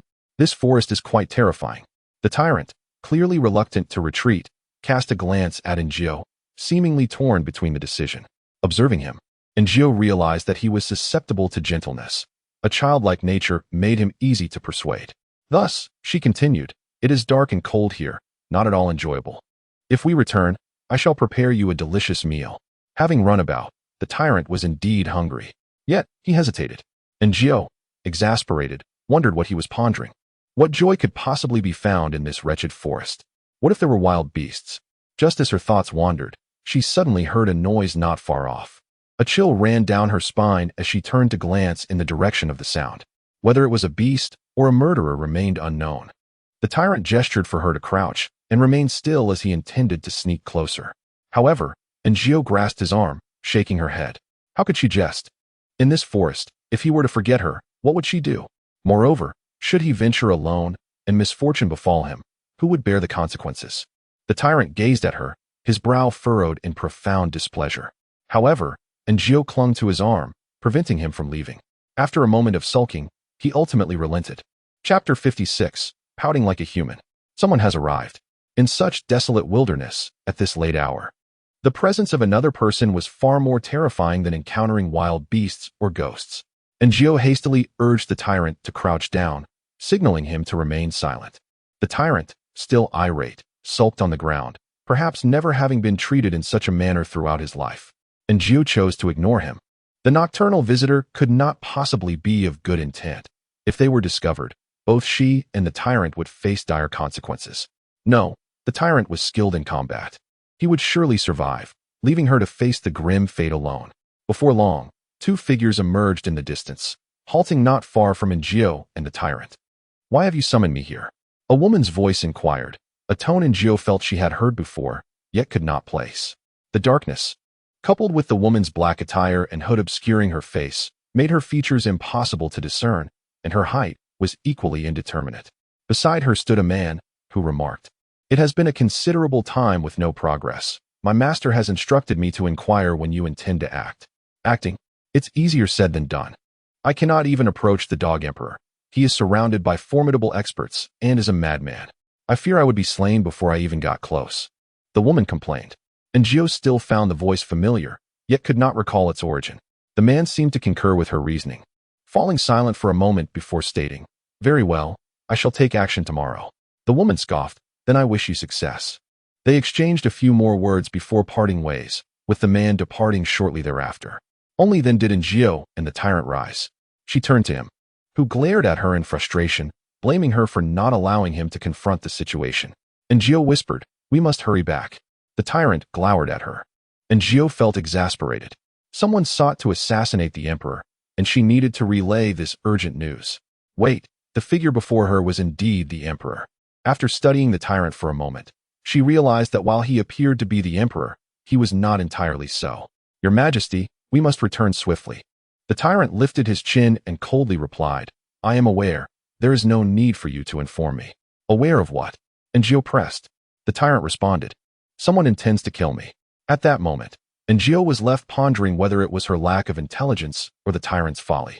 If he was already aware, they should hasten back to strategize effectively. The tyrant merely scoffed, and Gio felt as though she were confronting a stubborn bull in the wild, immovable and obstinate. Exhaling deeply, she approached and tugged at the tyrant's sleeve.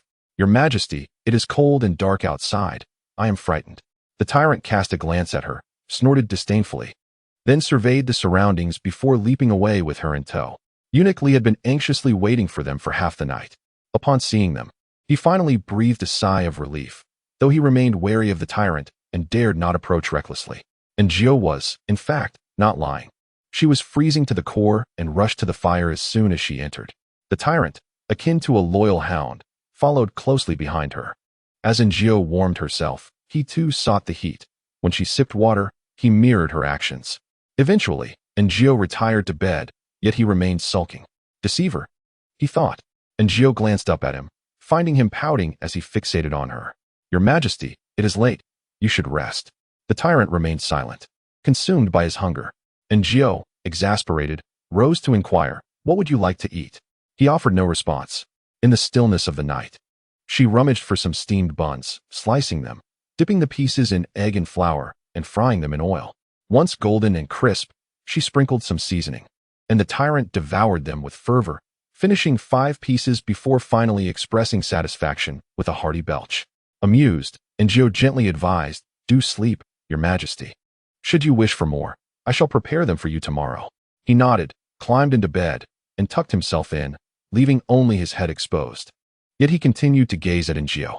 After a while, she presumed he was drifting off, only for him to hurl a gold ingot to the floor. Aaargh glanced at the ingot on the ground, then back at the tyrant, who had already closed his eyes, his breathing evening out, clearly asleep.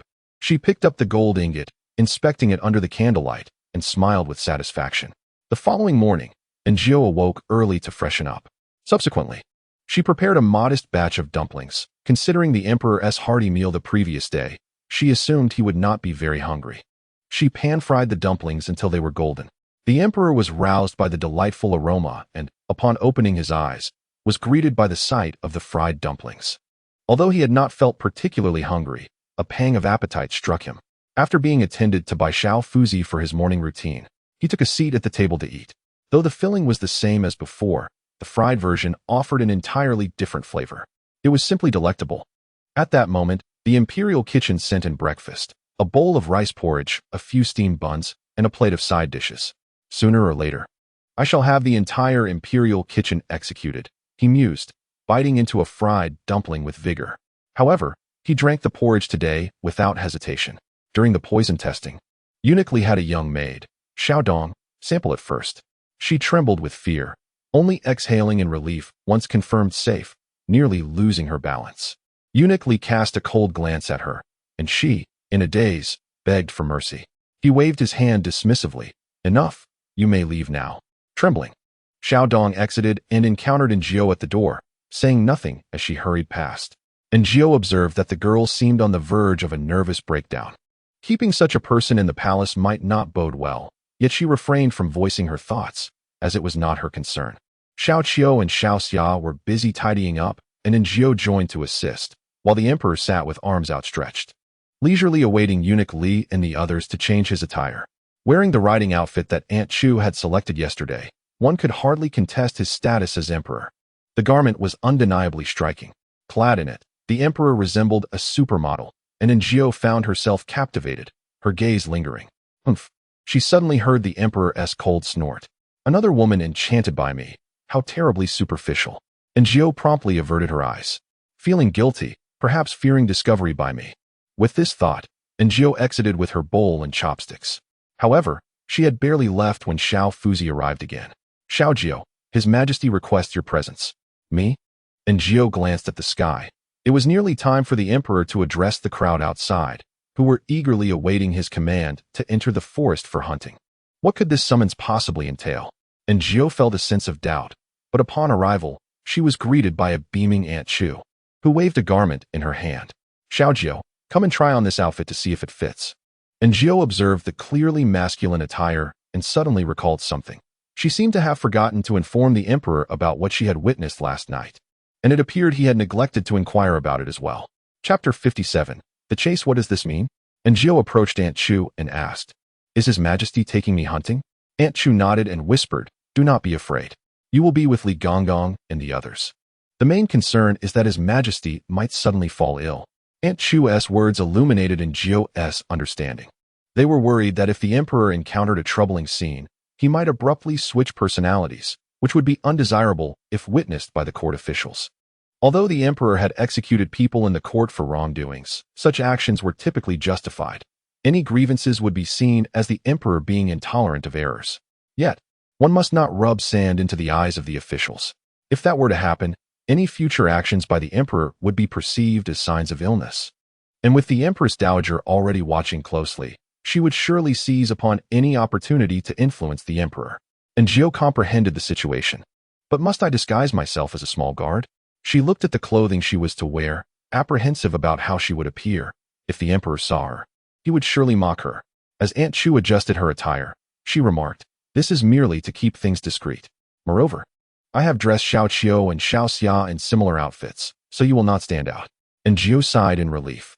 She truly preferred to remain inconspicuous. It was best to be low-key within the palace.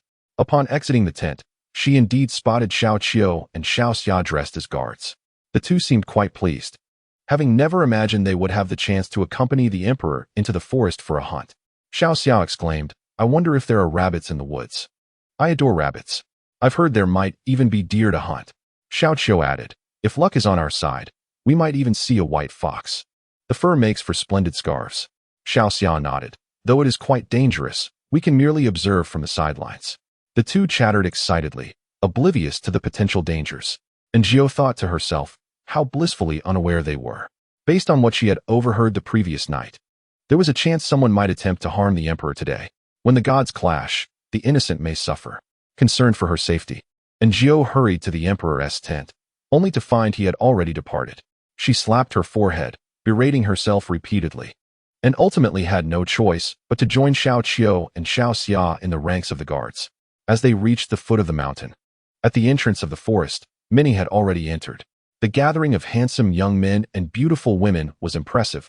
Everyone had donned riding attire, exuding an aura of elegance and vigor, a truly delightful sight. She cast a glance over the herd of cattle and horses and spotted Li Ji, who stood with an air of unwavering focus, his tall figure impeccably poised and undeniably handsome. Shortly thereafter, the emperor arrived, and Jiao observed him from a distance. He rode a magnificent black steed that towered over her own, its coat meticulously groomed to a silky sheen, as dark as the night, radiating a regal luster beneath the sun. The emperor himself was clad in a black riding outfit, adorned with golden embroidery depicting a fierce dragon, his countenance stern and imbued with an aura of authority. And Jiao found herself entranced. Many of those present had never laid eyes on the emperor before. This was their first intimate encounter, and an eerie silence enveloped the scene as all eyes fixated upon him. "Are you all captivated by me?" And Jiao heard this thought and was jolted from her reverie, hastily conjuring visions of him in the middle of the night to dispel the enchantment. One could not help but acknowledge that the emperor seemed to possess an innate talent in every regard. Shaking off her thoughts, she realized the emperor had announced the departure. The Duke of Ind rode over, laughing with excitement. "Brother, let us compete today to see who can hunt the most." The Prince of Jing also approached on horseback, nodding slightly to the emperor. The emperor responded with a smile, released the horses. The Duke of Ind laughed heartily, snapped the reins, and galloped away with his entourage. The Prince of Jing exchanged greetings and followed suit. Others began to disperse, yet several young ladies lingered, stealing glances at the emperor, their cheeks flushed, whether from the sun or the heat of the moment, their expressions shy and demure. And Jiao did not forget her purpose, taking advantage of the emperor's presence. She approached him and swiftly relayed the words of the two individuals from the previous night. The emperor regarded her with indifference and instead inquired, "Are you ready to hunt?" "Huh." And Jiao was momentarily taken aback, and the emperor signaled to the guards behind him. In an instant, a large hand grasped her, lifting her off the ground and onto the horse. The next moment, the emperor galloped away, and the guard followed suit. Sharing a mount with a stranger could have been quite awkward, yet once atop the horse, and Jiao's focus shifted solely to riding. Watching the emperor's figure ahead, she felt an unusual surge of irritation. The man behind her, wanting to avoid her, softly urged, "Miss, hold steady and do not move. You are the one moving." She retorted, gripping the reins, and Jiao gradually brought the horse to a halt and turned to the man behind her, commanding, "Get down." He was taken aback, and with a swift kick, she sent him tumbling to the ground. By the time he regained his footing, and Jiao had already ridden off into the distance. The emperor remained oblivious to the commotion behind him until he turned to find Jiao beside him, expertly navigating her horse, clearly not a novice. In a moment of impulsivity, as she passed him, she playfully whistled a provocative tune. The emperor, his adrenaline surging, found himself caught up in the excitement. Much like Jiao, who was frustrated by the emperor's antics, he resembled a mischievous child relishing in playful tricks. Thus, her impulsive act unfolded. However, she felt no regret. Observing the emperor's ridiculous demeanor, she was not the least bit angered and instead quickened her pace to catch up. And Jiao let out a cold snort and glanced back, noting that the guards had fallen far behind. She slowed her pace, realizing that it would be safer to remain with the main group. Suddenly, a sharp arrow whistled through the air, grazing the top of Jiao's head before embedding itself in a tree across from her. Initially, she thought she was under assassination, and as she was about to shout, she turned her head to see the emperor aiming a bow at her. "And Jiao to you, you dog emperor, you dog emperor. You are truly a dog," Just wait until I return. I'll poison you with a pack of arsenic. And Aaargh pulled on the reins, lifted one foot, and elegantly crouched beside her horse, narrowly avoiding the Emperor's arrow as it flew past and struck the ground. And Aaargh regained her composure and swiftly mounted her horse. Upon seeing the Emperor, who was running alongside her with an insufferable grin, her temper began to resurface. She raised her middle finger at him and cracked the whip, urging her horse to gallop away. "Shall I pursue her?" The Emperor chuckled as he cracked his own whip, and his black steed let out a neigh before darting forward. Chapter 58. Mapping the terrain, and Aaargh did not venture far before the Emperor caught up to her, discovering that she was halted on horseback, peering intently at something. He approached on horseback, intending to startle her. Yet, and Aaargh had already sensed his thoughts. It was akin to playing chess with a superior. She was unsure whether to win or lose. If she triumphed, he would be displeased. If she deliberately lost, he would still be unhappy. Truly a difficult individual to appease. She remains oblivious. Indeed, a simpleton. The Emperor felt a sense of self-satisfaction, and Aaargh was exasperated. This Emperor was truly bothersome. Resolving to no longer indulge him, she turned with a sudden smile as he prepared to act. "Your Majesty, you have caught up so swiftly. Your horsemanship is truly commendable. I am in awe." Suddenly, and Aaargh heard a series of shrill, chicken-like screams. "Ah! You infuriate me. This wretched maid is doing it on purpose. It must be." Hearing his frantic voice, and Aaargh finally released her pent-up frustration. "How delightful." With her innocent large eyes blinking, she asked, "Your Majesty, I was compelled to act as I did. You aren't truly angry, are you?" The Emperor remained silent. Anyone could discern his ire. He believed Aaargh was deliberately toying with him. His gaze was fixed on her. Truly detestable. How dare she play with me? If it weren't for that fool protecting her, I would have certainly punished her. "Ah!" Chow Chow scoffed at the rice. And Aaargh pointed ahead. "Your Majesty, do you see that?" "What?" the Emperor coldly inquired. And Aaargh directed his attention. The Emperor looked again. "What is that?" "Weeds. Is that foolish goose mocking me?" And Aaargh was left speechless. If she continued to indulge his imagination, he might very well become enraged enough to harm her. Dismounting, she hurried over and quickly plucked a handful of fruit. "Your Majesty, these are blueberries. They can be made into jam or layered blueberry desserts, both of which are truly delectable." The Emperor swallowed hard and remarked, "I am not particularly craving them." And Aaargh nodded. "I understand, Your Majesty, but I am especially eager to prepare them for you." The Emperor felt a sense of comfort. He gazed at Aaargh in silence, fortunate that she could perceive his unspoken desires. Why not hasten to gather them? Thus, Aaargh rushed forth to pick the blueberries, equipped with a backpack from Aunt Chu, containing various medicinal supplies, including insect repellents and wound treatments. Aaargh produced a small cloth bag, plucking and tasting the berries simultaneously. "Isn't that filthy? You aren't washing them?" The Emperor cast a disdainful glance at Aaargh. Had she not feared for her head, she would have boldly declared, "Not only do I eat the blueberries unwashed, but I also prepare your meals with the same hands that wipe. What am I doing?" He wondered. Didn't I come out to hunt? Why am I watching a palace maid gather fruit? He noted her appearance, labeling her unattractive. Out of boredom, the Emperor scrutinized Aaargh from head to toe, offering critiques all the while. Having endured his remarks, Aaargh finally finished gathering the fruit. "Can you ride?" the Emperor suddenly inquired. Aaargh nodded. "In my youth, I assisted in herding horses and learned a bit." This was not a fabrication. She had indeed grown up in a pastoral region where riding was a necessity, although she was not of an ethnic minority. Her equestrian skills were commendable. However, after moving, she had not ridden again until the Emperor's insistence earlier. Who could she turn to for justice? The Emperor's shameless bullying left her with no choice but to appease him with delicacies and sweet words. Truly, a wretched feudal society. "You ride quite well," the Emperor complimented before asking, "Can you shoot?" "A little," she replied. He tossed her a bow and arrows, signaling her to mount. Aaargh deftly swung herself onto the horse. "At last, there is something worth watching," he remarked as he began to ride ahead, gesturing for her to follow. Yet, Aaargh drew the bow and aimed it at the back of the Emperor's head. "Should she dare, I shall snap her neck." His voice drifted on the wind. Aaargh understood he was testing her.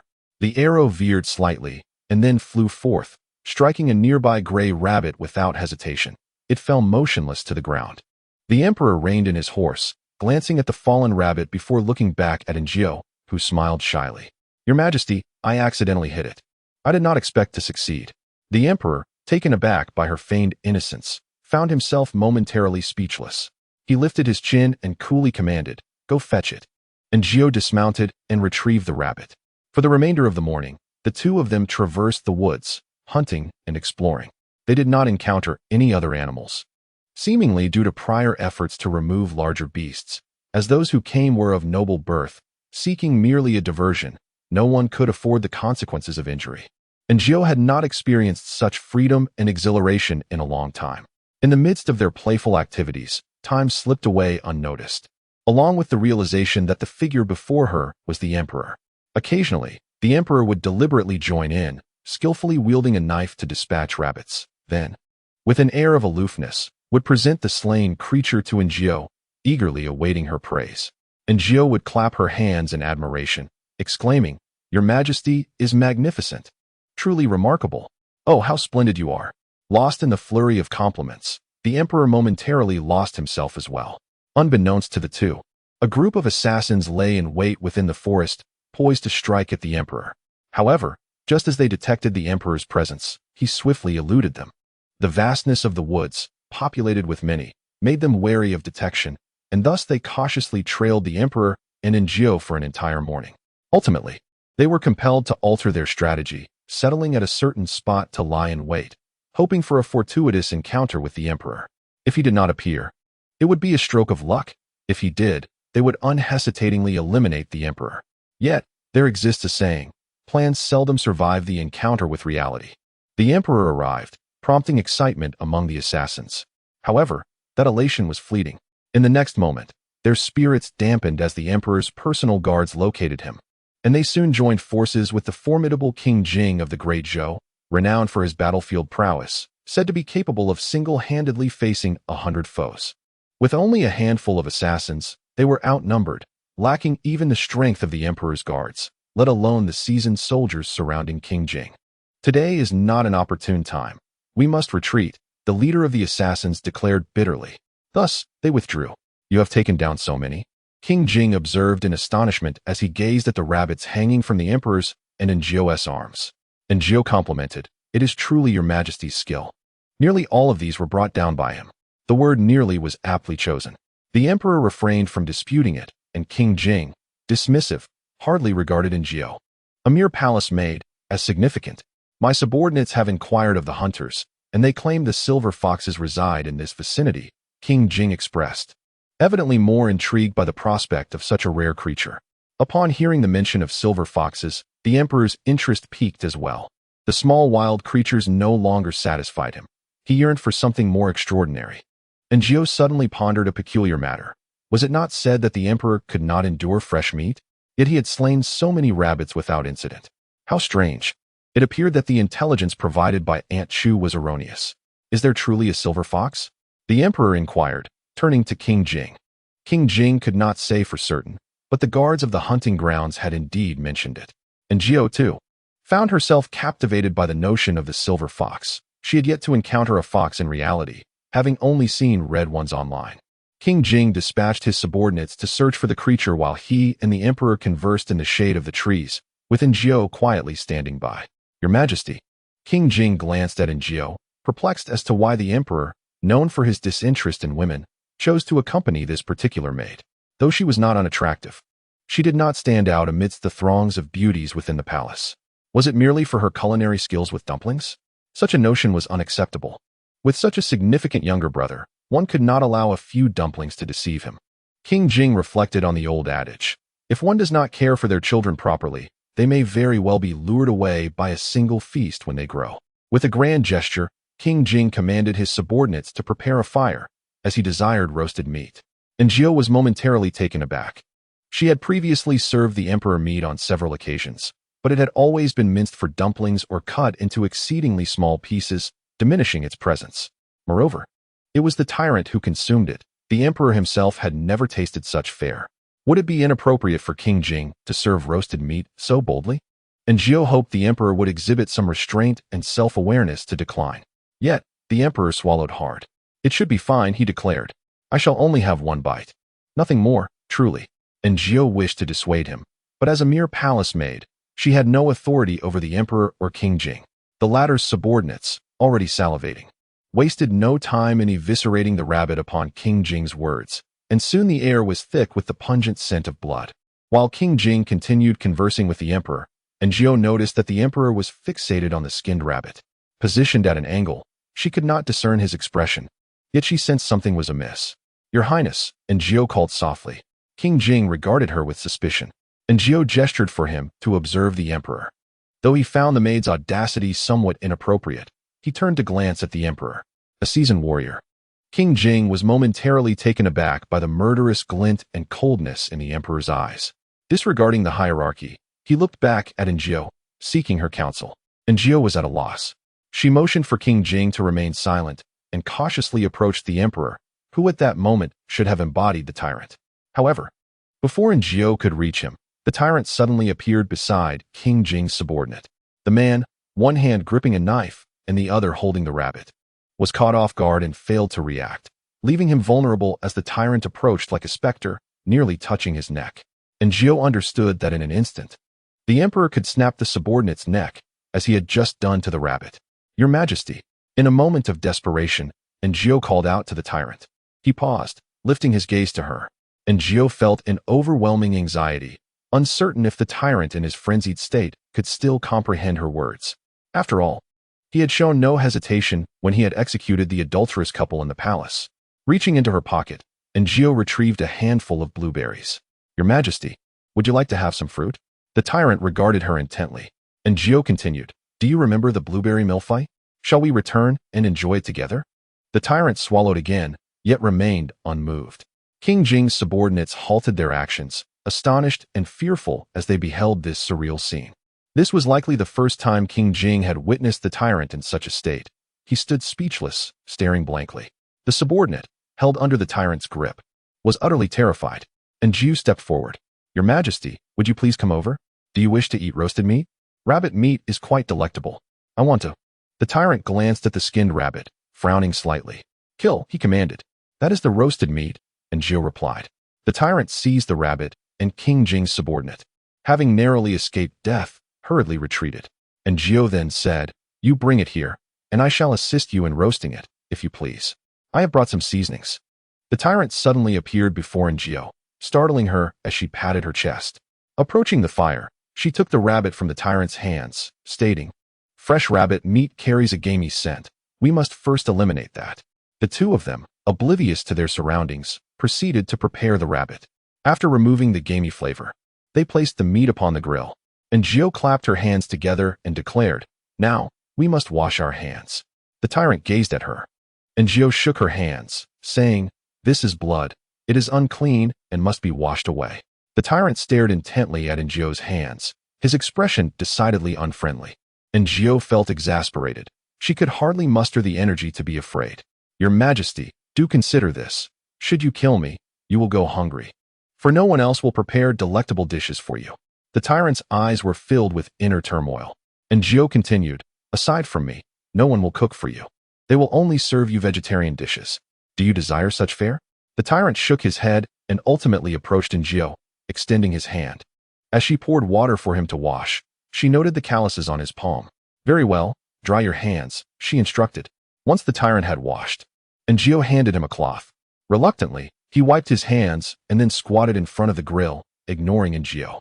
At that moment, the Prince of Jing drew near, towering above at least 6 feet tall, his imposing stature eliciting a sense of pressure from Aaargh.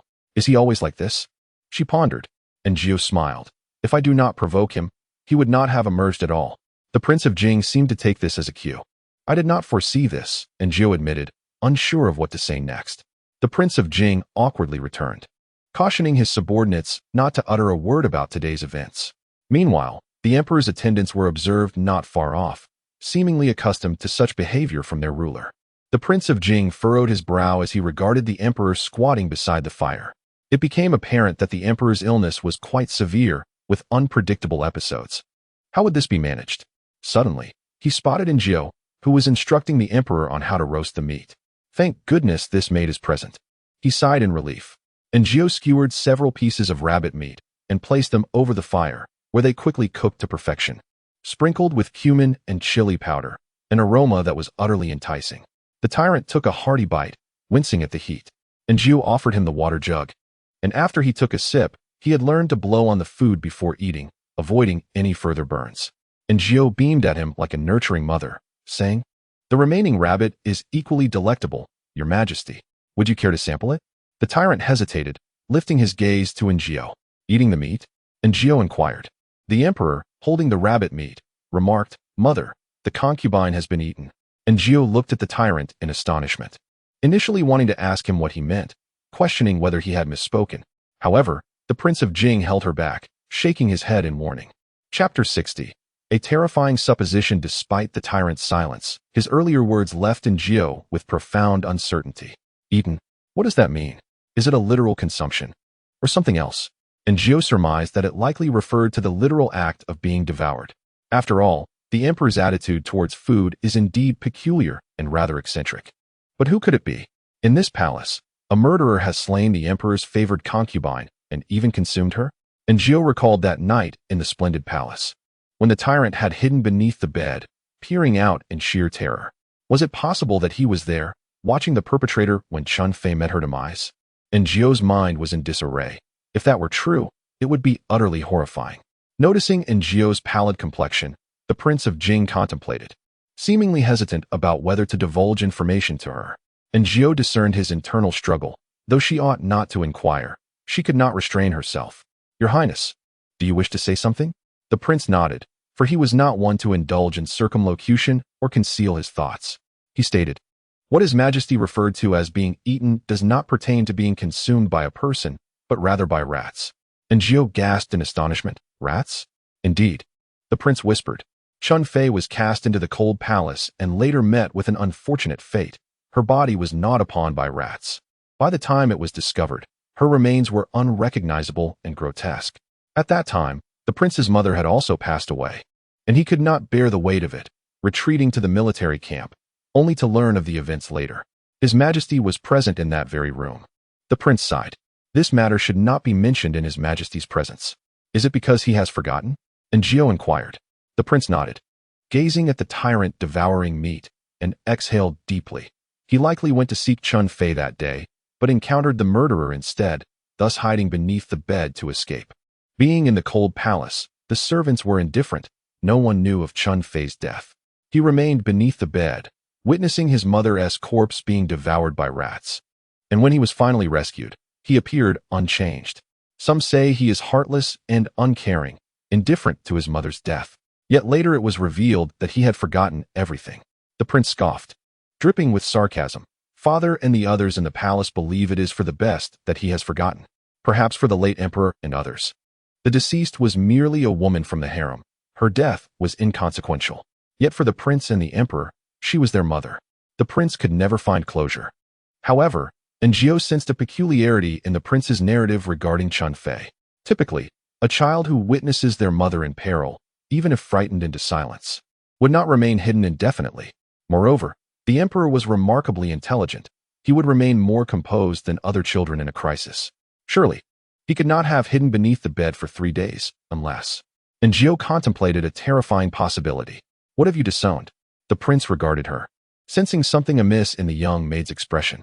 Njio bit her lip. "I was pondering." After a pause, she continued, "I merely speculate that perhaps His Majesty hid beneath the bed because the murderer was still in the room." The prince was taken aback. "What do you mean?" "What I mean is, perhaps the murderer remained in the room all along." Njio herself was chilled by this notion. Could it be possible? The murderer had committed a crime and had not left the cold palace, while he watched as rats feasted upon Chun Fei's corpse. And the son of Chun Fei remained hidden beneath the bed. Was the murderer aware of this? If ignorance is bliss, it would be better not to know. However, to subject a 7-year-old child to the harrowing sight of their mother's death, and then to witness her lifeless body being gnawed upon by rodents, is utterly unbearable. Njio furrowed her brow, feeling a chill run down her spine at the mere thought of such a grim scenario. The expression on King Jing's face grew solemn as he glanced at Njio, his lips trembling. He was on the verge of uttering the words, "Impossible." How could this possibly be true? Yet, how could it not be?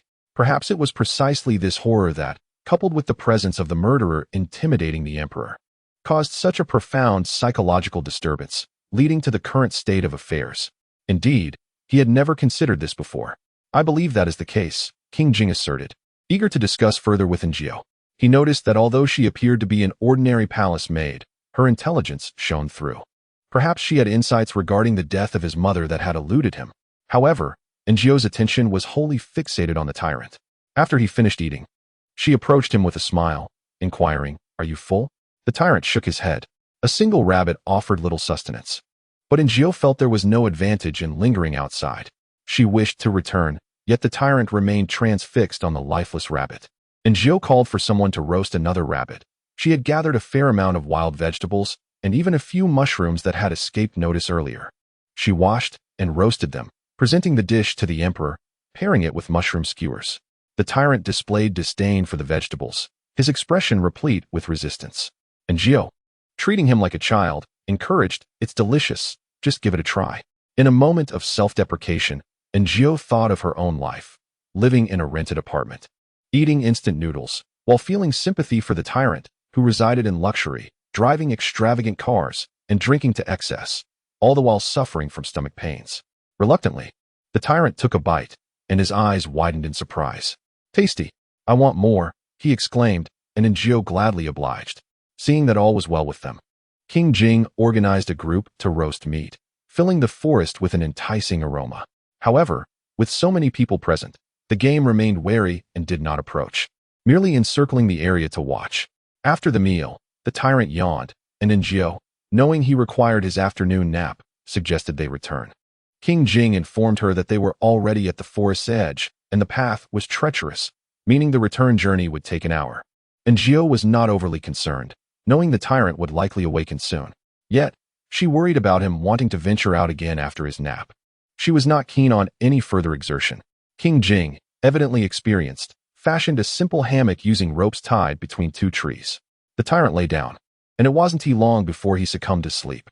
Aaargh finally breathed a sigh of relief, but remained anxious that the emperor might catch a chill from the forest draft, so she stayed nearby.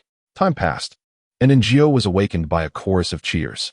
Upon opening her eyes, she noticed a crowd gathered around, engrossed in some activity. Feeling out of place as the only woman present, she hesitated to approach, also feeling a pressing need to find a restroom.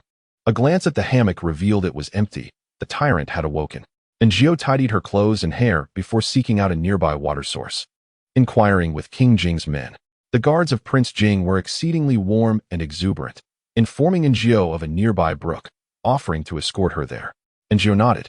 The forest harbored its dangers, and venturing alone could lead to dire consequences. The water source was not far, and from the riverbank, the sounds of laughter from the camp could be heard. Aaargh inquired, "What are they laughing about?" The prince's attendant replied, "They caught a silver fox." Aaargh was astonished. "Really? His Highness is truly remarkable." The attendant clarified, it was not the prince, it was His Majesty who captured it. The use of the word caught was rather clever, conjuring images of the rabbit whose neck had been snapped that morning, and Aaargh's mind began to form vivid pictures. She felt inexplicably cheerful, thinking, then His Majesty is indeed impressive. What use was the prince's robust physique? A muscular man, he seemed less agile than the emperor. It was akin to a parent in kindergarten believing their child to be smarter than others. The prince's attendant chuckled, "Indeed, I had no idea His Majesty possessed such martial prowess." Aaargh nodded, were it not for his flaws. The emperor would undoubtedly be a paragon of perfection, cultured in both the arts and martial skills, and quite handsome. Who knows what fortune awaits him in the future? Chapter 61. The super invincible meteor staff. The brook gurgled gently, adorned with lush green moss that was quite slippery. Aaargh crouched on the ground trodden by others to wash her hands and face, drying them with a cloth. Upon raising her head, she noticed the prince's attendant gazing at her, somewhat entranced, his face flushed. Aaargh thought, "Ah, such innocence in youth," blushing merely at a girl washing her face. Moreover, she was dressed quite conservatively, certainly with no intention of seduction. The return journey was somewhat subdued. Nearing the camp, Aaargh spotted a chestnut tree. However, feeling shy, she hesitated to ask the prince's attendant to pick some for her. Once back at the camp, she sought the help of the dark-clad guard. The guard mentioned needing to consult the emperor. Aaargh realized she could not circumvent His Majesty, so she waited. Yet when the guard returned, he shook his head, stating he could not assist with that request. Aaargh huffed softly. She heard a familiar cold snort, and then beheld the emperor approaching. accompanied by his personal guards, one of whom carried a pristine white fox, its snowy fur shimmering in the sunlight, unblemished, suggesting it had been swiftly dispatched. Your Majesty, I discovered a chestnut tree and wish to gather some for a chestnut chicken dish for you, Aaargh declared. The Emperor shot her a sidelong glance, leaving her puzzled as to its meaning. He seemed to imply, as if my martial skills are inferior to those of a dark guard. Aaargh retorted silently. If you're so capable, then why not demonstrate it? Taking a breath, she smiled and said, Your Majesty, with your unparalleled skills, could you lend a hand? A hush fell over the surroundings. How novel. In this world, perhaps only little Aaargh would dare to ask the Emperor for help. Who else would? Rumor had it that the Emperor even had eunuchs assist him with the most intimate of tasks. The others discreetly observed the Emperor's expression, noting that while he appeared aloof, he bore no overt displeasure. Meanwhile, Aaargh heard him declare, I have always enjoyed climbing trees. Soon, you shall witness my prowess in action. Aaargh mused. Men remain youthful at heart until their final breath. Soon, they arrived beneath the chestnut tree, which was not particularly tall. The Emperor need not climb at all. He stood there, gazing intently at the green, spiky balls above, his expression a mix of confusion and rigidity. What is this? Aren't we supposed to be gathering chestnuts? Is this indeed a chestnut?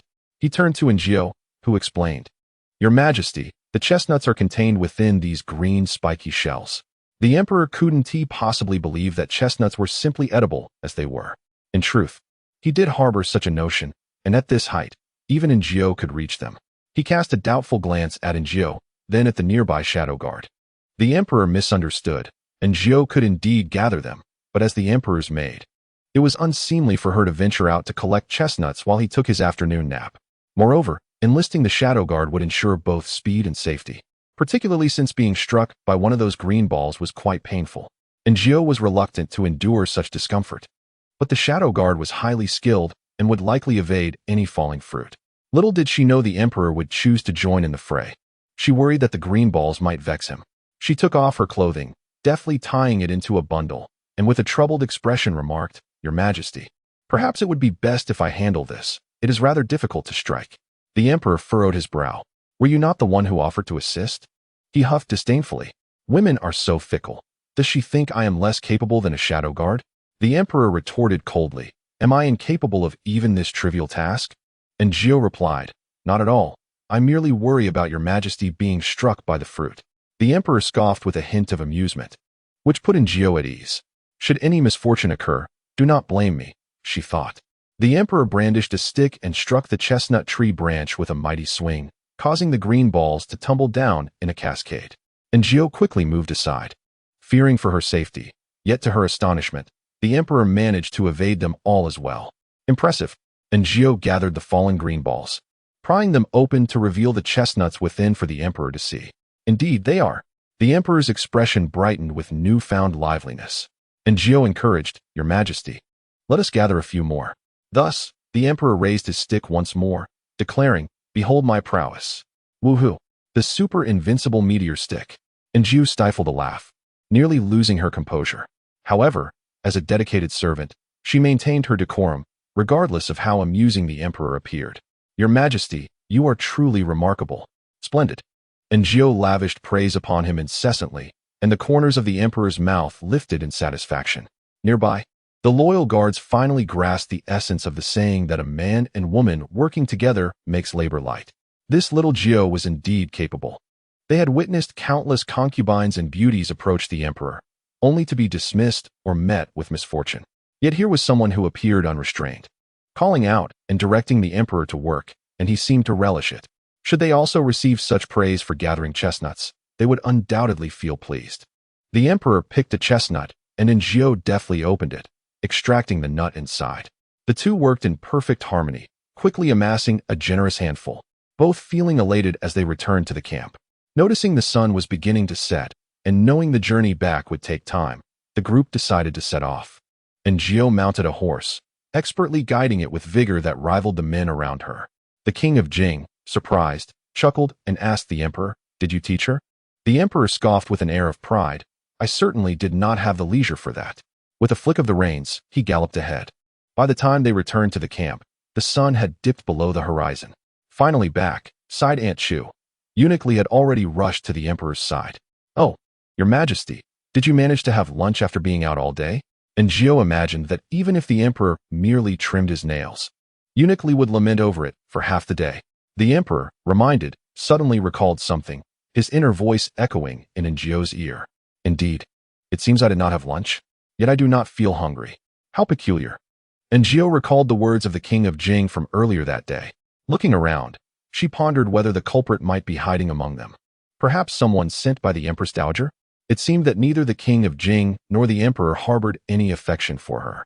As for whether to share her suspicions with the emperor, that was certainly out of the question. She had already conveyed her thoughts delicately to the king of Jing, who would undoubtedly relay them.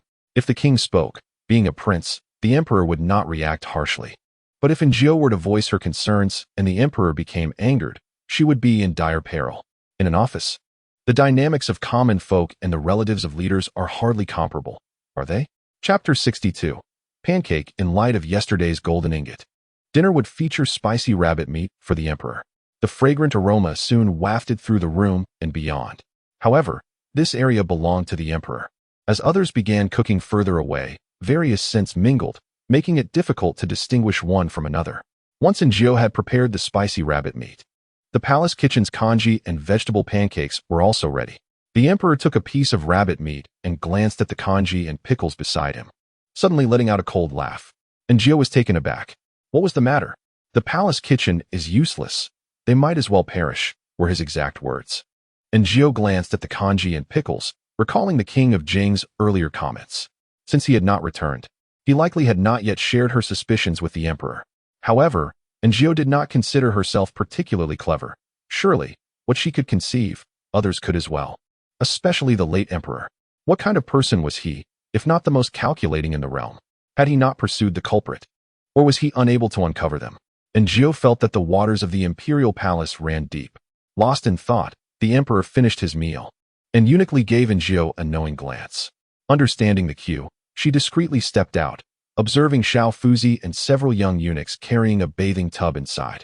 She too wished for a bath, but lacking the means, she could only wipe herself down. Aunt Chu was busy tidying the emperor's attire. Today S was black. Tomorrow S would be dark blue. Each piece was undeniably exquisite. Aunt Chu inquired about today's outing, and Jiao recounted most of it, omitting entirely her dialogue with the crown prince. Some secrets are best kept to oneself, with no need for disclosure. Although Aunt Chu treated her well, the intricacies of human nature rendered her distrustful, and Jiao confided in no one. After a long day, she finished her ablutions at Aunt Chu's and prepared for sleep. However, where she would rest tonight posed a dilemma. Fortunately, the arrival of Xiao Fuzi alleviated her concerns as she accompanied him to the emperor's tent. Upon entering, she encountered the patrolling Li Ji, who regarded her with astonishment. It dawned on Jiao that after washing her face, her hair remained damp, hastily tied back, making her entrance into the emperor's tent at such an hour rather suspect. "Xiao Jiao, hurry, his majesty awaits," urged Xiao Fuzi, his tone laden with ambiguity. And Jiao opted for silence as they entered the tent. Li Ji's expression was rigid. Could it be true that Xiao Jiao and the emperor shared such a connection? If so, why had the emperor not granted her a title? Zhang Wenyuan nudged him, raising an eyebrow. "I told you so." He continued, "His majesty is a man. What man in his prime isn't filled with vigor?"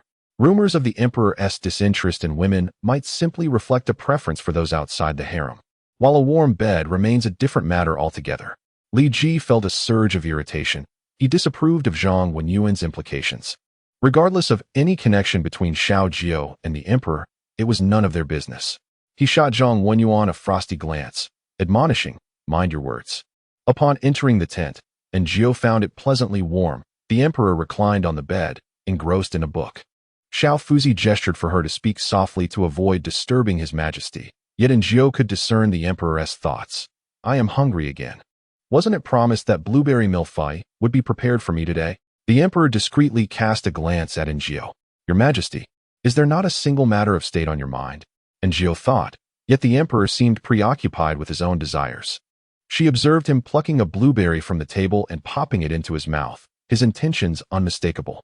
Despite her exhaustion, her duty as a servant propelled her to inquire if he desired a bite to eat. The emperor coolly replied, "If you wish to prepare something, I would not mind sampling it." "Thank you. But I have no desire to cook, she responded. And Gio possessed a small non-stick skillet crafted by the palace artisans, which she had previously used to fry eggs for the emperor. Today, she utilized it to concoct blueberry jam. Initially, the emperor feigned interest in his book, but soon abandoned it to observe her preparation of the millefeuille batter.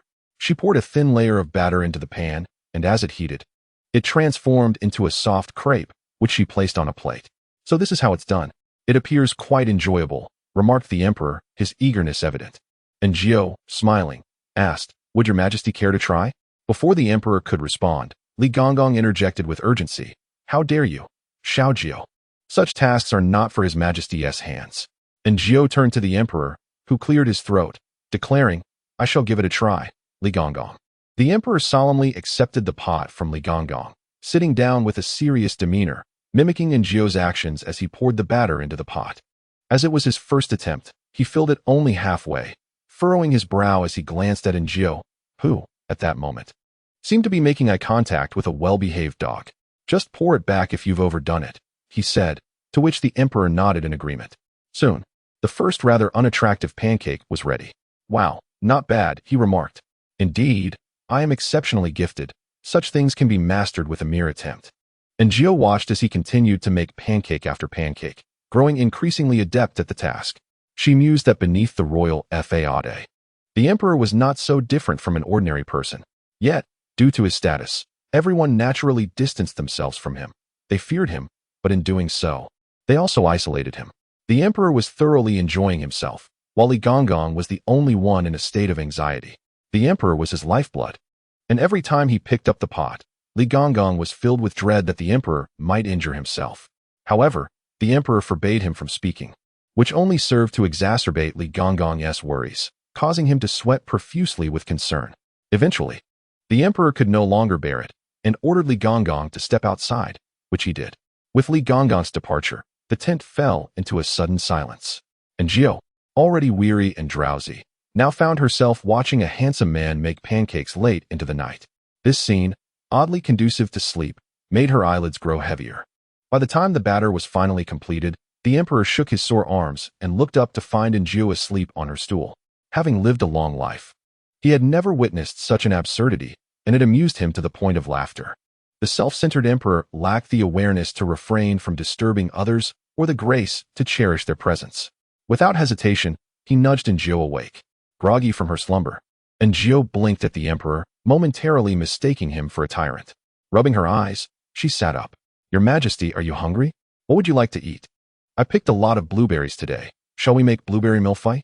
At this point, Gio paused, staring in astonishment at the pancakes on the plate. Your Majesty, are you truly remarkable? Have you learned to make blueberry millefeuille on your own? Her level of surprise rivaled that of witnessing a pig playing the piano. The emperor retorted, So, who is this foolish person? Hearing that familiar tone, Gio halted her movements, casting a bewildered look at the emperor. Your Majesty? The emperor frowned. Who did you think it was? Gio stammered, I thought nothing. Her memories of the past returned, and she recalled everything. A wave of guilt washed over her. Previously, she had seen court maids executed for merely yawning in front of the emperor, yet here she was, not only instructing him but also dozing off in his presence. The fact that he spared her life indicated his temperament was indeed lenient. Your Majesty, I beg your forgiveness, she said. The emperor snorted coldly. You possess quite the audacity. Just as Gio was about to respond, he burst into a fit of laughter. Ha ha, this is too amusing. Is she going to be scared to death? With her head lowered, Gio pretended to be extremely frightened. Your Majesty, spare my life. I shall never dare to do so again. Ha ha. The sound of the shrieking chicken echoed throughout the tent, sending shivers down Gio's spine in the dead of night. Fortunately, no one else could hear it. The emperor, with an air of coldness and severity, declared, I shall spare you this once. Should there be a next time, I will not be so lenient. Just as Gio was about to express her gratitude, she heard his voice again. Father says one must balance leniency with severity. Let us see if you remain devoted to me. Gio thought to herself, so all your capabilities are directed at me, are they? Thank you, Your Majesty. She was too weary to be angered, washed her hands, and began to prepare blueberry millefeuille. Initially, the emperor assumed this dessert was something extraordinary, only to find Gio layering a simple pastry with blueberry jam. Is this it? His voice brimmed with skepticism, and Jiao mused that given the contemporary lack of cream, she had no other options. The emperor appeared disappointed, yet soon his curiosity regarding the jam-spreading process piqued, and Jiao inquired, "Your Majesty, would you care to try?" "I wish to," he replied, "but I am the emperor. I must maintain my dignity, aloofness, and mystery. How could I partake in such a task?" Thus, he coldly declined. And Jiao chuckled inwardly, realizing the fool was none other than herself. She chose not to utter another word, swiftly completed the millfight, and presented half to the emperor while storing the remainder away. The emperor frowned. What does she mean by this? Does she not wish for me to eat? Boldness. And Jiao explained, "Your Majesty, consuming excessive sweets at night is unwise. The remainder is for when you feel hungry in the middle of the night." She had already acquiesced to the tyrant. What if he decided to eat later? Although they shared the same mouth for eating, they were undoubtedly two distinct individuals. Who could fathom the difficulty she faced? The emperor begrudgingly accepted her reasoning, albeit with displeasure, glaring at Jiao while internally grumbling, "This is absurd. That foolish glutton eats well every day. What harm is there in me enjoying a meal now and then? Why must I leave half for him? Did he ever think to save a portion for me?" The emperor's irritation grew with each passing thought, understanding that he responded better to gentle persuasion than to force. And Jiao asked, "Your Majesty, are there wild chickens in these mountains?" The emperor, dipping a piece of pastry in jam, found the taste rather agreeable, his mood slightly improving. "Yes, if others dared speak to me in such a manner, they would be dragged away and executed. Such disrespect." He took another bite, and Jiao continued, "Today we have chestnuts. If we can hunt wild chickens tomorrow, we shall prepare a chicken with chestnuts." Through her observations throughout the day, and Jiao discerned that the emperor's episodes were triggered by specific circumstances, not merely by the sight of blood or raw flesh as commonly believed. Thus, she resolved to be bold and offer him chicken. "At least you are perceptive." The emperor snorted in silence, but Jiao recognized that she had appeased him. She exhaled softly in relief. After their meal, the emperor announced it was time for rest. "Why do you linger instead of retiring?" he queried with irritation. And Jiao turned her back. The servant decided against slumber, for she would soon need to rise. The emperor contemplated something, refraining from further inquiries. Yet, his mind raced with thoughts. It appeared rather arduous. Upon returning, I shall increase her monthly stipend. And Jiao felt a surge of joy. Although the tyrant had generously rewarded her, such rewards were mere bonuses, distinct from a raise in her monthly salary, which constituted her fundamental wage. Once increased, it would not merely pertain to a single month.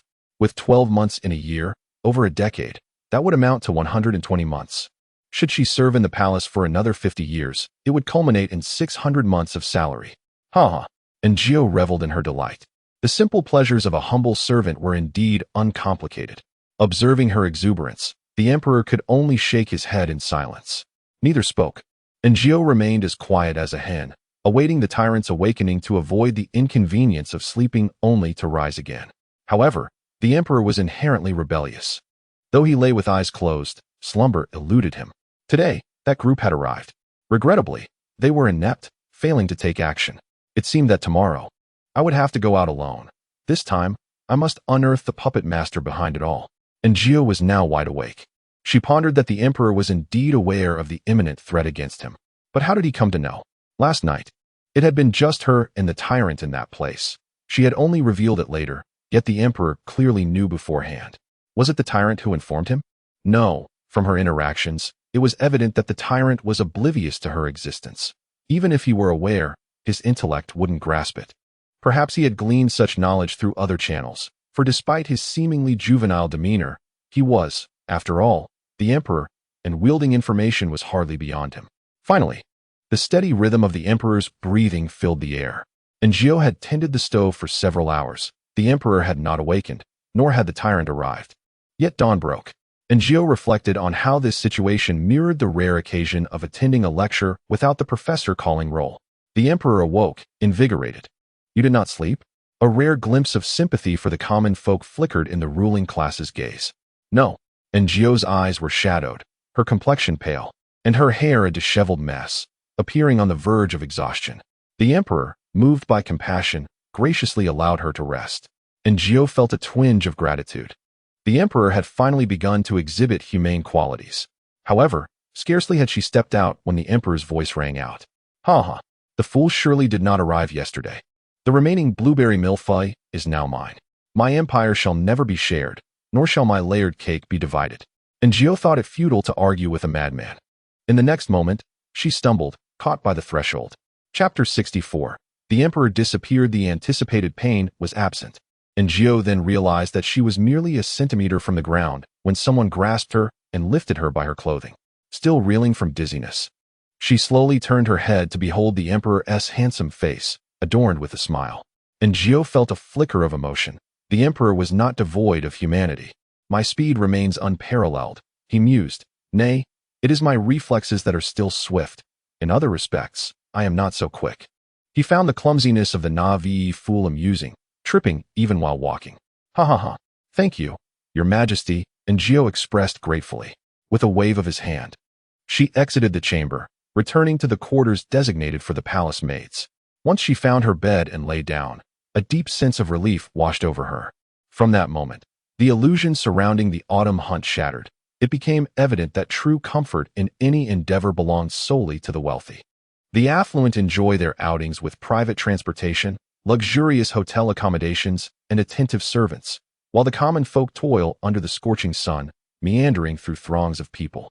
When hunger strikes at tourist sites, they can merely gaze longingly at street vendors selling skewered sausages, contemplating the meager $3 treat they might indulge in upon exiting. Oh, how she yearned to be among the affluent, to ascend to a higher status. But how does one attain wealth? The emperor mentioned a raise in her monthly salary. Yet would that suffice to transform her into a person of means after 50 years of labor? The answer was disheartening. One cannot ascend to wealth through mere toil. Even with a modest accumulation of savings in 50 years, one would likely be deceived into purchasing health supplements. The only shortcut appeared to be, and Gio hesitated. Contemplating the tyrannical emperor, she decided against it. This path of dependence on such a ruler was too burdensome. How then could she elevate her status? Would working for 50 years in the Radiant Hall allow her to reach the position of Aunt Chu? Yet Aunt Chu was merely a servant.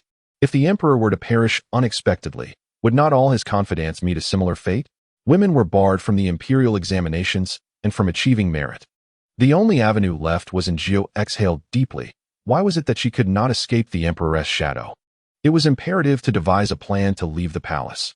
Only beyond those walls could she attain freedom. The liberated may graze in the meadows, while those confined to captivity toil in the fields. Though fatigue weighed heavily upon her, the prospect of escape ignited a fervor within her, leading her to daydream of purchasing land for a tranquil existence, where she might encounter a charming gentleman, and they would fall deeply in love at first sight, continuing to cherish one another upon their next meeting. Lost in these thoughts, the sun climbed high in the sky. Today, Xiaqiu returned to the familiar spot from yesterday to await the emperor. Xia Dong was not in good spirits, and Aunt Chu advised her to remain behind. And Gio discerned that upon their return to the capital, Xia Dong would likely be dismissed. The maids' tents were cramped and dim, and Gio's bed was nestled at the farthest corner, covered in blankets, rendering her invisible to Xia Dong. She overheard Xia Dong climb into bed, muffling her sobs beneath the covers. And Gio felt a pang of sorrow. They were all just weary, struggling souls, ultimately exhausted, and Gio soon drifted into slumber. She was unaware of how long she slept until the commotion outside roused her. Rising to her feet, she ventured out and witnessed the chaotic rush of her fellow maids fleeing in panic. Grabbing hold of a young eunuch, she inquired, "What has happened?" The eunuch replied, "It is said that His Majesty has encountered an assassination attempt." Recalling the emperor's heartfelt thoughts from the previous day, and Gio reassured herself that he was well aware of the situation and must have made meticulous preparations. Besides, he was surrounded by hidden guards, and surely he would not come to harm. Yet, for reasons unbeknownst to her, a sense of apprehension lingered, prompting her to follow the crowd towards the forest. At that moment, a considerable assembly of imperial guards and the emperor's personal soldiers had gathered there, accompanied by several curious noble families. And Gio found herself wedged into a small corner. After a prolonged wait, the emperor still had not appeared. Could something have gone awry? Just as she pondered this, several soldiers returned, skillfully locating Gio amidst the throng. One of them, a familiar face from the previous day when they washed their hands by the river, discreetly signaled to her. And Gio quietly extricated herself from the crowd and circled around to the forest's interior. "Miss Gio, the emperor is missing. The prince has sent for you to assist us in the search." The gravity of these words drained color from Aaargh's face. The emperor was missing. How could he have vanished? Had he encountered danger and been abducted, or had he fled of his own accord? If it were the former, the prince would not have sought her assistance. It was more likely that the emperor had faced an assassination attempt, triggering a pivotal event that summoned the tyrant. Without Aaargh present, the tyrant, in a frenzied rampage, had lost control and fled. Aaargh mounted her horse and followed the prince's men for over half an hour until she finally beheld a group of individuals. Among them stood the prince, along with the pale and disheveled Duan Wang. Aaargh dismounted. Ignoring Duan Wang's incessant chatter, the prince turned to Aaargh and succinctly relayed the situation. Aaargh exhaled in relief. The unfolding events were as she had surmised. The emperor had ventured off alone. Aaargh suspected he had engaged in some reckless behavior, and indeed, the assassins had come. By the time the prince arrived, the assailants had been dispatched, leaving a gruesome scene of bodies strewn about, one even bizarrely hanging from a tree, evoking both absurdity and eeriness. The emperor stood there, bloodied yet eerily calm, fixated on a particular direction. When the prince called out to him, he glanced back briefly before bolting away. Where did he run off to? Aaargh inquired, her brow furrowed. The prince sighed. Outside the hunting grounds. The royal hunting grounds possessed a designated area largely devoid of wild beasts. However, beyond that boundary lay peril. With so many individuals traversing the forest recently, and the number of slain animals, the scent of blood had surely attracted predators, packs of wolves, wild boars, tigers, and perhaps even bears. It is perilous out there, the prince expressed with concern, but we cannot pursue too closely. He simply flees when we approach. The prince was at a loss. When the emperor was in such a state, he disregarded any counsel, displaying remarkable brutality. One of the prince's subordinates had sustained multiple broken bones while attempting to chase him. Aaargh felt conflicted. Does the prince mean for me to search for him? The prince understood her apprehensions. The dangers outside were significant. And Aaargh was just a vulnerable girl, unprepared to shoulder the burden of saving the world. I shall accompany you, the prince reassured her, along with Lin San and the others. Fear not, I will ensure your safety. Lin San is the somewhat dim-witted shadow guard by the emperor's side, often appearing at the most inopportune moments, making him seem rather unreliable. He had abandoned Aaargh alone in the splendid palace, prompting her to turn to the seemingly dependable King Jing. My life is in your hands, my lord, she declared. The prince nodded, offering her a reassuring glance. At this juncture, Aaargh felt a sense of resignation. She had no power to choose her fate. If the emperor perished, her path would surely lead to death. How frustrating. It seemed she must have owed the emperor in her past life, thus being relegated to serve him like a beast of burden in this one. Chapter 65. The tyrant found the emperor's disappearance was a matter of great significance. Before departing, King Jing entrusted certain responsibilities to Prince Duan. The prince appeared bewildered, incessantly asking what to do if something were to go awry. Aaargh observed that Prince Duan resembled the youngest child in a family when his older brothers were present. He displayed a degree of cleverness, but in their absence, he faltered and could not bear the weight of responsibility. With the emperor missing and King Jing preparing to leave, he felt utterly incapable. Yet, King Jing patted his shoulder, saying, "Third brother, I believe in you." "Third brother, I do not even believe in myself," Prince Duan lamented. As Aaargh mounted her horse, Prince Duan gave her a curious glance, finally sensing something amiss. Why was this maid accompanying them? Had they discovered dragon bones in the woods? King Jing also mounted his steed, and with the gaze of the crowd upon them, Prince Duan murmured, "Their horsemanship is quite commendable. What shall we do now, my lord?" Prince Duan's attendant, much like his master, excelled in revelry but was inexperienced in handling such serious affairs. Consequently, Prince Duan conferred with King Jing's subordinates, deciding to send someone back to reassure those at the camp, claiming that the assassins in the woods had not yet been captured and that the emperor was leading a pursuit. They would halt all hunting activities, instructing everyone to remain within the camp. Meanwhile, Aaargh accompanied King Jing and the others on their arduous journey. The forest had grown denser, and after a while, the path became particularly treacherous, forcing them to dismount. Aaargh inquired, "My lord, do you think we may miss the emperor? With the forest so vast." She felt King Jing was meandering aimlessly. However, he pointed out, the branches along this path are clearly broken, and these grasses bear the marks of being trampled. Aaargh acknowledged that these were subtle signs, and it was impressive that King Jing could detect them at such a pace. No wonder he had achieved great success. He truly possessed remarkable abilities. She refrained from further questioning. After walking for some time, they were met with a strong metallic scent of blood. The expressions of the group shifted dramatically as they sprinted towards the source, soon encountering large pools of blood and the lifeless bodies of 5 or 6 wolves strewn haphazardly across the ground. King Jing examined the wolf carcasses and the bloodstains, stating, "It is still fresh. The emperor must be nearby. Exercise caution." This was the warning from the shadow guard, Lin San. But in the very next moment, Aaargh suddenly felt a sharp pain in her arm as she was forcibly taken away. When King Jing turned back, there was no trace of Aaargh left. He was about to chase after her when Lin San interjected, "Your Highness, do not forget the purpose of our journey." The objective was for Aaargh to soothe the emperor and escort him back. Lin San reasoned that since Aaargh had already been taken by the emperor, it was fortuitous. However, given the emperor's current state of confusion, what if something were to happen to Aaargh? King Jing observed the shattered wolf carcasses on the ground, surmising that the emperor must be in a frenzied state. What if he were to harm Aaargh in a fit of rage? Aaargh was indeed in peril. Lin San, with an impassive expression, stated, "Your Highness, the emperor's well-being is paramount. If Aaargh cannot calm him, we must devise another means to bring him back."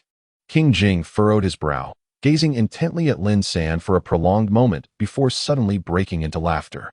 "Indeed, you are the emperor's covert guardian." He scoffed and fell silent, yet his concern for Aaargh lingered. Having spent years on the battlefield, despite his royal status, he did not harbor a rigid sense of hierarchy. On the battlefield, the lives of ordinary soldiers held value. Similarly, although Aaargh was but a palace maid, to King Jing, her life was equally significant.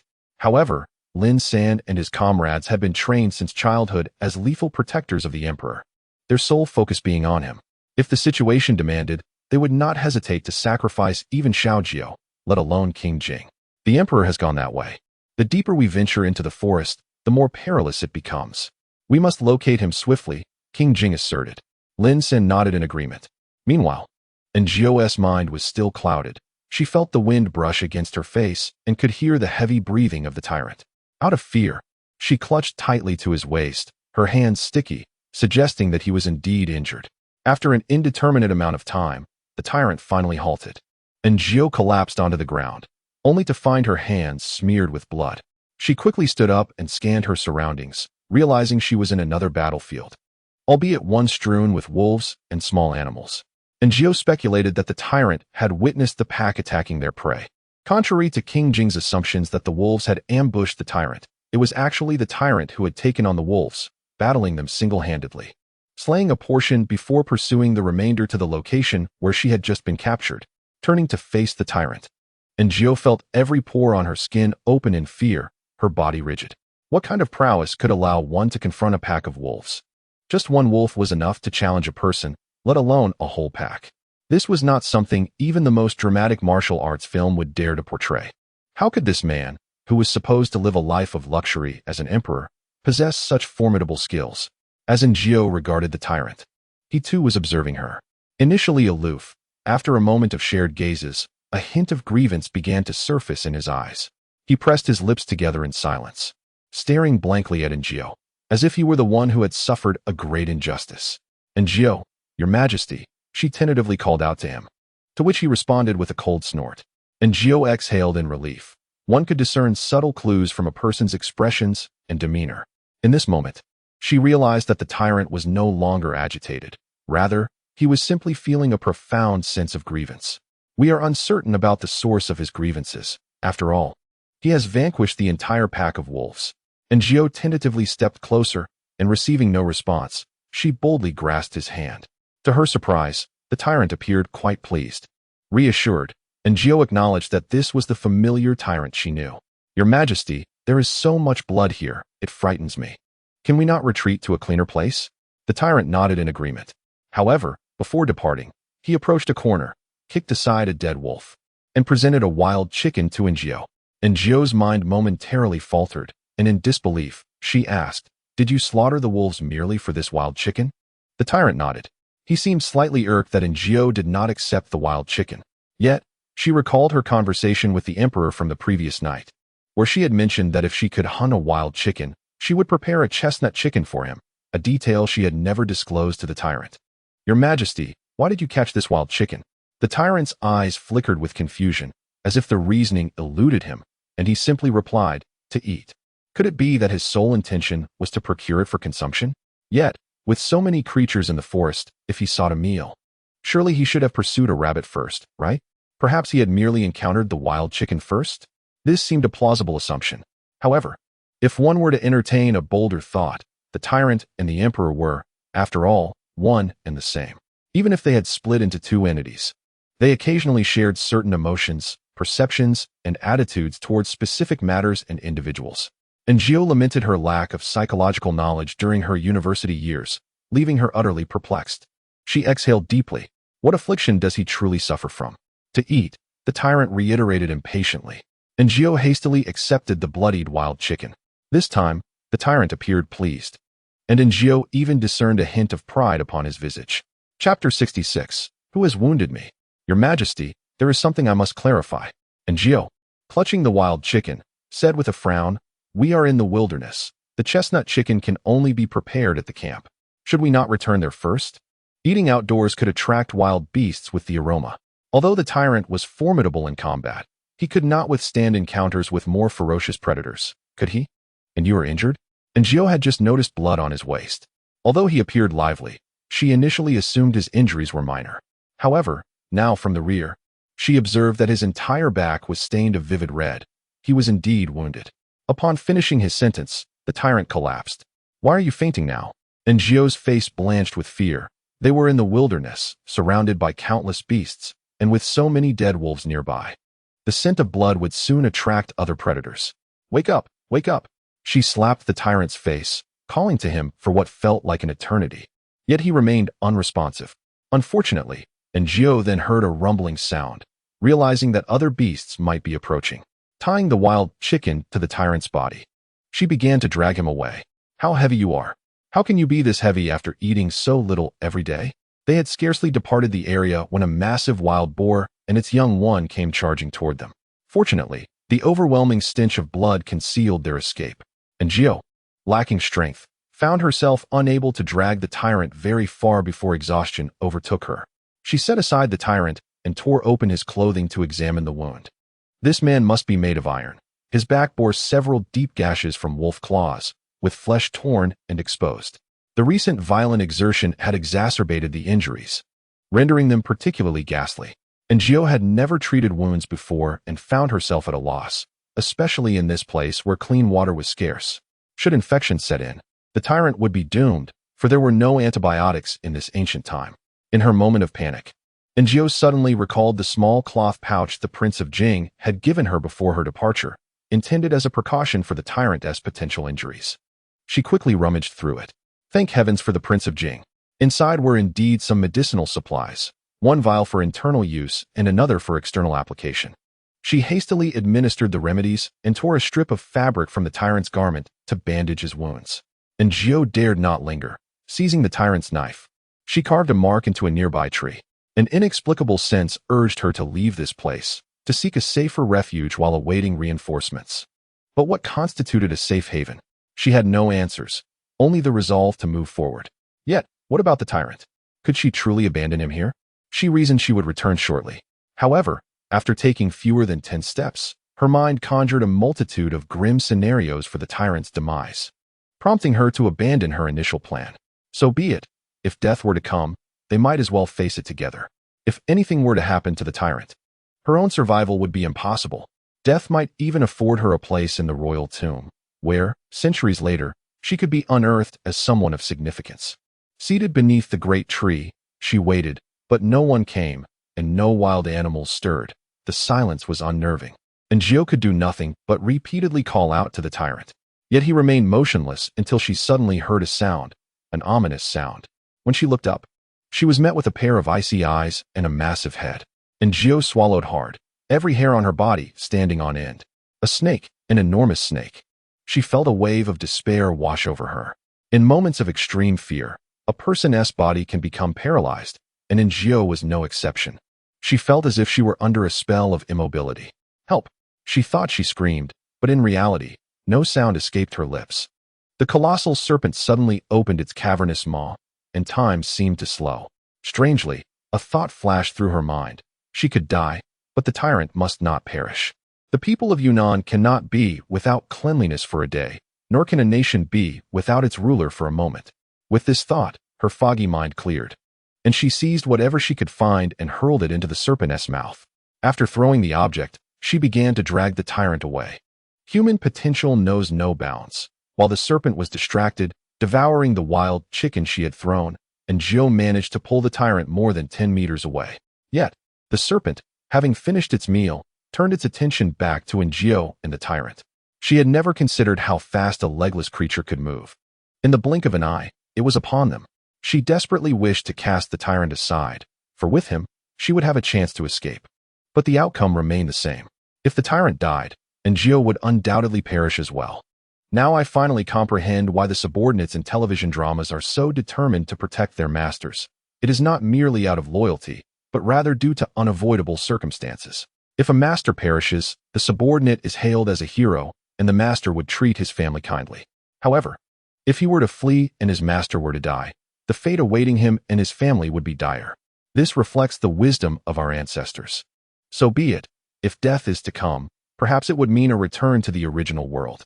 In her final moments, she did not release the tyrant. And upon reflection, she wondered where such courage had stemmed from. Just as she awaited her demise, her grip loosened, and a blade plunged into the serpent's eye. The serpent, in pain and fury, was met with the tyrant's swift retaliation as he leapt onto its back, extracting the knife and, as the beast thrashed, delivering a fatal blow to its head.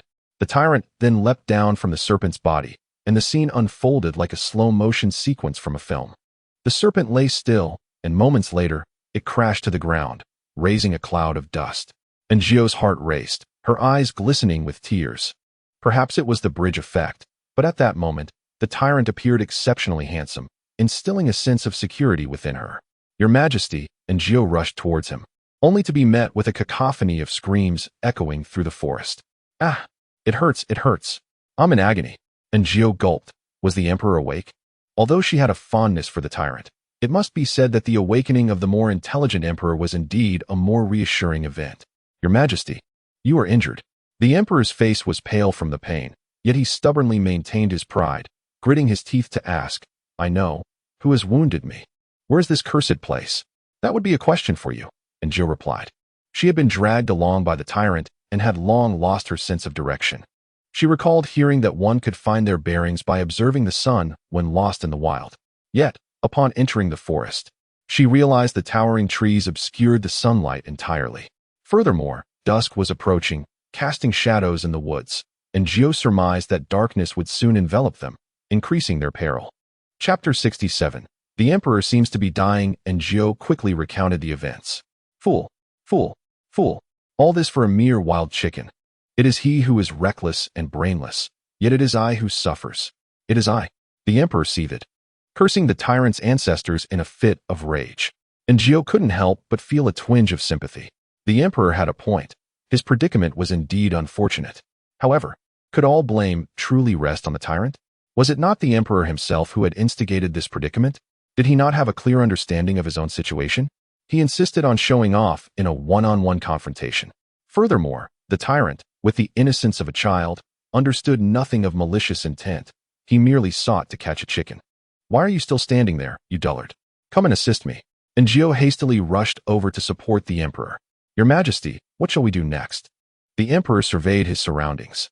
"We must leave this place. That serpent will surely attract other wild beasts."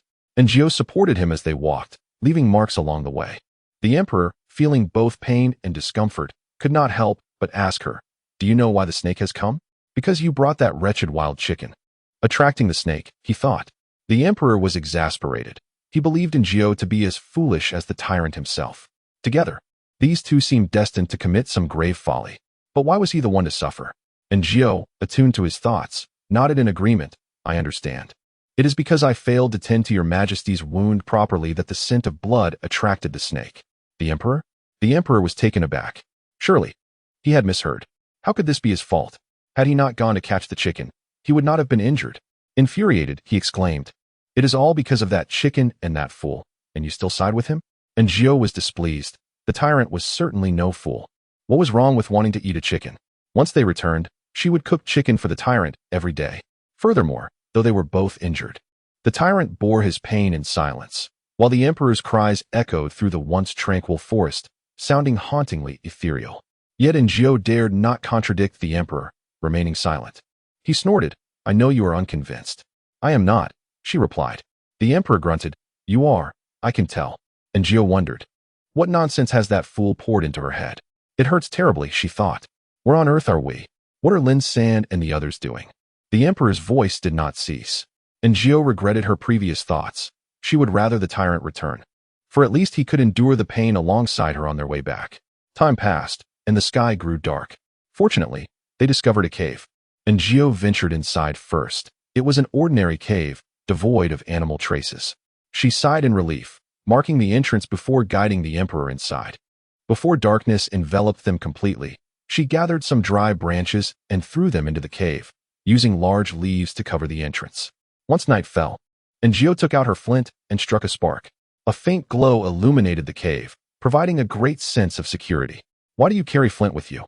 The emperor, grimacing in pain, sought to divert his attention.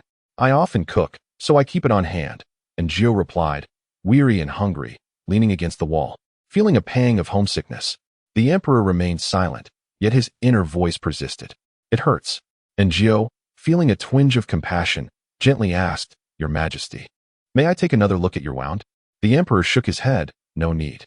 To rebandage it would mean tearing it open again. I cannot bear that." After a moment's thought, and Jiao supported him into a more comfortable position. Before long, he closed his eyes and fell asleep. And Jiao, however, dared not doze off. She listened intently to the sounds outside, ready to react should a beast approach or if King Jing and the others arrived. Yet, as the night wore on, there was still no sign of disturbance. Time seemed to stretch endlessly, and Jiao, in a haze, heard a faint whisper. Turning her head, she discovered it was the emperor, who appeared to be shivering, curled up in a way that made him look rather pitiable. Gently, Jiao touched his forehead, confirming he was indeed feverish. Uncertain of what to do, she called out to him several times, but he remained unresponsive. Recalling the medicine in her satchel, she retrieved a pill and administered it to him. Nevertheless, the emperor continued to sleep fitfully, his face marked by the small stones beneath him. With a sigh, Jiao shifted closer, allowing him to rest his head on her lap. Perhaps the change in position brought him some comfort, for his brows relaxed considerably. Eventually, exhaustion overtook Jiao, and she too succumbed to a drowsy slumber. Meanwhile, the king of Jing and his companions encountered their own set of troubles. Earlier that afternoon, they had pursued the tyrant's trail, but their progress had been sluggish. Upon arriving at the scene of the wild chicken incident, they were unexpectedly confronted by two wild boars. The boars, irritable by nature, charged without hesitation. A fierce skirmish ensued, resulting in the boars retreating, albeit not without inflicting injuries upon the men. The scent of blood lingered heavily in the air, and just as they began to catch their breath, a black bear stealthily approached, launching an attack on one of the hidden guards. The bears in the forest were formidable. It took a concerted effort from several of them to inflict serious wounds upon it. The bear fled, leaving a few men injured.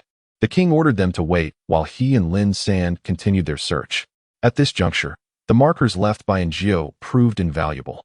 She had ingeniously carved signs into the trees and trampled the grass along their path, breaking branches to create a trail that would be discernible even in poor visibility.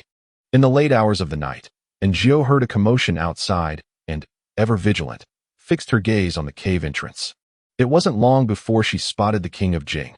In that fleeting moment, it felt as though she had encountered a long-lost family member. Her eyes welled with tears as she exclaimed, "My lord, you have finally arrived." Understanding that this young girl must have been terrified, the king maintained a stern expression as he reassured her, "It is all right now." Jiao hastily wiped her tears, saying, "I am fine. But it seems the emperor is gravely ill." She felt his skin, which burned with fever, and called out to him with no response. A wave of dread washed over her as she contemplated whether a noose or poison would be a gentler end. "Your Majesty."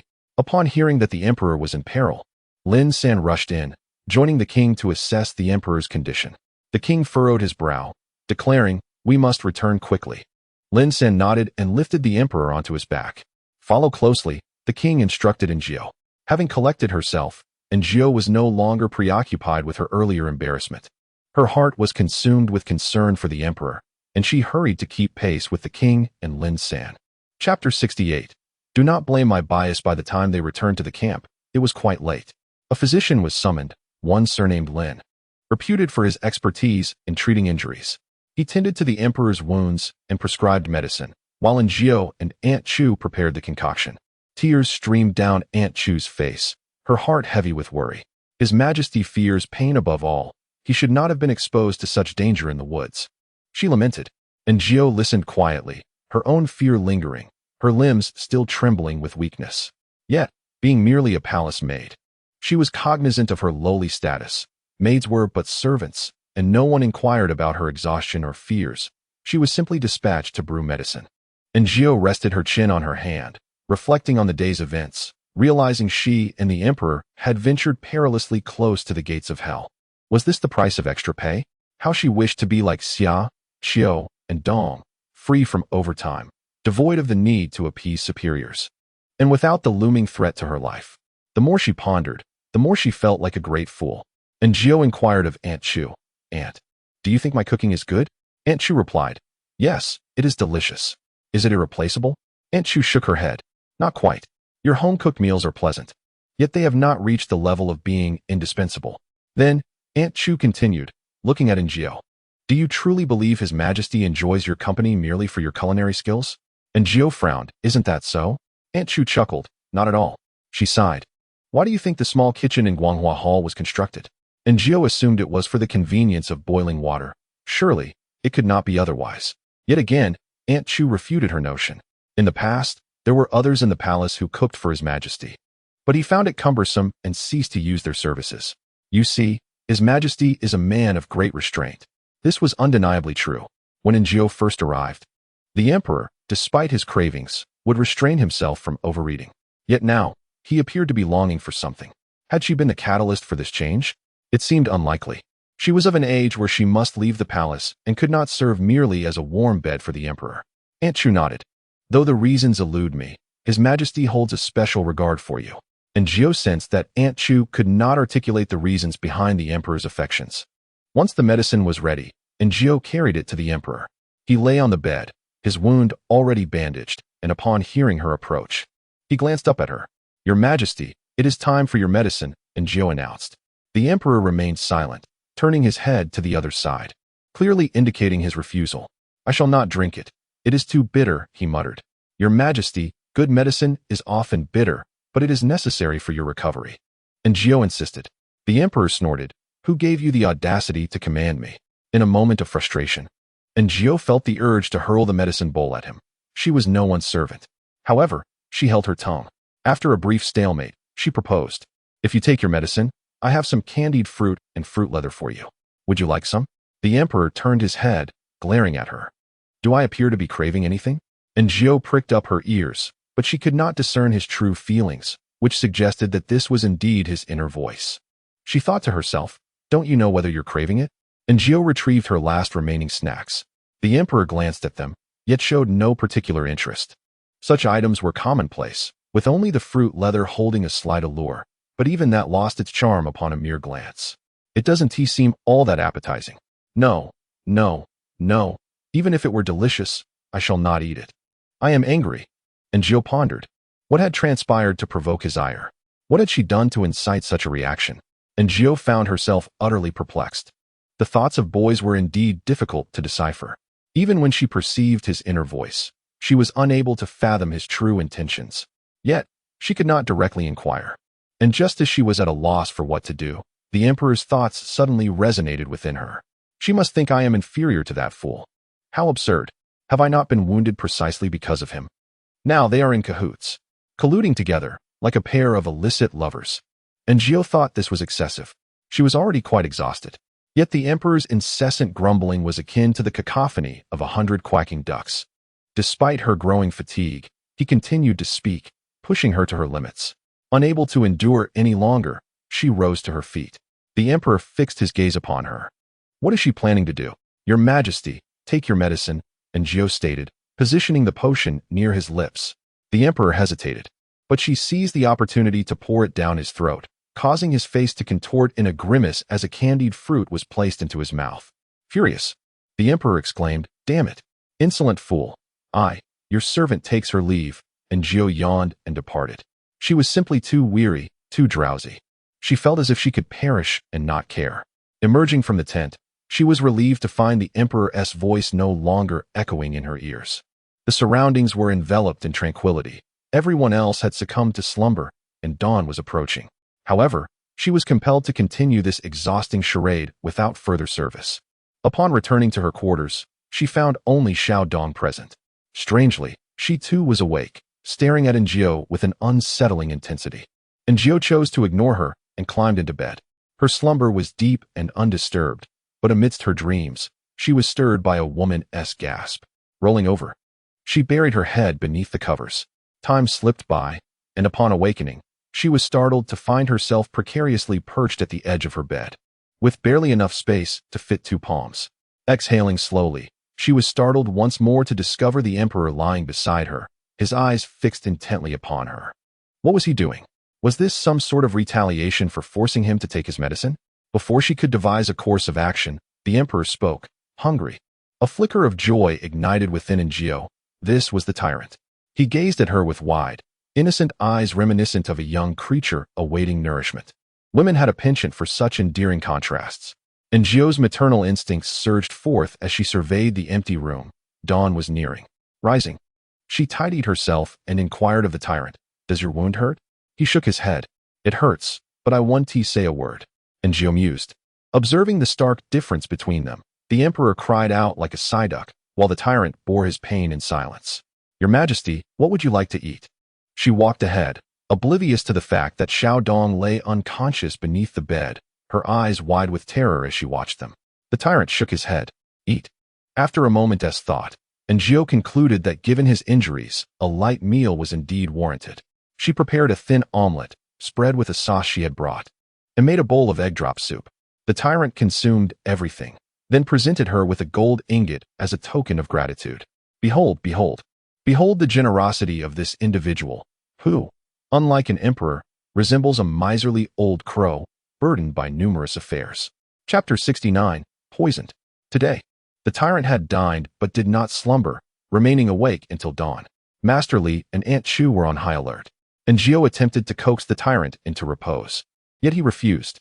He pointed toward the towering tree outside, eager to climb, and Njio dared not encourage him to ascend, fearing the risk of reopening his wounds. "Your Majesty, it's too high. I am afraid. Shall we play on the ground instead?" The tyrant regarded her for a moment and then nodded. As dawn approached, he finally collapsed in a stupor. Njio exhaled in relief, and Aunt Chu prepared a chicken, prompting Njio to begin stewing it. Today was meant to be the final day of the hunt, but following the assassination attempt on the emperor yesterday, no one dared venture into the woods. They awaited the emperor's command to return to the city. The noble ladies, though initially exhilarated upon arrival, found the wilderness inconvenient and uncomfortable. They were not genuinely there for the hunt, and soon grew weary, longing for the comforts of home. The Prince of Duan had successfully hunted numerous game on the first day, and despite the incident yesterday, he had amassed a considerable bounty. He had not come the previous evening, but arrived early today, only to find the emperor still asleep. Just as he was about to depart, he spotted Njio emerging. "How is my elder brother?" the prince inquired. Njio replied, "Your Highness, the emperor is much improved." The prince scrutinized Njio and, after a pause, remarked, "You possess quite a talent. My elder brother, who is indifferent to beauty, has been utterly captivated by you." Njio shook her head. "Your Highness, you misunderstand. I merely excel at caring for others." The prince regarded her with suspicion. Njio, feeling quite at ease, considered herself akin to a kindergarten teacher, and with this thought, her mindset lightened significantly. "Is that so?" The prince clearly remained unconvinced. However, Njio resolutely affirmed, "Indeed." The prince still harbored doubts. The emperor awoke around noon, yawning, as a steaming meal was served. Fresh chestnuts accompanied wild chicken, and potatoes were stewed until tender and sticky, creating a delectable pairing with rice. Njio had specifically inquired with the physician, ensuring no harmful seasonings were added, yet the quality of the ingredients rendered the meal irresistible to the emperor. Where did this rice come from? The emperor inquired amidst his busy schedule. It was brought along before our departure, and Jiao explained, having packed a small bag of rice. Anticipating the emperor's potential cravings, the emperor nodded, entirely forgetting Jiao's previous act of administering medicine to him. At that moment, the imperial kitchen delivered another meal, presenting a rather appealing flatbread, a mushroom soup, and some vegetables. As previously mentioned, in this dynasty, most individuals had not yet resolved their basic needs, and the cooking methods were quite simplistic, primarily consisting of stews and boiled dishes. They did not engage in frying, and none could replicate Jiao's culinary prowess. The emperor cast a glance at the offerings and suddenly smiled, and Jiao sensed the unusual nature of his smile. The name Qin Bao lingered in the emperor's mind, and Jiao found the name familiar but could not recall its significance, when suddenly a commotion erupted outside. Master Li stepped out to investigate, while the emperor continued to eat, his head unlifted, and Jiao gazed at the mushroom soup on the table, suddenly recalling the identity of the individual in question, the head of the imperial kitchen. It was indeed him. Shortly thereafter, Li Gongong returned, leisurely stating, "Your Majesty, several of the esteemed consorts who accompanied you have been poisoned." The emperor replied, "If they are poisoned, summon the imperial physician and investigate the cause of their affliction." Li Gongong departed once more. The emperor, unhurried, continued his meal, rinsed his mouth, and then reclined on the bed. As Jiao and Xiao Xia cleared the dining table, they noticed a gathering of people not far from the camp, and Jiao recognized it as the residence of the beautiful consorts. Poisoned. Could it be the result of consuming the mushroom soup from the imperial kitchen? She cast a glance at the pot of soup just as a guard approached to remove it. Before long, Li Gongong hurried back, and Xiao Xia, her face brimming with curiosity, inquired, "What has transpired now?" And Jiao shook her head. However, they would soon learn the truth. In the hunting grounds, there existed a patch of mushrooms. Ordinarily, mushrooms should not flourish in the mountains during this season, yet this particular forest seemed to possess a unique climate, allowing for their growth, though in limited quantity. Thus, the imperial kitchen harvested them to prepare mushroom soup for the noble guests. The emperor, having abstained from the meal prepared by Jiao, was spared from misfortune, but the others were not so fortunate. Several ladies, having come to seek the emperor's favor, found themselves disappointed when he did not appear, resulting in their agitation and diminished appetites over the past few days. Today, upon encountering the fresh mushroom soup, they could not resist partaking, only to soon experience severe abdominal pain and relentless vomiting. The imperial physician arrived and immediately recognized the signs of poisoning. They took away the emperor's soup, confirming that it too was tainted. "Your Majesty, Qin Bao has arrived," announced Li Gongong. The emperor raised his hand wearily, casting a glance at Jiao, who remained puzzled. The emperor sighed in relief, albeit with a hint of impatience. "What are you staring at? Change his attire, quickly." And Jiao, being cautious of the emperor's back injury, dressed him in a light garment and then draped a cloak over him. Stepping out of the tent, the emperor strode towards the center of the camp, which was already surrounded by a considerable crowd, and Qin Bao was brought forth. "I am wrong, Your Majesty. I am truly innocent," Qin Bao exclaimed. The emperor remained silent, while Prince Jing coldly interjected, "Qin Bao, as the head of the imperial kitchen, you are accountable for the poisoning of the noble consorts who consumed the food you provided. Do you still dare to plead innocence?" Qin Bao hastily responded, "I acknowledge my negligence. The mushrooms must have been inadvertently mixed in by my subordinates. I assure you, it was not intentional." Prince Duan chuckled. "So? If you claim it was unintentional, does that absolve you?" The onlookers began to murmur among themselves. The imperial kitchen is a place of great significance. If their culinary creations are tainted, how can the emperor's safety be assured? A certain official stepped forward, declaring, regardless of the circumstances, Qin Bao cannot evade responsibility. Prince Jing sneered. Fortunately, His Majesty's appetite was poor today, or else. His words trailed off, yet the crowd comprehended his implication. And Jiao suddenly recalled a detail. Typically, the emperor's meals are tested for poison, including those prepared by Jiao herself. She would always sample a portion before he dined. Moreover, it is the imperial kitchen that these noxious mushroom soups have made their way to the tables of the nobility and the emperor himself. Were it not for the peculiar affiliation between Qin Bao and the Empress Dowager, his very identity would render him vulnerable to the emperor's wrath without necessitating justification. Now, with the emergence of the crown prince confronting them, this may appear absurd, yet it serves to illustrate to all how greatly the emperor values the Empress Dowager. He personally intervenes, even in the matter of the head of the imperial kitchen, alongside the crown prince. And Jiao noticed that some gazes had shifted, fixating sharply on Qin Bao. This Qin Bao is a confidant of the Empress Dowager. When the emperor ascended the throne, the Empress Dowager was discontented. Should the emperor perish, her son would rise to power. Suddenly, an eerie silence enveloped the scene, interrupted only by the persistent pleas of Qin Bao. Your Majesty, you cannot kill me. The Empress Dowager would be displeased. And Jiao heard the emperor let out a cold laugh. This is precisely what I awaited. With a pallid countenance, he declared, since he is the Empress Dowager's man, let her handle him. I am weary, let it be. Everyone had heard of the emperor's assassination attempt yesterday. Witnessing his pale visage, bloodless lips, and trembling form, along with Qin Bao's audacious demeanor, provoked outrage. It was utterly excessive. How could a mere sycophant conspire against the emperor with such impunity? Who granted him this audacity? It is the Empress Dowager, came the unspoken consensus. Empress Dowager. I wish to witness you send Qin Bao to his demise. And Jiao glanced at the emperor, who bowed his head, his gaze sharp and malevolent. She discerned that the emperor indeed possessed many facets. However, this moment was quite gratifying, as they finally dealt with this sycophant, and Jiao felt a sense of exhilaration. Chapter 70. The Empress Dowager arrives this year. The greatest bounty was claimed by the eldest son of the Duke of Dinyuan, a robust young man skilled in martial arts. A formidable warrior under the command of the crown prince. The emperor bestowed upon him a jeweled dagger, which delighted the young duke immensely. The autumn hunt had formally concluded. On the way back, the crowd chattered incessantly, predominantly about Qin Bao. Did you hear what he just said? Even with the Empress Dowager backing him, his arrogance is excessive, showing utter disregard for the emperor. A young nobleman expressed his indignation. Indeed, the emperor's throne was rightfully inherited from the late emperor. It is legitimate and justified.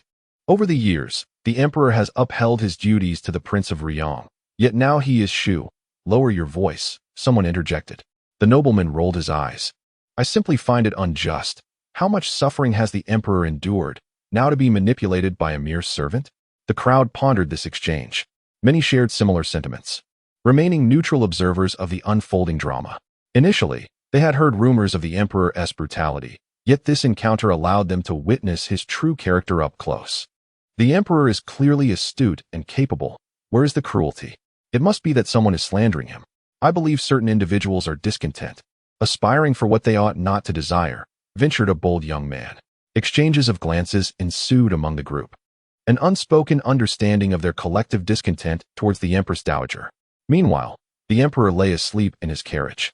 The carriage swayed gently, lulling Jiao into a drowsy state as she leaned against the front, gradually succumbing to sleep.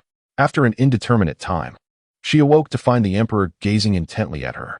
Your Majesty, and Jiao stammered, taken aback. Was this the tyrant? Did his Majesty desire something to eat? She offered him some snacks, which had been sent by the beautiful Wang. The last time the emperor had partaken of these treats, he had expressed no discontent. But this time, upon tasting a morsel, he abandoned it with a frown, pointing to his throat in apparent distress. And Jiao quickly fetched him water, and after he drank, he hesitated, glancing between the snacks and her, ultimately deciding against them. With no other food at hand, she resigned herself to waiting until their return home. Just as this thought crossed her mind, a sudden realization struck her. They would soon return to the palace. What if someone were to see the tyrant? However, her concerns manifested swiftly when the carriage abruptly halted, and a voice from outside called, Your Majesty, we have arrived. The tyrant alighted from the carriage with ease, entirely shedding the weakened demeanor he had displayed that morning. Initially, Li Gongong was taken aback, but he soon noticed Jiao frantically signaling from behind. Understanding dawned upon him. The esteemed visitor had arrived. Li Gongong attempted to manage the situation with the tyrant, yet dared not approach directly, instead gesturing for Jiao to step forward. Jiao hesitated, fearing that should the tyrant act out in public, it would attract unwarranted attention. As she stood rooted to the spot, the tyrant turned to her, his irritation palpable, urging her to follow. Reluctantly, she complied, relieved that the hour was late, allowing the emperor to return to Guanghua Hall without the need for a palanquin. Once back in his domain, the tyrant appeared even more at ease, heading straight for the kitchen in anticipation of a meal. Li Gongong smiled and urged Jiao, hurry. Little Jiao, His Majesty is hungry. Having brought back fresh milk from the mountain, and Jiu resolved to prepare caramelized milk. She combined brown sugar with a touch of water in a pot to dissolve it, then added the milk and eggs, steaming the mixture until it was cooked through. As the dish emerged, fragrant with caramel, the eggs were velvety, enhanced by a sprinkle of raisins and blueberries. And Jiu tasted it and found it delightful. She had intended to offer the tyrant a bowl of his own, but he seized the one she had already sampled. And Jiu felt a twinge of embarrassment. After all, he was the emperor. What if others discovered this? Would it lead to her execution? In no time, the tyrant finished his portion, his eyes gleaming with eagerness as he stared at Jiu like a ravenous little creature, demanding more. Inspired by his enthusiasm, she prepared to make another batch. This time double-skim milk and ginger milk, busily working away. Perhaps it had been too long since she last cooked, or perhaps her tools were inadequate. Regardless, the double-skim milk turned out well, while the ginger milk became a mere mixture of ginger and milk. Nevertheless, the tyrant showed no disdain and consumed everything. Undeterred, Jiu attempted once more to perfect the ginger milk, determined to succeed this time. Unfortunately, before she could finish, Li Gonggong arrived, his expression urgent. As if something had occurred, he gestured discreetly at Jiu, prompting her to approach him. "What is the matter?" she inquired. Li Gonggong's face revealed his displeasure. "The Empress Dowager has arrived." And Jiu frowned. "Can we not say that His Majesty is asleep?" Li Gonggong shook his head. "The Empress Dowager insists on waiting until His Majesty awakens." And Jiu was left speechless. "Isn't this pressuring His Majesty?" Li Gonggong pointed inside. "Is it still that one?" And Jiu nodded. Inside was still the tyrant, who seemed to harbor a strong disdain for the Empress Dowager. Allowing him to leave at this moment would not bode well, but if he remained and the Empress Dowager stayed, by morning, rumors would spread that could be detrimental to the emperor. What to do? As for the eunuch's thoughts on the matter, Jiu dared not voice her opinions freely. After all, Li Gonggong was seasoned in these affairs and should have a solution. However, to her surprise, Li Gonggong shook his head. The Empress Dowager came upon hearing that Qin Bao was imprisoned. Today she is resolute in taking him away. He himself had no insight into the emperor's plans and dared not make decisions recklessly. Perhaps you could let him sleep quickly, and when he is asleep, awaken him. He might just be the emperor. Li Gonggong proposed a rather dubious, yet seemingly plausible idea. And Jiu glanced at the tyrant stationed before the pot, and felt she had no choice but to give it a try. Fortunately, this time the ginger milk pudding was a success. The emperor consumed it, a look of complete satisfaction gracing his face. Now this is a dessert fit for a person. What was that this afternoon? It nearly choked me. And Jiu was taken aback by the emperor's inner thoughts, but she did not forget Li Gonggong's instructions, and thus said, "Your Majesty, it is getting late. It is time to rest." The tyrant shook his head. "No, I need to digest." And Jiu asked, "Why didn't you do that before?" But the tyrant had already stepped out, pausing to wait for Jiu, who could only follow. The tyrant's method of digestion was to stride forth vigorously, his steps long and pace swift. "Your Majesty, slow down." And Jiu called out, fearing they would collide head-on with the Empress Dowager. The tyrant halted his steps. Just then, footsteps echoed from outside. "The audacious dog servant dares to deceive me. The emperor is not in Guanghua Hall." The Empress Dowager's voice was particularly sharp. Little Fusey pitifully interjected, "Your Highness, His Majesty is now." He then froze, for he caught sight of the emperor around the corner. No, it seemed not to be him. Little Fusey cleverly retreated a step, but the Empress Dowager remained oblivious, sneering as she cast a glance at Jiu, who hurriedly lowered her head. "His Majesty feigned sleep just to cavort with a palace maid?" "Cavort?" The tyrant slowly enunciated the word, and Jiu sensed something amiss. She could not afford to heed the Empress Dowager's words. She merely fixated on the tyrant. His countenance darkened, his thoughts swirling. "The shameless wench deserves to die." These three words reverberated incessantly in his mind, and Jiu found it utterly terrifying and instinctively took a step back. Yet the Empress Dowager remained entirely unaware, snorting coldly. "Is it not so? The emperor is now increasingly arrogant, disregarding me entirely. What crime has Qin Bao committed to warrant imprisonment? Was he not framed?" Chapter 71. The door is locked. Qin Bao. This was the second term uttered by the tyrant. Regardless of his faults, Qin Bao was still the Empress Dowager's nephew. The Empress's family possessed little power, with only her brother's son, Qin Bao. Did the emperor intend to extinguish the Qin lineage? Before the Empress Dowager could finish her sentence, the tyrant had already scaled the wall. The Empress Dowager was momentarily stunned, gazing at the pitch-black sky, speechless. After a while, Her anger turned towards Eunuch Li. Li Difu, what is happening?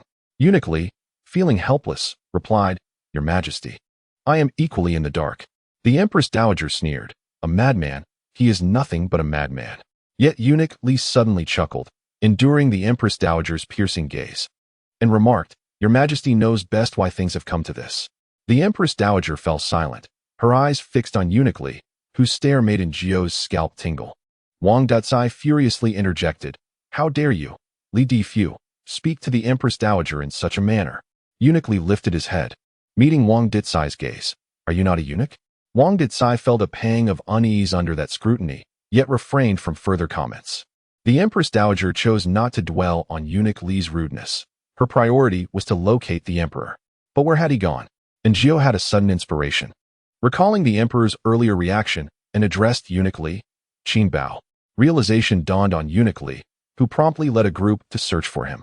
In truth, the moment the emperor departed, the hidden guards had pursued him, but these guards were rather obstinate. They adhered strictly to the emperor's commands.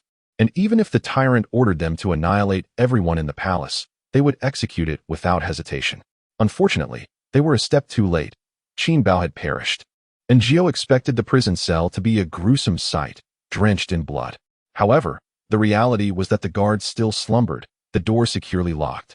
And only Qin Bao had hanged himself, his body still warm from death.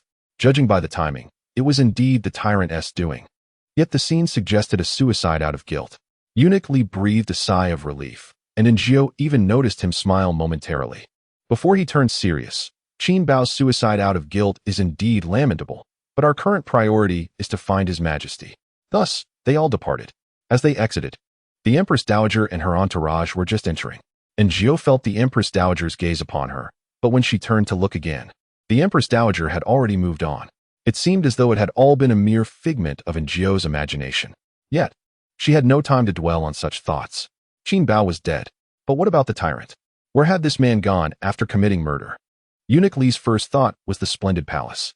So, the group proceeded to the splendid palace, where the door was shut. This was inconsequential, for the tyrant could easily scale walls. Xiao Jiao, why don't you go inside and take a look? Eunuch Li suggested while unlocking the door, and Jiao was reluctant, especially after learning that the pure consort had met a tragic end there, her body gnawed upon by rats. The atmosphere felt ominous. Moreover, and Jiao had heard that murderers often return to the scene of their crimes to relive the moment. What if she encountered him inside? Eunuch, I am somewhat frightened. Perhaps we should go in together? She proposed. Eunuch Li glanced at her. But, Your Majesty, he was genuinely fearful of the tyrant. Previously, he had only perceived the tyrant as cruel, but now it appeared he was also cunning and strategic. Had his intelligence truly increased? Eunuch Li was filled with doubt. Yet he would not enter. If Jiao refused to go in, then she would not budge. Li Gonggong opened the door, revealing a space that had remained untouched for quite some time. The ground was strewn with dry leaves, swirling about in the courtyard, disturbed by the wind. Fortunately, they were in good company. Aside from Li Gonggong and Jiao and several young eunuchs from Guanghua Palace, a few guards accompanied them. With a larger group, courage flourished. Xiao Jiao, you go take a look, Li Gonggong urged, his determination akin to that of a Taoist who would rather face danger than allow his peers to suffer. And Jiao replied firmly, No, the atmosphere here is too oppressive. I am frightened. Would you accompany me inside, esteemed Gonggong? Li Gonggong waved his hand dismissively. I am even more affected by the oppressive energy. And Jiao's reasoning was not without merit. Should any real danger lurk within, Li Gonggong's presence would be of little solace. Ultimately, they summoned 2 guards to venture inside, yet to their dismay, the tyrant was nowhere to be found. This was troubling. The tyrant was known to roam the palace freely, and now he had vanished without a trace. Li Gonggong was reluctant to escalate the situation, preferring to keep it under wraps. He led the group back, reassured by the presence of the tyrant's secret guards and his own formidable strength, confident that the tyrant would return once he had had his fill of mischief. And Jiao, weary and chilled to the bone, returned to her quarters, lit a lamp, and found herself face to face with the tyrant, who was nestled in her bed. What are you doing here? She exclaimed, her eyes widening in surprise at his adeptness at concealment. Upon seeing her, the tyrant extended his hand from beneath the covers, revealing 2 round, plump gold ingots. And Jiao cleared her throat and, taking the ingots from him, inquired with genuine concern, Your Majesty, Are you cold? Shall I add some more firewood? The tyrant nodded, appearing indeed quite cold. Suddenly, Aaargh remembered his injury, and after stoking the fire, she asked if it pained him. The tyrant shook his head, yet she discerned a hint of discomfort. Is Qin Bao dead by your hand? Aaargh inquired casually, though her heart raced with apprehension. The tyrant nodded affirmatively. When the prison door was locked, how did you gain entry? Aaargh pressed, curiosity mingled with unease. The tyrant met her gaze, stating simply, the door was not locked. Aaargh furrowed her brow, recalling that the door had indeed been secured when they entered. How could he claim otherwise? She ruled out the possibility of error. The tyrant was not one to lie, for if he did, he could not have entered. Could it be that the door was left unlocked when he entered? Yet someone locked it after he committed the act? But who could that be? Observing the tyrant, she noted his complete lack of concern regarding the matter. As he burrowed deeper beneath the covers, revealing only his head, which was adorned with fallen leaves. Aaargh gently removed the leaves from his hair, and he offered no resistance, showing her an implicit trust. Reflecting on the Empress Dowager's piercing gaze earlier that day, Aaargh felt a chill run down her spine. She turned to the tyrant and asked, Your Majesty, if someone were to harm me in the future, would you protect me? The tyrant nodded, which brought her a measure of comfort. As the candlelight flickered, it became evident that this night would be one of sleeplessness. Meanwhile, the Empress Dowager seethed with fury, not out of concern for Qin Bao, but rather due to the discomfort caused by the emperor's defiance. That wretched scoundrel! Were it not for him, her son would be the emperor. Now, her son's throne has been usurped, and unable to confront the emperor directly, she resorts to repugnance, determined to vex him thoroughly. Like many stepmothers, to torment a child does not solely require physical violence. There are subtler forms of cruelty, such as verbal assaults, belittlement, insults, and emotional neglect. For instance, if the child dislikes spicy food, she deliberately adds chili to every dish. If he cannot tolerate onions, she heaps them into his meals. Should he refuse to eat, she accuses him of ingratitude, of being a thankless wretch. The Empress Dowager cannot strike the emperor directly. Thus, she manipulates external gossip and exploits the emperor's own guilt, torturing him with these seemingly trivial matters. If the emperor cannot partake of meat, she serves him nothing but bland, insipid vegetarian fare day after day, year after year. For someone of his stature, to dine on such meager rations is an affront. In a bid to force him into the harem, she inundates him with women, all under the guise of concern for his well-being. What significance does it hold to be an emperor if he must endure such indignities?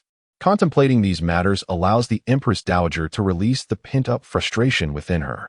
Yet now, with Qin Bao deceased, she grits her teeth. Chapter 72. The Emperor's moment of glory. The following day, news of Qin Bao's demise spread like wildfire. Some found it suspicious, while others rejoiced, believing such a dog of a servant deserved his fate. The Empress Dowager's visit to the prison the previous night was also whispered about. Oh, rumors. Who cares for the sequence of events? By the time Aaargh heard, it had morphed into the tale that shortly after the Empress Dowager entered the prison, Qin Bao, fearing retribution, had taken his own life. This smacked of a cover-up. Conspiracy theorists quickly pieced together the narrative. The Empress Dowager, discontent with the emperor, had instructed Qin Bao to poison the emperor's meal. By a twist of fate, the emperor had not consumed that particular bowl of soup, leading to Qin Bao's exposure. To avert being implicated in murder, the Empress Dowager had to silence him. This rumor swiftly spread throughout the capital and even reached the palace. Aaargh learned of the rumor in the afternoon, while in the morning, the emperor had looked astonished as he asked Eunuch Li, Qin Bao is dead? Who killed him? Eunuch Li, accustomed to such inquiries, patiently explained the circumstances surrounding Qin Bao's death. The emperor was incredulous. I killed him? Eunuch Li nodded. The emperor then sought out Aaargh, who affirmed Eunuch Li's account. However, she added, Your Majesty, there is something peculiar. When I entered with Eunuch Li yesterday, the prison door was locked, yet he claims it was open when he entered, and he admitted to killing Qin Bao. After a moment of silence, the emperor instructed, conduct a thorough investigation into the guards of the Xinqing division.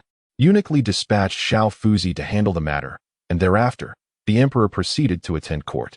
Yesterday, the tyrant had a penchant for caramelized milk, so today, Aaargh prepared a similar dish for the emperor. Their palates seemed to align perfectly.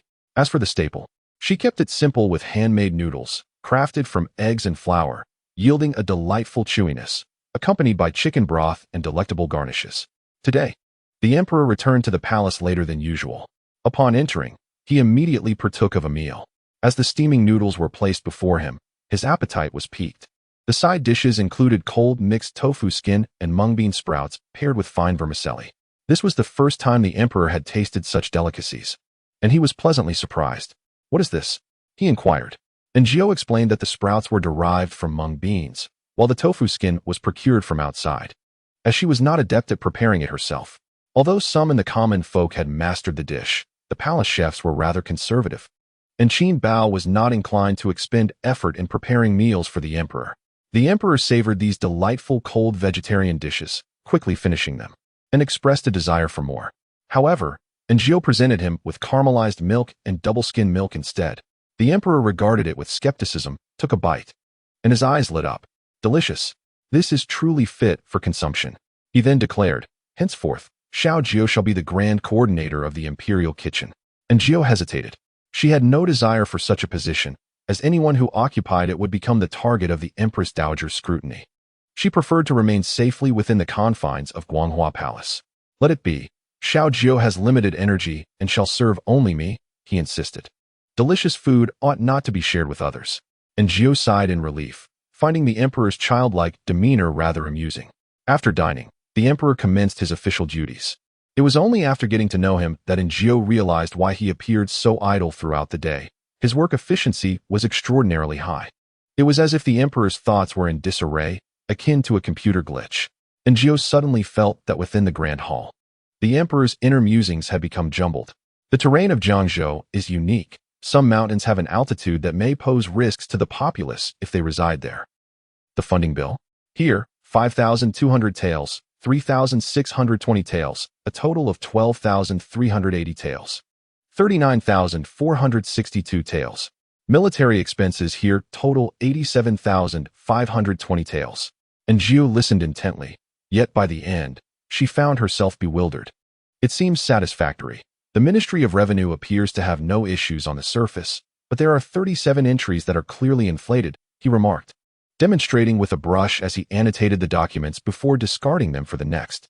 The subsequent documents pertain to taxes, filled with numerous fragmented figures. In an era devoid of computers, even using an abacus was laborious. The emperor had one at hand, and with swift fingers, he manipulated it while numbers danced in his mind. Before Jiao could fully comprehend, he had calculated the figures, scoffing as he marked them with a large cross and cast them aside. After 2 hours, the emperor concluded his official affairs and instructed Li Gonggong to summon the 6 ministries and cabinet ministers, listing a multitude of titles that Jiao could not retain. But Li Gonggong remembered. "Tell them to come in at once." Li Gonggong exited, and Jiao felt a profound admiration. Indeed, Guanghua Palace did not harbor idlers. Li Gonggong possessed an extraordinary intellect. The emperor rubbed his temples, and Jiao poured him tea. He took a sip. His expression darkened as he sat in silence. Shortly thereafter, a throng of ministers filled the grand hall, each a pivotal figure within the court. The emperor picked up a memorial and tossed it to the Minister of Revenue, commanding him to rewrite it. He then hurled another document at a different official, expressing his disdain for the inflated military expenses. The quantities of cotton clothing, grain, weaponry replenishment, and death compensation funds did not align. The discrepancies were too vast. "I suspect someone is pocketing funds," he declared. "I grant you 3 days to investigate. Failure to report back will result in your replacement." The Minister of War trembled as he picked up the memorial and the account books from the ground.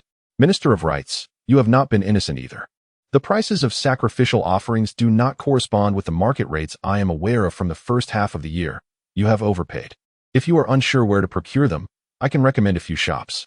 The Minister of Rights knelt in submission. One by one, the emperor pointed out discrepancies in the accounts of nearly every official present. The assembly trembled, once more astonished by the emperor's intellect. And Jiao, too, experienced a profound reevaluation of the emperor today. How could one individual possess not only formidable martial skills and striking looks, but also such remarkable wisdom?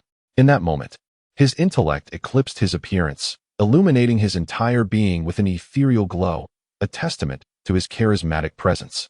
And Jiao, along with all the ministers, resonated with the spirit of the late emperor. No wonder the late emperor had championed his ascension to the throne against all opposition. If it were them, Who would care about the distinctions between legitimate and illegitimate heirs? Denying him the throne would be a disservice to their ancestors. Could the other foolish royals compare to him? What grievances could the Empress Dowager possibly harbor? The Prince of Ruyang was nothing more than a mere cur before the Emperor.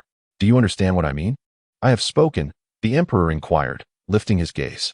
The assembly unanimously declared there were no objections. Only a fool would have any issues. They did not. The Emperor waved his hand, and the crowd, drenched in perspiration, retreated.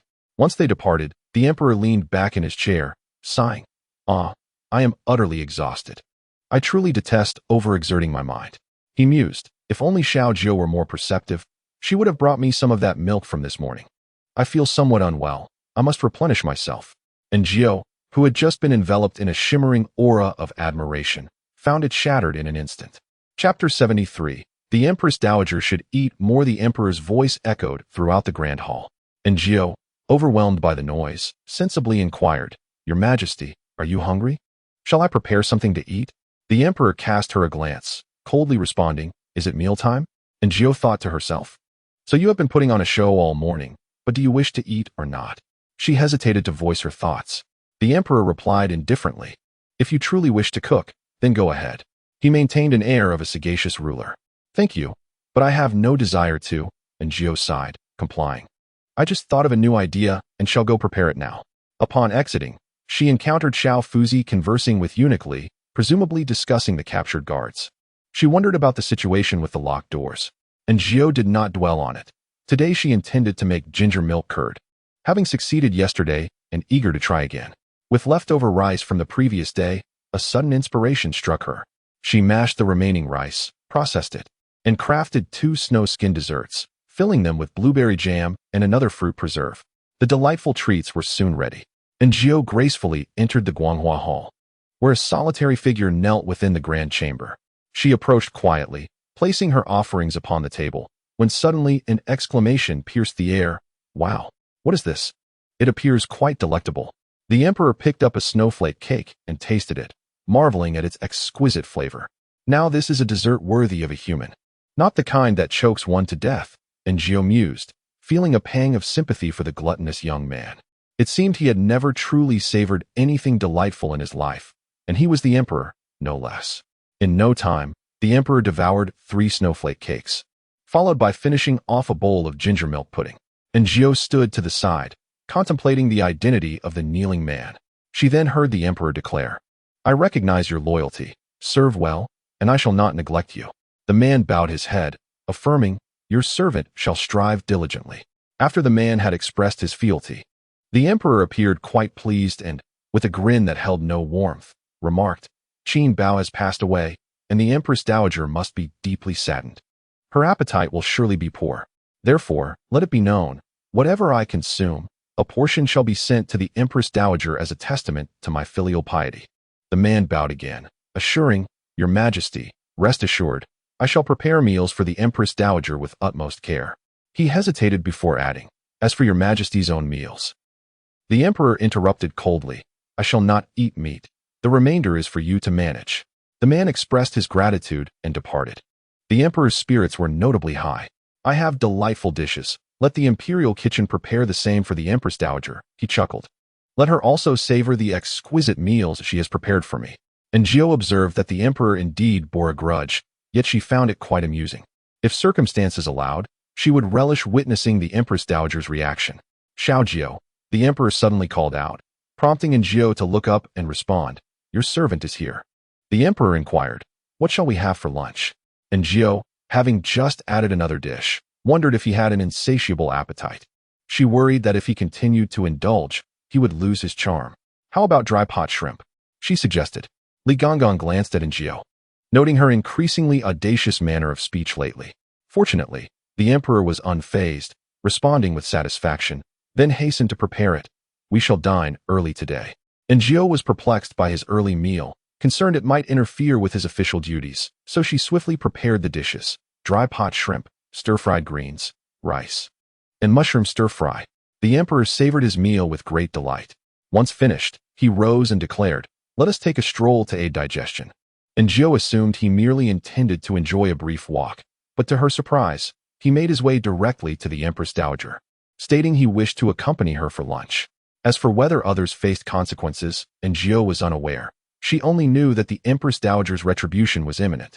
When the emperor arrived, the imperial kitchen had just delivered the meals: 2 plates of cold vegetarian dishes, a bowl of broth devoid of oil, and 2 stale flatbreads.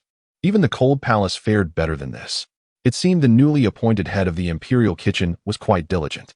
Those wretched servants are crossing the line. The Empress Dowager's voice seethed with barely contained fury. I shall never acquiesce to that little wretch's whims. The emperor entered just before the Empress Dowager could unleash her wrath upon the table. Are you dining, Empress Dowager? The emperor settled himself and cast a glance at the dishes laid out before him, feigning a sense of nostalgia as he remarked, These are all my favorite dishes.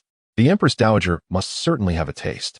The Empress Dowager remained unmoved, silent, her gaze fixed coldly upon the emperor, and Aaargh felt as though, in that moment, she resembled a venomous serpent poised to strike. A chill ran down Aaargh's spine. Yet, the emperor appeared oblivious to the dowager's displeasure. He arched an eyebrow and declared, Chief Steward Qin has passed away. I am aware of the sorrow it brings you, so I specially requested the imperial kitchen to prepare my favorite dishes for you. He regarded the dowager with a slight smirk, though no warmth resided in his eyes. What? Are these dishes not to your liking? The dowager teetered on the brink of fury. Aaargh observed as Wang Datsai subtly tugged at the dowager's sleeve, prompting her to suppress her anger and take a seat.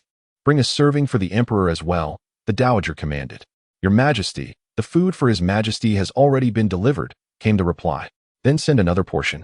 The dowager said coldly, fixing her gaze on the 2 attendants from the kitchen. They exchanged glances before seeking the approval of Li Gonggong, who nodded, allowing them to hastily depart. The dowager, sensing a shift, remarked with a hint of derision, The emperor is quite swift in his actions.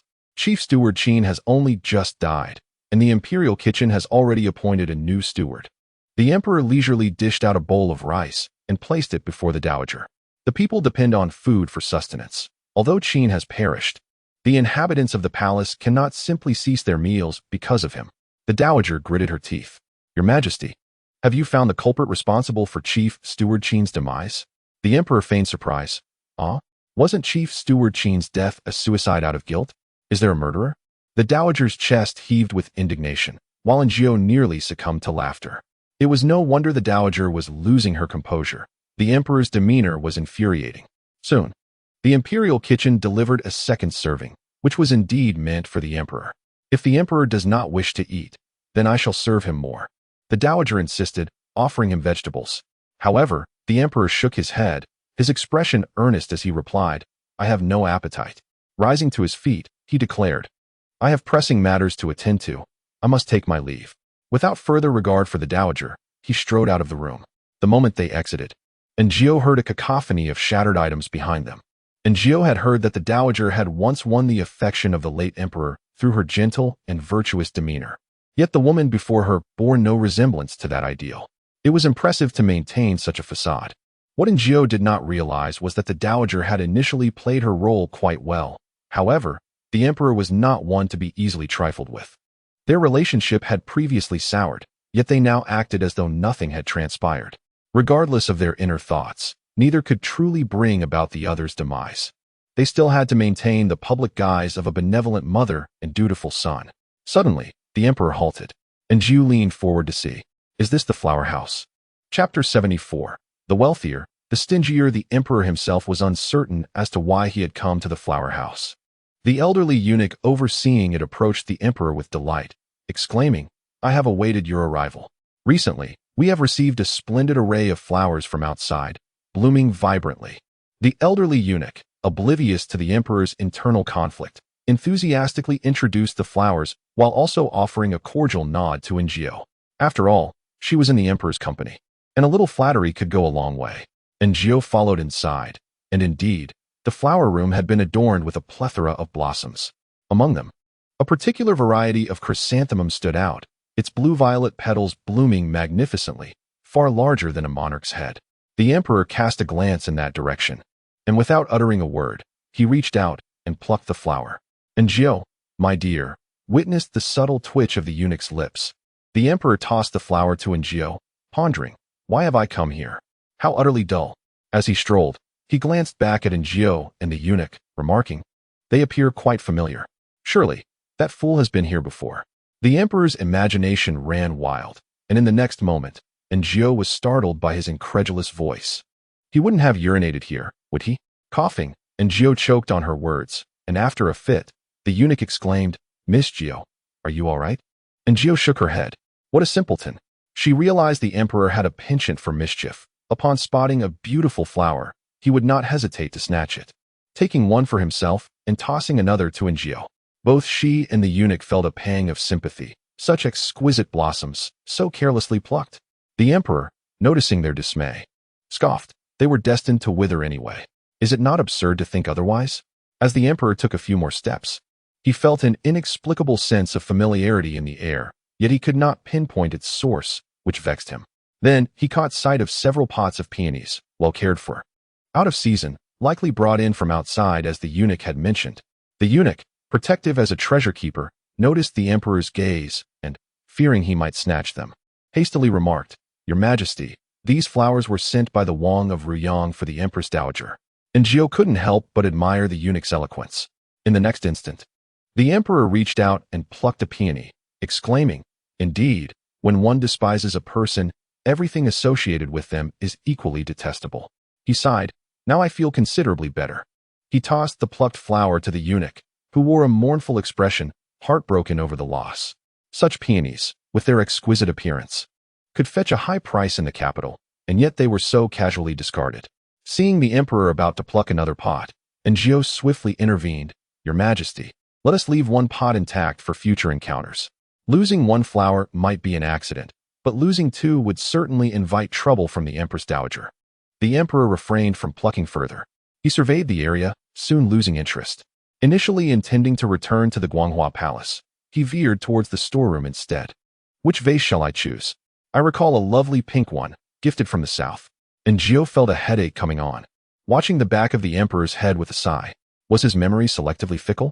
How could he be so capricious? Today, the gatekeeper was Xuanxue, who was dozing off when she spotted a pair of black boots.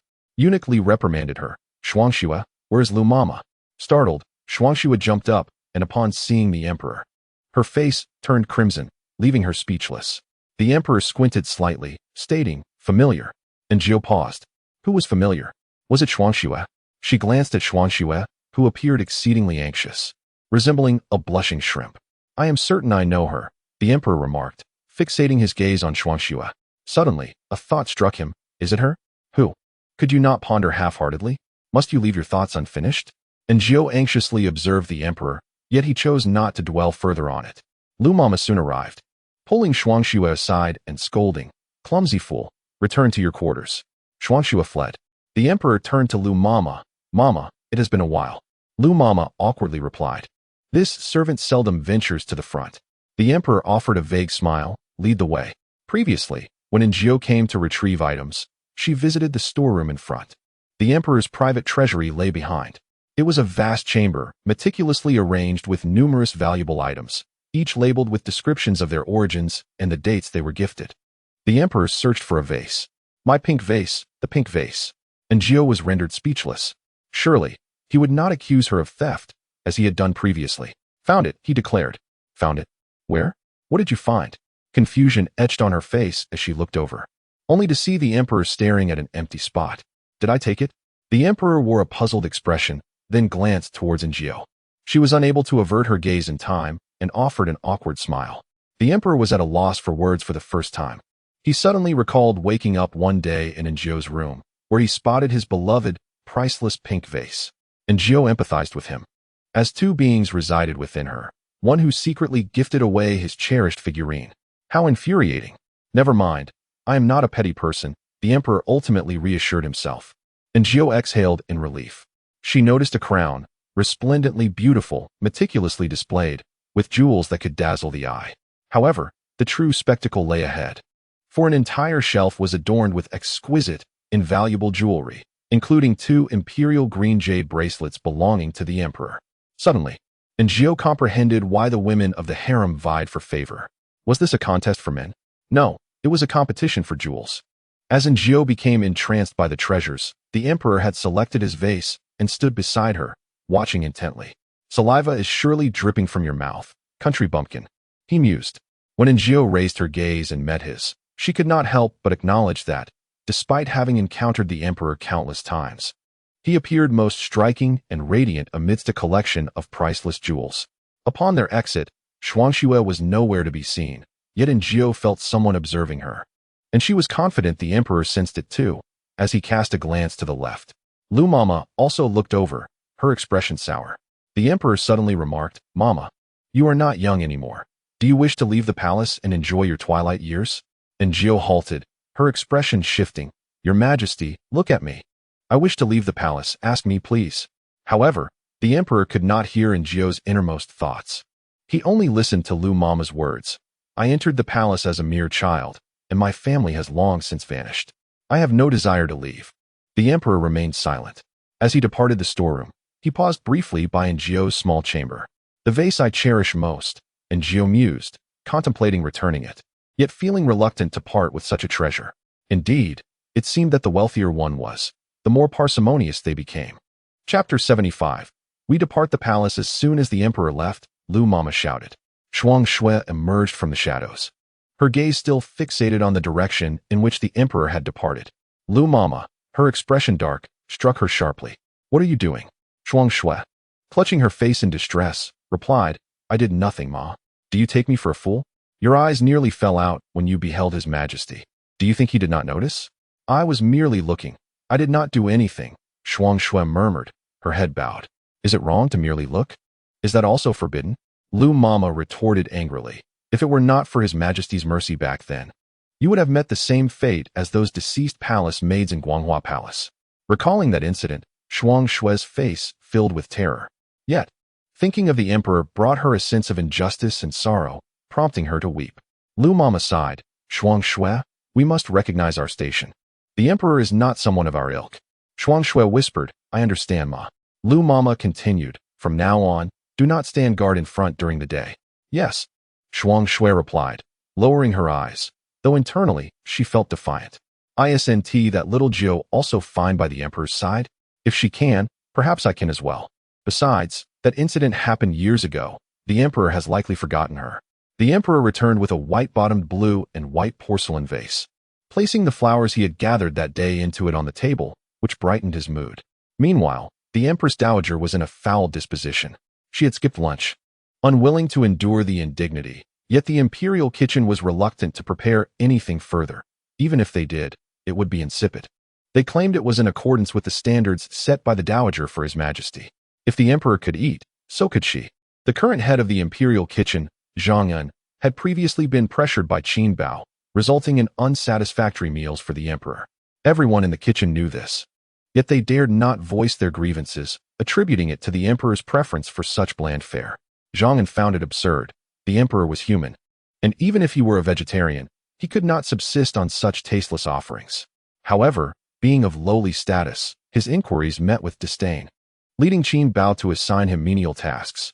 Zhang Yun had resigned himself to this fate until one day, someone sought him out, an attendant named Xiao Fuzi, who served the emperor.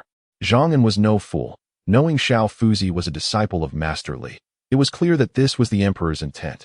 Xiao Fuzi's mission was straightforward: to monitor the imperial kitchen staff to ensure they did not poison the emperor, and to ascertain who among them was loyal to Qin Bao. Zhang Yun was obedient as well. During this autumn hunt, Xiao Fuzi provided him with several poisonous mushrooms. Although Zhang Yun hesitated for a moment, he quickly came to a resolution. Having decided to follow the emperor, he understood the necessity of unwavering commitment. One must seek fortune amidst peril. He carried out his plan discreetly, and soon enough, several concubines fell ill from poisoning. The emperor, having lost his appetite, did not partake in any food. Consequently, Qin Bao was investigated and apprehended, along with all his associates, captured as per the list he had provided. Now, the imperial kitchen was left with only a few neutral individuals who had previously been oppressed, along with several of Zhang Yun's loyal followers, all devoted to the emperor. Due to a shortage of personnel, the meal prepared by the imperial kitchen that day was exceedingly simple. As for the Empress Dowager, her dishes were still prepared according to the emperor's previous standards.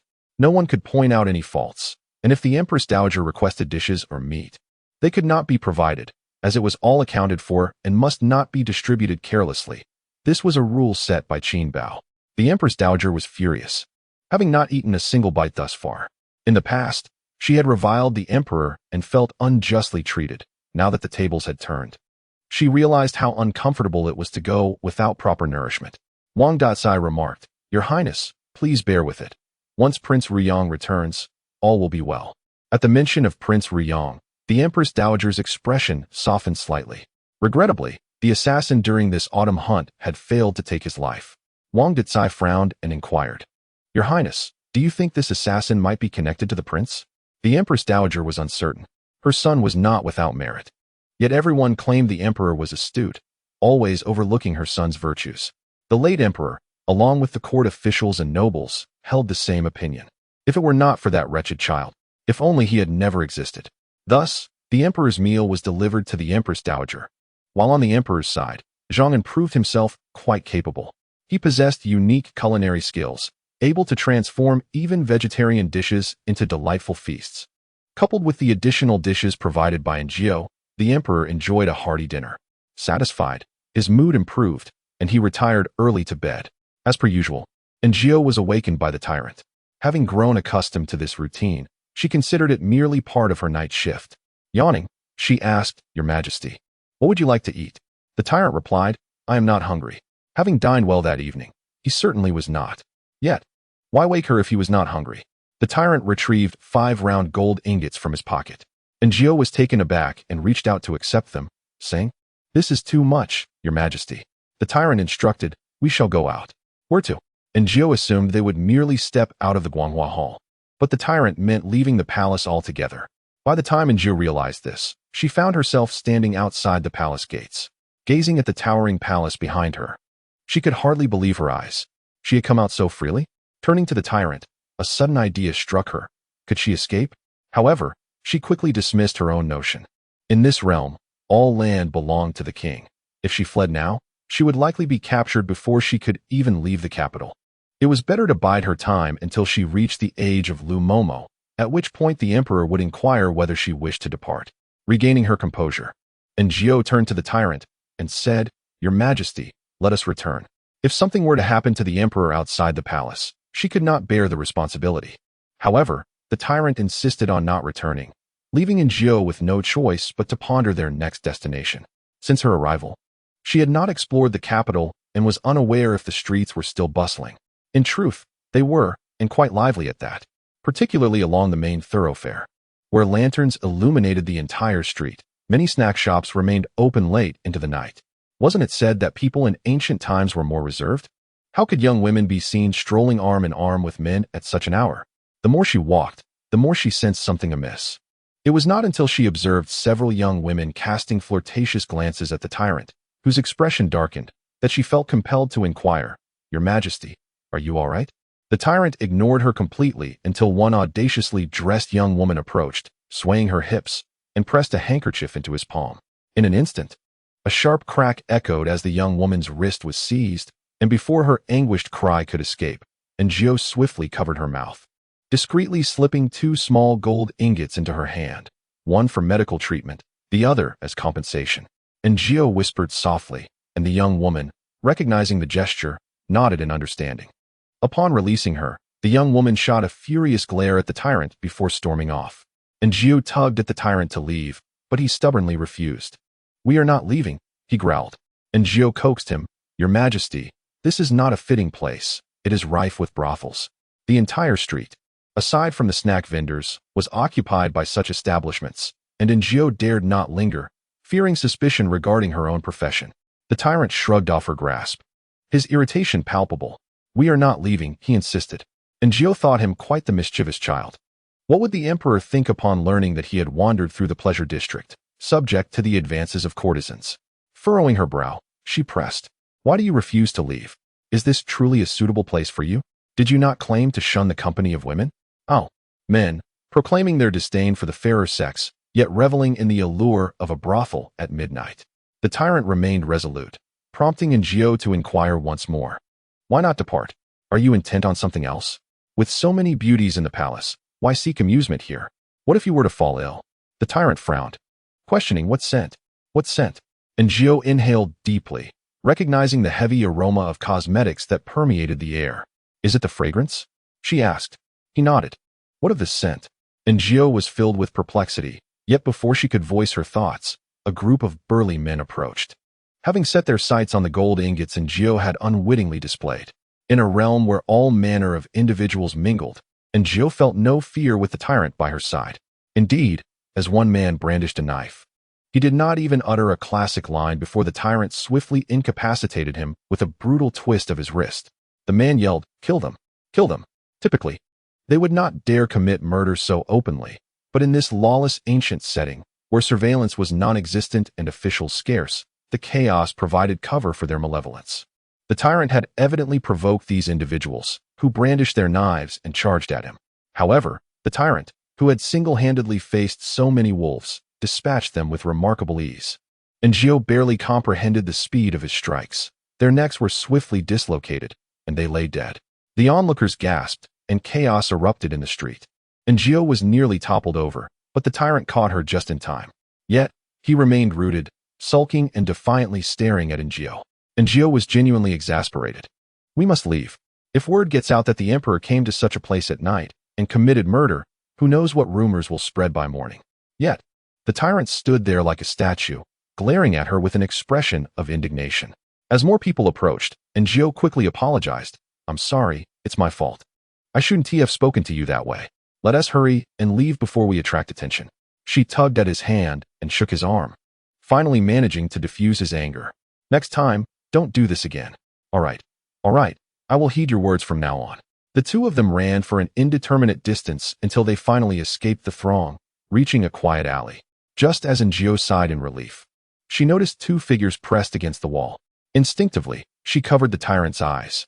The tyrant, displeased, brushed her hand away, while the two individuals nearby were engrossed in their own world, oblivious to their presence.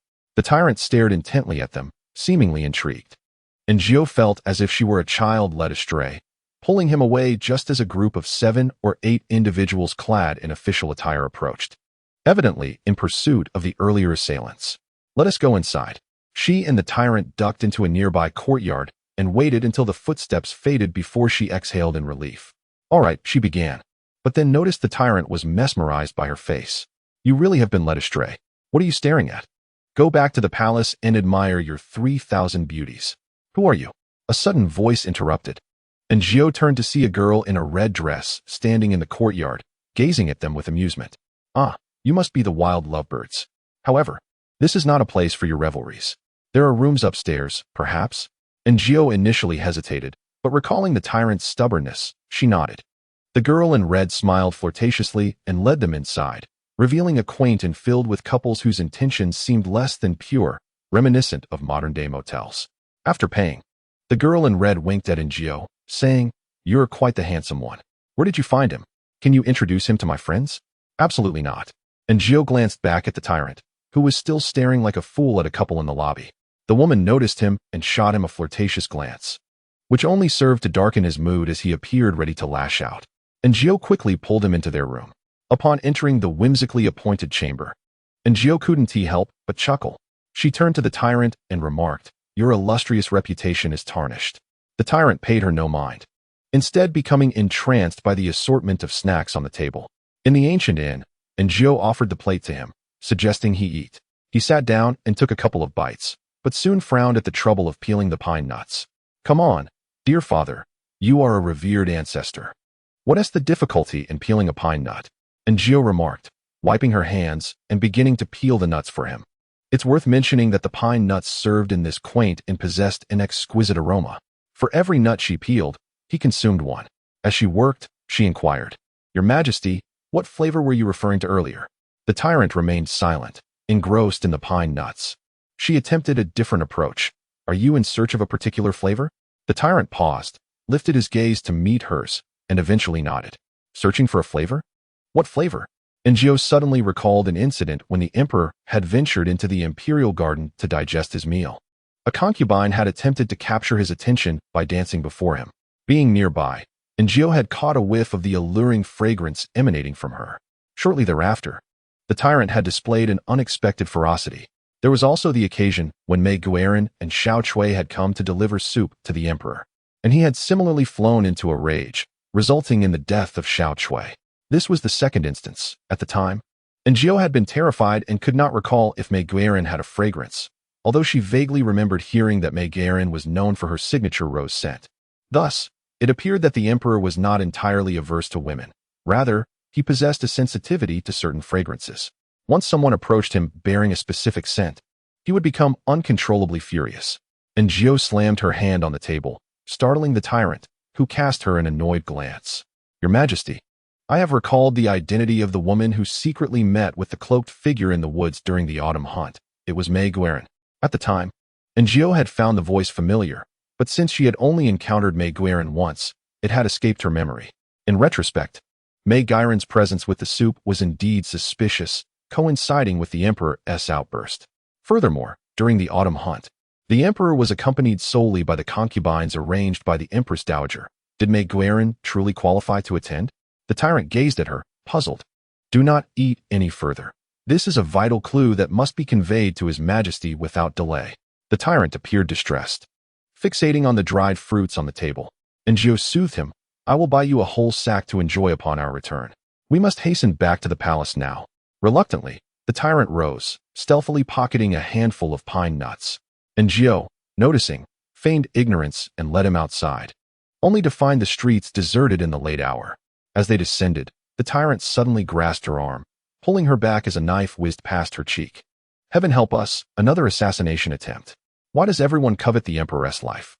Chapter 77, The Hardships of Servitude. The tyrant pulled Jiao back into the room. Shortly thereafter, sounds of a scuffle erupted outside, and Jiao wondered if the emperor's hidden guards had arrived. Cautiously, she opened the door to investigate, only to discover that these were not assassins, nor were they targeting the emperor. It was merely two factions engaged in a feud below. And Jiao sighed. All is well. There is no turning back now. As dawn breaks, the sun ascends. The emperor has not attended the morning court. Eunuchly informs that he is unwell. The court officials collectively exhale in relief, for the emperor had previously left them with unresolved matters, and they too can find solace. But where is His Majesty? Eunuchly gazes at the shadow guards in utter disbelief. What more can you do? When the emperor encounters an assassin, your assistance is of no avail. And now you have lost him entirely. Lin 12 remarks that Lin 3 has gone to search for him, yet they must find him first. Eunuch Li anxiously paces the courtyard. The late emperor truly ought to have taught His Majesty martial skills adequately.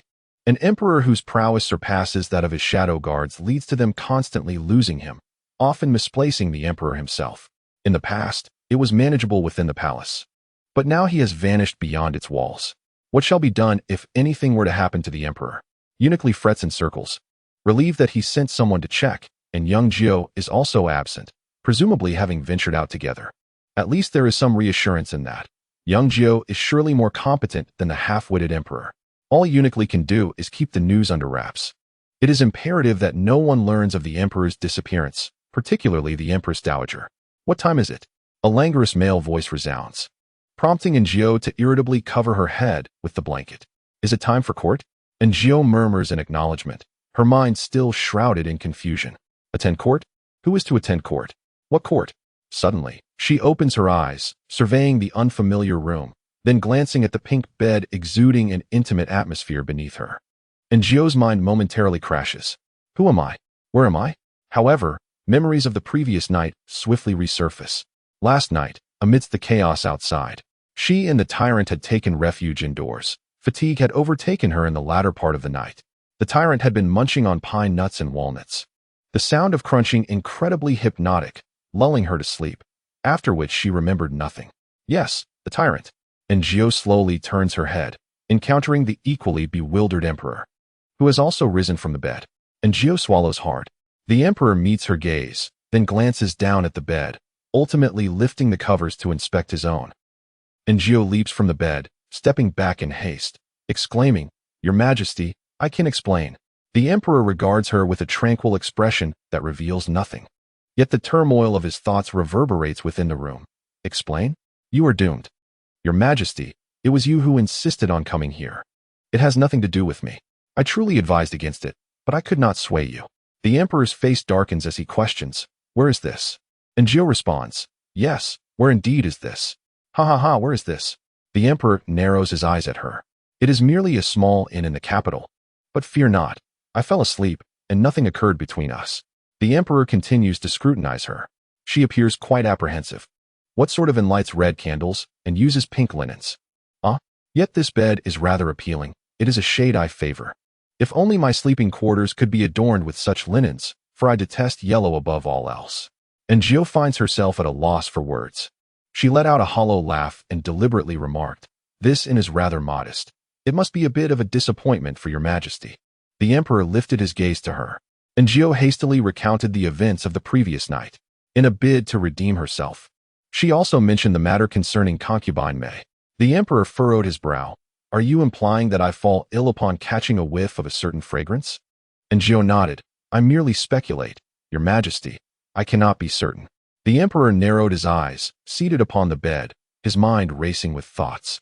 Soon, a cacophony of voices filled his ears. Are you saying that fool came here in search of a particular scent? He inquired again, and Gio affirmed, your majesty. That individual may very well hold the key to your lost memories. She felt compelled to stop there, for to say more would be overstepping her bounds. Indeed, the emperor pondered her words. Could it be that he is the young version of myself before the age of 7? If that is the case, he must remember the culprit. Thus, it stands to reason that the perpetrator must have possessed a unique fragrance, which triggered my ailment upon detection. Precisely so. And Gio thought the emperor truly astute. He squinted slightly. What kind of person would carry such a distinctive scent? A woman, perhaps? I am not entirely indifferent to the fairer sex. In fact, my episodes are often provoked by the fragrances they exude. Indeed, and Gio nodded in agreement. The emperor exhaled deeply and turned his gaze toward her. Assist me in changing attire. And Gio looked at him, speechless. The emperor, belatedly realizing, stood to adjust his garments. And they exited the room in succession. The inn was in disarray, with the staff busily tidying up. Upon noticing their presence, a girl in red flashed in Gio a knowing glance. Are you two still here? I hope last night's commotion did not disturb you. And Gio thought to herself, please refrain from insinuating anything. She remained silent, but the girl in red shot a glance at the emperor. What are you staring at? What is that look directed at me? The emperor scrutinized the inn, increasingly sensing something was amiss. And Gio, feeling uneasy, wished to leave quickly. But the emperor was ahead of her, and she could not hasten her pace. Something feels off here. Do come again next time. The girl in red called out loudly. We have other rooms available for selection. Once they stepped outside, the emperor glanced at the inn sign before observing the couples on the street, entwined and seemingly drained of energy. And Gio swallowed hard. Your majesty, it is all in pursuit of that scent. The emperor shot her a sidelong glance. And Gio smiled lightly. Your majesty, let us depart swiftly. After a night of upheaval, the emperor felt hunger pangs. The street vendor offerings were plentiful. Various pancakes, buns, fried dough sticks, meatballs, hearty noodles, spicy and sour noodles, and much more. As the emperor navigated through the throng, he found the experience rather novel. I am famished. The emperor swallowed again, deliberately slowing his pace. If a simple-minded fool were to give him a signal, he would surely remain a while longer to indulge in a meal. And Gio sighed, feigning ignorance, your majesty. She surveyed the surroundings and altered her address. Young master, are you hungry? Shall we have something to eat before we leave? The emperor nodded in agreement. Having found a tea house that appeared reasonably clean, which also served breakfast, and Gio felt it was at least more respectable than the establishments outside. At this hour, numerous patrons were indulging in their morning meals. She settled into a secluded corner, foregoing inquiries about the emperor's preferences, and ordered an assortment of breakfast items, filling the table to the brim. When she presented a small gold ingot for payment, the proprietor, taken aback by the unusual mode of transaction, stared at Gio several times before finally providing her change. Upon her return, she discovered the emperor already savoring wontons, and her own hunger intensified as she stood nearby, swallowing hard. Where did the ingots come from? The emperor inquired casually, and Gio swallowed again. From that gentleman. How many did he give you? 5. I used 2 last night, leaving 3. Rolling her eyes inwardly, she thought, surely he doesn't wish to reclaim them? Fortunately, the emperor did not press further. However, she overheard his thoughts. So that is where they went. I wondered why my ingots seemed fewer. And Gio had quite a memory. Gazing at the lavish spread before her, she swallowed once more, lamenting her lot as a servant. Chapter 78. Is a little prince coming soon? The emperor continued to eat leisurely. This is delicious, Aaargh thought, yearning to partake. This one is good too, she mused. And this one is quite nice. The emperor commented as he sampled each dish, causing Aaargh's mouth to water uncontrollably. At last, after a hearty meal, the emperor burped contentedly and caught sight of Aaargh's eager gaze fixated on his food. Do you wish to eat? He asked. Aaargh nodded eagerly. The emperor gestured for her to sit and eat, and though she feigned reluctance, she unceremoniously took a seat. Her appetite was modest. She felt satisfied after consuming a few buns. Your Majesty, shall we return now? Aaargh looked at the emperor with anticipation. Hurry back, hurry back, hurry back. The emperor squinted at her, pondering. Why does she look at me so? Unable to contain herself, Aaargh pointed at his attire. The tyrant was a man of decorum. Despite his habit of waking in the wee hours, he invariably dressed properly, only occasionally appearing disheveled. Yesterday, he had donned an all-black ensemble reminiscent of night attire, which, while suitable for evening, appeared somewhat odd in daylight. Coupled with his towering stature and striking features, he was exceedingly conspicuous on the streets. The emperor glanced down at his outfit, then back at Aaargh, who pointed toward a nearby tailor shop. He nodded, indicating for her to lead the way. Inside, the garments were a vibrant array of colors, and Aaargh surmised it was an ancient fashionista's haven. Wow, she exclaimed. They even have pink. Aaargh paused, following his gaze to see a pink garment that was quite well crafted. Due to its bold color, it had long been overlooked. The proprietor, noticing Aaargh's interest in the attire, eagerly promoted it, gesturing toward the emperor behind her and saying, This outfit would suit your husband perfectly. He would look splendid in it. Aaargh coughed awkwardly. He is not my husband. The proprietor, undeterred, continued his praises, while the emperor maintained a serious demeanor, his commanding presence silencing any further conversation from the tailor, who could only compliment Aaargh in hushed tones. The emperor stood aloofly to one side, yet within, he was overwhelmed with joy. What discernment! He mused. This shopkeeper speaks far more eloquently than those ministers. He gazed at the pink garment, convinced it would suit him splendidly. Unable to contain herself, Aaargh inquired, Do you wish to purchase it, my lord? The emperor's demeanor shifted. He huffed disdainfully. Who would wear such effeminate attire? He rolled his eyes and turned away. The shopkeeper replied, Yet, you cannot seem to look away. Your reluctance betrays your desire. Having encountered many such characters, the shopkeeper recognized the emperor's affluent demeanor and exchanged knowing glances with Aaargh. Though exasperated, she had grown accustomed to it and decisively declared, Shopkeeper, I will take the navy blue one and wrap up the pink as well. The emperor opened his mouth to object, but ultimately refrained from voicing his thoughts. Aaargh also acquired a set of more conventional attire, and once they had changed, they exited the tailor's shop. Shall we return now? Aaargh asked once more. We must hurry back. Should you stumble, I cannot afford the consequences, the emperor replied, shaking his head firmly under her earnest gaze. He had matters to attend to. He was keen to uncover what that individual sought on this street. Was it merely the allure of familiar fragrances, or had he stumbled upon something significant? As Aaargh pondered his thoughts, a sudden commotion arose ahead. She looked up to see an individual galloping towards them on horseback, moving at a breakneck speed, toppling several stalls along the way. The emperor sidestepped to avoid the chaos, and Aaargh hurried to his side. The rider sped past, leaving disorder in his wake, while the crowd murmured their grievances. How reckless!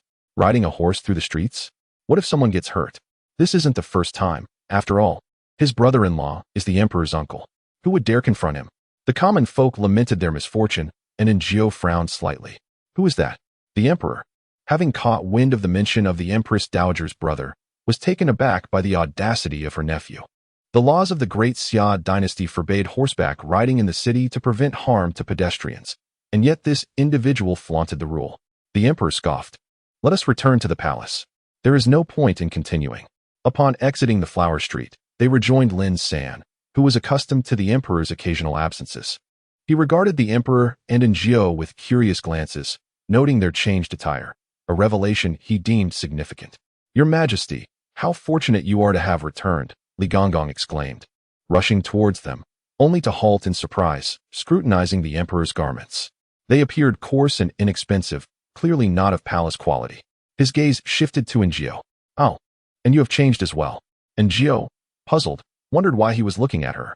Li Gongong's expression shifted from confusion to astonishment. He glanced at the weary countenance of the emperor and then at Aaargh, who also appeared rather lackluster. Suddenly, Li Gongong perked up. Could it be that a little prince is to be born soon? Li Gongong was overwhelmed with excitement. Aaargh, perplexed, wondered why Li Gongong was looking at her with such a maternal smile. It was not as if Aaargh had commented that the palace eunuchs lacked any sense of aesthetics. Their faces, painted white with 2 rosy cheeks and red lips, resembled potatoes coated with flour left to languish. Such a visage was indeed somewhat unsettling. What was the meaning of Li Gongong's gaze? Yet, without uttering a word, he assisted the emperor away. As Aaargh was about to follow into the Guanghua hall to attend, Xiao Fuzi stood before her with a beaming smile. Xiaojiu, my master said you worked hard yesterday, so today you should rest well. He will speak to Aunt Chu about it. Upon hearing the prospect of a day off, Aaargh's spirits soared. Li Gongong was truly a kind-hearted man, far superior to the miserly emperor. Today, the money she used for breakfast and clothes had come from her own pocket, while the tyrant had only bestowed 5 small ingots, of which 3 had been swiftly spent. In that urgent moment, Aaargh had given that young woman 2 ingots, and now she regretted it deeply. 1 would have sufficed, perhaps even half. Returning to her chamber with the small ingots, she noticed the 2 round ones looked quite lonely. 5 would indeed be more visually appealing when arranged together. After placing the small ingots carefully, she retrieved the dirty clothes she and the emperor had changed out of, preparing to wash them. When her eyes fell upon a pink garment, not a bright pink, but a muted rose, just as the shopkeeper had described, crafted from fine material. Little did she expect that such a tall and handsome man would possess a heart akin to that of a maiden. Aaargh could not help but chuckle. Is Xiaojiu in?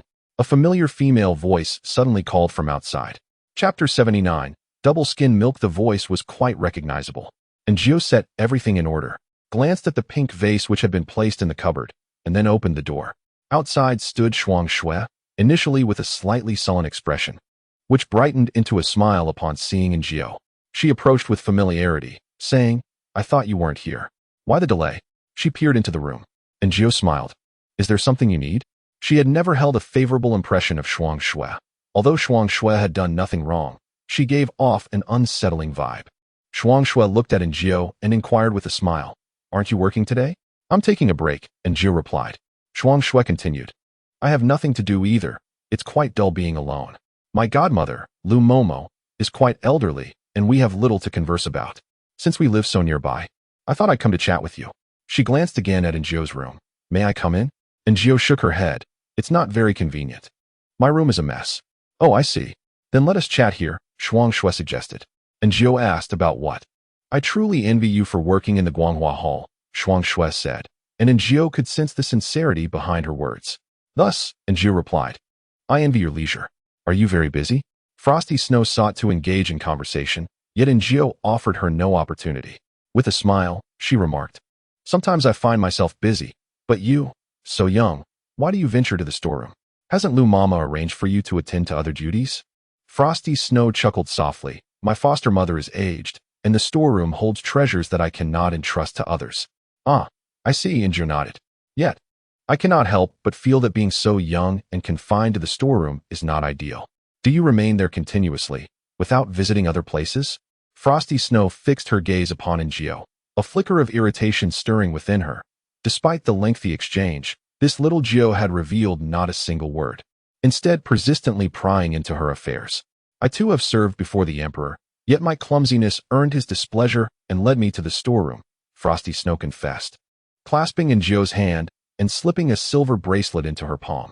Aaargh, taken aback, exclaimed, What is this for? I possess nothing of value. Please do not disdain it. She attempted to return it. I truly cannot accept this. Is there something you require? Frosty Snow tucked the bracelet away, a hint of shyness in her voice. As you observed, my youth should not confine me to the storeroom. I wish to return to serving before the emperor. Might you speak favorably on my behalf to his majesty? Here it came, indeed. Aaargh responded directly, Sister Frosty Snow. It is not that I am unwilling to assist you, but consider my position. Frosty Snow surveyed Aaargh, who appeared helpless. I am but a lowly maid. What influence do I possess to converse with the emperor? Frosty Snow pondered this, realizing the truth in Aaargh's words. The emperor's temper was such that he might strike her down without hesitation. Aaargh continued, For matters such as these, You ought to approach Aunt Chu, for she oversees the maidens of Guanghua Palace. Frosty Snow shook her head. My foster mother wishes for me to remain, and Aunt Chu shares a close bond with her. She would not agree. And Gio cast her a sympathetic glance and reiterated, in truth, I envy your position. And Gio grasped Frosty Snow's hand, suggesting, perhaps you might speak kindly to Lou Mama on my behalf, so that I may enter the storeroom? Frosty Snow, taken aback, retorted, what? The roles have reversed.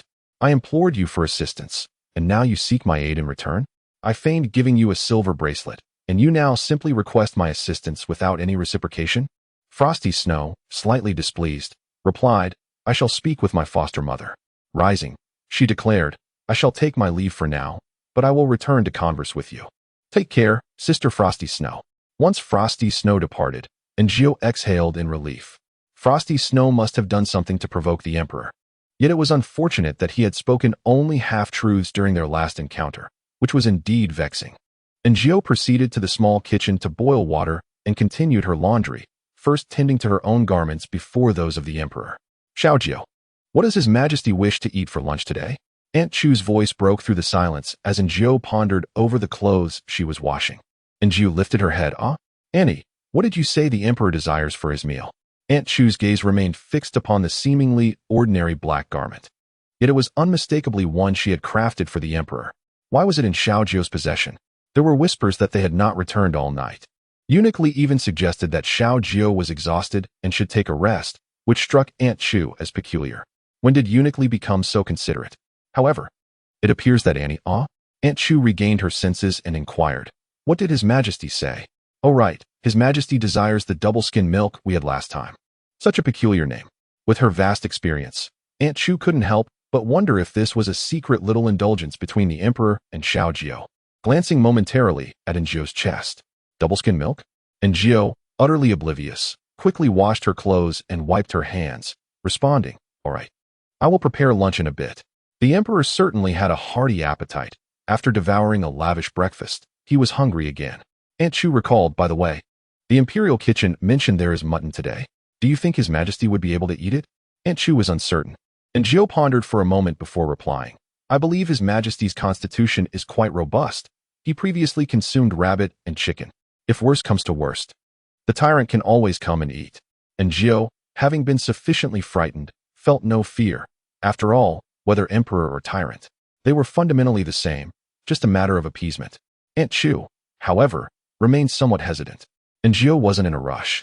She suggested that the decision to eat or not depended on Aunt Chu and the others, as perhaps they would consult the emperor. As expected, Aunt Chu did not dare to decide on her own to approach the emperor, who had just instructed someone to keep an eye on Consort May. Eunuch Li furrowed his brow. Consort May is the one who delivered soup to His Majesty last time. The emperor's expression darkened. She is quite formidable. We must tread carefully and observe whom she associates with. Eunuch Li nodded and paused before saying, Your Majesty, the guard watching Qin Bao has divulged everything. The emperor looked up. What did he say? Eunuch Li couldn't help but chuckle, for the situation was not as complicated as they had imagined. According to the guard, he had been dozing off when Qin Bao began to shout and scream. Unable to endure it, he entered to give him a beating, and upon exiting, he felt an urgent need to relieve himself and forgot to lock the prison door. Shortly after, he returned, saw the emperor, and was terrified, not knowing how to react. He could only kneel, hardly daring to breathe. He then witnessed the emperor swiftly and decisively snap Qin Bao's neck, hanging the corpse to feign a suicide. The emperor then departed. The guard, pondering the situation, perceived this as an opportunity granted by His Majesty to prove his worth. So he locked the door and went back to sleep. When others arrived, he feigned innocence, claiming ignorance of the events. The emperor found this guard to be quite clever, and he chuckled heartily. Bring him here. I wish to see such an amusing character. As Eunuch Li exited, Aunt Chu entered, asking if he would like mutton for lunch. The emperor, engrossed in reviewing a memorial, contemplated and nodded. In truth, he was not fond of mutton, always detecting a peculiar gamey smell. However, if prepared by the clumsy goose, perhaps it would be more palatable. The emperor had already devised a plan. If the clumsy goose's dish was unappetizing, she would be penalized with a 3-month salary deduction. Ha ha ha. The emperor rose and approached a small cabinet, opening it as Aunt Chu regarded him with suspicion. What are you searching for, Your Majesty? The emperor remained silent, retrieving a small box and beginning to count the gold ingots within. These ingots, though diminutive, were exquisitely crafted and delightful to hold, a pastime the emperor indulged in during his leisure. Aunt Chu paid little mind and exited the room. However, within the confines of the palace, the emperor furrowed his brow. There were far too few. His countenance darkened. That fool truly knew how to flaunt others' possessions. Meanwhile, Aaargh found it unsuitable to hang the emperor's garments outside, so she opted to dry them within her quarters. She carried her clothes to the designated area for the maids. A few palace maids were gathered, engaged in idle chatter. Although everyone was aware that words could bring misfortune and that discretion was paramount within the palace walls, the monotonous and oppressive routine of their lives left them little outlet for expression, and gossip became a form of relief. As Aaargh approached, the previously animated conversation fell to silence. The maids stood quietly, seemingly apprehensive of her presence. Aaargh found their fear perplexing. Why should they be afraid of her? After hanging her garments, she contemplated on her return. Unbeknownst to her, in the eyes of others, she served before the emperor, accompanying him in all his endeavors, thus establishing herself as the foremost maid in his court. Moreover, her acquaintanceship with Aunt Chu and Eunuch Li created a palpable distance between her and the others. It was no wonder she found herself without friends. Much like a sycophantic team leader who thrives beside a corporate executive, she understood that camaraderie was scarce in such positions. Nevertheless, she remained indifferent. Solitude afforded her tranquility. Entering the small kitchen, Aaargh began preparing double-skim milk. Before she could complete her task, Aunt Chu inquired about how to prepare lamb. Aaargh was quite adept at cooking lamb. High-quality meat required little seasoning. Merely a handful of salt, scallions, and ginger simmered together. She surmised that the imperial kitchen likely employed a similar method, and the emperor would need to acclimate to their cuisine rather than solely her own. Yet Aunt Chu shook her head, insisting, "You shall prepare it." Aaargh was puzzled, but Aunt Chu remained resolute, for the emperor had commanded it so. In serving the emperor, one must adhere to his wishes, a principle Aunt Chu had long since embraced. Thus, Aaargh selected premium lamb chops and bones for stewing. Soon, the fragrant aroma wafted throughout the courtyard. Aunt Chu returned several times to check on the progress, and by then, Aaargh had completed both the double-skim milk and caramelized milk. She intended to have Aunt Chu carry them over. But upon glancing at the double-skim milk and then at Aaargh, Aunt Chu suddenly smiled. "I will keep an eye on the fire. You shall deliver it yourself." Aaargh found Aunt Chu's behavior somewhat peculiar, yet she recognized her superior's authority must be respected. Thus, she proceeded to make the delivery. Carrying the dishes into the grand hall, where she beheld a thin, dark-skinned man kneeling on the ground, as the emperor's voice reverberated throughout the hall. "Ha ha ha ha ha ha. Ha ha ha ha ha ha." Aaargh paused, startled by the sudden sound, but quickly regained her composure, placing the items on the table with an impassive expression. The emperor cast her a glance, while Aaargh lowered her head and stood to the side. "You shall serve at the imperial court from now on," he addressed the gaunt man below, maintaining a facade of aloof authority, despite the amusement he felt within. The emaciated man bowed deeply, demonstrating his servitude. "Ha ha ha." Aaargh finally understood the emperor's laughter. For this gentleman's accent was exceedingly thick, and coupled with his appearance, it was indeed quite comical. "You may leave now." The emperor waved his hand dismissively. After the man exited, Aaargh approached to attend to the emperor's meal, noticing the corners of his mouth curled upward, revealing a cheerful demeanor. She couldn't help but mirror his smile, finding him rather childlike. After serving the emperor, Aaargh tidied up to depart when the emperor's thoughts resonated once more. "I must hide the box." Aaargh halted, straining to listen. "A box? What box?" "My little ingot must never again be used by that fool to curry favor with a young lady." The keywords, ingot, fool, young lady, came together in her mind, and she smirked. "Have you been reborn as a miser? The storeroom is filled with treasures, yet you begrudge your servants a couple of small ingots." Irritated, Aaargh returned to the kitchen, where Aunt Chu noticed her sour expression had deteriorated since her departure. "What happened?" she inquired. "Nothing," Aaargh replied. Aunt Chu remarked, "The emperor has a sharp tongue, but a tender heart." Aaargh was taken aback, realizing that she had never heard such a description applied to the emperor before. However, upon reflection, she acknowledged that he could indeed be contradictory at times, such as with that pink garment. At noon, as Aaargh brought in the stewed lamb, she discovered that Prince Jing had also arrived. He nodded at her, leaving her quite astonished. But when she looked up, she found the emperor staring intently at her. "What is it?" she asked. "Humph." The emperor snorted coldly, averting his gaze. And Jiao thought him quite the mischievous child. Prince Jing observed the large plate of lamb and glanced at the emperor, noting his indifference. Not one to shy away, he remarked. "It seems your illness is not as severe as it once was." The emperor noticed this too, his gaze lingering on Jiao for a brief moment. Perhaps it had worsened. After all, with that fool having taken the dim-witted goose out of the palace. What could be more horrifying than falling asleep in the imperial palace and waking up in a brothel the next morning? Unaware of the emperor's thoughts, Prince Jing waited until the emperor had eaten a piece of lamb without reaction before he spoke up. "Actually, there is something I've been wanting to tell you." The emperor, immersed in the delight of the lamb stew, remarkably devoid of any gamey taste, heard Prince Jing continue. "It pertains to the noble consort Chun." He recounted Jiao's speculation from the day of the autumn hunt. However, the emperor remained unfazed. King Jing comprehended the situation. The emperor was astute enough to discern what even the young ninth could grasp.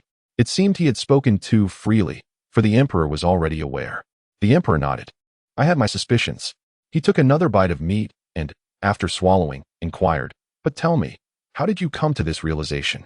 King Jing could not deceive the emperor, yet he hesitated to mention Jiao directly, thus casting a glance in her direction. And Jiao thought to herself, "Your Highness, could you be any more obvious?" Indeed, the emperor set down his chopsticks and turned his gaze toward Jiao. Chapter 81. I have lost my sanity. When did the young ninth confide this to the third brother, and how was I unaware of it? The emperor wore a half-smile. And Jiao felt a chill run down her spine as she suddenly realized the gravity of the situation. The emperor was suspicious of her, as someone close to him. Discussing royal secrets with a prince was a grave transgression. King Jing chuckled, seemingly oblivious to the emperor's insinuation. "It was not the young ninth, it was I." He recounted their detailed conversation from that day. "It was I who spoke out of turn. If anyone should be reproached, it is I." The emperor's claim to the throne had not been contested. He had ascended through the resolute support of the late emperor. His bond with his brothers was generally strong, particularly with King Jing. Although King Jing commanded an army, he harbored no ambitions, remaining loyally devoted to the emperor, who in turn trusted him and interacted with him freely. However, King Jing now found himself perplexed by the emperor's demeanor. Was their relationship one of sovereign and subject, or had he overstepped his bounds? As soon as King Jing finished speaking, the emperor shook his head. "I do not imply that I hold the third brother accountable. Then am I to bear the blame?" And Jiao's legs felt a bit weak. One must never become complacent. The notion that the emperor was childlike and could be appeased with flattery was misguided. After all, which child holds the power of life and death? And Jiao swallowed hard.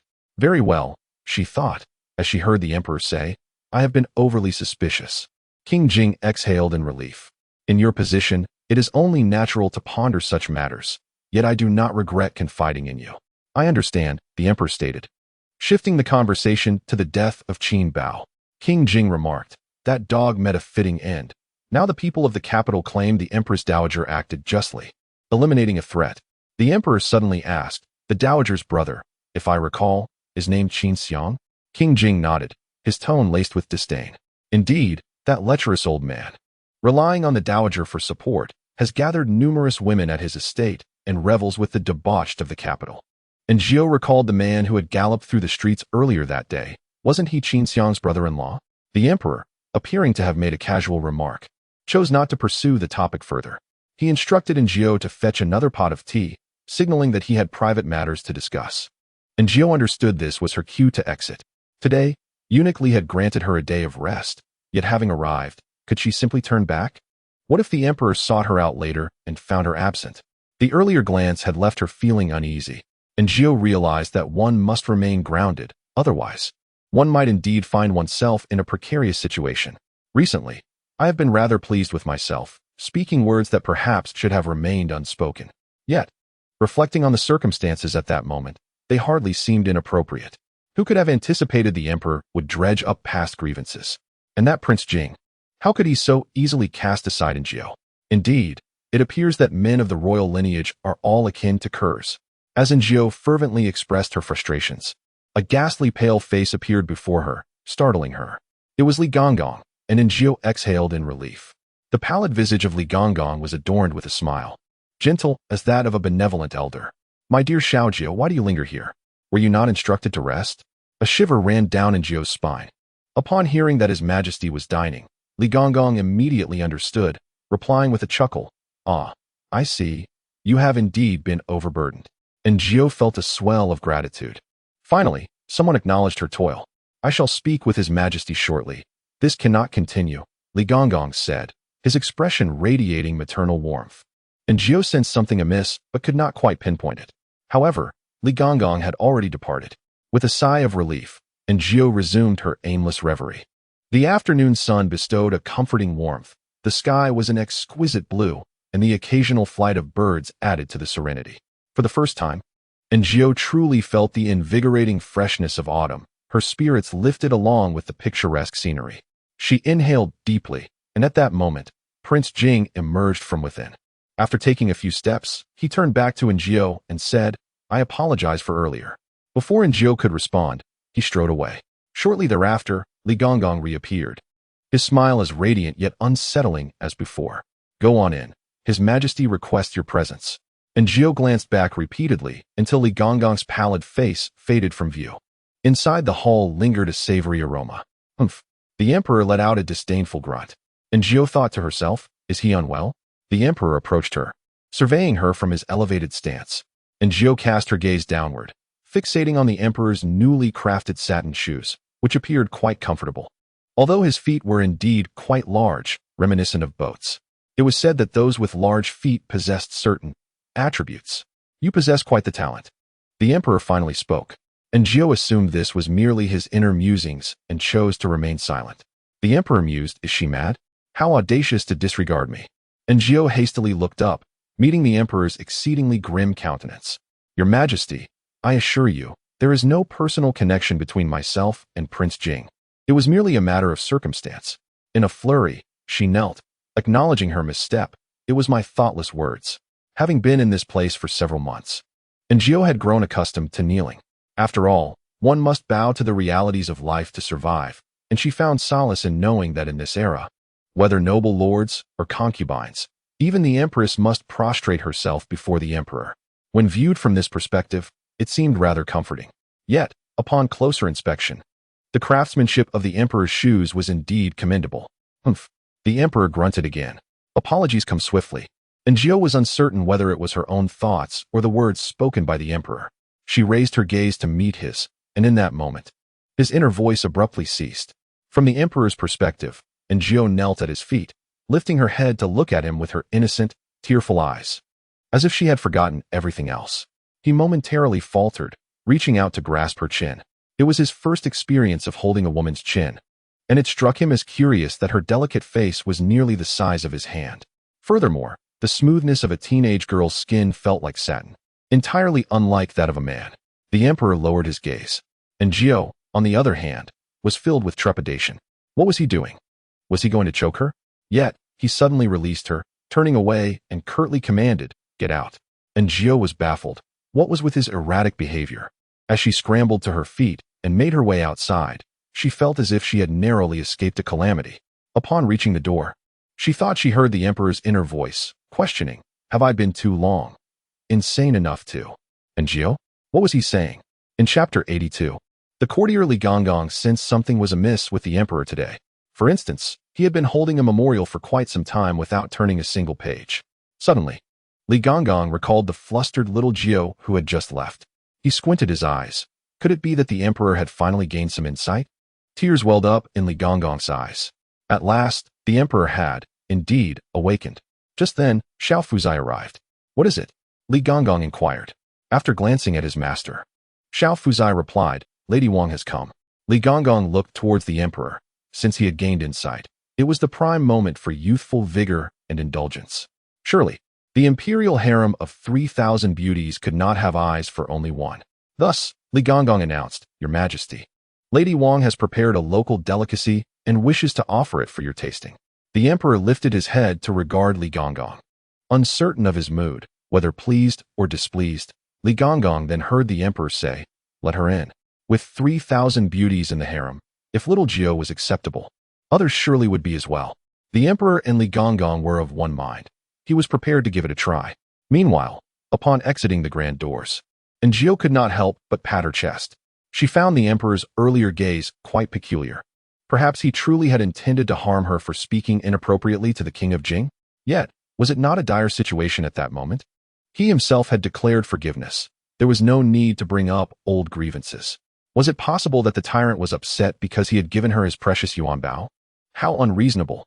What kind of emperor was so miserly? Did he think she was spending his money while residing in the palace? It was simply like Zhou Ba Pai. It seemed that the little tyrant was far easier to please. Whatever Aaargh said, he would listen, and even if he threw a tantrum, a little coaxing would suffice. With this thought in mind, Aaargh resolved not to hover around the emperor today. Finding herself at leisure, she suddenly craved cake and thought perhaps she could make a Bast cake for herself. Milk is indeed available, for the emperor has a fondness for it, and recently, the imperial kitchen has been sending it regularly. Thus, Aaargh sought out Aunt Chu for some lemons. She recalled that combining lemons with milk could yield homemade lemon cheese. Upon hearing this, Aunt Chu was delighted. What else do you need? Aaargh requested some blueberries and sugar, noting that a cake would require an oven, which she was uncertain if the imperial kitchen possessed. Aunt Chu dispatched someone to inquire, and shortly thereafter, they returned with the good news that an oven was indeed available. Aaargh began her preparations, thoroughly washing the lemons and squeezing out their juice. She then found a pot to heat the milk, adding the lemon juice thereafter. The casein in the milk reacted with the acid, causing the protein to curdle and transform into curds. By filtering through cheesecloth, she obtained whey, with the remaining substance being cheese. The sight of the cheese brought a sigh of relief from Aaargh. She had succeeded halfway. Tasting the cheese with a pinch of salt revealed a subtle lemon fragrance. After mixing it well with eggs and sugar, the batter was ready, and it was time to bake it in the imperial kitchen. Aunt Chu accompanied Aaargh to the kitchen, where the newly appointed head chef, Zhang An, proved to be an astute individual. By the time they arrived, the kitchen was already cleared. The imperial kitchen often prepared pastries, and the molds were particularly exquisite. Aaargh selected several, pouring the batter into them before placing them in the oven. The oven, being handmade, posed challenges in temperature control, and after several checks, the first batch emerged slightly overcooked. For the subsequent batch, Aaargh added blueberry jam, and this time, the baking was executed perfectly, resulting in beautifully crafted cakes. Soon, a variety of cakes were ready. They merely needed to cool down. As Aunt Chu and Aaargh were about to take them away, Wang Ditsai approached, startling Zhang An with his pale and flushed visage. Your presence is a surprise, Lord Wang, Zhang An greeted with a smile. Wang Ditsai cast a sidelong glance at him. Wasn't Aunt Chu just here, attending to the emperor? Zhang An nodded. Aunt Chu came to fetch some pastries, as His Majesty may wish to indulge at any moment. This response was impeccably cautious. Wang Ditsai remarked, the Empress Dowager is also hungry. Before finishing his sentence, Zhang An interjected with a smile. We still have crystal vegetarian buns for lunch. If the Empress wishes to eat, I shall prepare them right away. Wang Ditsai scrutinized him, and Zhang An felt as though Wang Ditsai's gaze resembled that of a venomous serpent poised to strike at any moment. Wang Ditsai cautioned, the Empress Dowager and the Emperor share a mother-son bond. In such relationships, there are no overnight grudges, and the intrusion of outsiders is most unwelcome. Some individuals fail to grasp the gravity of the situation, acting with misguided cleverness, and it is they who ultimately face misfortune. Zhang An expressed astonishment. Are there truly such individuals? That is rather unwise. Wang Ditsai's eyelids drooped, his gaze cold and unblinking as he regarded Zhang An. Yet, Zhang An remained undeterred by his demeanor. The notion of a mother-son bond without grievances was not applicable to the emperor and the Empress Dowager. Throughout his life, he had seldom heard of amicable relations between stepmothers and their stepsons. Everything he did was sanctioned by the emperor. It was the emperor's will, and to defy that would be tantamount to courting death. Moreover, it was merely a matter of a few vegetarian dishes. For so long, you have catered to the emperor. Yet when it comes to your own turn, you cannot endure even for 2 days. Who are you trying to intimidate? Zhang An smiled benignly, ignoring whatever Wang Ditsai had to say, until Wang Ditsai eventually left. His face darkened with resentment, wishing he could immediately execute Zhang An. Zhang An was unperturbed as he returned to the kitchen, curious about what Aunt Chu and the others had been preparing. Being a clever individual, he understood that the emperor's own kitchen was also in operation, so whatever delicacies the imperial kitchen had in store these days were first reserved for the emperor. He believed this was the way a sensible person should act. The Empress Dowager, no matter how formidable, could only manage the inner palace. But the entire realm belonged to the emperor. Meanwhile, Aaargh returned with a cake, placing it in a cool spot, intending to return to her sewing. When she had just crossed over, she couldn't even sew a sock. Now, she was attempting to learn. She was still young. And if the maidens of ancient times could acquire such skills, so could she. In the future, being able to mend her own clothes would be convenient, saving her the trouble of relying on others, and it would also help pass the time. Aunt Chu returned to check on the cake and, seeing it was ready, took one to present to the emperor. Stewardly stood outside the hall with a peculiar and unsettling smile. "What brings you here?" he inquired. Aunt Chu replied. Little Joe prepared some fresh delicacies for His Majesty to taste. Stewardly's mood brightened. Little Joe is quite thoughtful. Aunt Chu sensed a hidden meaning in his words. "Is someone inside?" she asked. "It's Wang Marin," Stewardly replied. She prepared some snacks from her hometown, which the emperor seems to enjoy. Aunt Chu nodded. Although she had a slight bias towards Aaargh, the emperor was, after all, the emperor, and he could not be limited to one woman. Since His Majesty was willing to engage with women, that was all the better. "Then take this to His Majesty." Stewardly, glancing at the covered dish, initially planned to deliver it shortly, but felt a twinge of curiosity about what the emperor and Wang Marin were up to. He decided to enter briefly to deliver the item, assuring himself he would not disturb His Majesty. In the grand hall, the emperor sat while Wang Marin knelt. The atmosphere decidedly peculiar. Having entered the palace at the tender age of 6, Stewardly could hardly fathom what transpired within. He placed the offering on the table, and without needing to look, the emperor recognized it was made by Little Joe. "Humph," he mused. "I only called for Wang Marin, and she was eager to please me." However, the emperor glanced at the kneeling Wang Marin and waved his hand. "You may leave." Her face turned ashen as she bowed her head and exited, bewildered by the sudden turn of events. Initially, she had shared a pleasant rapport with the emperor, bringing forth her hometown delicacies, which he relished, even praising her culinary skills. After expressing her gratitude, she gazed at the emperor with longing, and he had said nothing to deter her. Growing bolder, she mentioned her ability to massage his shoulders, and the emperor did not refuse. At that moment, Wang Marin believed the emperor harbored an interest in her until her hand brushed against his shoulder. The emperor appeared momentarily stiffened, and Wang Marin perceived this as a natural reaction from a man, considering the emperor's youthful vigor. Surely, he could not be displeased? Encouraged by this thought, Wang Marin grew bolder and caressed his chest. The emperor, strikingly handsome and imposing, possessed both power and wealth, stirring a flutter within her heart. However, in an instant, she found herself cast aside. Both the emperor and Wang Marin were taken aback. "Your Majesty, please forgive me," she implored, though she was at a loss as to what misstep she had committed. Why had the emperor treated her thus? They had seemed perfectly amiable moments before. The more Wang Marin pondered, the more sorrowful she became. The image of the emperor's handsome features lingered in her mind, evoking a sense of injustice within her. Perhaps the emperor was merely unaccustomed to the intimate contact with women. He had simply dismissed her, without resorting to violence. Could this not indicate that he regarded her differently? Soon, Wang Marin came to a resolution. She decided to return and diligently hone her culinary skills, for there is a saying that to win a man's heart, one must first capture his stomach. This wisdom, she deemed, was of utmost importance. With renewed determination, she departed. After Wang Marin's exit, the emperor exhaled deeply, relieved. The moment her hand had grazed him, he felt as though his scalp would burst. It was as if a pair of claws had been incessantly scratching at him, leaving him utterly uncomfortable, especially as she ventured further down. How vexing it was. Were strangers so bold as to touch another's chest? What was there to touch? After venting his frustrations, he lifted the lid of a confection and was immediately captivated. The cake crafted by Aaargh was exquisite, adorned with a layer of blueberry jam, embellished with small fruits and petals, a visual delight that tantalized the appetite. The emperor took a spoonful, savoring the taste.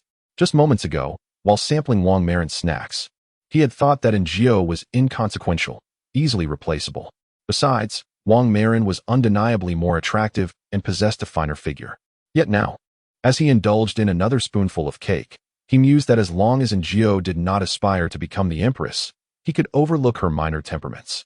What were a few golden ingots in comparison? Could such cold, lifeless objects procure such delectable treats? And what else was there? Ah, yes, Aaargh had merely spoken her mind. Wasn't he a mouth meant for conversation? What wrong could there be in exchanging a few words? The people prioritize sustenance, and delightful food invariably uplifts one's spirits. The emperor finished the cake in mere bites and commanded, "Have Aaargh prepare another. I wish to indulge once more." The declaration of his desire to eat again was an extraordinary revelation to Aaargh, who had always known the emperor to be restrained. He had never imagined a day when the emperor would openly proclaim his craving for food. Truly, an astonishing occurrence. Thus, he sent Xiao Fuji to summon Aaargh. Aaargh was occupied with sewing undergarments, and after days of practice, she had finally crafted something resembling proper lingerie. Just as she was about to try it on, she heard Xiao Fuji calling from outside. Aaargh opened the door, her expression wary as she regarded Xiao Fuji. During her leisure time, there was nothing more dreaded than a colleague's call. Surely, the emperor had summoned her to work overtime.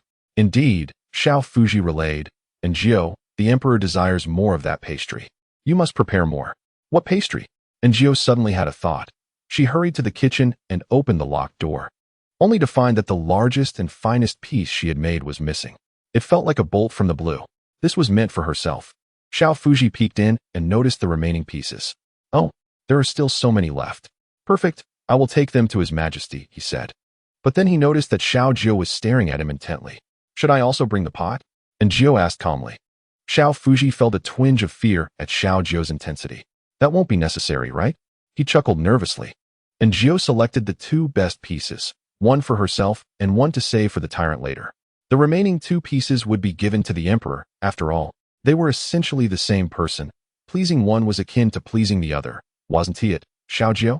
Xiao Fuji swallowed hard and tentatively asked, "Xiao, are you not happy?" Aaargh smiled. "Not at all. I am very happy." Xiao Fuji reminded her, "Just a word of caution. The food for His Majesty must never leave your sight." Aaargh understood the implication behind Xiao Fuji's words and nodded. "Thank you. I will remember that." As Xiao Fuji gazed at the remaining two pieces of cake, Aaargh said, "This is saved for tonight." "I know, I understand," Xiao Fuji replied with a smile. "You can take that over. I'll keep an eye on things here," Aaargh suggested tentatively. "Colleague, you should go to that class." Xiao Fuji nodded and left with the items. Once he departed, Aaargh quickly indulged in a piece of cake. So delicious. Truly. The texture is so fine and the sweetness exquisite. Xiao Fuji, feeling fidgety on his way, eagerly volunteered to taste for poison, exclaiming, "No wonder Xiao has gained the emperor's favor. Her skills would surely thrive in the capital." Aaargh observed the emperor, then glanced at Xiao Fuji, and discreetly summoned him outside. "Is it tasty?" Xiao Fuji nodded. "Master, I genuinely believe it surpasses the delicacies from the imperial kitchen. The cuisine there is not lacking. Yet the emperor has been accustomed to that flavor since childhood. Xiao's creation is refreshing and something the emperor has never tasted."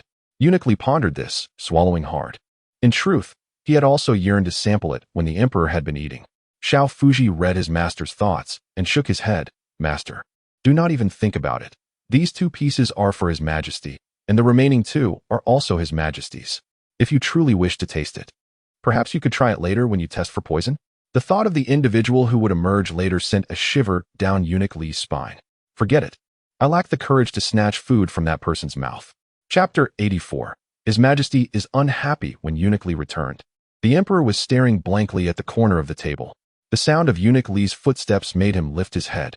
He seemed about to say something, but fell silent for a moment, opening his mouth again. Aaargh had never seen the emperor like this and found it rather strange. Yet he dared not inquire further. After a while, the emperor spoke. "Aaargh, what do you say?" Curious, Aaargh awaited the emperor's concluding words, only to hear the emperor exclaim, "Forget it." Following this, the emperor lapsed into a contemplative silence. Upon hearing footsteps, he looked up to see the newly arrived Xiao, which seemed to evoke a hint of disappointment within him. He lowered his gaze, let out a cold huff, and cast his eyes out the window. Startled, Xiao turned pale. She had merely come to deliver tea. After all, and such an offense should not warrant severe repercussions. Aaargh gestured for Xiao to leave promptly before addressing the emperor. "Your Majesty, it is time for your meal. Today's dishes have been prepared by the imperial kitchen." The emperor furrowed his brow, fixated on Aaargh. Logically speaking, the fare from the imperial kitchen over the past couple of days had been rather commendable. Even the vegetarian dishes were quite flavorful. In previous instances, if the emperor had no appetite, he would simply abstain from eating. However, today, his discontent was palpable. "Aaargh, possessing keen insight, swiftly discerned the underlying issue and dispatched Xiao Fuzi to inquire with Xiaojiu about the matter at hand. Meanwhile, Enjio had finished sewing a piece of undergarment in the afternoon and, upon trying it on, found it fitting well enough that she could walk and run without discomfort. Subsequently, she took a nap. When she heard a knock at the door, Enjio groggily rose to open it, only to see Xiao Fuzi, who she wished she could promptly shut the door on. Being sought out by a colleague in the middle of the night surely meant overtime. Xiao Fuzi frowned. Xiaojiu, how could you have fallen asleep? Enjio rubbed her eyes, feigning confusion. I was simply tired. Xiao Fuzi replied. But you didn't prepare a meal for His Majesty?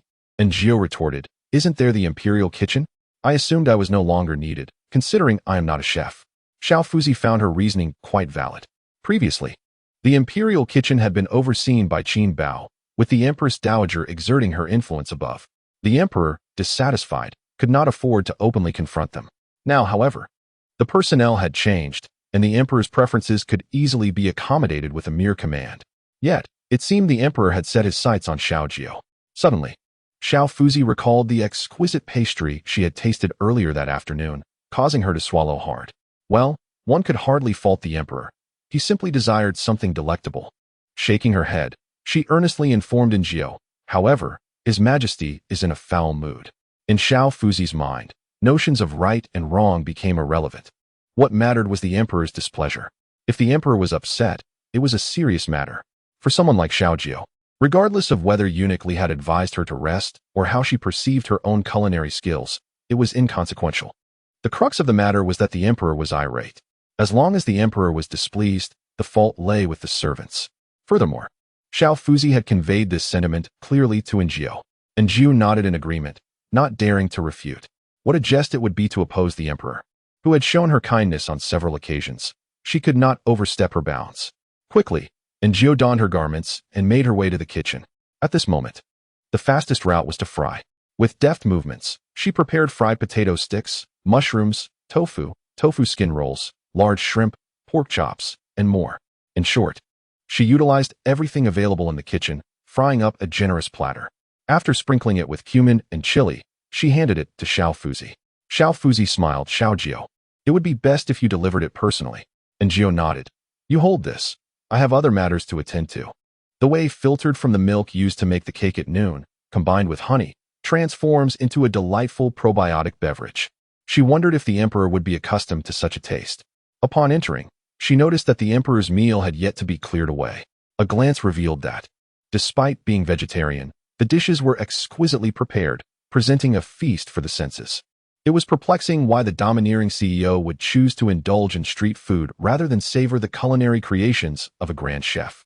Enjio felt as though she had stepped into a narrative penned by a struggling author. The emperor bore little resemblance to his title, and she, too, seemed far from a mere palace maid. As Xiao Fuzi stepped in, a wave of enticing aromas wafted through the air. Enjio, already feeling hunger pangs, found the scents even more tantalizing. Perhaps the CEO had a penchant for skewers. After all, he had never tasted them before. She placed the drink she had prepared on the table. The emperor cast a glance in her direction, a dismissive hum escaping his lips. His brow furrowed slightly as he regarded the haphazard assortment on his plate. If it's unpalatable, you shall face dire consequences. He took a bite and found the flavor surprisingly agreeable. Upon sipping the beverage, he was momentarily taken aback by its tartness, his brow knitting in curiosity. What was this? Enjio could not discern whether he was pleased or displeased and responded dutifully. This is a drink made with milk and honey. Am I a fool? This bears no resemblance to milk, the emperor retorted, his gaze fixed on her, his insatiable curiosity evident. Consequently, she took it upon herself to explain that when lemon is added to milk, it decomposes into cheese and whey. Ah, I see. The emperor finally began to eat in earnest. Is this mushroom? How can fried mushrooms be so delectable? Why do the fools in the imperial kitchen only know how to boil them? And the leafy greens are quite delicious as well. What are these potato strips? The emperor continued to express his bewilderment as he ate. Why would Xiaojiu prepare such dishes? From where do they originate? He squinted slightly, and from Enjio's perspective, he appeared simply to be enjoying his meal, yet his thoughts betrayed him. This is all rather peculiar. By the way, has Jiang Cheng uncovered anything regarding her background? Enjio believed the original owner's lineage posed no issues, trusting that the emperor would uncover nothing amiss. Yet, she harbored her own concerns. What if the emperor, in his assumptions, linked her to the supernatural? Thus, she watched with a mix of trepidation, unease, and a hint of indignation as the emperor polished off a generous plate of barbecued delicacies, washing it down with an ample cup of the probiotic drink. He exhaled, revealing a contented demeanor. Nevertheless, Aaargh found herself troubled by his handsome visage and burgeoning belly. Would this striking figure, indulging in cake, fries, and barbecued fare, become a corpulent emperor, towering at 6 feet 3 inches and weighing 200 pounds? She resolved to ensure he consumed healthier fare in the future, allowing for snacks, but in moderation. The sight of the emperor's face had become her sole motivation for work. Yet, it seemed her worries were unfounded, as the emperor announced his intention to take a stroll to aid digestion. Aaargh had no choice but to follow suit. The palace at night is enveloped in an unusual stillness, its ancient architecture adorned with crimson lanterns, accompanied by a group of individuals clad in archaic attire, a common motif in many ghostly tales. Curiously, she had never contemplated such thoughts while in the company of the tyrant. Perhaps the exhilarating nature of her existence with him had overshadowed any such musings. After all, their escapades often involved scaling walls and traversing rooftops, with little time spent wandering the ground. Just as she was lost in her reveries, Aaargh gasped, having failed to notice when the emperor had come to a halt, resulting in her colliding with his back, as unyielding as iron. In Chapter 85, shifting the subject, it is revealed that the emperor had sustained an injury during the autumn hunt. Although the wound on his back had nearly healed over the past few days, this sudden impact irked him nonetheless. "Your Majesty, forgive me. I am at fault," Aaargh exclaimed, coming to her senses. She pressed her hand to her nose, feeling a warm surge, yet she had no time to dwell on it, hastily kneeling to apologize. The emperor turned to regard the figure kneeling before him. The reprimands that had been on the tip of his tongue faltered as he found himself at a loss for words. Aaargh, though not particularly short, appeared diminutive and frail as she knelt, trembling slightly, exuding an air of vulnerability. Previously, the emperor had found such servants bothersome, believing they ought to be dispatched elsewhere for their incompetence. However, witnessing the sight of the small, quivering Aaargh stirred an unexpected irritation within him. He had intended to bid her to rise, but his gaze fell upon the crimson droplets staining the ground. One by one, they fell, resembling elongated tendrils extending across the bluestone tiles in the dim light. Eunuch Lee stole a glance at the emperor, although Aaargh's rashness was concerning. Her transgression hardly warranted death. He held a certain fondness for her and contemplated interceding on her behalf.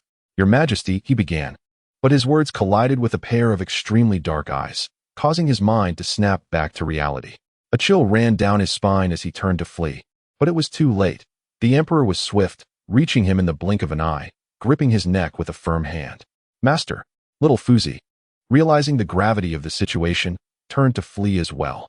After a few paces, he remembered his master, and upon glancing back, he was met with a horrifying scene, prompting him to cry out. Aaargh remained silent for what felt like an eternity, her nose bleeding profusely, trembling in fear, when she suddenly heard a familiar voice declare, "I shall kill you." Her hair stood on end as she looked up to see the tyrant gripping Eunuch Lee's neck. Having witnessed his formidable strength before, she knew that a mere exertion could easily shatter Lee's bones. "Your Majesty, please, no?" Aaargh and little Fuzi shouted in unison. But the tyrant's acute hearing caught Aaargh's plea, his gaze falling upon her bloodied form, kneeling with crimson staining her chest and face. His expression darkened ominously. Eunuch Lee was nearly breathless, on the verge of losing consciousness, and Aaargh hastily implored, "Your Majesty, do not take a life." The tyrant surveyed Eunuch Lee and then turned his attention to Aaargh, while the hidden guards stood at the ready, prepared to act at a moment's notice. The tyrant hesitated for just a moment before releasing Eunuch Lee. Little Fuzi rushed over, his heart aching as he helped Lee to his feet and retreated. The tyrant approached Aaargh step by step, crouching down to meet her gaze, intently scrutinizing her face as he gently wiped the blood from her skin with his handkerchief. However, the more he wiped, the more it seemed to flow. The tyrant began to feel a twinge of irritation. The harder he pressed, the more the blood seemed to pour forth, escalating his agitation to the brink of eruption. At that moment, a hand grasped his own. "Your Majesty, it shouldn't be like this," Aaargh said through gritted teeth, pressing the handkerchief to her nose. Throughout this, The tyrant's eyes remained fixed on her, while the others watched him and Aaargh intently. The atmosphere was thick with silence, interrupted only by the occasional cool breeze. Aaargh felt the chill of autumn, and at last, her bleeding ceased. "See, it has stopped," Aaargh said with a smile. Yet suddenly, the tyrant scooped her up and dashed away. By the time the onlookers realized what had happened, he had already vanished from sight. "Chase after them, quickly," Aaargh cried out, scrambling to his feet. His voice raw with urgency. Little Fuzai, tears streaming down his face, lamented, "Master, I thought you were going to die." Aaargh shot him a glare. His throat still ached, leaving him unable to speak much. He merely pointed in the direction of Guanghua Hall, and little Fuzai understood, hastily rushing back to contain the news. Lin San promptly led a pursuit, but they were ultimately too late. They searched the entire palace, yet the emperor was nowhere to be found. "His Majesty must have left the palace," Lin San said, his expression grave. "We shall venture forth to find him." In a whirlwind of speed, Aaargh felt dizzy, as if she could still hear the thundering heartbeat of the tyrant. By the time she regained her senses, they had already departed the palace. Outside was eerily quiet. The direction unclear, with only the sound of their feet striking the tiled rooftops echoing around them. Aaargh pondered, reflecting on the lack of civic responsibility, thinking of how they might damage the tiles and potentially disturb the homeowners. "Your Majesty, where are we headed?" Initially, she felt secure in his grasp, but soon, the sensation of nearly falling made her wrap her arms around the tyrant's neck without hesitation. His movement faltered, and 2 tiles beneath him shattered. However, the tyrant did not respond. He continued to flee. After an indeterminate time, Aaargh heard a voice shout, "Halt! If you do not stop, we will pursue you." They finally came to a halt, and when she discerned their surroundings, Aaargh felt utterly numb. The girl in red regarded them with a bemused smile and asked, "Would you two like to stay at our inn?" Aaargh was at a loss for words, simply replying, "Yes." Observing her bloodied face, the girl kindly inquired, "Would you like to wash your face?" Aaargh nodded, "Yes." While a bath could have been an option, the lack of cleanliness in the bathing tubs made her wary of contracting an illness, prompting her to decline. This time, their room was adorned in a vibrant red theme. Upon entering, Aaargh was greeted by a bright red wedding quilt and the garments of a bride and groom laid out on the table. It seemed that themed hotels had existed for quite some time. How playful. At last, the tyrant set her down. Aaargh's legs felt numb, and she limped to the bedside, finally allowing herself a sigh of relief. Before long, a girl in a red dress brought water, and after observing Aaargh's actions with a meaningful smile, she departed. Aaargh washed her face, revealing a clean complexion devoid of wounds, which seemed to relieve the tyrant. "Your Majesty, why have we come here?" Aaargh inquired. The tyrant shook his head, expressing uncertainty, and furrowed his brow. "Danger." Aaargh had already begun to decipher his intentions through his gestures, expressions, and words. "Are you suggesting that the palace is perilous?" The tyrant nodded. Aaargh, puzzled, asked, "What kind of danger?" The tyrant gazed at her earnestly and replied, "It could lead to death." After pondering for a moment, Aaargh understood. The emperor's sight of her bleeding had distressed him, leading the tyrant to believe she was in mortal danger, prompting his hasty retreat. He must have recalled the demise of the pure consort before him. Aaargh sighed, touched, realizing that the one who cared for her the most was none other than the ruthless tyrant whom everyone feared. She blinked and sincerely told him, "I will not die." The tyrant nodded and echoed her words, "Not die." Aaargh smiled, affirming, "Yes, not die." Chapter 86. The tyrant refreshes. A commotion erupted once more in the inn, with clattering noises outside. This time, Aaargh could not be bothered to look outside. Instead, she was peeling pine nuts for the tyrant. She would peel one, and the tyrant would eat it, gazing at her like a puppy. Feeling playful, Aaargh proposed, "If I throw one, can you catch it with your mouth?" The tyrant, displaying disdain, seemed to convey that it was an easy task. Thus, Aaargh tossed one, and the tyrant caught it effortlessly with his mouth. "Wow, impressive. Let's do it again." Aaargh increased the challenge by tossing the pine nut higher, and once again, the tyrant caught it skillfully. "Excellent." Aaargh applauded. The tyrant beamed with pride, continuing to eat. Aaargh said, "Here is a walnut as a reward." Just as they were enjoying themselves, the door suddenly swung open, and a man wielding a knife stepped inside. Upon seeing the young couple in the room, he smiled. "If you don't want to die, hand over your money." It turned out that the commotion outside was not a vendetta, but rather a robbery. The man glanced at Aaargh, seemingly finding her attractive, and then said to the tyrant, Hand over the cash, and your woman can entertain my brothers. We'll spare your life. Downstairs, the girl in red was cornered against the wall by two burly men, with clear finger marks visible on her face. Other guests in the establishment were also forced out of their rooms, some of whom bore bruises, while the women were disheveled and weeping. Sister Hong, what should we do? The innkeeper asked, panic-stricken. These thugs must have been watching us for a while. Our inn is in a secluded location. If they intend to kill us, we are powerless. Sister Hong frowned, and just as she looked up, one of the men struck her across the face. You bastard! Sister Hong cried, covering her face and glaring fiercely at the man. The man sneered, dare to glare at me? However, before he could finish his sentence, something suddenly flew down from above, hitting him squarely. Who the hell is that? He exclaimed.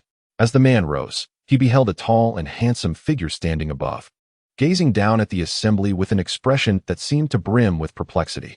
Upon sighting the tyrant, Hongjia was immediately filled with excitement, exclaiming, Hero, please save us. They are robbers. Robbers. The tyrant furrowed his brow, as if a realization dawned upon him, murmuring, Autumn hunt, those assassins. He swiftly concluded that these individuals aimed to take his life. Damn it, silence. A burly man below struck Hongjia, then cast a glance at the figure that the tyrant had flung down. The man's neck hung limp, already devoid of life. Xiangzi, the man cried out, glaring furiously at the tyrant above, bellowing, Brothers, kill him. The robbers surged forward. Hongjia watched as people were hurled down from the upper floor. Soon the ground was strewn with bodies. Ah, murder. Help. The patrons downstairs fled in panic, while only Hongjia and the innkeeper stood transfixed, staring at the lifeless forms below. Then glancing back at the handsome man above, Anjio dashed out from behind the door, seizing the tyrant and urging him to flee downstairs. As they passed Hongjia, Anjio sheepishly remarked, Apologies, we must take our leave. Hongjia numbly nodded, and soon Anjio and the tyrant vanished through the entrance. The innkeeper then murmured, Hongjia, did you see how he struck? Hongjia shook her head. No, I didn't catch it clearly. What shall we do now? The innkeeper gazed at the sea of corpses. Troubled, Hongjia stood up and fiercely kicked the man who had struck her moments before. When the authorities arrive, we shall tell the truth. So many witnesses have seen it. Surely someone has gone to report it by now. Moreover, those two left no trace. Even if the officials learn of them, they would not be able to ascertain their identities. The bizarre manner of death for so many would surely attract the attention of the Dali Temple. Sir Yan. This seems to align with the mysterious deaths of individuals from Huajia, the official remarked, furrowing his brow. What sort of person can crush a man's throat with bare hands? Is this even human? Yin Wenjia also sensed the gravity of the situation and instructed his subordinates to investigate the deceased. Coincidentally, these individuals bore resemblance to those who had perished in Huajia, all being idlers and vagabonds, lacking any distinctive features. Coupled with the innkeeper's testimony, it was plausible that these individuals had encountered a mysterious figure who dispatched them effortlessly. Could it be that a formidable assassin had arrived at Huajia? A male and female duo? A pair of rogues? What could their intentions be? Yin Wenjia pondered the best course of action. Should he draft a memorial for the emperor? To ascend in rank, one must certainly present oneself before the emperor.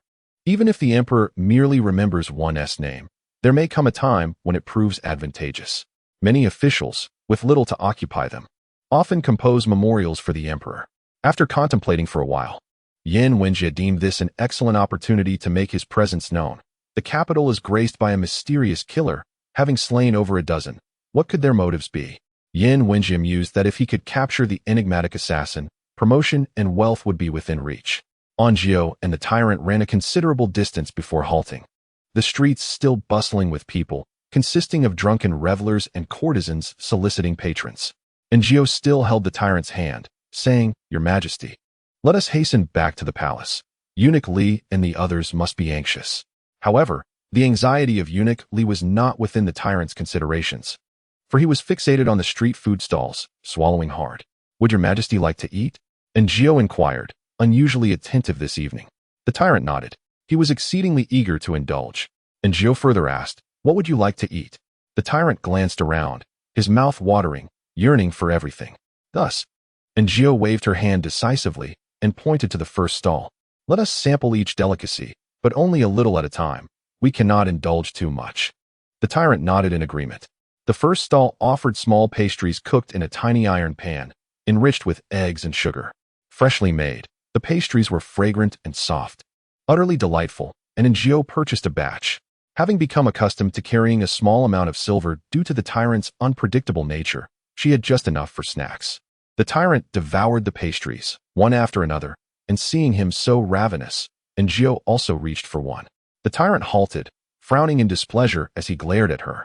Aaargh, with a mouthful, playfully remarked, "Good friends must learn to share, do not be so stingy."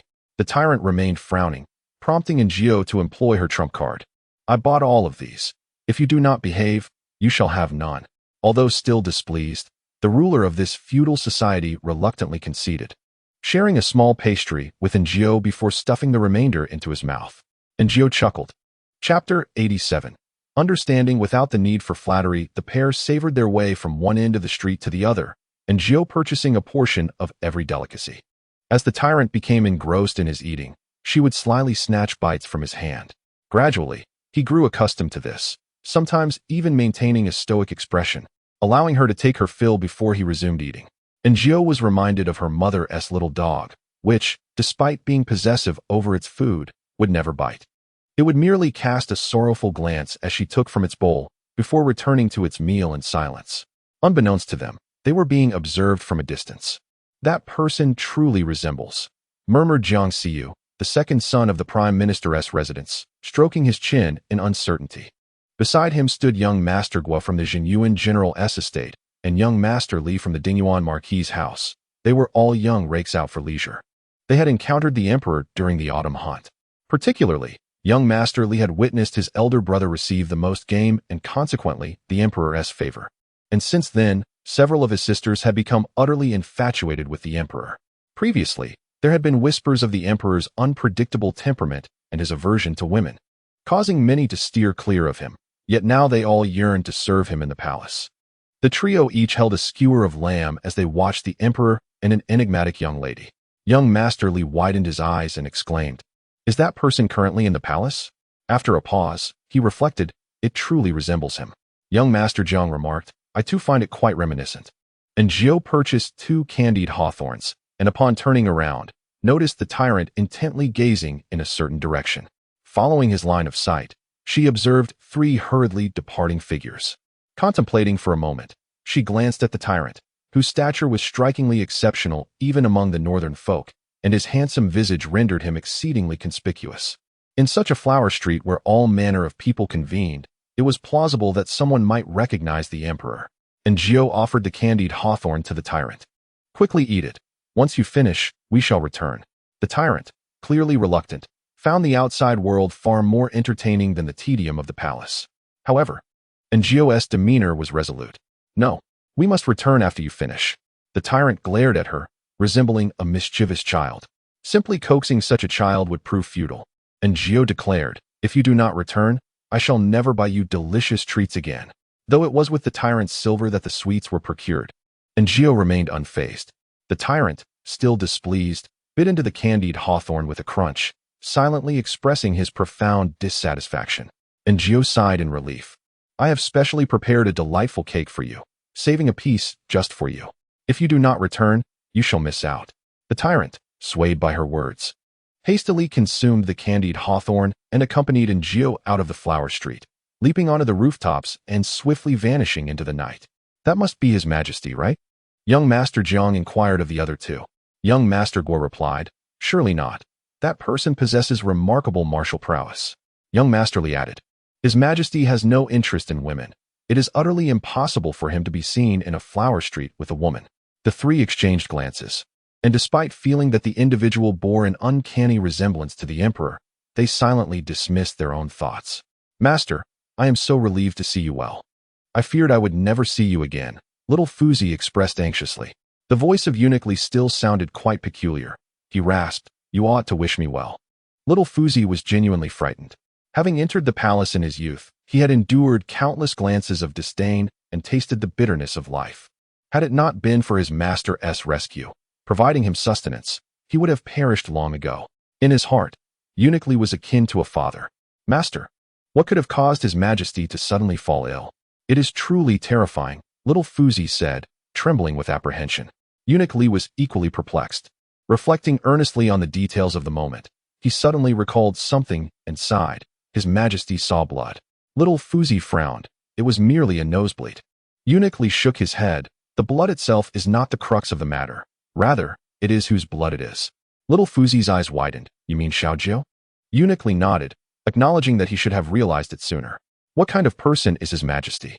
A sovereign who commands respect without uttering a word. One who can order executions at will, yet repeatedly makes exceptions for Xiaojiu. Were it anyone else, they would have perished 800 times over. Yet this Xiaojiu possesses the uncanny ability to turn peril into safety and shares such a close bond with that individual. Are there not women in the palace who can cook? Certainly, there are plenty. If the emperor desires, even chefs of the highest caliber can be found. Yet the emperor and that individual both favor Xiaojiu. Sometimes, in life, it is all about fate. Finding the right connection holds more significance than anything else.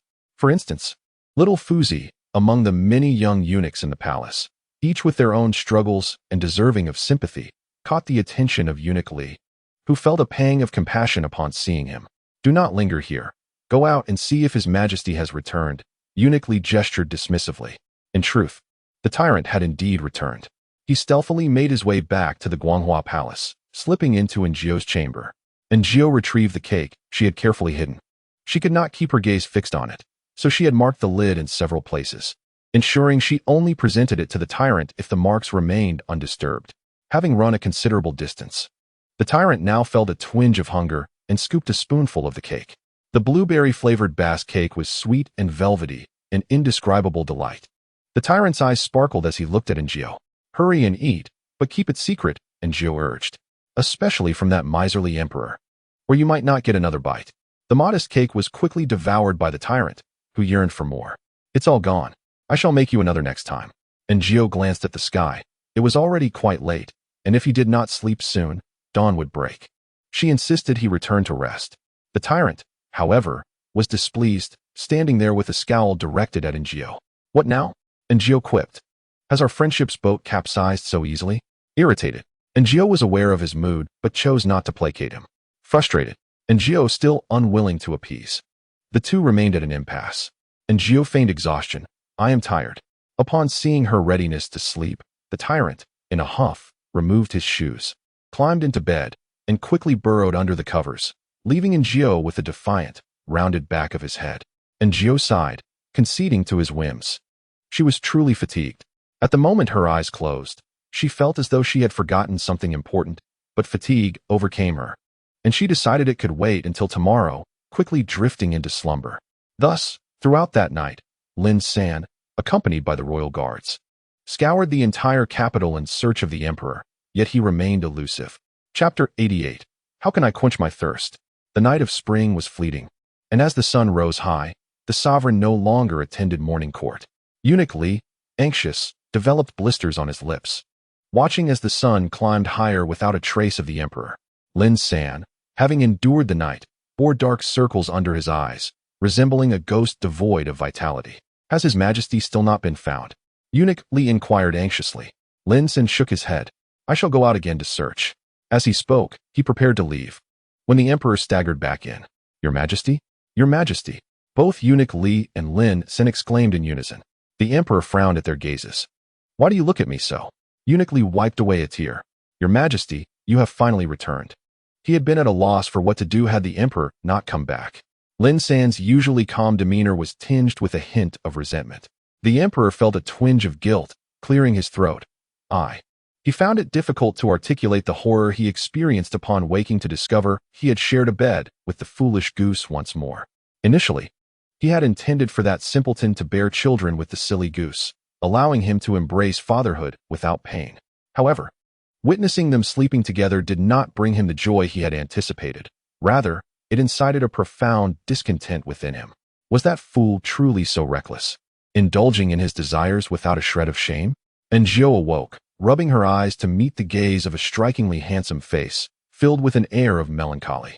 For a fleeting moment, she was bewildered. Who was this? Familiar? The emperor. Suddenly, her eyes widened in realization, and she leapt off the bed as if she had encountered something repugnant.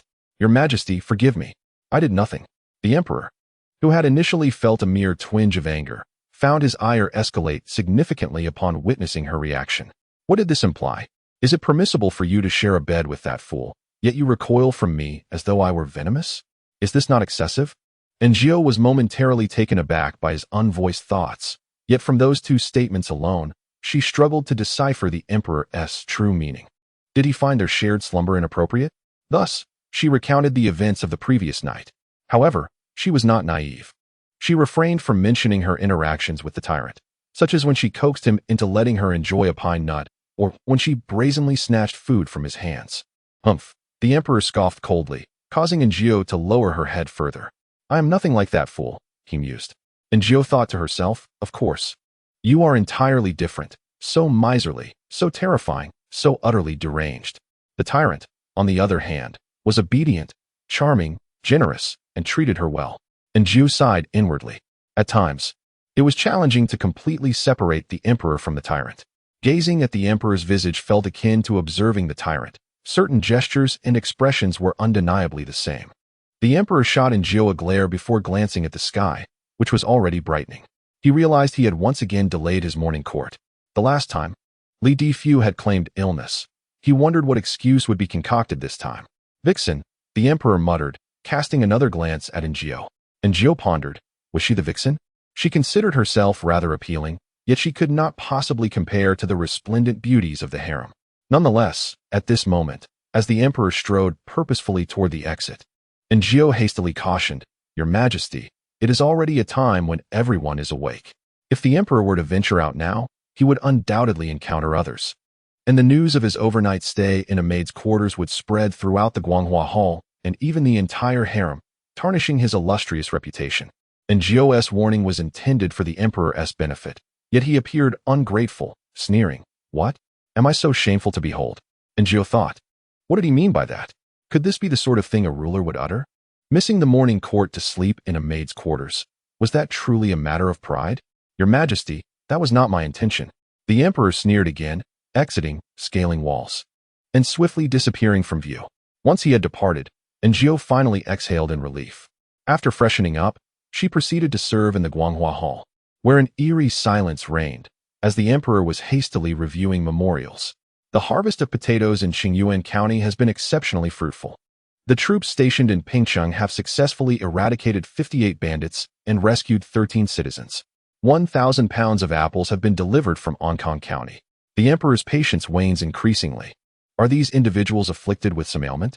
Why are they preoccupied with trivial matters? He muses. Do I appear to be a person easy to converse with? His frustration is palpable. Such imbeciles, squandering food. Not only the Emperor, but even Gio finds this incessant drivel tiresome.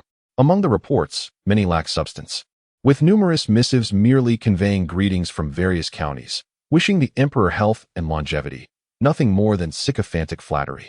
And Gio is exasperated. The bureaucratic system is flawed, with documents submitted without any filtration. It is no wonder that the late Emperor insisted on selecting this individual as his successor, given the volume of work. Any other would be overwhelmed by the sheer number of reports. The Emperor suddenly pauses to glance at the teacup beside him.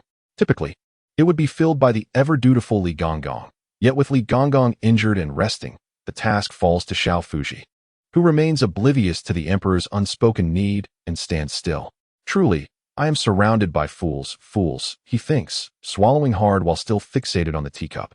I desire water. And Gio remains stationary, genuinely intrigued. If you wish for water, simply voice it. How are others to know if you remain silent? Why this penchant for making others guess? Today, she decides to observe whether the Emperor will articulate his need. The Emperor, faced with the oblivious Xiao Fuji, is at a loss for words. Perhaps you should study under your master for another decade or two. After a prolonged silence, he tosses the reports onto the table.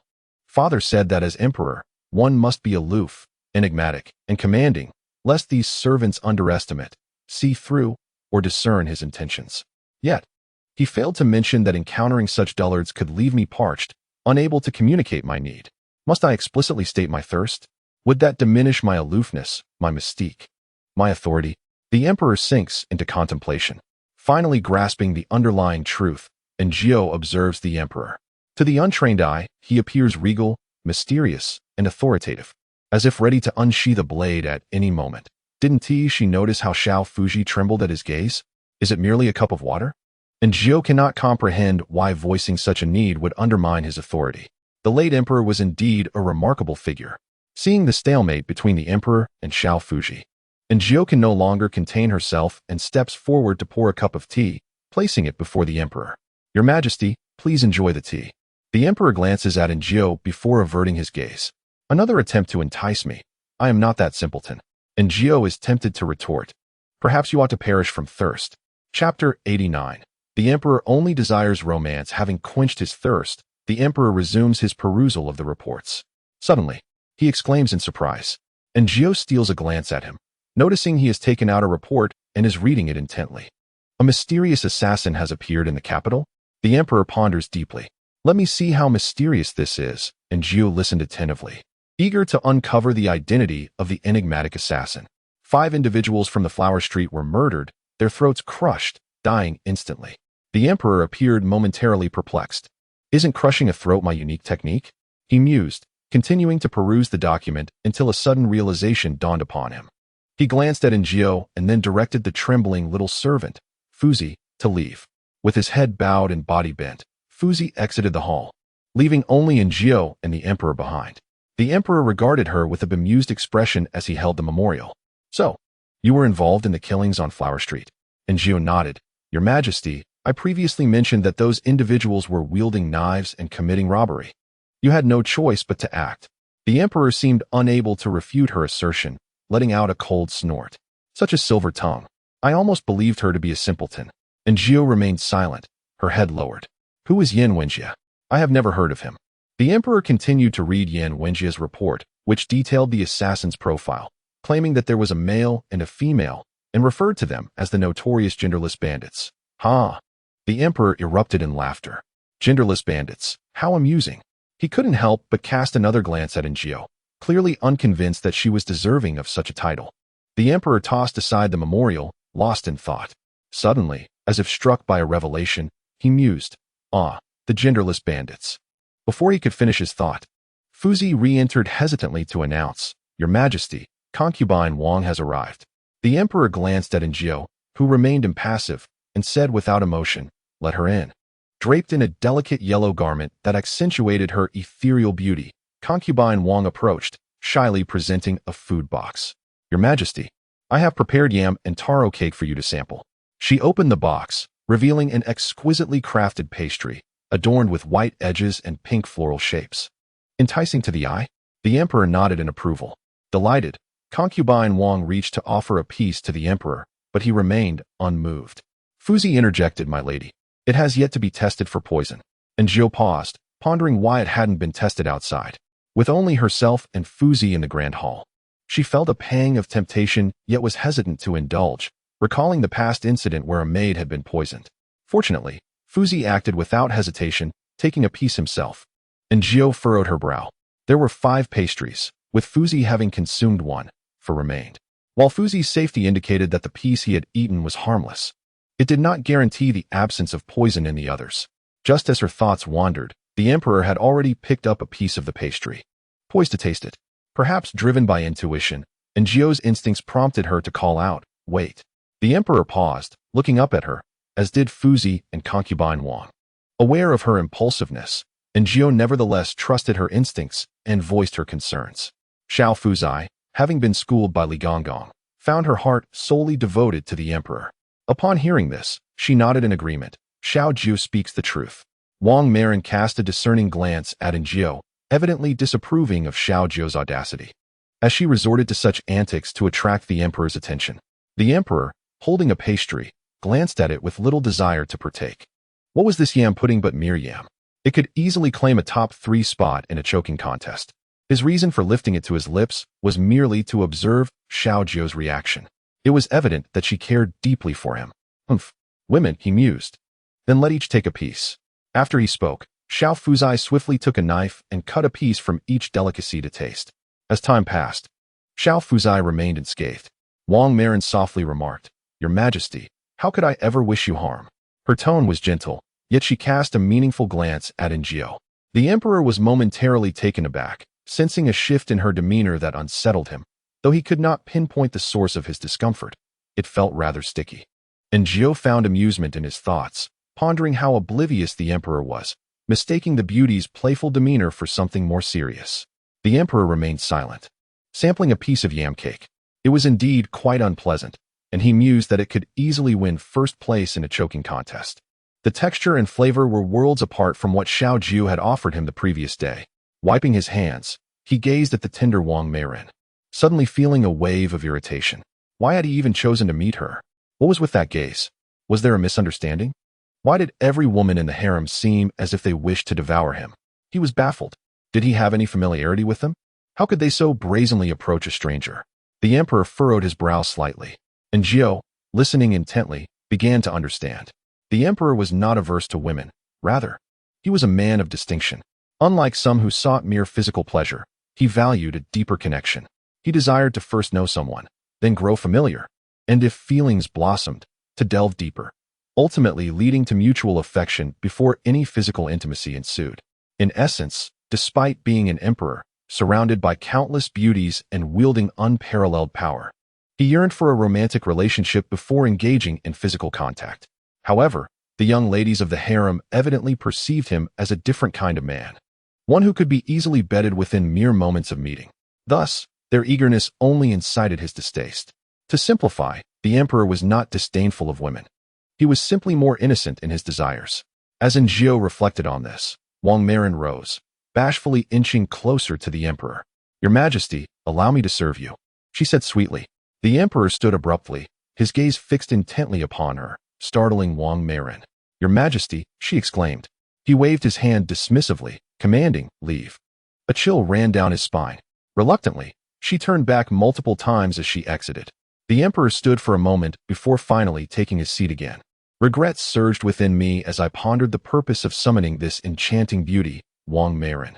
Would she dare to unfasten my trousers? The emperor envisioned that scene, and Aaargh could not help but resonate with his thoughts. The notion of sharing a bed with a stranger, and doing so with a different individual each day, was indeed a daunting prospect. Deep down, Aaargh harbored a traditional disposition. "Where's my book?" the emperor suddenly inquired, a hint of confusion in his voice. Aaargh paused, bewildered. What book could he be referring to?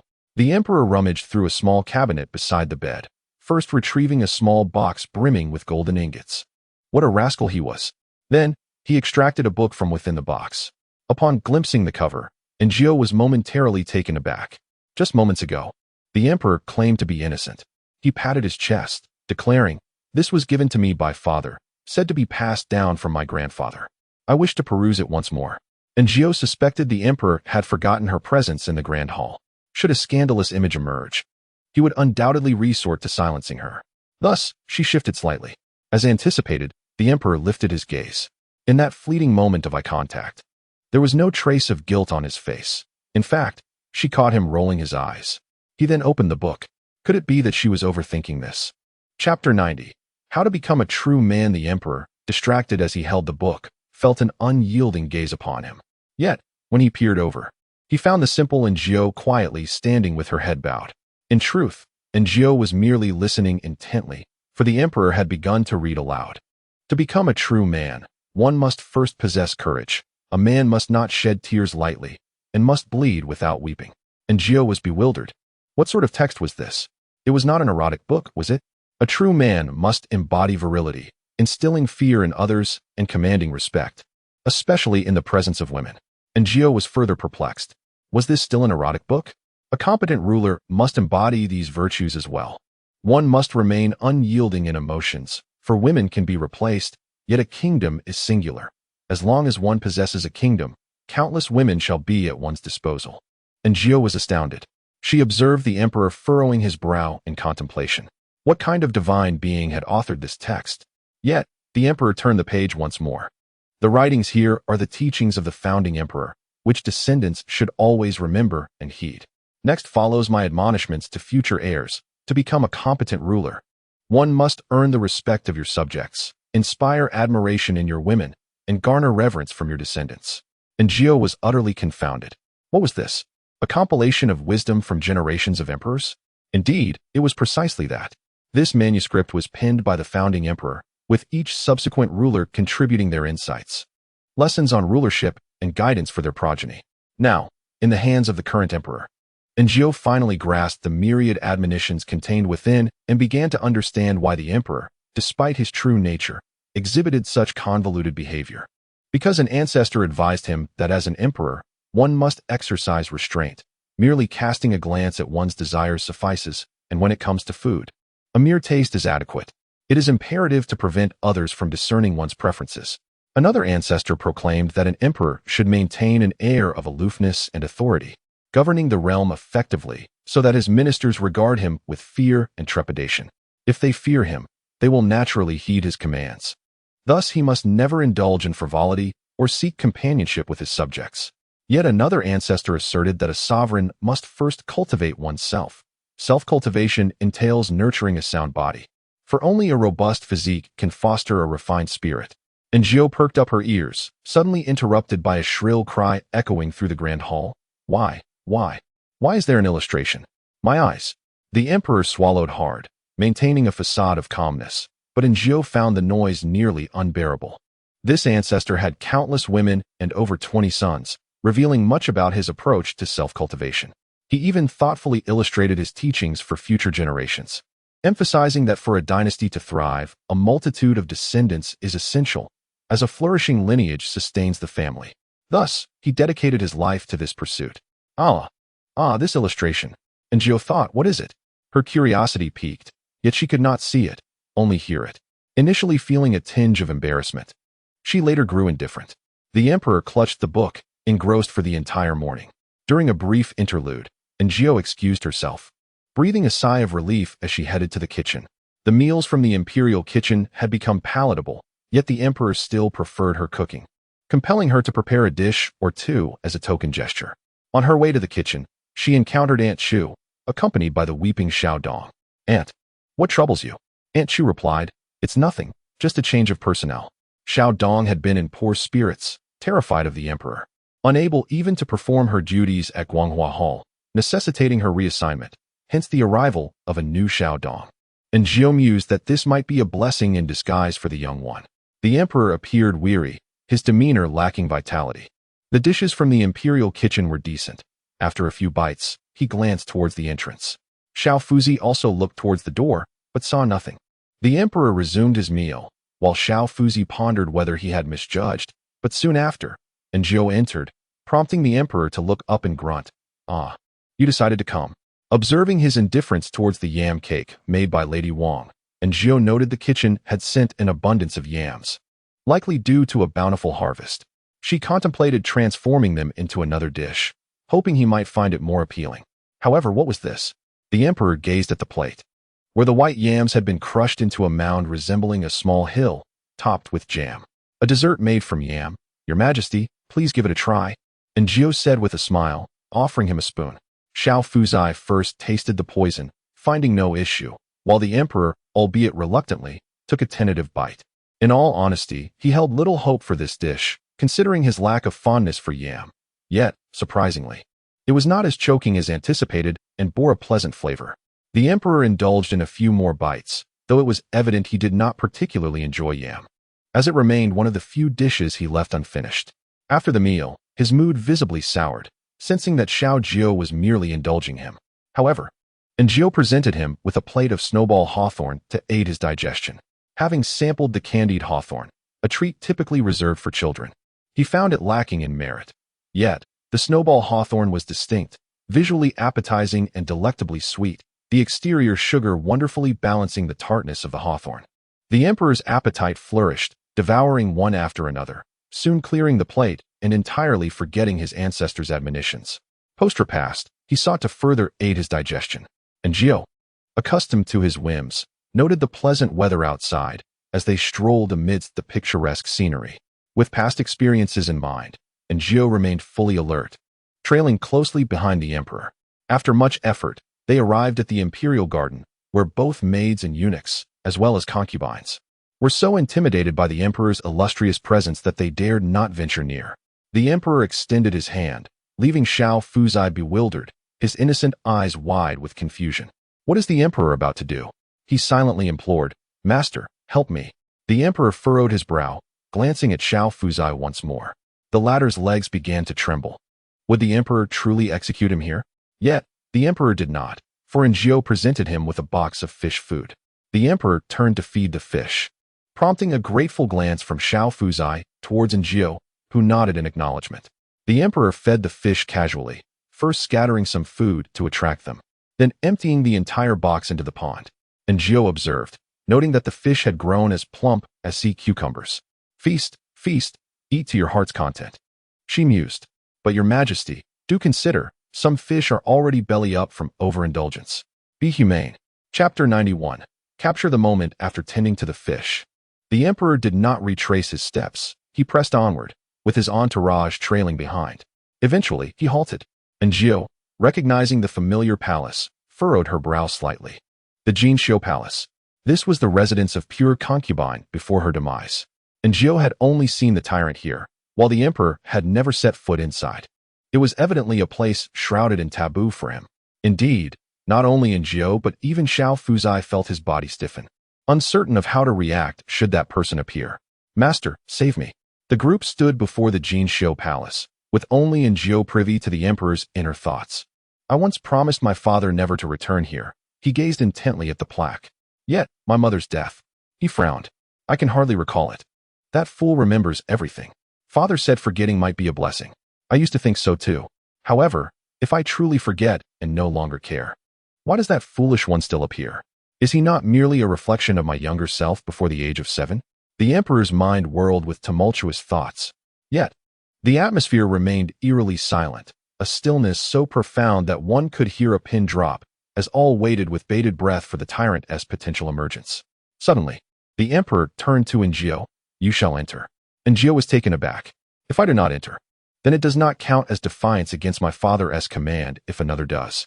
The emperor devised a clever plan. He believed that unless the death of the pure concubine was resolved, the tyrant would persist in manifesting. Aaargh did not refuse. It was broad daylight, and she felt no fear. Furthermore, she had previously visited with the tyrant and encountered no specters. Thus, the door creaked open. As Aaargh approached the threshold, she was suddenly halted by the emperor's voice. Examine the interior for anything amiss, but do not disturb anything within. Aaargh replied, this servant understands. She stepped inside. The opulent palace appeared desolate in the daylight, with a layer of dust coating the courtyard. She moved slowly, observing her surroundings, when she noticed a patch of soil had fallen from the eastern wall.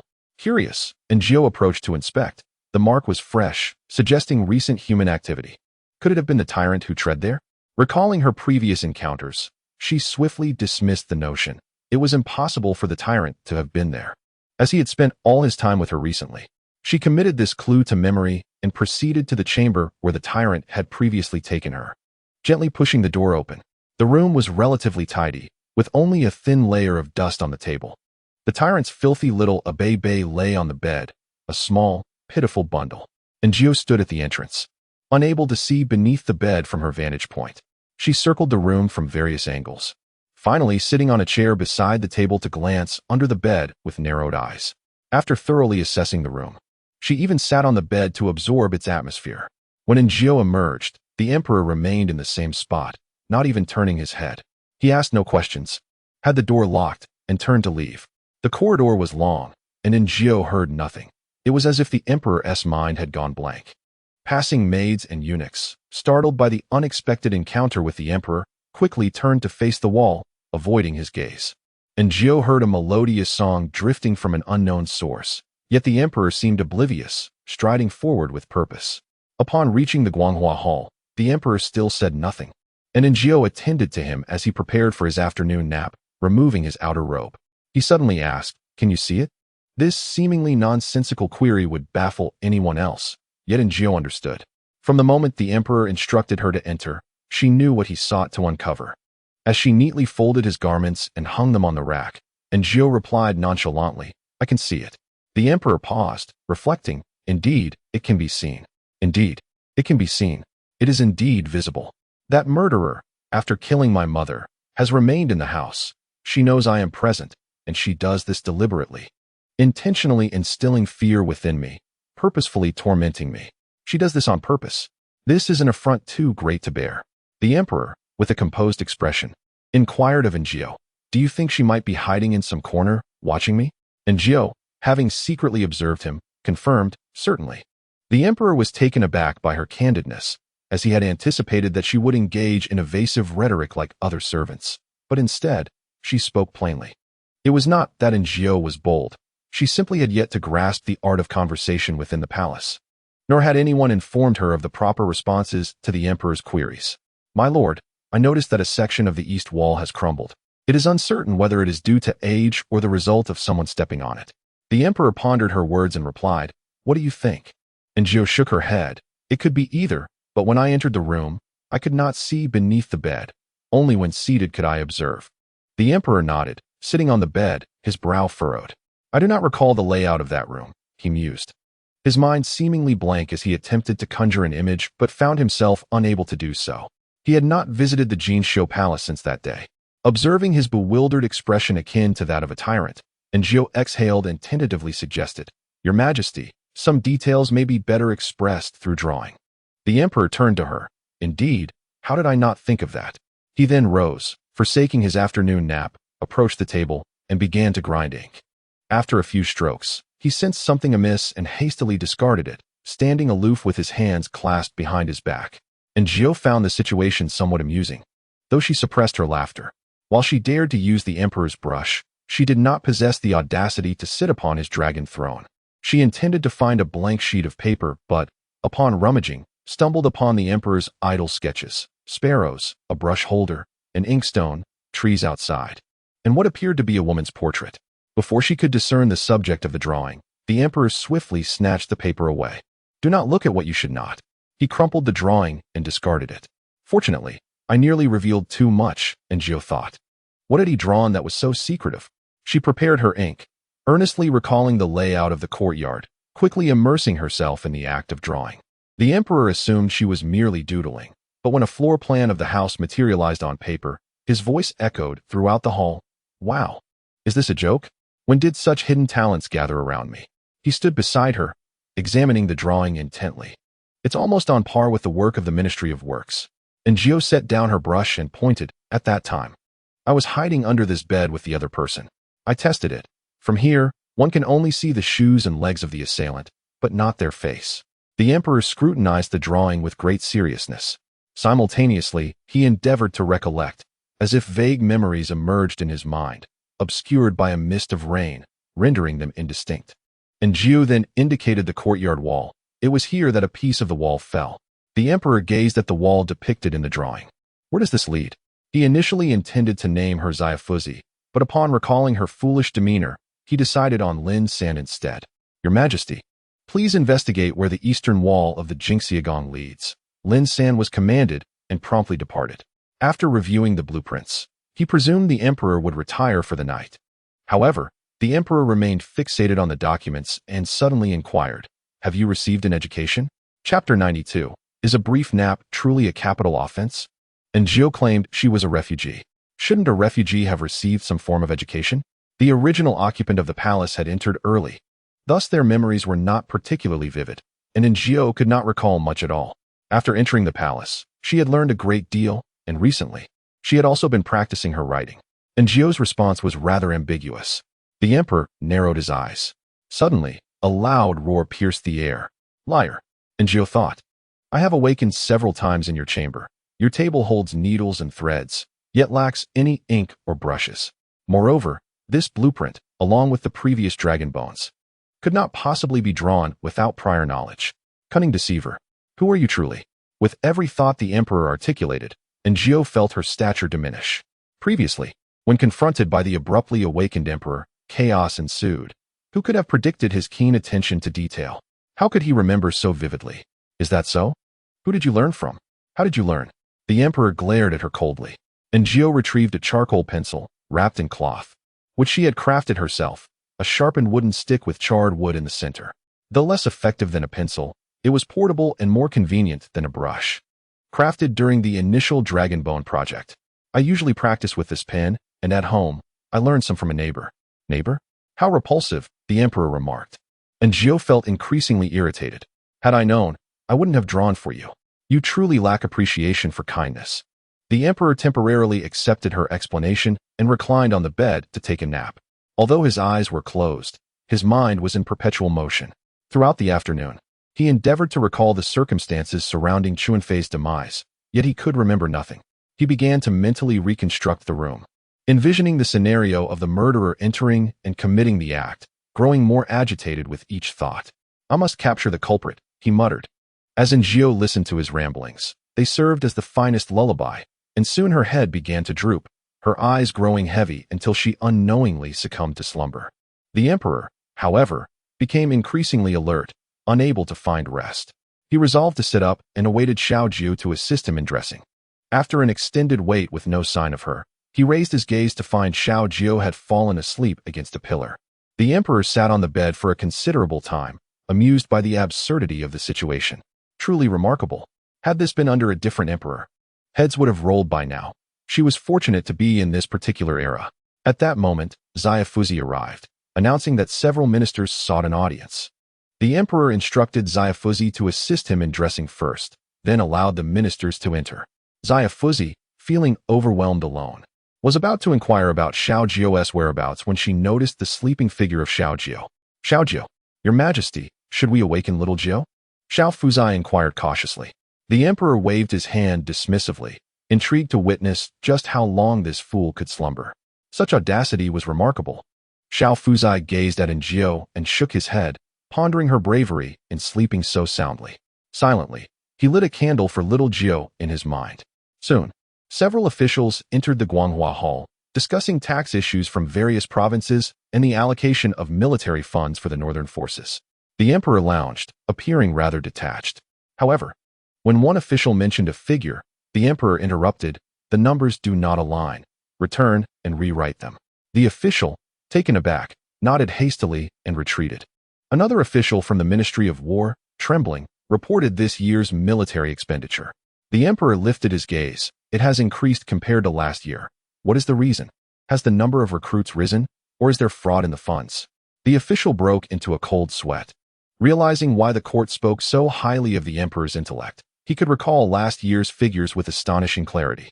"Your Majesty, this year's cotton-producing regions have suffered disasters, significantly reducing output and consequently raising prices, which has increased our expenditures," the official explained. The emperor replied, "I recall that the fiefdom of the Wang of Riyang cultivated considerable cotton." The official sighed. The emperor was indeed correct, as the high-priced cotton had been procured from Riyang Wang. The emperor gestured for the official to continue, as each person had matters to report. Once the emperor had addressed their concerns, the officials prepared to depart. Just as they stepped forward, a palace maid suddenly obstructed their path. What does this mean? They wondered. Was the emperor going to punish them? Surely, misreporting a figure was not a capital offense. A chill of dread washed over the officials. A chorus of laughter erupted in the grand hall, jolting Aaargh awake to find numerous eyes fixed upon her. Rubbing her eyes, she realized the officials were staring at her, as if she were an imminent threat. Court officials? Turning her head, she spotted the emperor. Laughter emanating from him like a silver bell, his expression a mix of confusion and amusement directed at her. Instantly alert, Aaargh understood the situation as she met the gazes of several ministers. Bowing her head, she said, "This humble servant humbly greets the esteemed officials." The ministers exchanged glances, somewhat puzzled but dared not voice their thoughts, reflecting on the strict decorum of the palace. The sudden appearance of this young lady had startled them. After bidding farewell to the officials, the echo of the emperor's melodious laughter lingered in the hall, leaving Aaargh speechless. She felt that although dozing off at work warranted severe punishment, the emperor's behavior was rather excessive. A scholar may be slain, but should not be humiliated, she thought. Kneeling, Aaargh implored, "Your Majesty, I seek your forgiveness." The emperor raised an eyebrow, feigning ignorance. Forgiveness for what? Aaargh, maintaining her composure, replied, "This servant should not have dozed off." The laughter in the hall continued, and unexpectedly, Aaargh found herself at peace. "Indeed, it is a grave sin. I shall contemplate how to impose your punishment." Aaargh gazed at the tiny pits in the ground resembling grains of rice, suddenly yearning to leap into them and frolic.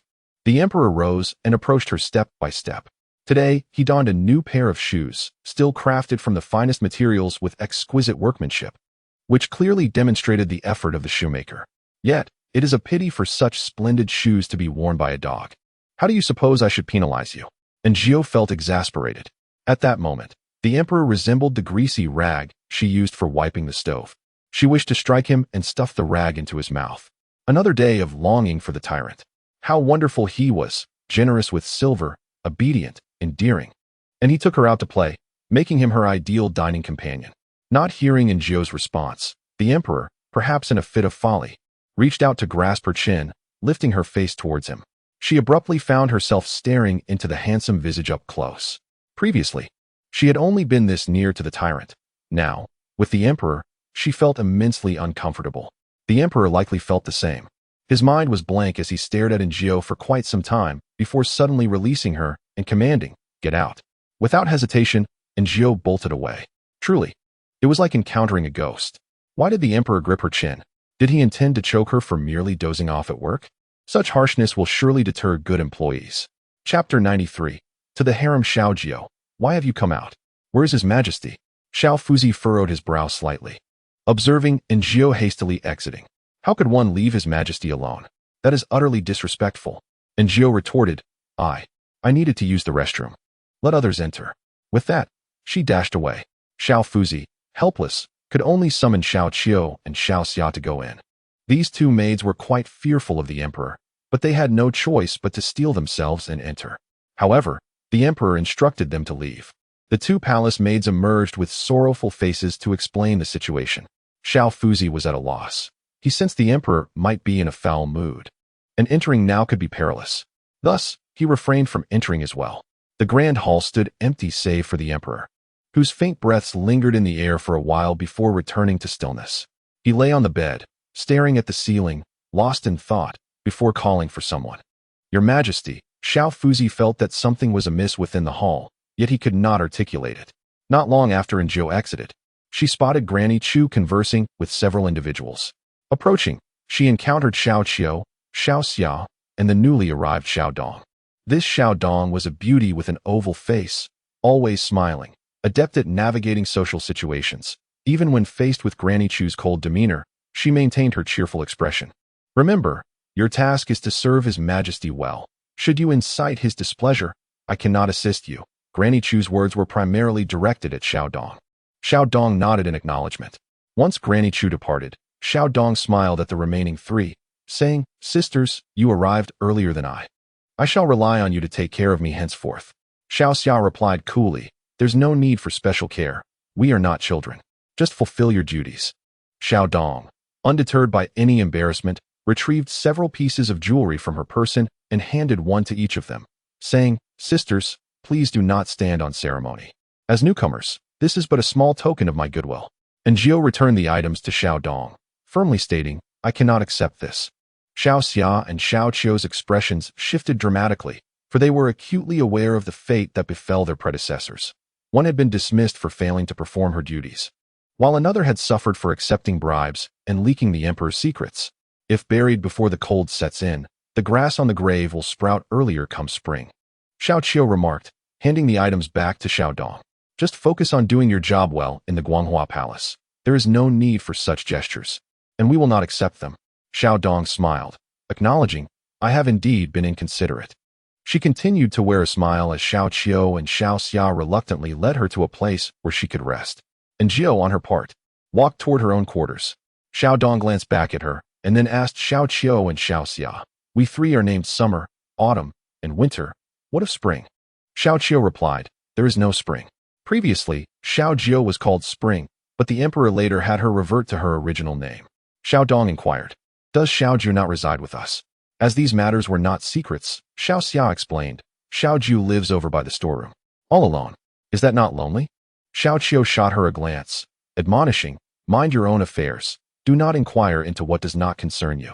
Xiao Jiu was a favorite of Aunt Chu and Master Li, and the emperor regarded her with special favor. Whether she becomes a favored consort or a responsible matron in the Guanghua Palace, her situation is distinct from theirs. She possesses her own capabilities. And if one lacks such talents, the best course is to avoid offending those who do. Xiao Qiu understood this principle well, although she sensed that Xiao Dong did not grasp it fully. Pretending to be amiable, she thought, who among them had not struggled within the palace? Such tricks would hardly deceive anyone. A silent exchange passed between Xiao Qiu and Xiao Xia, neither feeling compelled to say more. Lin Sen knelt before the emperor, recounting everything he had discovered in meticulous detail. The east wall led directly to the palace corridor, allowing for any number of exits. The emperor frowned, realizing that this indicated a severance of leads. Post a guard at the embroidered palace. Should that individual return, we must seize them at the earliest opportunity. The emperor then retrieved the drawing that Aaargh had created. In his youth, he had hidden beneath the bed, witnessing his mother being murdered, the assailant remaining in the room, watching him. Merely recalling it sent shivers down his spine. The emperor's expression grew increasingly somber. Regrettably, he lacked the memories of his 7-year-old self.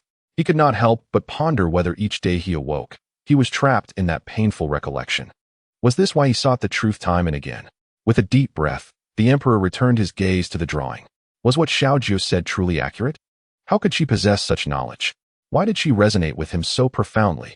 The emperor was not foolish. He recognized that his emotions were frequently swayed by Xiao Qiu. An ancestor once remarked that a competent sovereign should not have any vulnerabilities. Could Xiao Qiu be his Achilles heel?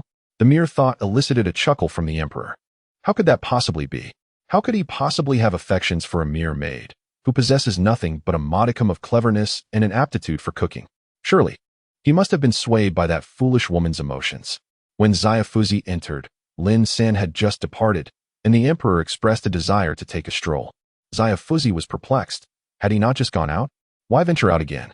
However, this time, the emperor did not intend to amble about, but rather to visit the inner palace. The inner palace?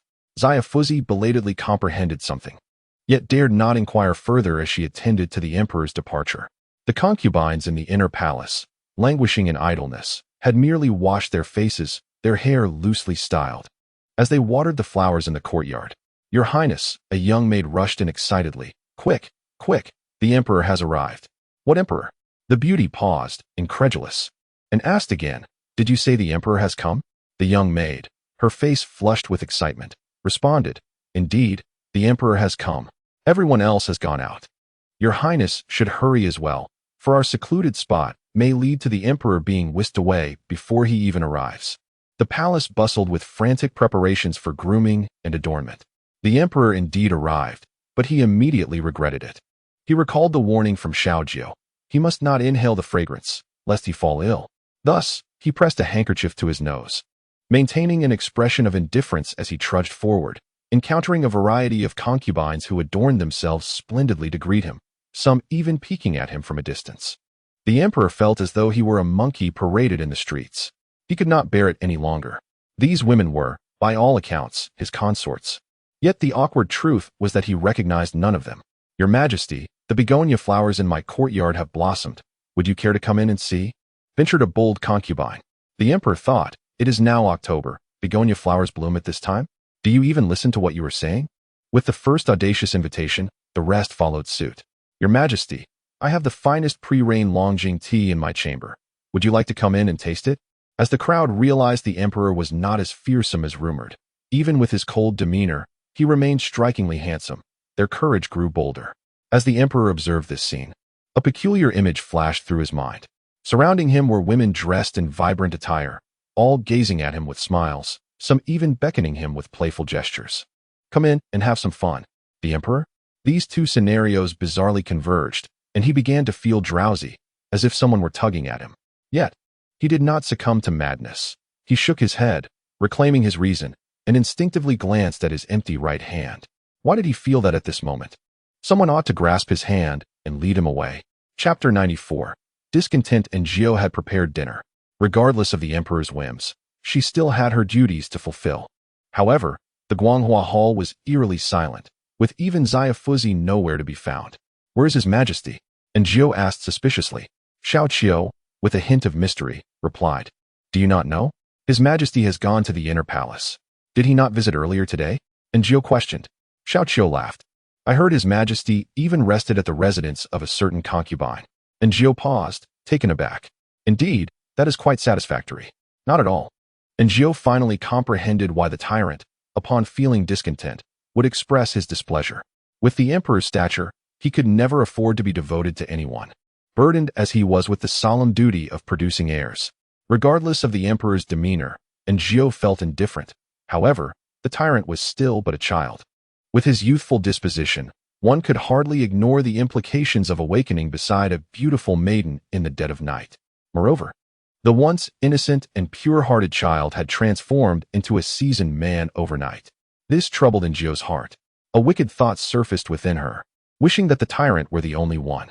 Yet, this nefarious notion was swiftly vanquished by Aaargh herself. Such thoughts were unfounded. They were both emperors. The emperor had committed no wrong against her. She ought not to harbor such sentiments. Aaargh sighed, recognizing that being a caretaker meant one ought not to develop feelings for the employer's child, a rather uncomfortable predicament. With a tray of food in hand, she returned to the kitchen, envisioning the tyrant seated upon a small stool, indulging in his meal. She could not help but let out another sigh. Very well. If he had matured into a man, so be it. Every man must traverse this path. At least he was growing up, evolving into a true gentleman. TSK. Yet, discontent lingered. She had prepared an abundance of food, but after a few bites, she found herself unable to eat any further. Back in her chamber, she occupied herself with needlework, though her mind wandered incessantly. Thoughts of the tyrant merged with those of the emperor, until they became indistinguishable. Aaargh pondered. Perhaps it was due to her isolation in this unfamiliar place, devoid of friends, that she regarded the tyrant as a close companion. She sighed again. Xiaojiu. Aaargh recognized the voice of Shuang Shui. Had she not lit the lamp, she might have pretended the room was empty. Aaargh opened the door, and Shuang Shui entered with a smile, glancing about the room before returning her gaze to inquire, "Did you not accompany His Majesty?" Aaargh replied, "No." Shuang Shui continued, "Has His Majesty truly gone to the harem?" Aaargh, somewhat dismissive, said, "It was not my shift this afternoon. I have no knowledge." Shuang Shui appeared slightly vexed. "It must be some vixen who has ensnared His Majesty again." Aaargh regarded her, finding her reasoning peculiar. How could one speak of seduction so lightly? In truth, the concubines in the harem were the emperor's women. They, as palace maids, were merely there to serve. Even if seduction were afoot, it had little to do with them. "Do you know where His Majesty has gone?" Shuang Shui pressed on, refusing to relent. Aaargh shook her head, admitting her ignorance. Where he went was not their concern. Shuang Shui sighed, grasping Aaargh's hand. "Xiaojiu, I truly wish to serve at Guanghua Hall. Could you assist me?" Shuang Shui's grip was firm, and it took several attempts before she could withdraw her hand. "Shuang Shui," Aaargh took a seat, gazing at her. "We are both palace maids. You have Lu Mama as your foster mother, while I am entirely alone. My insignificance means no one would heed my words." Shuang Shui looked at her, undeterred. "But you have a good relationship with Aunt Chu. Cannot you speak a kind word on my behalf?" Aaargh shook her head. "What makes you believe I have a good rapport with Aunt Chu?" "Aunt Chu is temporarily treating me well because she needs something from me. But do I truly possess any dignity? Please, think it over thoroughly." However, Aaargh grasped her hand and inquired, "Who sent you to find me?" Frost Snow shook her head. "No one in particular." Aaargh insisted, "Surely someone has spoken of it. That person seeks to elevate themselves by stepping on me." Frost Snow appeared pensive. Aaargh continued, "Did she not also imply that my solitary accommodations are due to the emperor's favor and Aunt Chu's regard for me?" Frost Snow remained silent, tacitly agreeing. Aaargh asserted, "I inhabit this room solely for the convenience of assembling dragon bones. Yet Aunt Chu chose not to have me move back." After a moment of silence, Frost Snow smiled and revealed, "In truth, there is no one else. Only that newcomer. Little Dong." She claimed that amongst all in the Guanghua Palace, you possessed the most grace, and even suggested you cook for His Majesty. I must admit, I was swayed by her words. Do not take it to heart." Aaargh chuckled, "Rest assured, I shall not dwell on it. You know well who I am. Besides, I am not a beauty. Even if I wish to entice someone, I lack the charm. My desire is merely to reside peacefully for a few years, and then marry outside the palace." Although Aaargh found Frost Snow exasperating, she recognized the wisdom in avoiding conflict with a gentleman, lest she provoke a scheming foe, especially with Lu Mama backing Frost Snow. Thus, it was best to part amicably, preserving mutual respect and avoiding enmity. Seeing that Frost Snow had been persuaded, Aaargh felt a quiet relief. "It is indeed wonderful that you think so.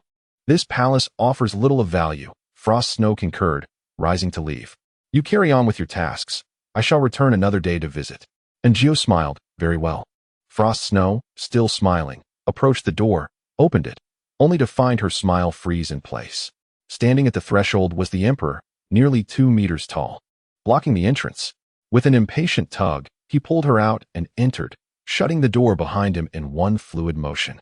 Frost Snow tumbled into the courtyard, her expression shifting swiftly from suspicion to fury. Rising, she glared resentfully at the closed door. So that was it. So that was the reason for little Gio's solitary dwelling. How infuriating. How despicable. That wretched person truly seduced the emperor. Cursed be it, cursed be it. With a darkened countenance, Frost Snow vowed never to forgive that deceitful wretch. Inside the room, Gio stared, bewildered, at the suddenly appearing emperor. After gazing at his face for a moment, she suddenly grasped the situation. This was no emperor. This was a tyrant unleashed. What had brought on this sudden change? Had he caught a whiff of that alluring aroma? Her suspicions were confirmed, for indeed, the emperor had detected that fragrance while in the palace of the noble May. Chapter 95. She is dead in the afternoon. The emperor felt as though he had entered a web of silks, discomfort washing over him. Thus, he sought refuge in the courtyard of noble May. His motives were twofold. Firstly, to escape the incessant chatter of these women, which was utterly tiresome, and secondly, he recalled Gio's previous warning regarding noble May's dubious nature. In recent days, Lin San had dispatched people to keep a watchful eye, yet nothing seemed amiss. Thus, the emperor decided to personally investigate, intending to stir the jealousy of the favored concubine May and unveil her true nature. Concubine May, caught off guard by the emperor's unexpected visit, appeared flustered and somewhat foolish, even spilling water while serving him. The emperor furrowed his brow at her but refrained from expressing anger. Unsure of the emperor's sudden interest in her, Concubine May speculated whether he remembered her for previously delivering him a broth, or if he harbored suspicions against her. With trepidation, she served him, while the emperor lowered the handkerchief covering his nose. A faint scent of roses wafted through the air, emanating from her. This aroma stirred a sense of unease within him, as if it foretold impending misfortune. Noticing the emperor's pallor, Concubine May gently inquired if he required a moment of respite. Though the emperor wished to decline, a fog clouded his mind. The last image he registered was of an open door, a pair of feet, and an indescribable fragrance before he succumbed to darkness. The incident unfolded abruptly. Xiao Fuji, believing the emperor had genuine affection for Concubine May, assisted him into bed.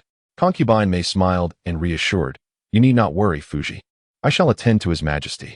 Hesitating, Xiao Fuji thought that the emperor, having finally sought amusement in the inner palace, would surely prefer no interruptions. Thus, he opted to remain by the side. Although Concubine May wished for him to leave, Xiao Fuji stood his ground, asserting that he could not depart unless the emperor commanded it. Initially, all seemed well, but as Concubine May prepared to undress the emperor, his eyes suddenly opened.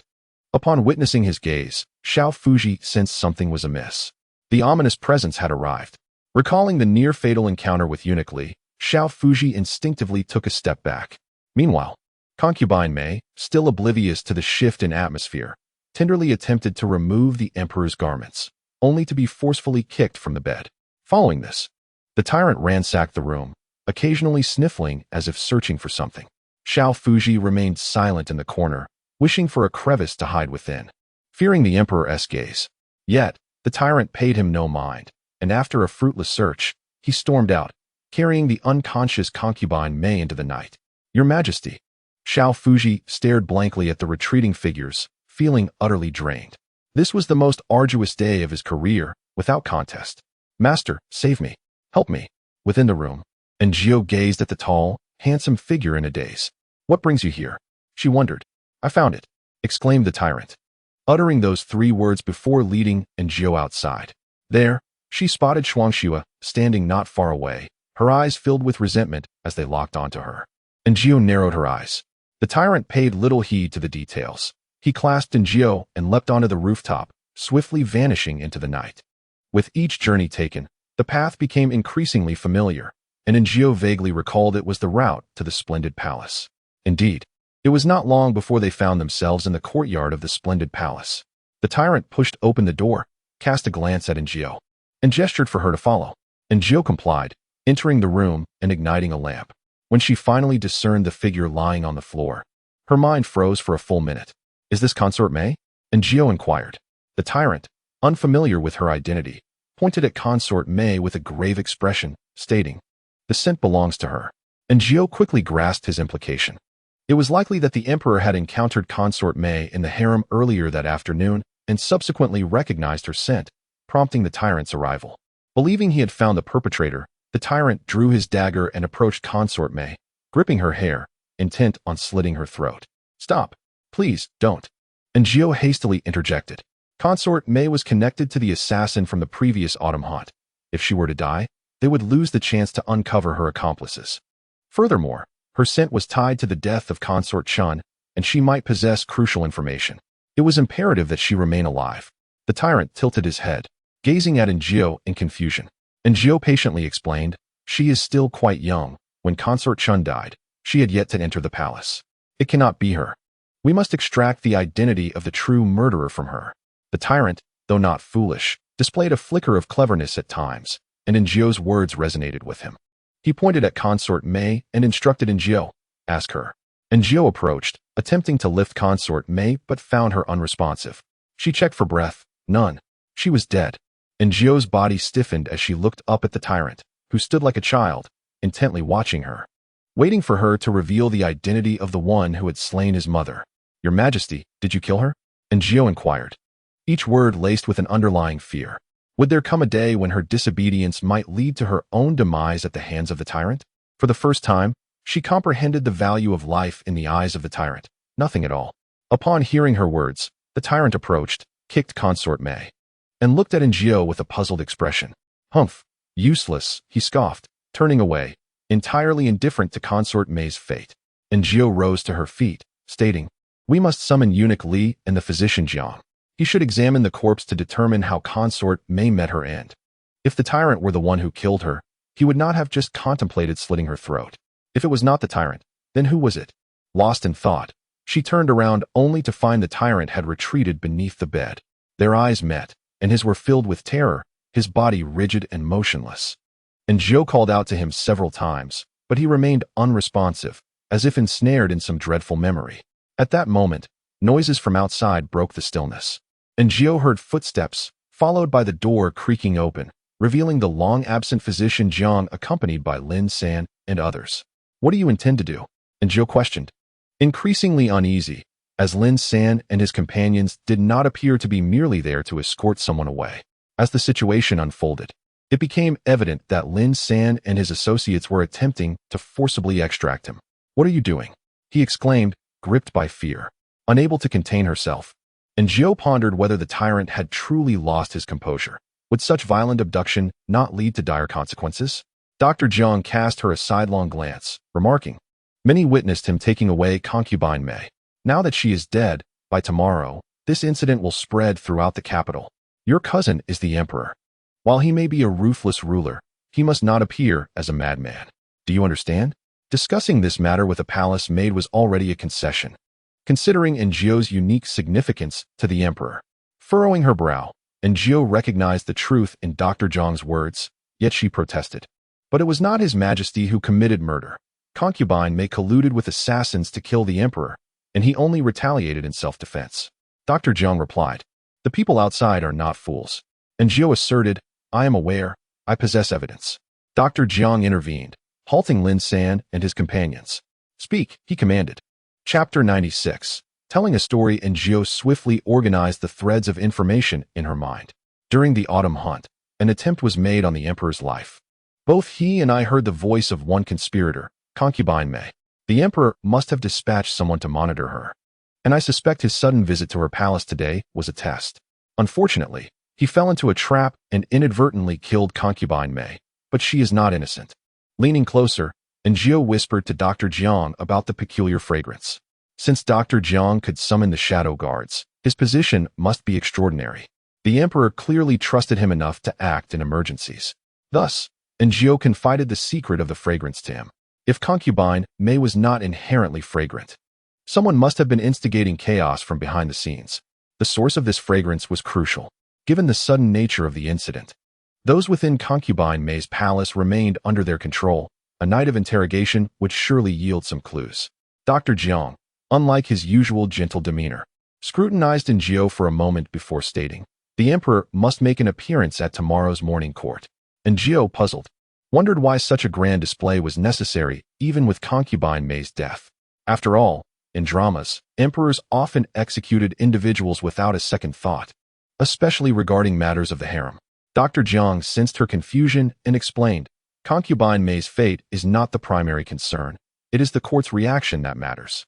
The Empress Dowager and the faction of the Duke of Ruyang have long been discontented. Should they learn of the emperor's madness? And Jiao understood.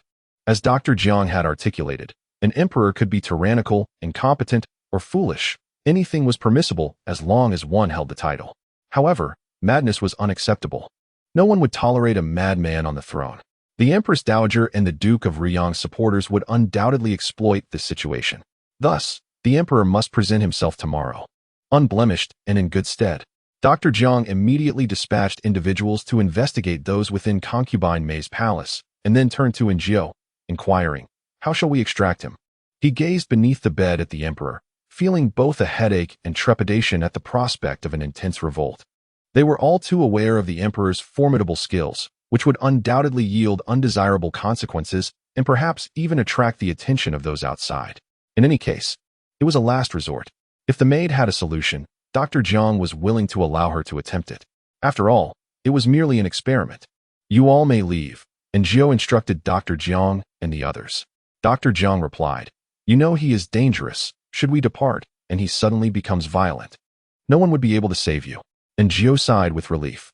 From her perspective, she shouldn't involve herself in this matter. Whether the emperor was good or bad had little bearing on her. She was merely a lowly maid, a minor figure, and in Dr. Jiang's eyes, just a servant. However, her vantage point allowed her to see the tyrant hiding beneath the bed, an imposing figure reduced to a pitiful state. Emotion triumphed over reason. She unconsciously accepted that the tyrant was her good friend, her one-of-kind dining companion. Even if he were to kill her, so be it. Death held no fear. For she had no ties here and nothing to lament. Perhaps, with a blink, she would return to her past life. With this thought, she felt a sense of calm wash over her. "I shall try," she declared. Dr. Jiang nodded and exited with the others. The room fell silent.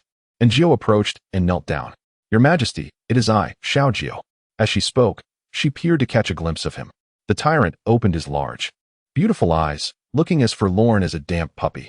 When she called for him, he did not emerge, so Jiao followed her previous course of action, hiding alongside him beneath the bed. The space was cramped, with both of them pressed closely together atop the cold floor. And Jiao grasped his hand, feeling its warmth and the rough calluses on his palm. "Your Majesty, may I tell you a story?" The tyrant remained silent, his thoughts blank. And Jiao could not hear his inner voice. Once, there was a scholar named Donghua, a man devoted to his books, rather pedantic. One day, he rode a donkey while carrying a satchel of books, seeking a position in a land called Zhongshan. Suddenly, a wounded wolf sprang before him. She sensed the tyrant tense slightly, gripping her hand. And Jiao continued, "The wolf pleaded with Donghua, saying, 'I am being pursued by a hunter who has shot me with an arrow, nearly taking my life. Please, hide me in your bag, and I shall repay your kindness in the future.'" The tale was brief, and Jiao narrated it gently and slowly. She glanced at the tyrant, noticing he was entirely captivated by the story. Once Jiao finished, he suddenly spoke, "Wolves are wicked creatures." And Jiao thought to herself how childlike he was. Just moments ago, he had been so agitated, yet now a simple story had calmed him. She smiled and replied, "Your Majesty, I recall how you once killed many wolves. You are as formidable as the hunter, truly impressive." The tyrant, now engaged, emitted a pleased hum. And Jiao shifted her arm, feeling uncomfortable. "I am not at ease here. Let us go outside." The tyrant nodded and smoothly followed her out. And Jiao glanced at the bedding on the bed. "Is this your blanket? Were you that small when you were young?" The tyrant nodded, picking up the soiled small blanket from the bed to point out an embroidery to Jiao. And Jiao observed it closely, asking, "Is that a little tiger?" The tyrant nodded, "Yes, a little tiger. Mother said I am the fiercest little tiger." "What does that mean? Are you born in the year of the tiger?" The tyrant affirmed. He gazed at the little tiger, seemingly quite fond of it. And Jiao yawned and inquired, "Are you tired? Shall we go to bed? We have work to do tomorrow." The tyrant, clutching his beloved toy, replied sulkily, "I'm hungry." And Jiao suggested, "Shall we head to the small kitchen to prepare something to eat? I made dinner for you today, but since you weren't here, I had a bit myself, and there is still some left." In the courtyard, Dr. Jiang surveyed the desolate and dilapidated surroundings, a stark contrast to their former glory. He recalled visiting when his aunt was a favored concubine. He was quite young then, and his memories were vague, but he remembered her adorned with jewels, always attended by servants. There was a beautiful little boy beside her, exquisitely crafted, who had looked at him in return. They were of the same age, and although Jiang Sheng was born a few months later, he was taller at the time. The boy, brimming with pride, insisted that Jiang Sheng call him cousin, but regrettably, he could never pronounce it correctly, always saying instead. Jiang Sheng chuckled to himself about it for a long time. However, after his aunt's downfall, everything had changed, and the once vibrant scene was now but a memory. Jiang Sheng's reverie was interrupted by the sound of a door creaking open. He turned to see the emperor and that audacious, eccentric palace maid emerging, the latter clutching a small, tattered blanket, casting a watchful, displeased glance at them. It was indeed remarkable. Jiang Sheng's gaze fell upon Aaargh, astounded by the unfolding events. Chapter 97. This is not normal. Dr. Jiang caught a glimpse, and the tyrant immediately sensed it, casting a cold stare towards him. Jiang Sheng clicked his tongue, thinking, what a protective little one. Then the tyrant seized Aaargh and leaped onto the rooftop, swiftly vanishing into the night beyond the palace walls. Lin Xin followed closely, observing the emperor. Dr. Jiang contemplated questioning the people around Lady May. If what this little Jiao claimed was true, he needed to uncover more. The small kitchen was tranquil. Aunt Chu had heard about the incident and had been waiting there since early morning. Aaargh nodded reassuringly to her, indicating that there was no need for concern, and then entered the kitchen with the emperor. On the rooftop, smoke soon began to rise. Aaargh warmed up the leftover dinner. The tyrant was not picky. He quickly devoured it all. Aaargh then brought out some hawthorn snowballs, deliberately saving half for the tyrant. After finishing his meal, the tyrant returned with Aaargh to her small room, clutching his beloved toy, and promptly lay down, covering himself with the little blanket. However, it only managed to cover his belly, making him appear somewhat pitiful yet amusing. Aaargh stifled a laugh, saying, "It's cold now, let us use the larger blanket, and you can hold on to the small one." The tyrant glanced at his toy, then at the large blanket, and finally at himself. "Not small," he declared. "Mother said it fits just right." "Aaargh, when your mother spoke those words, you were but a tiny child. Now you have grown so large. Never mind. Let us cover you once you drift into slumber." Aaargh felt weary, yet the tyrant remained awake. He lay under a small blanket, gazing at Aaargh with his clear, bright eyes. "Aaargh?" the ancestor asked. "Have you eaten and drunk enough to sleep?" "What is it?" Aaargh inquired. He replied, "Story." Aaargh pondered. Surely he wouldn't regard her as his mother. Suddenly, the thought of having such a grandson seemed rather delightful. As a child, one would fantasize upon seeing handsome men. However, as one matures, the only thought that arises is how splendid it would be to have a son so tall and handsome. Feeling both exhausted and sleepy, Aaargh reclined and began to narrate the tale of the snail maiden. She stifled a yawn and, upon turning her head, discovered the tyrant had already succumbed to sleep. The sleeping tyrant appeared remarkably beautiful and serene, with a prominent nose and long eyelashes resembling delicate brushes. Indeed, Nuwa must have been particularly fond of him while molding clay figures. Lost in this thought, Aaargh unknowingly drifted into slumber herself. What Aaargh did not realize was that as she fell asleep, the emperor opened his eyes. Unlike before, when he would awaken the following day, this time, possibly due to an intense desire to awaken, he rose almost immediately after the tyrant had closed his eyes. He gazed at the nearby Aaargh and then at himself before getting out of bed. After a moment's contemplation, he placed the small blanket atop the bed and turned to exit the room. Lin San was startled upon seeing him and instinctively took a step back. The emperor, maintaining a composed expression, stated, "It is I." Lin San exhaled in relief, for that individual was exceedingly difficult to manage, impervious to persuasion. He recounted the events of the day.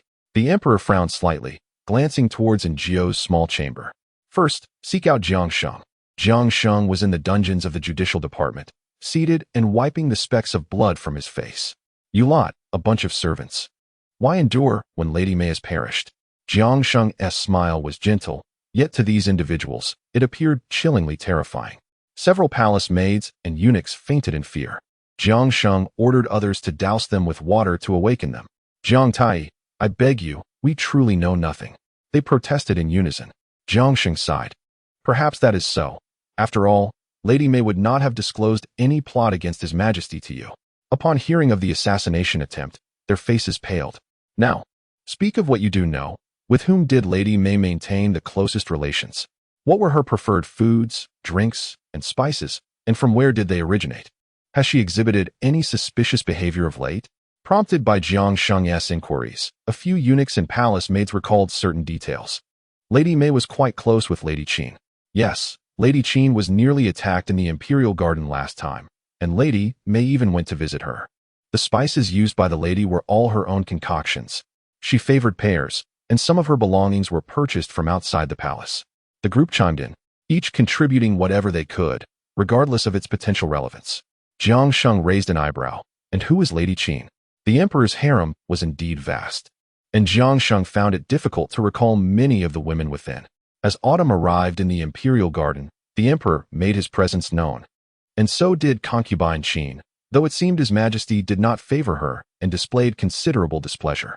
Jiang Sheng recalled that on that occasion, the emperor had also fallen ill.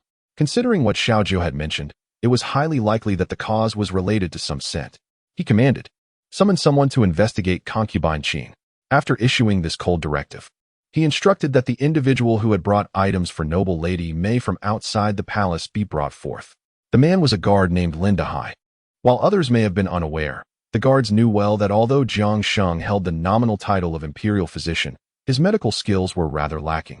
He had gained his position through dubious means, and the title merely served to facilitate his movements within the palace discreetly. He enjoyed the emperor's unwavering trust, and his words carried the weight of the emperor's own. Lin Dahai was oblivious to the unfolding events and unaware of any wrongdoing on his part. Jiang Sheng inquired, I have heard that guard Lin often assists others in procuring items from outside the palace. Lin Dahai nodded in affirmation. Indeed, although there are clear regulations against such actions, many guards engage in this practice secretly, as the provisions within the palace are woefully insufficient for many, and the rewards granted within the palace must be spent somewhere. Was it for this reason that the esteemed physician apprehended him? Lin Dahai explained that many were guilty of the same. However, Jiang Sheng was not inclined to entertain further excuses. He pressed on, from where did you procure the spices for noble Lady Mei? Lin Dahai mentioned several spice shops. Jiang Sheng then probed for specifics regarding the frequency and details of his purchases. Once he had exhausted his inquiries and wiped the blood from his hands, humming a tune as he exited the office of severe punishments, he was met with the sight of the emperor awaiting him at the entrance. Jiang Sheng paused momentarily. Cousin? The emperor cast a glance in his direction. Have you uncovered anything? Jiang Sheng responded with a smile. Indeed, I have made significant progress. As they strolled slowly outside, Jiang Sheng inquired about the recent instances of the emperor's sudden illness in public. The emperor had already divulged that information. So, it follows that there was another incident involving the empress dowager? The emperor nodded in affirmation. Jiang Sheng continued, thus, it must be the spices at play. I have already dispatched someone to investigate. The emperor remained silent, tacitly agreeing. Jiang Sheng tentatively added, aside from these occurrences, the remaining matters seem to be tied to that Xiaojiu. The emperor looked up at him. Is there an issue with her background? Jiang Sheng exhaled deeply. The events prior to her entrance into the palace were solely based on her account. We have been unable to uncover any traces. And the wet nurse who brought her into the palace passed away several years ago. The emperor narrowed his eyes. Do you suspect her? Jiang Sheng inquired. The emperor countered. Is she not worthy of suspicion? After taking a few steps, the emperor turned back and remarked, suddenly, I have this maid who possesses an array of peculiar knowledge. Can cook to my taste, captivates my interest with her disposition, is perceptive, and can manage that fool. Is this not remarkable? Jiang Sheng interjected, cousin, do you not wish to reflect on what you are saying? While Xiaojiu might indeed seem somewhat suspicious, the emperor's own behaviors appeared far more enigmatic. Were such a person to have existed in the past, the emperor would have long since eliminated them, rather than expending his energy in such distress, filled with resentment. And even, as Jiang Sheng was horrified to discern, a hint of jealousy. Was this not abnormal? Chapter 98. I will not lose, brother. Is this normal? Jiang Sheng pondered, wishing to inquire of the emperor. The emperor paused, visibly displeased. Why do you gaze at me so? Am I in the wrong? Jiang Sheng found himself at a loss for words, grappling with his thoughts for a moment before responding. Cousin, The inability to ascertain her background does not necessarily raise significant suspicions. Most of those admitted back then were orphans. Furthermore, he recalled earnestly, during the autumn hunt, you were injured and fell unconscious. If she had intended to kill you, it would have been exceedingly simple, yet she refrained. The emperor hesitated. Moreover, she is frequently sought after by that individual. She had ample opportunities to act. Not to mention Lin San, who often misplaces you. It's not me, it's that fool. I would never lose, the emperor retorted, clearly irked. Jiang Sheng thought to himself, here we go again.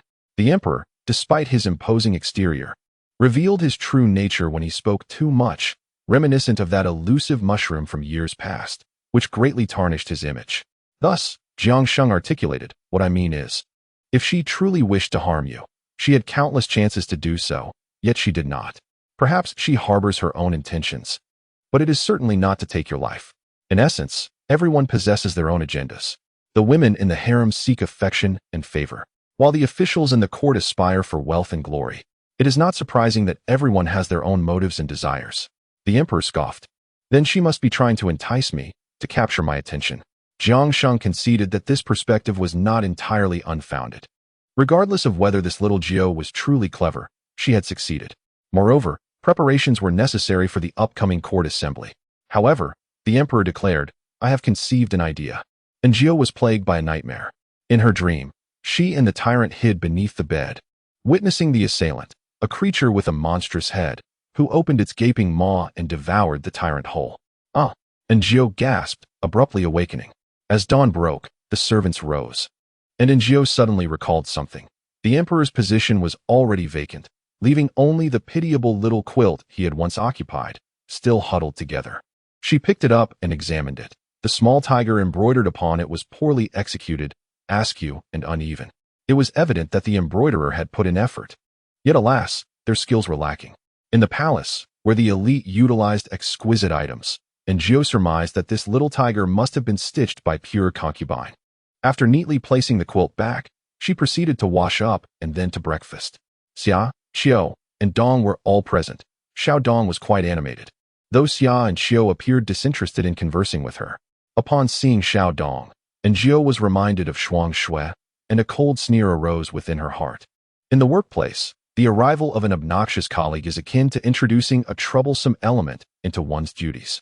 While their impact may be minimal, they are undeniably repugnant and uncomfortable. Having previously removed one annoyance, another had now emerged. And Jiao recalled Shuang Shui's resentful gaze and deemed her a potential threat. She needed to devise a strategy to eliminate them all. The environment was already harsh. It was imperative not to have additional individuals lurking with ill intentions. If changing jobs was not an option, she must create a comfortable living space for herself. As Jiao contemplated, Xia, Qiao, and Dong noticed her, with Qiao beckoning her to join them. And Jiao took a seat beside them. In a hushed tone, Qiao remarked, did you hear? His Majesty was attacked yesterday. And Jiao feigned surprise, I wasn't on duty yesterday. Was he injured? I heard he was hurt, Xia interjected. And Jiao frowned. Last night, she had observed the tyrant sleeping, as robust as a young bull. How could he have been harmed? Could it be that he ventured out after she had fallen asleep? No, that couldn't be right. Qiao had mentioned an assassination attempt, which must refer to the incident involving Lady Mei. And Jiao understood. What game was the emperor playing? Coupled with Jiang Sheng's words from the previous night, and Jiao realized that today, the Empress Dowager and those aligned with the Prince of Ruyang would surely create a stir during the morning court. Under normal circumstances, the emperor would have attended without pretense. However, feigning injury suggested he had concocted yet another scheme, laying traps for those who would challenge him. I've known Lady Mei for some time, Dong suddenly interjected, and Jiao turned to her. Dong continued, previously, I worked alongside Cui Lu, who later attended to Lady Mei. Xia inquired, isn't that Cui Lu dead? Dong nodded. She was killed by the emperor while delivering soup to him on behalf of Lady Mei. The moment her words escaped, a heavy silence enveloped the group. The mortality rate among the emperor's palace maids was alarmingly high. Reflecting on the uncertainty of their own fates, Xia and Qiao fell into silence, while Jiao remained quiet. What could she say? The emperor was indeed that sort of person. Regardless of the reasons, during her brief time there, spring, summer, autumn, and winter palace maids had already been replaced thrice. It was no wonder their names were fixed, otherwise, one would struggle to remember them. When Cui Lu died, Was Xiao Jiao on duty? Dong suddenly asked. And Jiao cast her a glance and finally grasped the implication. Was this a quest for vengeance for Cui Lu? If so, why come to her? Shouldn't she go directly to Guanghua Palace to confront the emperor, the one responsible for the deaths? Was she merely seeking to bully the weak? Indeed, and Jiao conceded. This prompted Xia and Qiu to exchange glances. At that time, Xiao Jiao had indeed been present. This indicated that despite the turnover of palace maids, she had remained unscathed and had even garnered the favor of Aunt Chu, Gong Li, and the emperor himself. Such a situation was bound to provoke speculation. Those within the palace were prone to overthinking. Were the deaths of those individuals truly unrelated to Xiao Jiao? And Jiao smiled faintly and recounted the events surrounding Lady Mei and Cui Lu. I was on duty outside and couldn't even enter Guanghua Palace. It was a scorching day, and the emperor was napping. Lady Mei and Cui Lu insisted on delivering meat soup to him. Xia and Qiu exchanged glances. It was well known that regardless of what the emperor consumed now, he had always adhered to a vegetarian diet in the past. You brought meat soup to the emperor? Isn't that courting death? And during his nap time? Was your soup made from dragon meat? Were you trying to force the emperor to drink it? Such foolishness. Who else but you would perish? Qiu scoffed. This isn't Xiao Jiao's fault.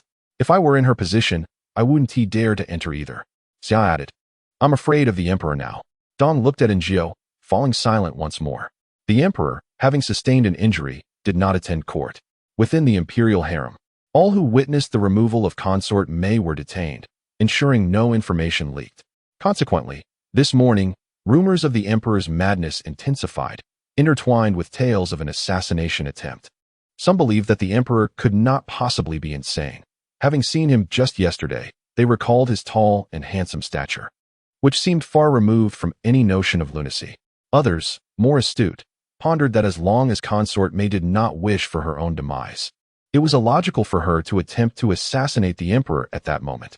With numerous guards and secret protectors surrounding the emperor, coupled with whispers of his martial prowess, how could a frail woman hope to carry out such an act? Thus, the situation appeared dubious. Rumors rarely arise without cause. Perhaps the emperor's mental state had genuinely deteriorated. Many officials within the court shared this sentiment, eagerly anticipating the morning assembly to witness the emperor's presence, hoping to dispel the rumors. To their astonishment, the emperor did not appear. Chapter 99. Has His Majesty been injured? Lord Li, where is His Majesty? Indeed, how severe is His Majesty's injury? Upon Lord Li's emergence, he was immediately surrounded by inquiries. He sighed. During the autumn hunt, His Majesty sustained an injury that has yet to heal, just as he was to visit the harem. This incident occurred. No wonder His Majesty is reluctant to go. An official lamented, who can truly know if one's closest companion harbors an assassin's intent? It is far too perilous for anyone to venture. Let us hope this does not induce any further afflictions. Indeed, we cannot lay all the blame upon His Majesty, stated a faction of officials who were genuinely concerned for the emperor's well-being. However, some among them felt a twinge of relief, as their petitions could be submitted later, still in need of revisions. A mistake here or there might be forgiven, but 3 missteps would be deemed excessive. The remaining group consisted of supporters of Prince Riyang, who wore smug expressions and exchanged knowing glances. Could it be that His Majesty is unable to face the public? One of them remarked. Upon hearing this, Lord Li cast a sharp glance at the speaker. What do you imply, Lord Yin? Could it be that His Majesty is feigning illness? Lord Yin replied. Feigning illness is one matter. The fear lies in the possibility of a genuine ailment that renders him unable to appear. Such treasonous words, Yin Dong. Do you comprehend the gravity of your statement? An official shouted in outrage. Yet another official chuckled. Gentlemen, let us not quarrel. Since His Majesty has been injured, we ought to visit him. A nation cannot endure a day without its sovereign. This will also ease our concerns. You, surnamed Wu, are nothing more than a chicken trying to masquerade as a phoenix. Lord Li has declared His Majesty is injured, yet you persist in your aggressive demeanor. Do you seek rebellion? The speaker was the eldest son of the Duke of Dingyuan, who had triumphed in the autumn hunt. Though he hailed from a noble family, he was raised in the military, which endowed him with a forthright nature. Since the autumn hunt, he had become a staunch supporter of the emperor. In response to the disparaging remarks about the emperor, young Master Li's fury ignited. You, surnamed Wu, are utterly treasonous, insulting His Majesty. I shall report your words to the emperor and demand your execution. No one anticipated the sudden emergence of young Master Li, leaving Lord Wu momentarily speechless, while the others fell into a hushed silence. However, Master Wu was not inclined to remain silent, and soon someone gave him a gentle push. With a forced resolve, he declared, "Even if His Majesty were to decree my execution, I must speak. A nation cannot survive without a sovereign. The safety of His Majesty directly impacts the entirety of the Great Xia dynasty, so what is wrong with my concern?" Master Yin quickly supported Wu's assertion, saying, "Indeed, Master Wu speaks truthfully. There are rumors that His Majesty has fallen into madness. Naturally, we wish for His Majesty's health, which is why we must visit him. For when we do, the rumors shall be dispelled." Implicitly, this suggested that if the rumors could not be dispelled, it would indicate that the emperor indeed was mad. A madman cannot reign as emperor. Gradually, others joined in the discussion, not criticizing the emperor, but merely expressing their desire to see him, leaving young Master Li at a loss for words. The majority, however, remained silent spectators, neither participating nor assisting, observing with detached indifference. And Jiao was unaware of the court's affairs, yet upon discerning the emperor's inner turmoil, she found her composure. When she arrived at Guanghua Hall, Xiao Fuji was waiting at the entrance and ushered her in to attend to His Majesty. And Jiao hurried inside. The emperor lay in bed, covered with a quilt, sleeping. Upon hearing a commotion, he opened his eyes and glanced at Jiao. Noticing her empty hands, the emperor was amused. "Am I a corpse, that I need not partake in breakfast?" And Jiao paused momentarily. At that moment, the imperial kitchen delivered breakfast. Zhang Yin, ever perceptive, presented a sumptuous meal, still steaming and visually appetizing. "Your Majesty, would you like to have breakfast?" The emperor replied, "I am unwell." And Jiao then approached with a bowl of congee. But the emperor did not move. She hesitated. Was he implying that she should feed him? The emperor, growing impatient, asked, "What are you staring at?" "I am injured. Can I serve myself?" If anyone else were so foolish, they would have been dismissed long ago. And Jiao fed him spoonful by spoonful, listening to the emperor's complaints about her laziness in preparing his breakfast. She queried, "What else would your Majesty like to eat?" "Double-skim milk and that blueberry cake," he stated coolly after swallowing hard. "You figure it out. Why must you ask me for everything?" And Jiao wished she could turn the bowl upside down on his head. But fearing the tyrant might scald himself, she obediently replied, "Very well." Yet, the emperor sensed a hint of defiance in her tone. "I shan't eat anymore," he declared. And Jiao thought to herself, "He has barely eaten and already refuses more? It seems this young man does not enjoy plain congee. Perhaps I should prepare him some century egg and lean meat congee next time. But then again, I lack century eggs. Perhaps some tofu pudding and fried dough sticks would suffice? After all, a domineering figure must enjoy street food." And Jiao tidied the table, while the emperor laid down in a huff, although he was uncertain of the source of his frustration. It seemed that merely seeing Xiao Jiao irked him. Yet he could not pinpoint why he was truly upset. It was simply a tangle of emotions. His internal struggle manifested as, "I am angry." And Jiao was eager to understand the cause of his discontent. What has caused such anger? The young sovereign, infuriated, repeatedly voiced his grievances, leaving Jiao perplexed about the origin of his ire.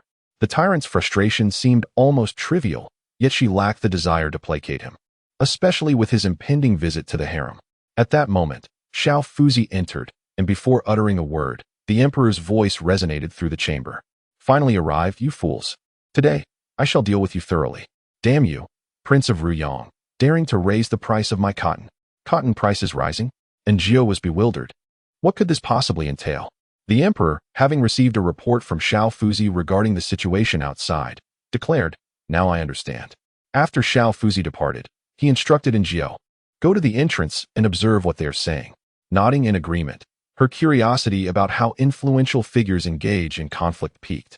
Outside the grand hall, a throng had gathered. Xiao Fuzi emerged to announce that His Majesty was resting and required tranquility, urging the dignitaries to disperse. "We merely wished to glimpse the emperor. We would never disturb his repose," remarked Lord Wu. And Jiao frowned at his remarks. Regardless of the emperor's actual health, such words were profoundly inappropriate and bordered on treasonous. It appeared the emperor's control over the court was not as absolute as one might assume. The assembly had come prepared, harboring a willingness to confront the emperor boldly. Should the emperor fall ill before the gathered assembly, could the consequences be dire enough to brand him a demon and lead to his demise?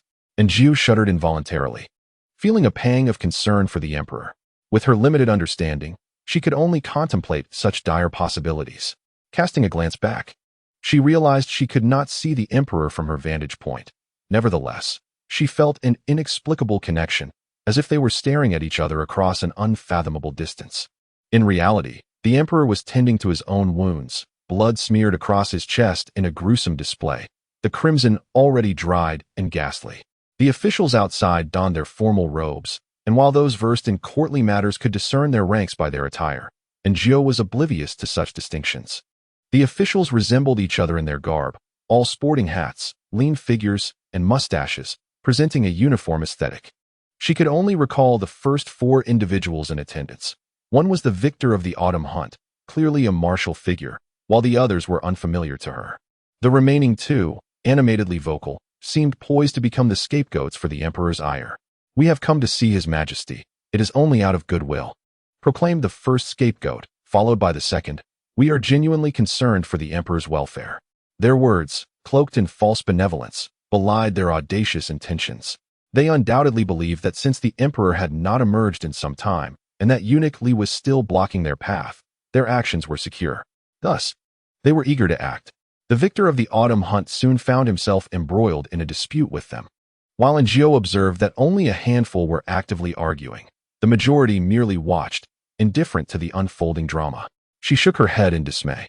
Such individuals are truly the most terrifying and detestable. They appear to utter nothing and do nothing, yet they act as accomplices. Once the emperor's power wanes, they will quickly align themselves against him. As Aaargh indulged in these chaotic thoughts, she sensed an unusual presence behind her. Turning her head, she beheld the emperor. Looking frail and on the verge of collapse, his cold eyes fixed upon her as he feebly uttered, "Support me outside." "Does this fade suit me?" Aaargh thought. "Brother, your act is far too convincing."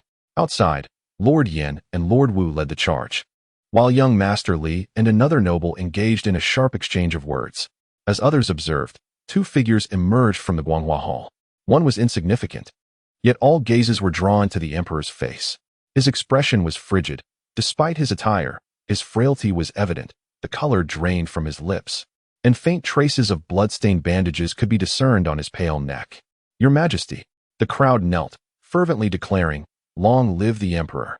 Only Lord Yin and Lord Wu remained bewildered, questioning how this could be after the rumors of madness. "It seems they had harbored discontent towards me for quite some time.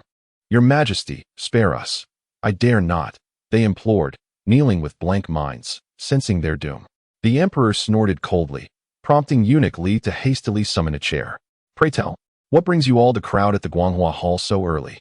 Were I not to emerge, would you have stormed in?" The emperor seated himself, narrowing his eyes upon the assembly. In that moment, even Aaargh found him both foreign and imposing, unable to meet his gaze.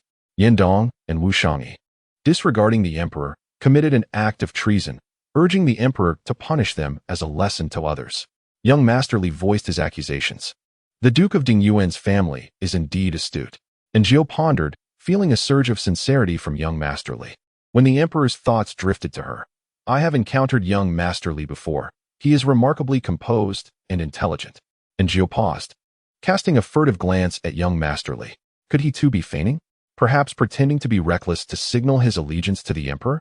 Indeed, in these times, one must perform admirably before superiors to advance and prosper. Following this incident, the emperor would undoubtedly place greater trust in him and assign him significant responsibilities. The emperor remained silent, while Yin and Wu vehemently protested their innocence, claiming they were merely concerned for the emperor's well-being in a moment of urgency. Among the onlookers, thoughts varied, yet Aaargh was acutely aware of the emperor's true sentiments. General Jinyuan has remained silent. Prime Minister Jiang claims illness. These individuals, to put it plainly, are merely spectators in a contest of power. They do not acknowledge my authority. In their eyes, it matters not who ascends the throne. Their positions remain unaffected, do they? Should I impose severe punishment upon Yin and Wu today, they would surely label me as tyrannical. Yet if I do not act, others shall tread upon my authority henceforth. The emperor's silence cast an invisible weight upon the assembly. Suddenly, he smiled, a smile that merely lifted the corners of his lips while his countenance remained unchanged, emanating an icy aura. Yin and Wu were so frightened that they dared not breathe. The emperor proclaimed, "All of you rise. It is clear that you are concerned for my health. and I recognize the depth of your intentions. The emperor, gazing at the two gentlemen Yin and Wu, spoke earnestly. Your heartfelt devotion is as evident as the sun and moon. It profoundly moves me. Both Yin and Wu were momentarily taken aback. The emperor continued. Having just perused the memorials, he addressed matters of the court, as if convening a morning assembly to leave everyone in a state of bewilderment. When he suddenly announced the promotion of Yin and Wu, not only were the courtiers below perplexed, but even Aaargh was confounded by his decision. Very well. You may all withdraw. I am fatigued, he declared. This time, Eunuch Li assisted the emperor back inside. Aaargh observed that all the ministers remained standing, seemingly unaware of the significance behind the emperor's actions. Only Lord Yin and Lord Wu wore expressions of joy, even teasing young Master Li a bit. Young Master Li, contemplative, exchanged glances with Lord Ming, who remarked, "Since His Majesty is well, we can rest easy. Let us drink. For it has been long since I last gathered with Brother Li." Young Master Li nodded in agreement, and as they departed, the others gradually followed suit. Returning to the main hall, Aaargh found the emperor having removed his bandages and perusing the memorials. "Ah, the salt tax is quite a lucrative post," he mused. "But the issue of private salt in Hebei has long been a concern. I have yet to address it. This time, I shall ensure their demise is without a burial." He chuckled suddenly, turning to Aaargh. "Go prepare pastries for me, double-skin milk. I have a craving." Aaargh was perplexed, wondering about the emperor's erratic behavior. When she eventually brought the food, she discovered the emperor engaged in a game of chess with Jiang Sheng. "Cousin, your actions lead them to believe you are easily trifled with. In my opinion, they ought to be eradicated entirely." Aaargh had previously perceived the emperor as a tyrant. While Dr. Jiang appeared gentle, now she realized that Dr. Jiang could be a ruthless figure who smiled while taking lives, whereas the emperor himself did not exhibit cruelty. From what Aaargh had witnessed, he had never struck first in violence. The emperor huffed disdainfully. "I can indeed take lives. But to do so today would only serve as a fleeting intimidation, allowing them to perceive me as an impulsive fool. Especially considering the relations of Prime Minister Jiang and General Zhen Yuan with the Duke of Dingyuan. Today, only young Master Li has emerged." Dr. Jiang seemed puzzled. "Do you imply that young Master Li is merely testing the waters?" The emperor made a move on the board. The complexities were many, and Dr. Jiang, just as he was about to make his own move, realized he had already lost. "How vexing," he exclaimed, turning to see Aaargh and smiling. "Little Aaargh, have you prepared anything delicious today?" Aaargh suddenly sensed the emperor's displeasure. With an intuitive understanding, she grasped his unspoken sentiment. It was not the right moment for her presence. The emperor had no desire to share his food with Dr. Jiang.